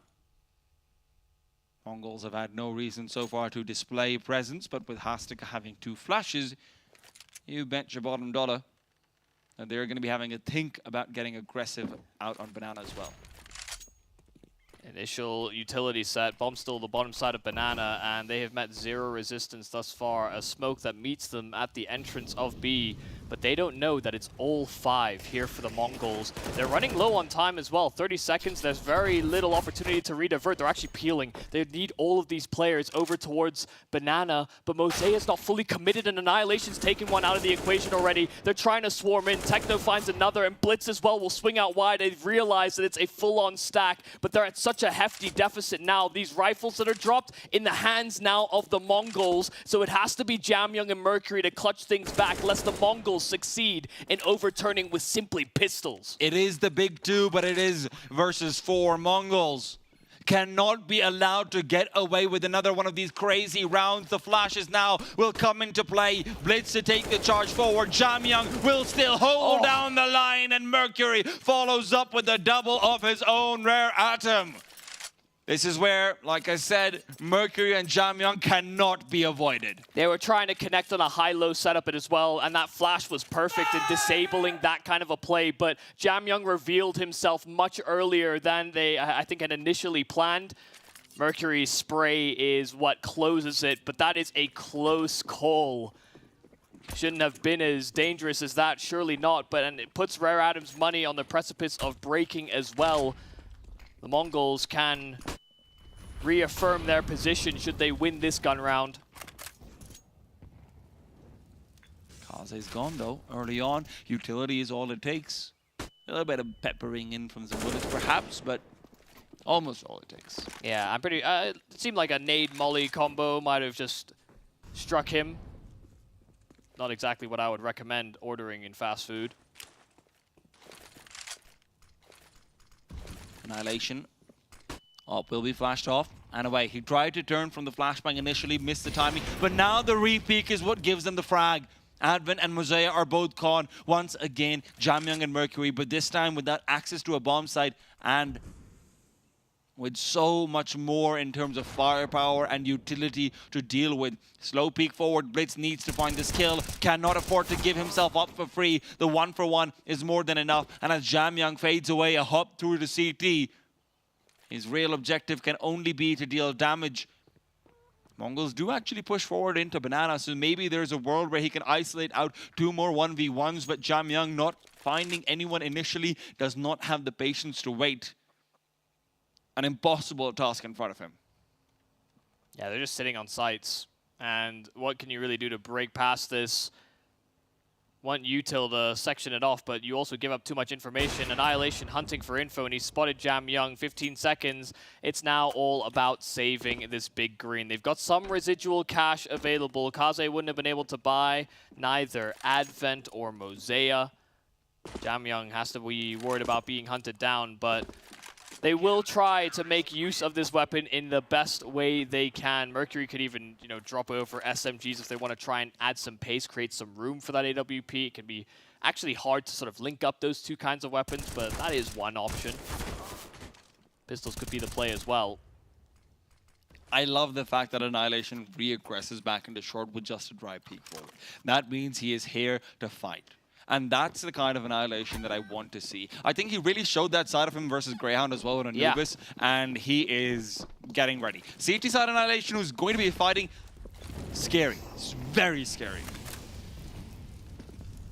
Yeah, full committed. An AK and a Galil to accompany Kaze's AWP. But things got a little precarious earlier against the Twisted Minds. It was pistols that got them back into that game. That was, of course, on Mirage, but could well happen here as well. Annihilation's AWP is in position. They've got 3B. They're getting ready to flash them forward as well. Mercury trying to look away. There is an anti-flash available, but he's dropped down quite in time. Molotov forces them off of Banana regardless, though, so the accomplishment of the defense has been guaranteed, at least. The util damage has been great for the Mongol CT side already. You know, we had 2 kills the last round, and now as well, these players weakened. VERTEX, smoke down, will be trying to fight back. Grenade's going to be doing absolutely nothing. Advent's already found one. VERTEX will be traded out very soon after as well, but the double is more than you can ask for. Mercury's flank is going to be activated, trying to come in from behind, but the smoke is blocking him, and it's giving cover to the AK. Techno inside of it will let him go past, and with 30 seconds trying to spray back, Mercury's been stabbed in the back, and Kaze, that saved. Oh, better start doing something. A 1-on-2, but no one to reveal. Once again, Mongols will be playing it defensively. Kaze's got nothing to find. No one on the bomb site. And the second he starts to go for the bomb commitment, they will be going through. He's not expecting them to swing, hoping that they will believe it to be a fake, but Hasika will do no such thing. Defuse guaranteed, and the double up, fortunately, not taken forward. Hastika, the no-fear soldier, you know, goes in on the entries and is going for full commitments now as well. Just made all that room for Techno. Is just happy to take that next step, even though he wasn't actually the closest correspondent. I mean, just great stuff overall here for the Mongols. Bartek holding down towards pit was really what provided that room. But there were chances here for Rare Atom to swing it back into their favor. Not to be. It feels like the Mongols have just come in as the better squad when it's come to this map. I think they've been a more complete package. Sure, we're starting to see these glimpses of what can be for the Rare Atom squad, but narrow margins are always going to happen. The better team will clinch them more often than not. Oh, that utility damage stat. Yeah, I'm telling you, it's high. Very high. Blitz wants to swing out for a few more. These are just anti-ecos, but listen, man, Rare Atom has struggled with some anti-ecos of their own, so clean is clean. Yeah, let's just take a couple more rifles out here. Make it interesting. Spice things up for us. The Mongols have been a little too dominant. Annihilation won't miss. Flash in, Advent doesn't really stand much of a chance either. I mean, in reality, Annihilation was still hanging around, but support was coming, so simply stole that last kill. And if Mongols can run away with Inferno, it also comes with the added impact of, you can't just chalk it down to, it's okay, guys, that was their map pick, right? Like, your captain might say that, but in your heart of hearts, you know that so long ago, it was also your map pick. Yeah, I mean, if they wanted to play it safe, you could have actually had Rare Atom just pick Inferno, but Mongols got to pick first, so it kind of throws a spanner in the works. They started on the suboptimal side, but they were ready for that.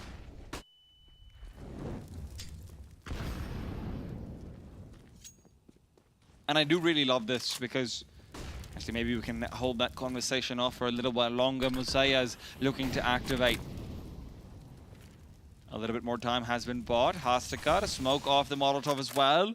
Repositioning back to B. This was the weakness of Rare Atom. Now Hastika looks to shore it up on the Mongols' side, show them how it's done. Mosiah Lurk will be an important piece. Has to try and distract as best as possible. They're actually starting to peel back over this direction. It's a little taste of Mongols medicine. Take the brackets and immediately try and capitalize on this B side as that smoke fades. Flash is good, but Mosiah blinded up, and Annihilation is not missing with any of his shots. Kaze a trade onto Hastika, but Annihilation is immovable. I don't know about Mongols medicine, but this is really just a Mongols lesson. Run boost forward, but Blitz is ready to intercept. Jam Young traded, but Kaze can only do so much. A 1-on-3 with 30 seconds. The bomb on his back does mean he can turn tail and run to A. Guarantee himself a bomb plot, give them a bit more money to work off of, but even that guarantee is going to be cut short. Mongols will be cheating backup player soon. Techno does not want to leave this bomb site unoccupied. They've already seen what can happen if they do so. Techno, right angle to be in. Kaze can't get the adjustment, and that is how you hold on to the B-bomb side. Yeah, I mean, we very rarely saw impact like that from the Rare Atom players. You know, we had a couple nice multi-frags. Kaze certainly had one performance, but he had to run through smokes to do that. It felt like Rare Atom couldn't even make use of the util that they actually brought into the bomb site because pacing was gone. You know, you lost those first and secondary contact players. They are this close to taking one map up in the series. They took a risk, but it does look like prep pays off.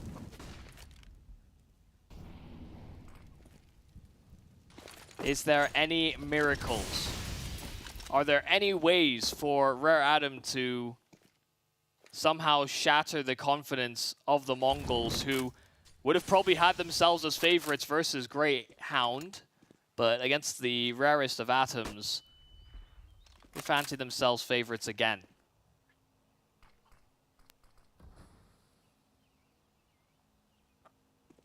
So split apart across the map as the CT side defense, but right as the convergence of Rare Atom occurs, they are not too far off either. Brackets control re-established. Blitz will be able to hold on to it. This grenade could be massive. The second there's a smoke actually deployed, he is going to be considering about using it, but instead they're going for a faster play through short. The Molotov will block them off. Blitz, readjustment backwards. He's playing from the corner of Graveyard. Annihilation to cover off, but the flashbang is good. Mercury with one Blitz allowed to live. Both Blitz and Bartek taken down, meaning the A-bomb set is compromised, and Annihilation's Tech 9 will at least give them the advantage on the retake. Can still hold them off from coming to apartments as well, but they want to go for slightly more defensive setups. Kaze up top, Jamyang as well, a crossfire to prevent the motocross, but they're much more concerned about Annihilation to come through. Techno's found the first. Kaze has to do it all on his own. Dodges out the flashbang initially. He will not be spotted, but the smoke is running out. There's too many players, and Kaze will find nothing. Mongols find themselves on map point. Such a key kill to bring down those numbers before that post plan. Had they been able to extend out of the bomb site, things could have gotten a little hairy, but Rare Atom were trapped in terrible positions, couldn't actually get more than one. Hard to set up in multis like it. They had to play around utility, and the Mongols have just simply been impeccable. They've closed out so many of these key rounds. That T side was thrown in with a few 2v2s, 3vx's in post-plant positions, but the Mongols are well rehearsed. And Rare Atom don't seem like they've got that same level of fight nor vigor. Inferno might just be stolen away from them, but Jamyang has something to say. Bartak has been a solid pair of hands as well for the Mongols, just like any other. Techno will start to cheat back towards that A site because of that kill, but has been called back to action. Hastika under some pressure. Molly that's down. Hastika actually completes the cross. Mosea hearing those steps, but realizing that there's at least some presence. Hastika is just so brazen. They're making so much noise on this bomb site. I don't know if they're trying to sell that there's more players than there actually are, but it feels like the information being given away is just going to be enough to completely echolocate them. Rare Atom, however, don't actually have any grenades, so they can't try and line those up. In the meanwhile, Advent is gone. Kaze will trade. And with that, the A-bomb site is completely unoccupied. The rotations for all three will come out, but Kaze's bomb is headed to B. Oh, well, this is looking more like it. They think it might actually be an A-site attack, and they're prepping for what is a hit, but they have been turned the wrong direction. Hastika's been very mobile this round, but he actually vacated the site at the wrong time. Flower pot boost could be accomplished. No one's looking for it right now, but Mosea turns. After they cleared the site, they realized there was nothing else, and so the Mongols, while they're at 15, will have to wait a little longer. Money's good enough to be able to continue buying for the Mongols for a while at the very least, but absolutely, Rare Atom. The uphill battle has begun here. Good to see Kaze being able to get a bit more involved as well. Yeah. As much as I hate to say it, he will need to start thinking about Mirage very soon too, and he will be crucial there. But obviously, far away. Yeah, I mean, as well, you know, it took a while for the Rare Atom to come online here on this first map. You know, we very rarely see only one player having some solid rounds or even having some solid input on whether or not these rounds are feasible. But we've had glimpses. We've had these bouts of resurgence, and maybe this can be one that they can chain together to at least bring the scoreline closer. You know, they're not out of the woods just yet.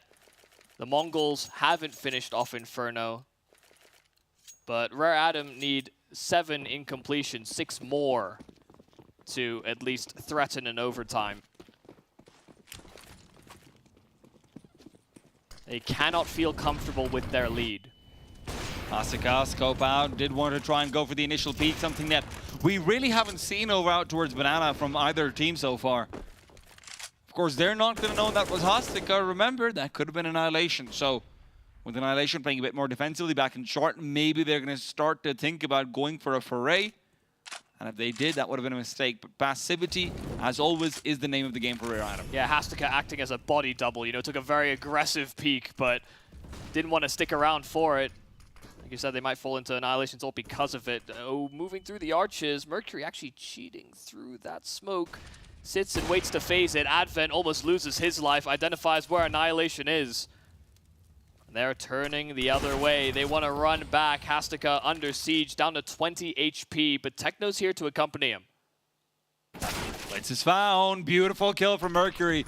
So a similar circumstance transpired in the previous half as well, but now Techno, good for the double. All down to Hastika on the bomb side. Can't find anything the secondary up. It might be a body double, but it's not quite the hands that match it. Annihilation all the way back to A, and the secondary can't quite deliver that performance. Yeah, a little bit of a shame there that Annihilation couldn't have as well punished that peak. If not for that, you know, might have actually pushed forward and taken information. He's been someone that likes to get aggressive if there is a bit of pressure being received over towards the brackets, or they try and Molotov off short. You know, those are great opportunities to strike because, you know, you can't be chased down after you shoot.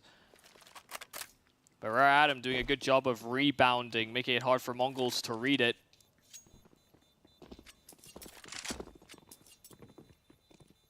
What more can anyone else do? Hastika's AWP was certainly expensive for the little production, and considering that factor, you know, money's not in a great position for the Mongols longevity-wise. Sure, they won 5 straight, but hey man, CT side economy is expensive to upkeep. All those grenades come at a cost. And the double up is the one thing in CS that will always bring you one round away from breaking, right? So it doesn't matter what your money might be at. This is where Mongols will have to consider exactly how they want to purchase into the next one. I think they should still be able to bring together a straggled together buy, but maybe they just want to save and fight with the op in this round alone. Yeah, it should be a 3rd round loss bonus, so it won't have all the bells and whistles, but it will have most of what you want. 2 flashes are good from Techno, though. If they can use those to enable Annihilation for a peak or 2, let's not forget that we have seen them get away with more using less. Could also be a round where Annihilation takes over. You know, when you're on these low buys, the saved weapons have to take a bit more ownership of the round. Certainly saw that from Dan King, absolutely. Nades are decent. 60 in total. Creep through in short. And this is where Blitz's Deagle could find the timing. The question is Mercury going to be isolated yet again? Bartek wants to take the duel, but it's back to apartments they go. Jamyang caught on the reload, but will be given the chance to do so. Bartek is down as well. Jamyang's double gives them the A-bomb site if they can just get past the Deagle of Blitz, who's only good for 1. Yeah, Bartek had an M4 as well. You know, that was one of those weapons that you would maybe hoped to find success, but it's not to be this time over. That AWP is likely to try and save once again. Rare Atom are clawing away at it, but they know it's a long road to make it up. Mosaic identifying where Annihilation is, so there's no worries about leaving that bomb and trying to hunt this out of his hands. He'd be able to buy one in the following round regardless. But that's where the importance of having everything you could ask for, not to mention floating some cash can be good in the long-term run here for the Mongols, considering Rare Atom are starting to close the gap. Here it comes. Annihilation, can you hold on to this big green? Kaze will fixate on the coffins, and no. Smooth moves from Kaze, but it has not been smooth sailings for Rare Atom, not yet. Again, they might have taken momentum away from their opponents, but every round is just as hard as the last. Even against these pistols, you know, they had an issue on their CT side where they got overwhelmed by pistols. Had to win a 2v4 even on their T side, right? Yeah. Full buyout for MongolZ, but if they lose this one, you know, Rare Atom are knocking on the door of 13. Scary, scary stuff. You need to put your foot down right here and now. Slightly more aggressive over on the B bomb side. Annihilation is paired up with Hastika. Wants to hold on for the half wall. This time no grenades on Rare Atom on left, so he does not need to be worried, although he doesn't know that for himself.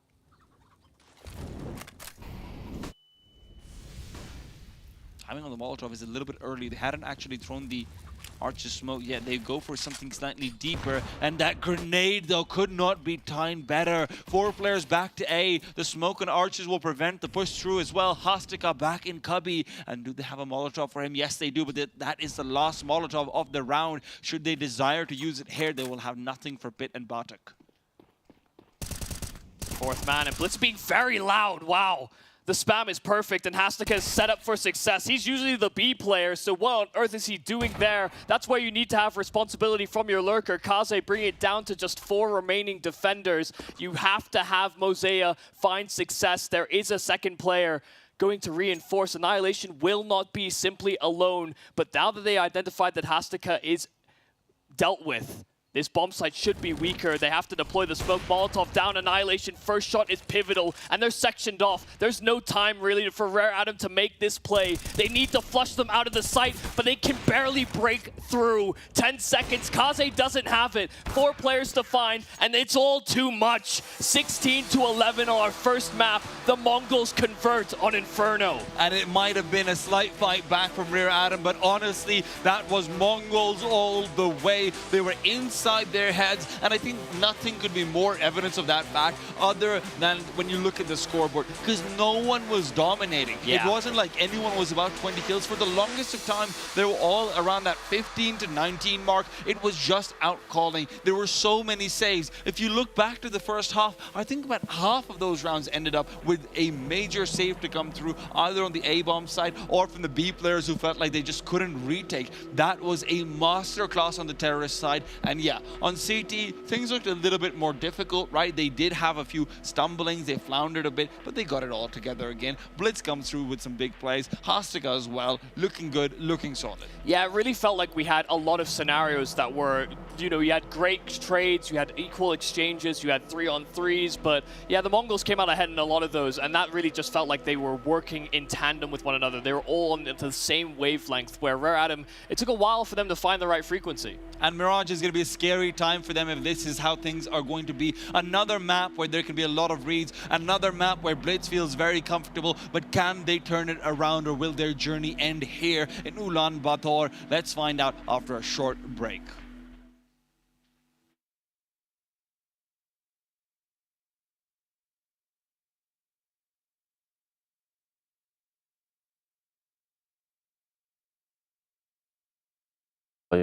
Монголд болж байгаа гэдэг нь жоохон даваа. Нойр морины асуудал ингээд онгоц монгоц ришээ яваагүй ингээл байдгаар байж болохоор арай даваа.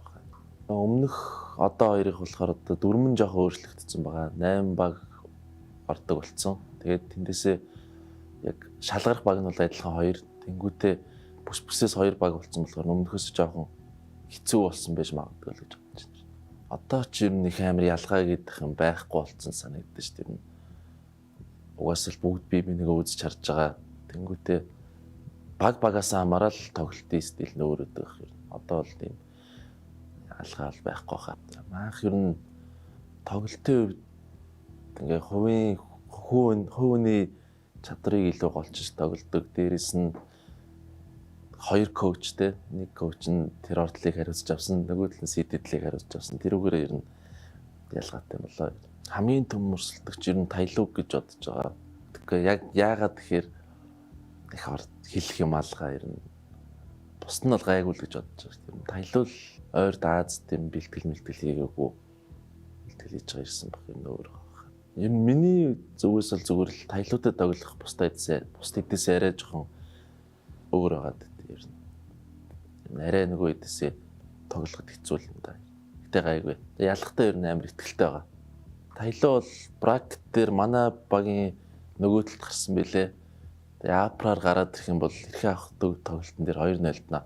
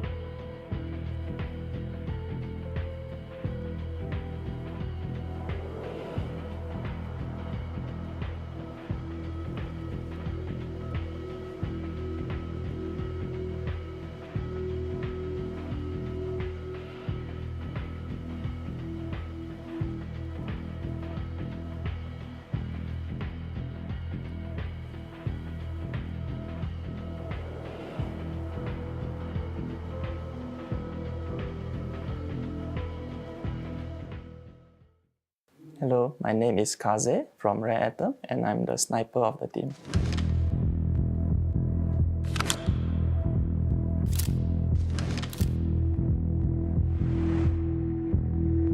First impression of Mongolia, they are very friendly and very kind person, I feel. Yeah. I feel this will be the last major for CSGO because Counter-Strike 2 will be launching a new game. So this is very important for us to pursue and compete this major. Compete Asian team now is quite hard because there's 8 teams. Before this, there will be always 4 teams. So I say this competition will be very tough right now. We have been boot camping for 2 weeks in Malta, so we have been practicing very hard and we hopefully qualify for this major. Mostly practice on the game more, I would say. My position in the team is the sniper. Yeah, I mostly pick off any players from the start or anything like that. What makes my team unique? There's two young players with hungry to win, and I would expect all of us are hungry to win. Yeah, I would say that. My nickname is Kaze. Is from a Japanese word means win. Very fast, I would say. Yeah, I'd like to wish the whole RMR Asia team good luck and have fun.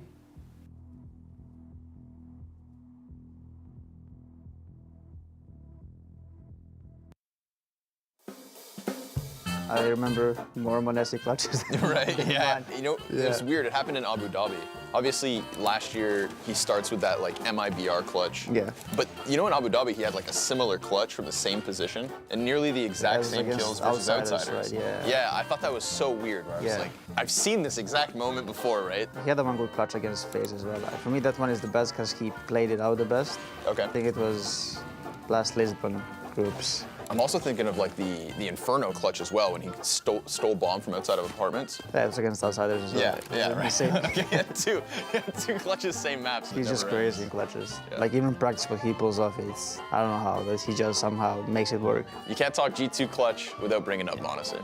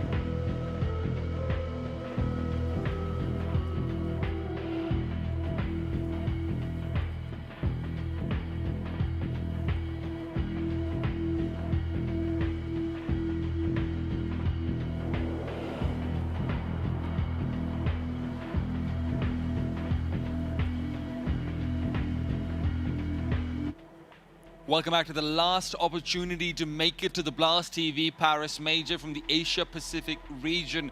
It is map 2 coming up very soon, as it will be Rare Atom and MongolZ continuing on in Mirage. First map going the way of the Mongols in such handed fashion. The Rare Atom squad need to rebound on a pick that is a little unorthodox, usually picked against them to try and punish and capitalize on playing more scrappy, more duel-based CS, considering Rare Atom plays so safe. Look at the Mongols here in this pistol. They've already got Bartak crept up through middle. Rare Atom attacking this B bomb site, but that smoke that's down, they don't actually commit alongside it. Bomb's re-navigating through the underpass, and MongolZ has inserted himself inside of the window. Annihilation was fully aware of that possibility, and now they know that it's circling back to A. Look at where Bartak is. He's going for the full flank, and if he makes it to Palace, this will be such a nightmare. Blitz takes down Mercury, Blitz takes down Young. No one can get past him, and he's still alive, and they still can't scale. Blitz with 4, looking for 5, might be the ace, and what a way to start off the game. Bartek might end, but it's a 4K for Blitz. Wow. Just completely trouncing the idea here of Rare Atom. They tried to throw a red herring, threw them the wrong direction. A smoke on B, some presence made, and then they suddenly re-diverted, but the Mongols were ready. Blitz is just too quick, too sharp, proficient on pistols. Throwing out the red herring, but getting the black eye.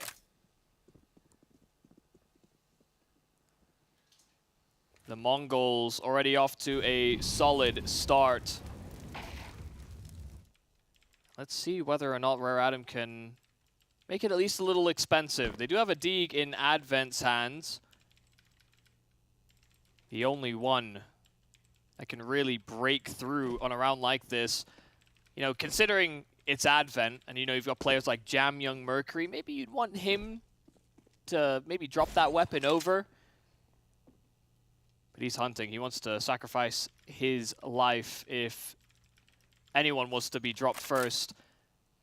And the Mongols are doing a good job of holding on to what little utility that they have. See whether or not they can keep all that util on their belts. Oh. We have seen a few interesting Glock kills that's come out of the blue, but everyone has head armor, so should be A-okay. Hastika can farm up a little bit as well, and this is one of the things that, you know, I was talking to Nine again right when we were off camera. He mentioned that he doesn't think that MongolZ is too prepped for Mirage, which is why Rare Atom probably picked it. And sure, I might be inclined to agree, but it is still Mirage, right? It is still a map that they were very good on, that doesn't need a lot of adjustment from Hastika if he's going to be playing similar angles and similar spots to what he knows is, you know, it's a standard default, right? The complicated stuff can be handled by everyone else. Yeah, not to mention, you know, you have Hastika in positions where if he's going to succeed and have the form that he's had thus far this tournament, you know, Hastika has big shoes to fill on this roster, but he's been doing a great job of actually fulfilling those positions. Hell, even doing more aggressive stuff than even the person he replaces. It's been slightly different as well, right? He's been able to enable Annihilation a lot more as well. Annihilation, we've seen him go for a lot more aggressive peaks. It does feel like the onus of responsibility has shifted, even if the spots may not have. But now, that onus will again fall onto the A-bomb site.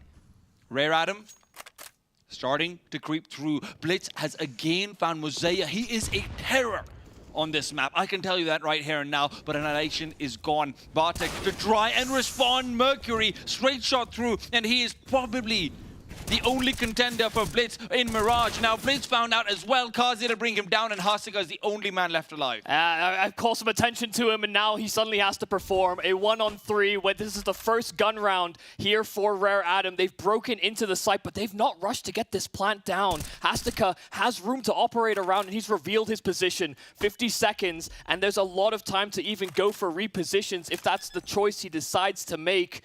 Rediverting in through window, he is trying to take a different angle, try and make it difficult for Rare Atom to read. He is attempting this retake. Sure, he might be, but the problem is that Rare Atom haven't actually gone to take CT. Maybe with a grenade he can find Kazi quickly, and that will be exactly what's coming through. Kazi is gone, back to 1-on-2. He's got the kit? No, he doesn't, but is there one on the bomb site? Yes. Bartek had dropped one down right next to where the bomb is planted. So now comes out Hastika's attempt. There's a player still up on Palace, has to be very careful. Jamyang will be committing very soon, and as soon as he taps the bomb. Hasika knows that the round is gone. Jamyang does not reveal. They're able to take the quick peek, and Hasika might get the kill, but the defuse cannot happen. Yeah, very close to finding the kill onto Jamyang as well, but realizing that just didn't have the time to operate around. He certainly makes it expensive for Rare Adam to break through in this round, but hell, first gun round, getting a round initially on the board, that's exactly what you want to see from this T side. I mean, it took a while before we saw Rare Adam actually come online on Inferno, so not being broken by the replacement man to score. The Mongols can reinvest. They've got MP9s, and it's obviously not ideal, but they can take this. They can be more aggressive, and that's the big discrepancy between these two teams, is that the Mongols have that other facet, or have that other element to their gameplay. Whether it's Blitz, whether it's Bartak, Techno as well can take some responsibilities. And I'm not even talking about Annihilation.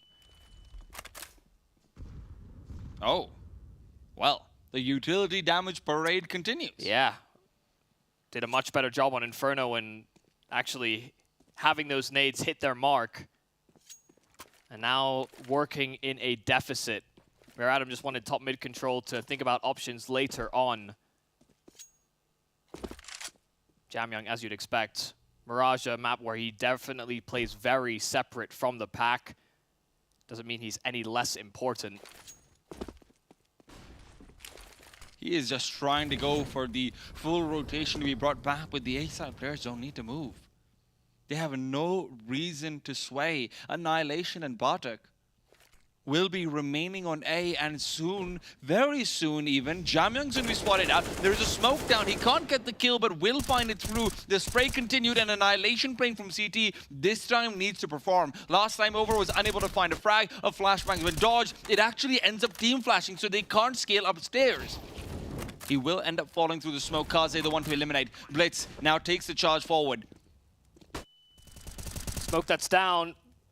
Kaze tried to play around the top side of it, but now they have to play more defensive angles. Jamyang going for the long wrap to try and make use of the post plant later on, but his teammates need to hold first. It's a 3-on-3 here on this site, and Techno leads the way. Advent already taken out, and MongolZ, he's just tucked away at Tetris. Has to, again, buy time, and the Mongols are nowhere near that bomb just yet, but Jamyang's found, and Techno's followed up onto MongolZ. Kaze, 3 men ahead of him, and Hastika covers. Blitz is already sticking the defuse. The Mongols have retaken, and they're on 3. What a fantastic read coming through. They knew exactly what Jamyang is going to be going for. They knew he's not going to be playing Palace twice over. The bomb wasn't planted quite for it either, and the players in ramp are just taken care of. Annihilation's demise might have come through, but the fact that he delays as long as he did, and the fact that the flashbang meant that they couldn't scale on the stairs, was huge. They couldn't go through for jungle control because of the lack of stairs pressure. That gives so many more avenues that they have to take care of. Palace becomes so much more insecure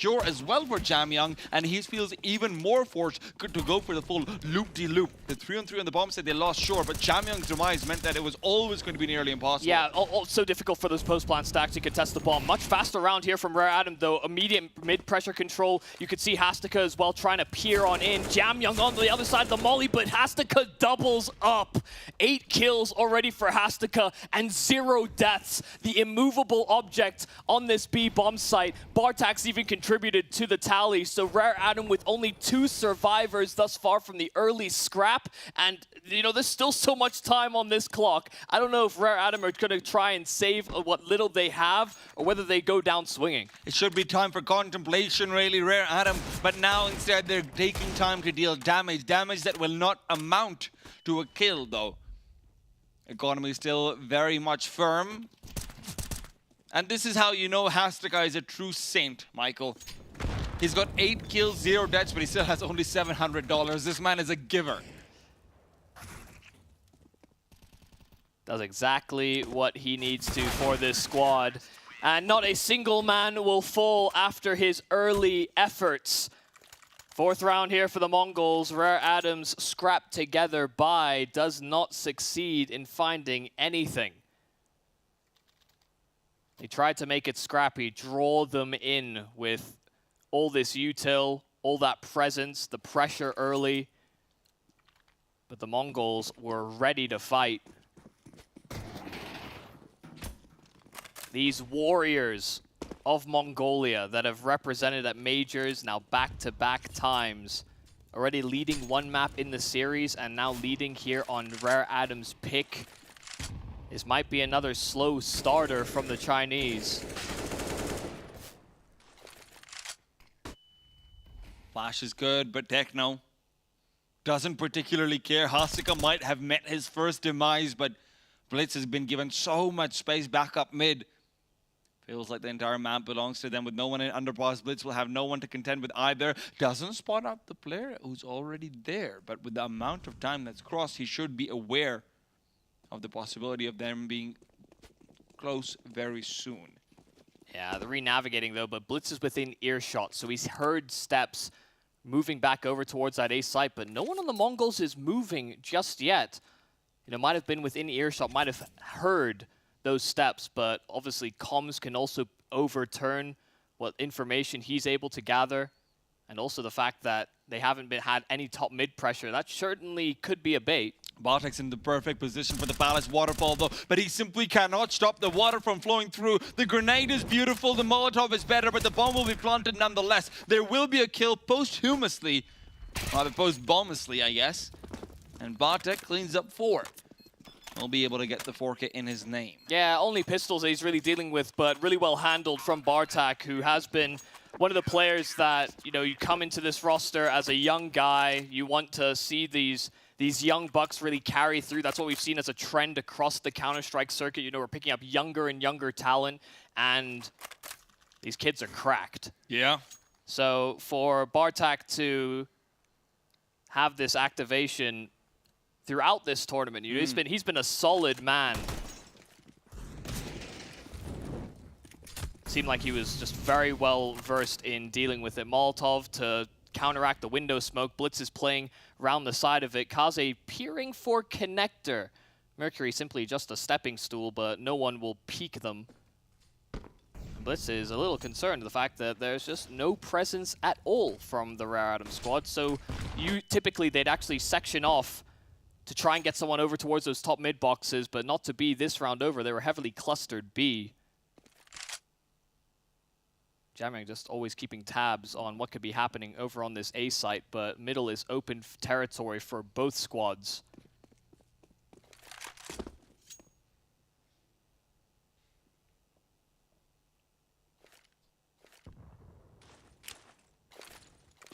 Re-smoke back on window. They want to make sure that Blitz has to pay attention to middle, but he is laser focused. Not anymore. It's going to be hard to figure out. Yeah, VERTEX turned the wrong way. Techno is tucked in, but Jamyoung a double entry, and Blitz counters right back. Back to equal numbers, only for Kaze to strike before Blitz can get himself out of dodge. A man advantage. This bomb has enough room to go down, but Annihilation's quick on the rotate. He's going to be able to get there before the bomb can drop. They're getting a bit chaotic about it, and they're taking the long way around, using so much utility. This smoke's got a gap in it, and even if it doesn't, it's fully dissipated. The bomb will be planted. Annihilation just needs to cover off the cross of Kaze. They cannot let someone get into Firebox, and that's what Annihilation's objective was. But now it's bricks where Kaze will stay and stand. Hasika, another 1v3 that he will go for the attempt in. Off on the other side, though, Kaze will shut him down. Second round secured. Rare Atom able to re-navigate backwards, and Blitz, that one smoke back towards window really throws him off his position. He isn't able to find anything. Well, there was just a complete lack of pressure for the most of this mid-round, and then all of a sudden there's 3 smokes that bloom bottom, top, and as well into towards the window. So connector is heavily occupied in terms of utility. And yeah, it just made it very confusing for what the Mongols had to actually look at. That's why VERTEX got blindsided. Tell they had a misread on what Rare Adam were up to, but they held in a post plant again. Had one fall through their fingertips, but when they find a 3-on-1, that has not passed them by. Secondary AWP for Hastika has been the man to wield it for this squad, which I think was another question we had when we initially heard about Hastika making his move into this roster, because Score was the secondary before. Yeah. But Hastika taking all those responsibilities for the Mongols. So Top Con and Mercury leading the charge. Secondary op means that Annihilation can be here, but can he find the shot so far? They've been good with flashes, but not this time. Kaze stops the repeat. Annihilation punished for a bit of over-aggression, but Bartek's already moved past. Is there a flashbang? Is there anything? No, absolutely not. Only his wits and his guns about him, while Blitz will force off Mercury from inside the smoke. Not allowed to stay or persist. But in the meanwhile, he's moved past. He's getting so close. They've doubled up next to CT. MongolZ's demise has occurred, but the bomb needs to travel through. Right back over it goes, but where is it going to be traded out to? There is so much presence being shown. Kaz is planting the bomb. Mercury commits. Mercury's good for one. Bartek will be able to trade it out. A 2-on-3. Kazi and Jamyoung, the longest standing members of this squad. Outside of the IGL, and Jamyoung will find one and only one. Kazi needs to get it all. A 1-on-2, but Techno is the one to move forward. Kazi's cut him off. Looks for another. Misses his chance, and that might be it. That might be it. Blitz right back into the thick of things, and Mongols will find 6. Kaze couldn't duck out far enough. Blitz stood his ground after Kaze missed the shot. You cannot miss against this man. A critical clutch by the leader of the Mongols has been instrumental in a few rounds, but A site is not open field, not while he's still alive. And Kaze has been impeccable in pinning players into position that looked like a 1-on-2 that he had set up for success.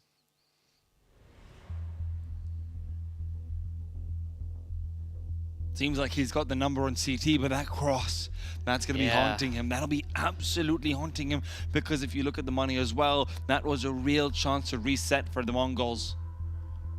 They are stressed out in their economy, but Blitz will save them. Gives the treasury a chance to be re-bolstered. I mean, how do you even track someone like Blitz?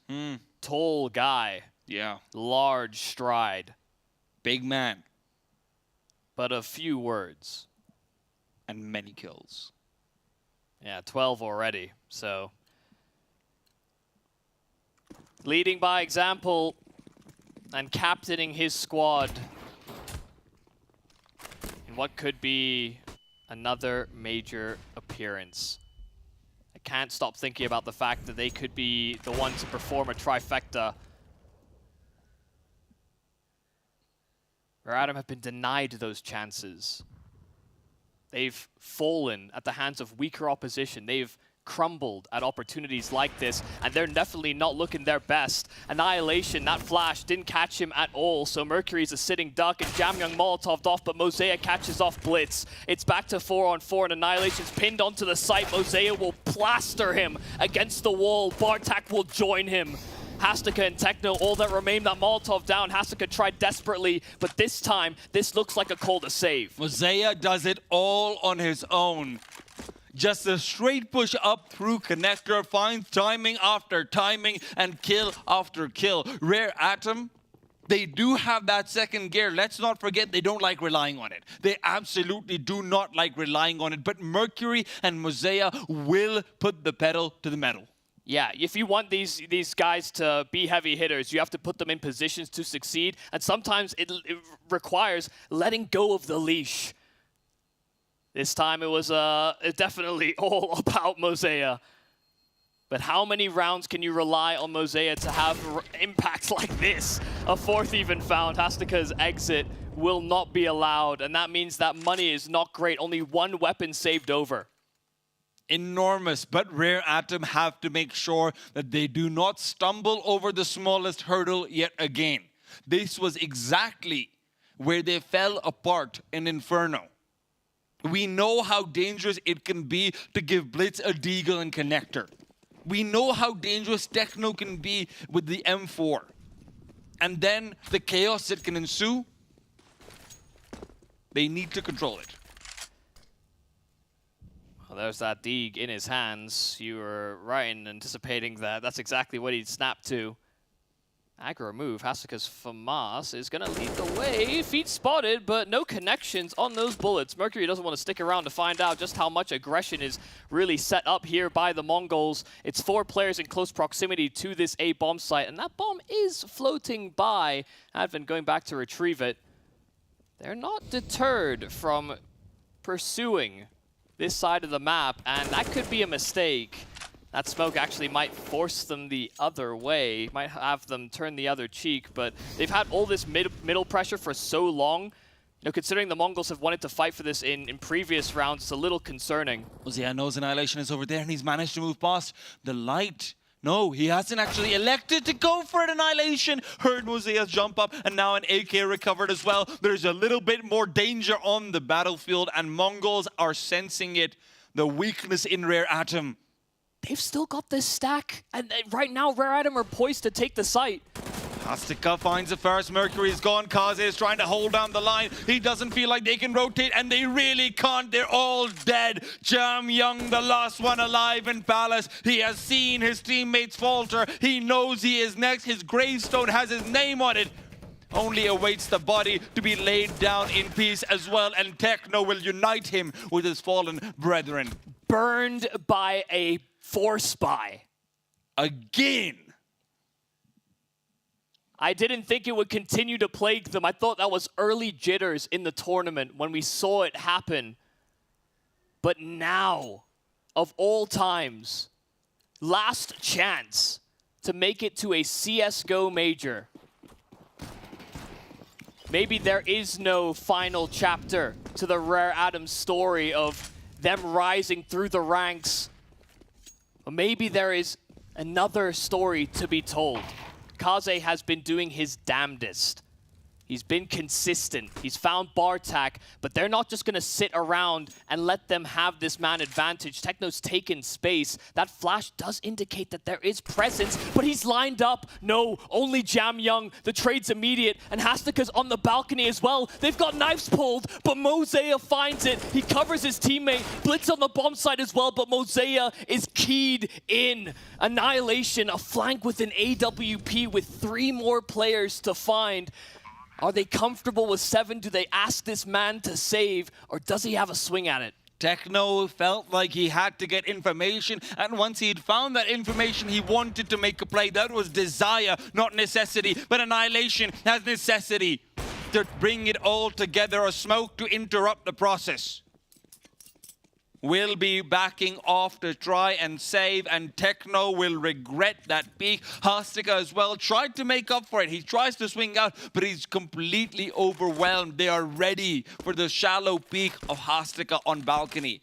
Take him down immediately, and Rare Atom, again, it is MongolZ with the double. Again, it is the faster play of the back of a single point of information. Yeah, got Kaze's pick on the AWP and just clustered up and wanted to overwhelm. The urgency that was there. Finding Techno was definitely the final straw. But some real missed chances. You could tell Annihilation really did want to go for that clutch as well. After he found apartments, but not to be. They do let him save, and that does mean that another buy can come out. It hasn't always just been about full buys. That Rare Atom have had to try their hardest. You know, they're going to be running on low utility here on the Mongols, but weapons are aplenty. Is it going to be fast attacks on bomb sites? A team that's so known for just slow control, and it can be a grind to watch through their T-sides at times, but you cannot argue with results.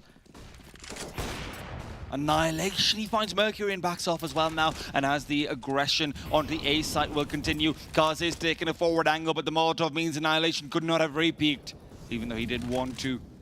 Still swayed away, but CT not forfeited. Blitz will be boosted up, looking for Jam Young. They know where he likes to play. He's been there every single time, but MongolZ has been close, and he has been very deadly. Very much so. Stuck up top. Blitz will levitate right before he goes 6 feet under. MongolZ found Bartek to trade. Still at 3-on-3, and the retake is on. Techno trying to smoke off Kaze. It'll be Kaze to find Techno right back though. Annihilation still doesn't feel comfortable moving in. It needs to be Bartek, but it's giving so much space for Jam Young to rotate back in position. It feels like it slipped out. It feels like they've got nothing. The Mongols once again stopped from recovering that bomb site. Chasing, hunting, Annihilation, first kill, but Jamyoung's lurk will make sure that this ult is not a factor in the following round. Money is at an all-time low here for the Mongols, and not even in a position where it feels great to buy into it. Rare Adam have a real path to recovery here on this T side. MongolZ has been instrumental. The 3 kills on A once before, the double entry on B, and now another double entry to make sure that Rare Adam gets security on A. And before that quad kill, he had 0. No impact. That is the power of MongolZ unleashed. You can see how much more free-flowing he is now. He's decided it is his time, it is his map. And it's a 5-7. Mongols look like they've been dominant, right, Michael? But you have to think, what if they had actually, what if Rare Adam had actually capitalized on that force buy? Yeah. Well, they're running into a stack here, and that's a little concerning, but MongolZ has found the first and has taken at least some space. Mercury as well will join him in his efforts to clear this site, but they are making this a little costly, a little bit of a doozy. Annihilation still hasn't been cleared, but Kaze takes a headshot, but didn't take much for him to react to Annihilation, close corner. No up for Annihilation this round. He really wanted that kill playing up from the boost. It would have given him enough money to be able to go for the naked up. It's all accounted for. This might be about as close as it can for our half to close. Rare Adam seem like they have struck a bout of form. MongolZ has brought it out of them.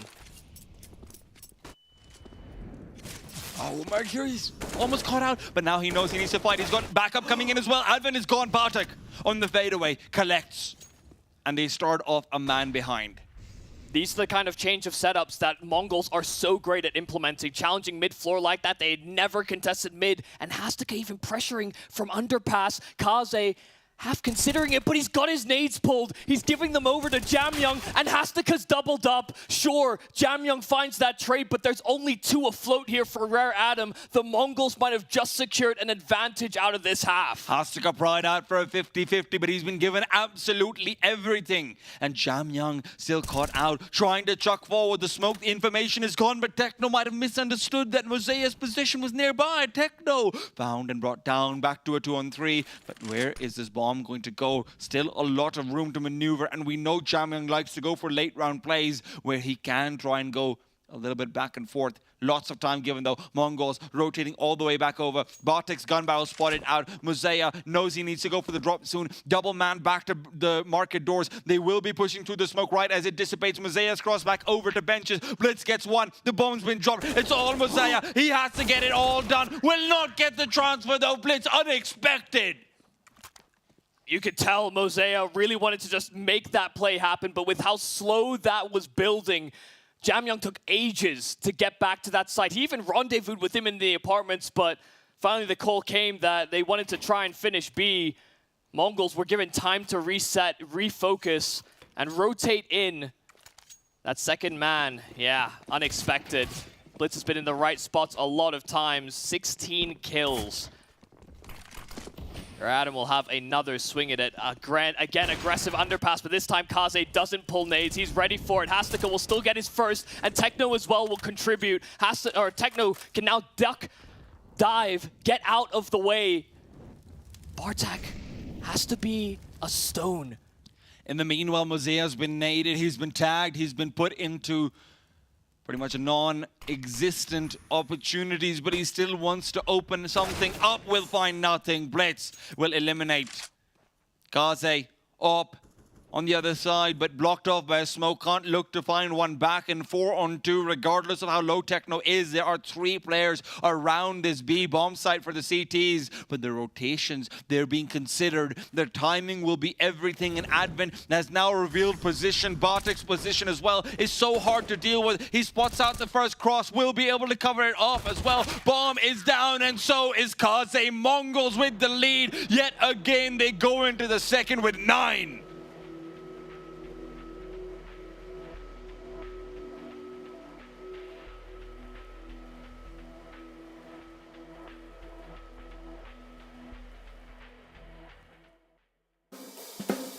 I remember more Monesi clutches. Right, yeah. You know, it's weird. It happened in Abu Dhabi.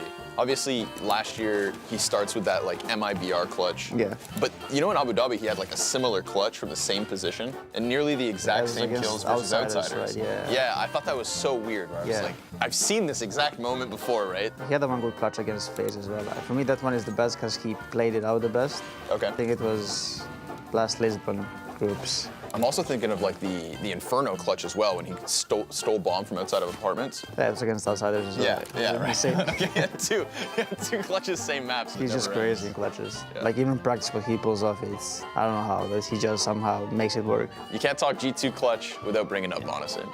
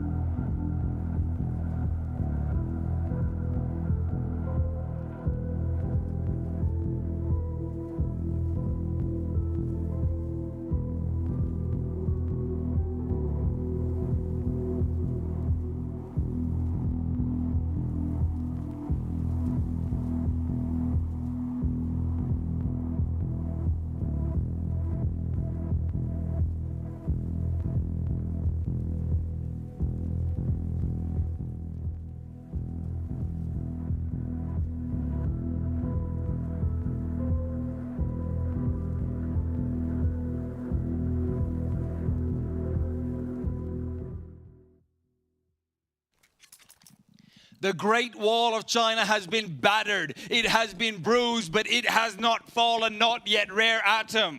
Fighting for their lives, but they might not be fighting for long.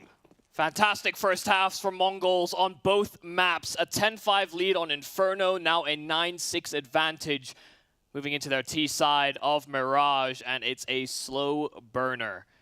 Smoke and a flash in Blitz's hands, but they have spread out and searched for clues. Kaze giving over a step, and that may be an indicator for them to perform this boost. Hasika is propped up, but he's one that wants to maybe claw through that window much later on. Jamyang's going to be taking the peek. He knows where Hasika is. This is exactly where Mosea found himself punished earlier on, but Hasika is able to keep himself alive, and the grenade does effectively nothing. He doesn't even move off the position. Annihilation is the first one instead to fall. When or if will Hasika see his impact? Jamyang holding into these apartments, and he has Mosea with him. Mosea has been a big man to find so far. Techno dropped first, and Bartak with that bomb does find a counter kill. Hasika's performed on the flank, and Blitz will activate as well. They don't know about Kaze, so the bomb denied, but Blitz the trade immediate. Mercury's on a flank, dualies available, but there is no kit. Do they consider this? He's got the dualies, sure, but will that even come into play? Maybe even would have liked to have the USB to be able to go for some quicker taps, but instead Blitz 42, Hasika 65 as well. Maybe it is for the best. He's going to be going forward, dropping down, looks for the first one, misses out. Bullets can't keep anything together, and the heads are just being dodged out when they finally connect. Mercury still has Hasika to deal with, and he does so swimmingly. Hasika taking the open peak rather than waiting for the bomb defuse to come through, ends up costing Mongols. Great job there for Mercury to be able to isolate those fights as well. You know, those post plants were put in a spot where Hasika had to be that late activator, but Blitz dying so quickly just meant that he wanted to take that risk. Forced Mercury into an uncomfortable position, but he was ready for the fight. And that'll be the first piece of the puzzle. Should allow them to tie things up rather quickly should the Mongols not be able to answer back. But bomb plant, you know, that extra money certainly goes a long way. You see the rifles are out, Galils aplenty. Mercury is getting aggressive. He should know that there is a force by coming in on the other side, but he's not going to have an idea about how much of it is going to be Galils, MAC-10s, what is the priority going to be around. Mongols have gone for the full rifle stack, and they're going to be prioritizing mid-control, it seems like, from their setup. And look at how defensive Rare Atom are. The jump spot back on B, a player shallow short, and then you've got one man in jungle just waiting. That's Mercury waiting for the boost, waiting for information, waiting to rotate. Yeah, they're very tucked positions. Not a lot of information that you can garner. Won't get a lot of early indicators, but MongolZ will get pressured. Smoke down, pulls his gun in time, but is traded immediately. Jamyoung at distance with an SMG. 1 kill, won't quite cut it. He doesn't have reinforcements available just yet, but now Mercury's made his transit into the site. Has Kaze right behind him. Mongols, though, pumping the brakes. That's because Blitz is still inside of Connector, and they're trying to redivert. And the bomb will be able to move over, but they still have a man to deal with. That's Advent. He has to pick up at least one over here and stay alive on top of it. The MP9 at this range, though, doesn't give you much hope. 30 seconds means that's the only real way for Advent to activate, is if they overlook him and they go for the bomb plant. But Bartek is clearing. He knows exactly what's going on here. The elevated angle will be sussed out as well. Bartek continues to peek forward. What a great performance he's had on this T side already. Might have been only 2 rounds, but he has been crucial in a few of these kills. The bomb is down, and Mercury, the rotator to B, now has to come back to A. The pendulum swings back over, but I think his time might be out. Felt like Mercury was having to rotate a whole lot on Inferno as well, but he won't even try and take the stab at it. Hastika went for 1v3s, did damage before, but Mercury doesn't fancy his chances. This was a perfect mid-round call from the Mongols. Blitz had no pressure inside of the connector, and as soon as they realized that Rare Atom were starting to reinforce B, there was a major vulnerability on the other side of the map. You needed Advent to succeed, and he came up empty-handed. We have seen this exact thing on Inferno, and this is exactly what I was scared of. Coming into Mirage, it doesn't matter if Mongols haven't necessarily been playing it that much recently, if they haven't had that much time to practice all their maps, and this might be a curveball for Rare Atom. The problem will still be mid-round calls are mid-round calls. As long as Blitz is getting information, and it's one thing we can be sure Hastika is providing, he can make calls like that. Well, it's awesome as well because he's making all these decisions for the squad and himself, and he's the one that's killing the most of the people. You know, 20 kills already here for the Mongols. He has really acted as a sole propellant in Mirage in particular. Had his other stars perform, that's for sure, but he's a star himself. Mercury tried to hunt for information, but it's a passive hold from the Mongols. They anticipated this answer back. They win their force by. Rare Atom are hoping they can have the same good graces, but their buy ain't quite as pretty. Bartek has completely changed up his positions as well, now going right back over to Palace. He's been so far a part of the secondary pack. You know, he's going buddy-buddy system very often. Trying to be the second man to get the trades and then be able to work around in the mid-run, but he's going for a hard lurk now. Techno needs to be careful. Advent is nearby. Techno seems to be aware of that possibility, but the adjustment isn't fast enough. Advent going for more. That's too much greed. Annihilation. Covers off the rifle. Wasn't ready for another player. It wanted to hit E, but instead it's going to allow Mongols to regroup their efforts. Soldiers positioned outside of that A site, and there will be 2 players in close proximity, but Blitz inside of the connector. You know he's a danger when he's in this spot. He does still have to deal with a solitary rifle and a crossfire that could potentially come through. Molotov to start off the execute. He's got to smoke as well to get a one-way against the short players, and Mercury is going to be flashed off. This is perfection. The execution of the A bomb site is so thorough. They barely need any utility for it, and they completely dismantle off of positions, but now comes the comeback. Jamyoung with the quick frag gives them the AK as well. MongolZ has recovered, and we know what kind of entries he's had on the A bomb site before, but do they even want to go for them? They have convened. They have collected. But there's still a conversation on time as it is ticking out. The kit not present.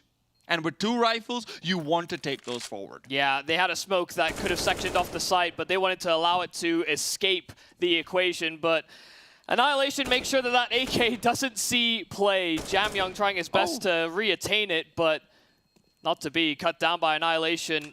Solid rifle work there, and Kaze, the sole survivor. The Mongols chain 2 in a row. They already came in with a lead. But Rare Atom won the pistol. That was their greatest chance to bridge the gap before the Mongols started to feel confident on this T side. But the way the Blitz has been calling... Oh, yeah. Throughout this whole series... It's something different. It is honestly, he is in the zone in a way where we have not seen in quite a while. Kaze, however, aggressive he will be, but it is a solitary rifle. Let's not forget that. The one-way smoke will give him a bit more cover. Kaze is darting around, good for a single kill, still maintaining position, not backing off. Hasika knows that the smoke running out is only a matter of time, but time also gives him a few more players to try and work off of. Jamyoung looking to swing Kaze as well around the corner. Jamyoung's been spotted through the gap, and Hasika knows he's coming over. Good headshot, but it will not matter. Not until Kaze is given a chance because of the jump up. A crucial mistake gives the advantage to Rare Atom, and in the meanwhile, Mongols confused about where to take this bomb. Well, one at a USP, one at a rifle, so... They understood that Kaze was saving from that previous round, but wasn't expecting him to have so much impact so quickly, and they're trying to go away from Kaze. Had some nice shots so far. Sure, there was a gimmick thrown in there, but unlikely that they stack around the rifle. Away from Kaze means towards this double stack behind triple. That's a very scary spot to be putting a USP in. But the problem is it's looking the wrong way. Bartek missing out the opportunity, but will quickly remedy with the Molotov. And Advin's demise is guaranteed, but so is Bartek.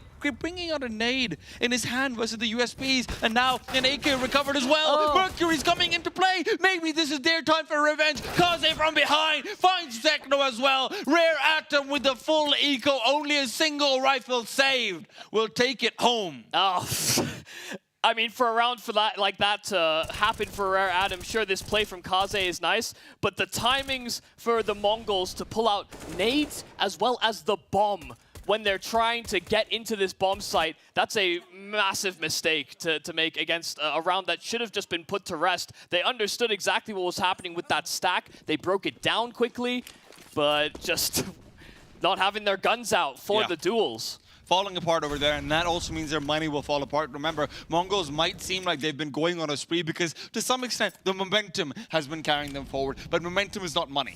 That is something to remember as their economy has been lambasted. As has Techno been.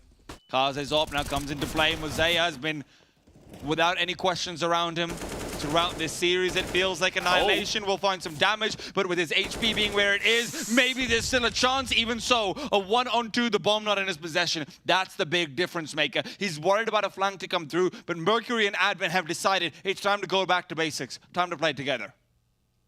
I have to know, does Mercury see the bomb? Does he have full vision on it? You know, it's on the end of the balcony, but... It's down. Oh, it's down. They know. They've got every idea, and they've also got a grenade. If Mercury just lobs that, and he can't know how low Annihilation is, but he's a grenade away from certain death, but another kill found. Annihilation is searching. He is hunting. He is sniffing his prey. Mercury.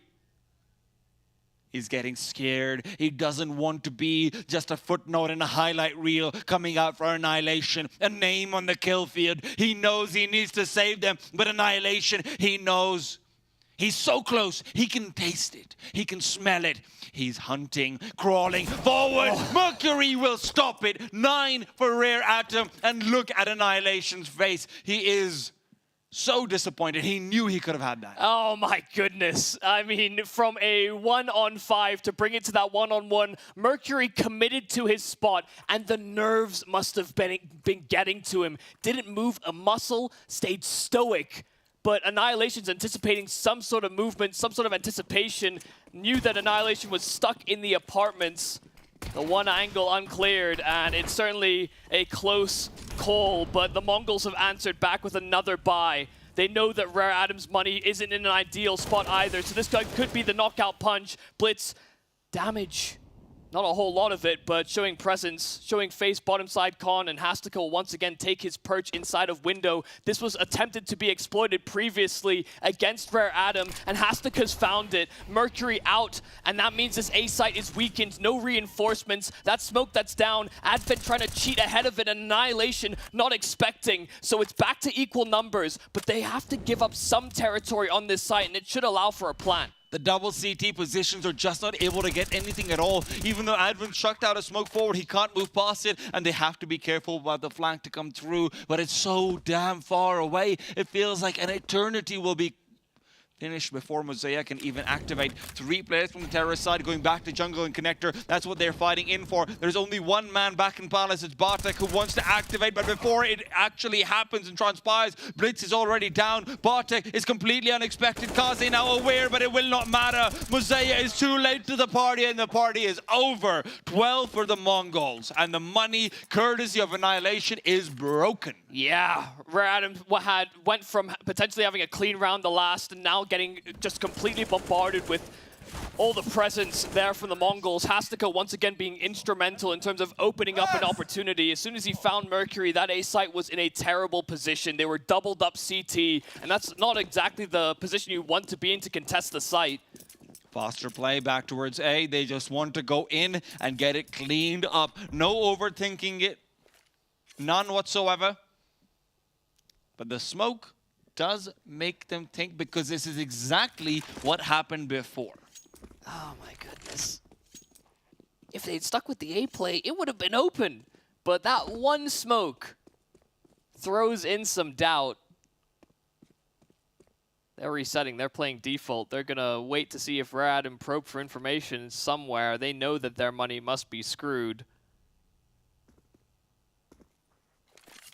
Thought it was going to be a fast play. And hell, it would have been the perfect call. Would have been right in line with our expectations of how the Mongols have been approaching this whole series.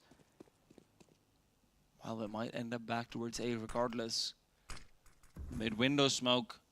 Connector as well. Advent's worried about a mid-play, but where exactly is he going to be looking out towards? Hastika going out for information. It is a silent drop planned.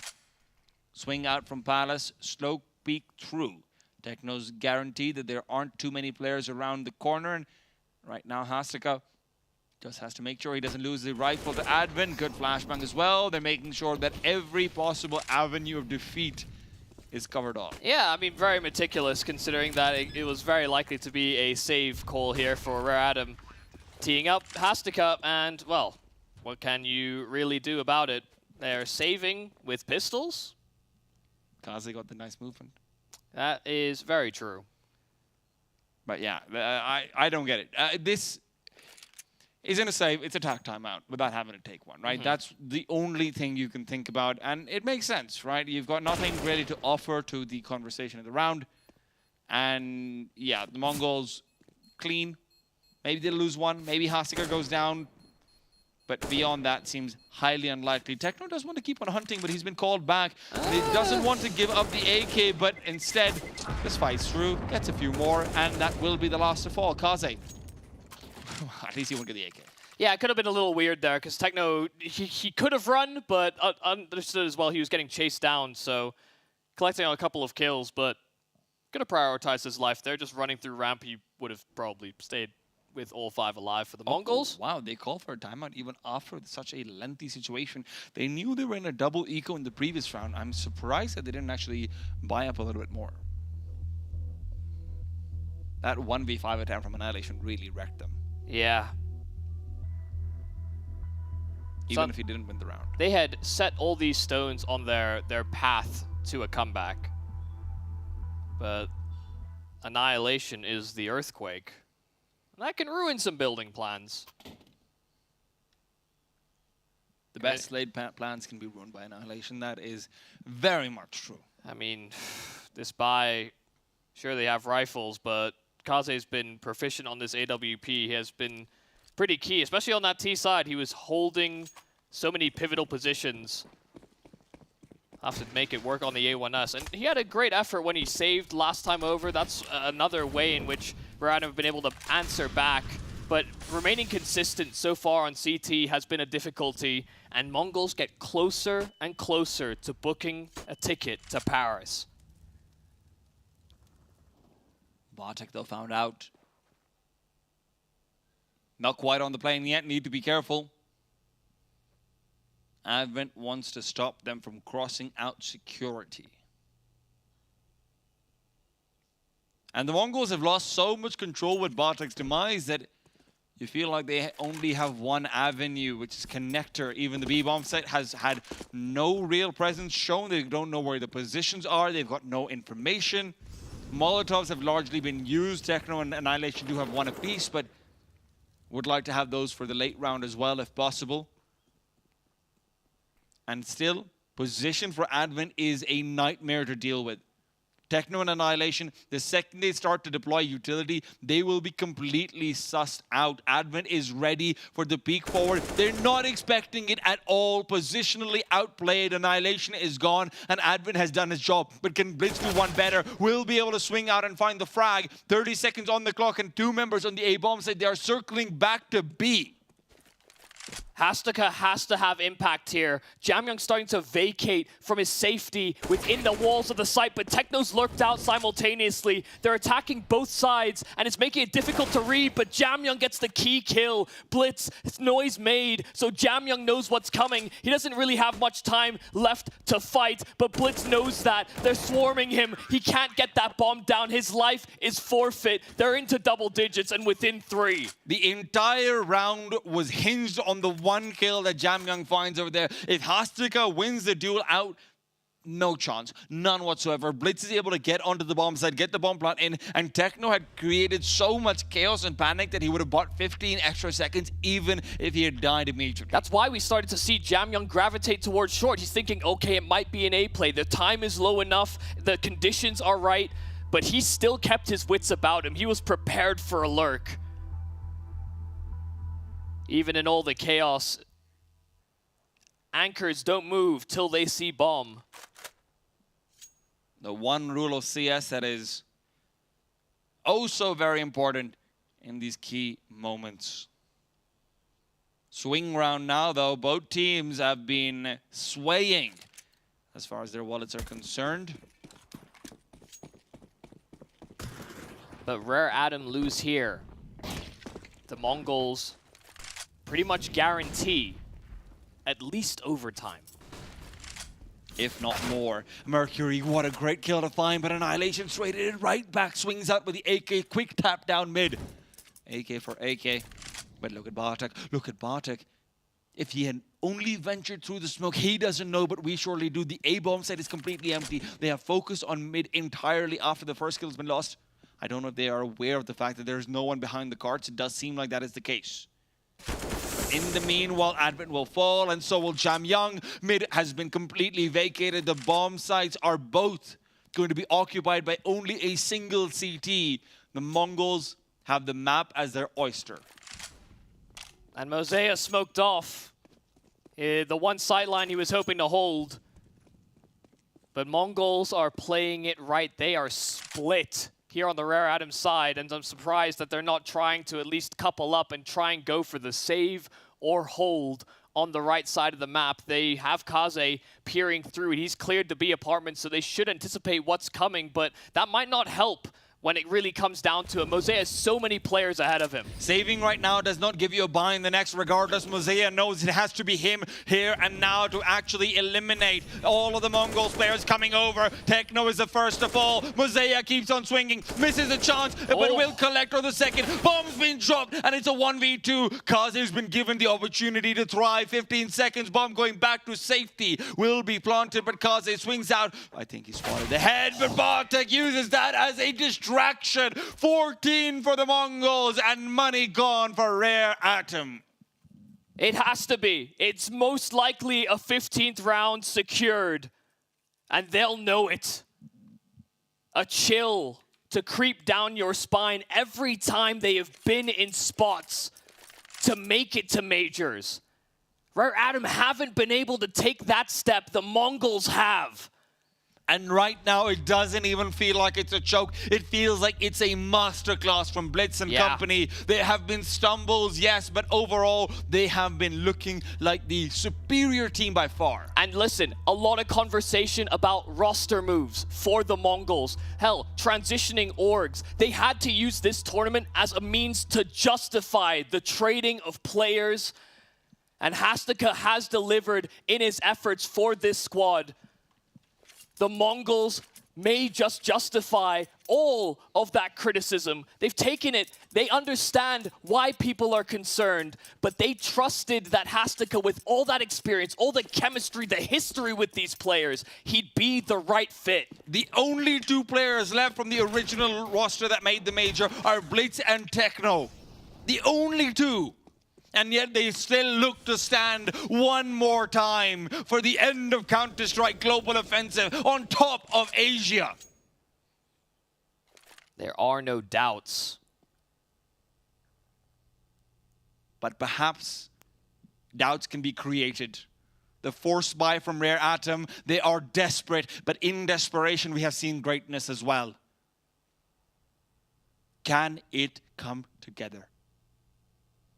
They didn't want overtime. 2 swings at force buys is the way that they've gone about this. They lose here, they just do it again. But they have to find success in at least one of them. This round may not be it though. Blitz, opening kill found. Mercury again punished inside of the window. This time it's a different way to approach contact in that area, and they're trying to find something right back. A creep through ramp, but there's no one home. Bartak's even holding for it. Blitz just loves to sit in that spot inside of the connector. It allows him to play within the center of the map and make the right decision. The team have been called to peruse. Check out what's going on that B bomb site. Jam Young, can he offer up anything? He's only got a P250 and they're looking to split his site. Right now, he's just hoping they overlook him, but with the Molotov, his position's going to be given up as well. Good for a kill. Can he get the second? No, can't even pick up the rifle. Bartek is there in time to save. He's been such a crucial part of the offense from MongolZ and Rare Atom. These last 2 players have got to back off and save. Save their guns, save their lives, save their face perhaps, but they are not saving their chances in this game. It is only fitting that we've had all 3 of our major contenders. One's already gone through, these 2 duking it out. But Rare Atom were the firm favorites for the Asia region. Advent has brought up pretty much the entirety of this squad, bar Kaze. And he's got some damn good pieces. Yeah. He's made them his soldiers. But right now, it feels like this commander is struggling. He not only kills for Advent, where he's, you know, he typically doesn't have massive pop-off games, but he will contribute. He'll have his impact moments.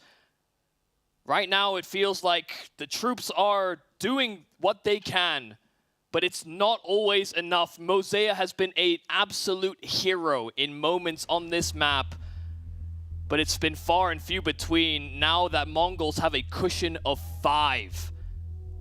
All they need is for Blitz to call one last round. 5 and money as well going their way. This is not a gun round they have to move past. But even if miracles strike here for Rare Atom, they only need one more round. Take a look at the field. It may be the last time you get to see it. The Mongols are heading out. They march, they ride. They move forward, knowing that they are at the precipice. A frontier they have crossed so many times over. Will this be one more on the board? Will this be the three-peat that marks the end of Global Offensive? Techno looking to lead the charge over to the B-bomb site. I'll just be waiting to see if there's any wild moves from Rare Atom. No one's pushing underpass. No one's pushing aim in. No one's making a move that could lose them the game, but it feels like they need to make a move that could win it. This is where you want one of your veterans to make a call that they'll take ownership of a round. Could have been players like Kaze, but like you said, money's not ideal. How do you make a move when it's only a Deeg, not your weapon of choice? Mongols have so much territory. Once again, Hastika can creep his way up short, and once they get into spots like this, that B bomb site just gets so much smaller. MongolZ as well is just going to be waiting for the smoke to dissipate. The second he takes a peek forward, Blitz is ready. Blitz is not going to be able to find the frag though. Advantage found, and the B bomb site is going to be spotted out as well. Jamyoung is ready with the grenade. Good damage should be dealt with it. Techno and Annihilation both taking the brunt of it, 55 apiece. And Hastika is down. Jamyoung to eliminate, keeps it going. MongolZ coming in from the back lines is there on the rotate. They keep the numbers advantage. MongolZ as well, still alive, gets another one. They're giving themselves a little bit more room, a little bit more space to breathe. And with 15 seconds, VERTEX all far away. Annihilation, a 1v5 attempt before on this bomb site, but this would be truly something. The time is nowhere in his favor. They want to get the kills after the clock has wound down as well. And will they even swing? No, they won't need to. Annihilation peeks into them instead. Losses are thwarted for now. The biggest step has been taken. Yeah, I mean, a key piece, and I was saying that, you know, maybe one of these force buys works, but the Mongols just have such a comfortable cushion. See that money. Reinvestment is there. They would have to probably bow out in the next should the Rare Atom side be able to collect on 2 in a row, but you cannot rely on that. Bartak already opening up the affair. It was a fast play in through middle, and Hastika is taking all that room. Might insert himself inside the window, but MongolZ makes sure that he cannot make that cross. Advent good for one, but he straight it out, gives up Palace completely. There's only one player left on the A-bomb side. Kaze waits. Blitz, he dropped the bomb. He doesn't know there's another player on the bomb side. Kaze is found. Annihilation. Are they falling apart? Let's all be able to escape the grenade. VERTEX still got 100 HP, and he's lurked back over to B. But guess what? That bomb that's been thrown away, it can't be yo-yoed back. Yeah, Blitz is probably regretting the fact that he decided to throw that over because he's been able to get out of Palace, no problem. But yeah, just don't have that package. Doing damage is still important here for the Mongols. Even if they don't win these rounds, if they're able to make it 1 or 2 survivors here for Rare Atom, eventually they will run thin on utility and weaponry, and then Mongols can maybe find a successive round with a following bye. But this is looking all Rare Atom. They will have to win by elimination. They're all clustered up around that bomb. Jamyoung should be a freebie for Bartek as he's peeking outwards. Bartek had the advantage on weapon and HP, also being full. Bartek now slightly more crippled. Kaze and MongolZ are so close together. They're not watching out for the flank. And now it's just Kaze all alone. Bartek jumping up. The legions of Chinggis will move forward into the world one more time. The Mongols qualify for the Blast TV Paris Major. 3 times in a row, this squad cannot be messed with within the Asian region. The Mongols put the Mongolian cities on the map for Counter-Strike, and they'll continue to do so for Paris as well. Blitz calling an absolute masterclass when it came to Inferno and Mirage alike. The mid-rounding was leaps and bounds above Advent, who is typically one of the best in the region at doing exactly that. I mean, this was a masterclass from Blitz all throughout this series. You can take the ship of TCS apart, you can do what you want, but as long as Blitz's mind is still in the server, it feels like they will have an identity to fall back on one more time. It still blows my mind, right? Mongolia comes onto the map 3 majors ago, and you're not expecting it to be this wonderful country of Counter-Strike, but they've changed 3 players from that lineup. 3! And they still make it to the major. young guys as well, having to fill some big shoes, and then also bring in Hastaka, who's not the youngest guy on the block, but man, did he perform at this tournament. Again, big shoes to fill. They've justified that transfer because everybody was talking about where was Score gonna go. Let's talk about Hastaka now, because sure enough, he might be somebody that's underappreciated or under-talked about within the region, but they understood his value. He had connections with these players. He understood the system, and God, he did so much work in creating room for all the other players to succeed. He is a completely different kind of player than Score, and if he is able to pull off some of these cranial plays over internationally as well, I could see why they think it will give them an extra mile. I can see why they think it might give them the distance. Remember, even against Grayhound, he was pulling off those crazy lurks, those crazy flanks. This is not just knowledge of his opponents. This is pure, raw instinct that comes with experience, and he has found it all. That is wonderful. Yeah, and I mean, it's a bit of a shame as well on the other side of the equation. Rare Adam putting up a decent fight, definitely slow rolling in both maps to kick it off. You had to have players like MongolZ step into the limelight, where Jamyoung and Mercury, Kaze, those are usually the focal points for this squad, but they very rarely were in positions to succeed. And I don't know if that's just because Blitz was out calling or what, but it felt like that Rare Adam squad was not the same focused team that is typically at the top of Counter-Strike as well. And well, man, I've got to say, let's let Ulaanbaatar hear the words of the Mongols one last time as well. We've got the interview with them. I'm sure they're jubilant. Ladies and gentlemen, I'm here once again with Techno, the winner, the champion, going in as the second seed. Mate, tell me, how's it feel to make it to the Paris Major? I'm feeling really happy now and good, yeah. 100%. Look, that game, it looked like there were a couple of rounds towards the end of Mirage where things got a little bit shaky, but you managed to pull it through. Look, what was going through your mind as in those final rounds? We're just trying to focus on monitor, I mean, crosshair, and just being chill, yeah. Just playing that game. Now look, what's it mean to you personally to make it to the Blast TV Paris Major? It's been a while, look, since the last major now, and this is going to be the last CSGO major, obviously. It's got to sit close to your heart, right? Yeah, it's honored to be last CSGO major, yeah, for me. What about the rest of the team? Is everyone happy with what's going down? You know, you get to go over to Paris now? Yeah. Yeah, they're so happy now. Super happy. Now look, obviously you've got a lot of Mongolian fans in the arena here, but also out there watching from home. So do you want to, say in Mongolian, a message to everyone that has been watching, following your adventure through the RMR here in Asia? За тэгээд юуны төрөнд манай баяр дэмжсэн фэнүүдтэй баярлалаа. Тэгээд бид нар үүнээс цаашаа ахаад илүү олон тэмцээн оролтоо, илүү олон амжилт харгахад итгэлтэй байгаа. Тэгээд баярлалаа бидийг дэмжээрэй. Yeah, done. Yeah. Cool. And what about the other boys? Do they want to, say thank you to everyone? Do you want to go have a little celebration quickly? They don't want to do it? Oh, come on. Show them. Show the boys. Surely you're happy. Come on. They don't want to be on camera.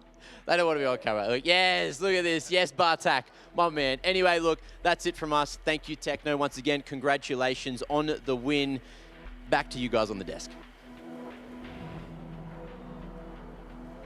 Thank you, Mac. And of course, once again, from one of the two remaining members from the inaugurating lineup to the world, I have to say, Techno and the squad must be absolutely overjoyed right now, but they have also taken down one of our biggest narratives, right? The uncrowned kings is what we've been calling them throughout, and they will remain without their crown. Rare Atom eliminated. And listen, even though they won, it felt like they weren't exactly the most excited. They played chill in the server. They were focused on their crosshair, and man, they hit some lovely shots. But it's kind of funny, They're a little camera shy, but now they're going to be on the world stage at the Blast TV Paris Major. There's going to be a lot of cameras there. They're going to have to get used to it. Well, I mean, they're used to the big stages when it comes to the server, right? Even if they're shy on the camera, does it really matter? And obviously, we've seen them succeed to such large extent. This is just going to be another step on the way of their wonderful journey that they have been embarking upon. Unfortunately, Rare Atom will not make that same journey. They have had international successes, but it felt not just like Advent was being outplayed and outcalled. It felt like they were caught on a dip within this tournament, Michael. Yeah, and just to think that Rare Atom have been really the kings of the Asian region, even prior to the success of the Mongols, that was really what I think made this journey that much more commendable for a region that was, you know, underrepresented for the Mongolian side of things. They definitely had talent circulating, but they could never really contest with the likes of Rare Atom. But when it's come to majors, man, it feels like there's just something different about the way that they call. Sure, maybe the LAN environment helps, but I just don't know how Rare Atom break that next hurdle, because they've been in this spot too many times before, only for them to either fall to not even just the Mongols, sometimes other teams as well, but they knew that they were going to have to probably play them at this tournament. It felt like Mongols were that much more prepared. Well, that's true, absolutely they were, but you know what, maybe they just built different. But let's take a look at how this journey has been built as well. The bracket's going to be pulled up right now as we go back to the very beginning. Yeah, of course, the Mongols having to open up against the Twisted Minds, who were the biggest surprise when it came to this tournament. But we had our three favorites dialed in from the very start. Grayhound, Mongols making it through that upper bracket. But Mongols had 2 swings of it as a result of the early successes that they had. And that's why they were able to complete this run through as a result of making it through in that 2nd seed position. There were other players, other teams rather, that had to journey through that lower bracket for a lot longer. Rare Atom, of course, being put down earlier by the Mongols themselves, but that was in best of ones. We were at least anticipating that Rare Atom would put up more of a fight, but hell, the Mongols had their mark every step of this tournament, so very much a deserved set of qualifiers in both the Grayhound roster that have been there before, in at least as far as their core, but also had to just navigate the LAN jitters and make sure that they maintained their composure. Both of these teams looked like they were just cool as a cucumber when it came to their qualifying games. And listen, at the same time, I also have to say, I am quite glad that we got to see Rare Atom versus TYLOO as well at an actual RMR. It feels like that was just a very nice little send-off as well to an era of Chinese Counter-Strike that is very clearly now out. But let's take a look at all the results in maybe a bit more detail as well, as we're going to be bringing that up in just a second. And obviously, Rare Atom did come through out on top versus TYLOO over there and whatnot as well. But today, the games were all about the Mongols. Grayhound looked stunning, right? They absolutely demolished them, and that's also really reassuring. The Asia-Pacific region is sending forward its best without a doubt. Yeah, and they made the Mongols look a little silly. You know, they almost could have taken that series 2-0, to be quite honest, but Mongols had to make a crazy comeback to even make that feasible. So, yeah, it's been a long day of Counter-Strike. We had a 3-mapper to kick it off, but 2 O's, and this time Rare Atom were on the wrong side of one. Of course, we are only in the first phase of the major. The RMR for the Asia-Pacific region has ended, and now we'll be moving on to the contenders stage with these 2 teams as well. And of course, as you can see, the qualifying from the Asian RMR is going to be right towards the challengers/contenders stage as well, and that'll be in the 4th and 6th seed respectively, if I remember correctly. That'll be Grayhound and Mongols. God, I'm still stuck in the past. Moving forward.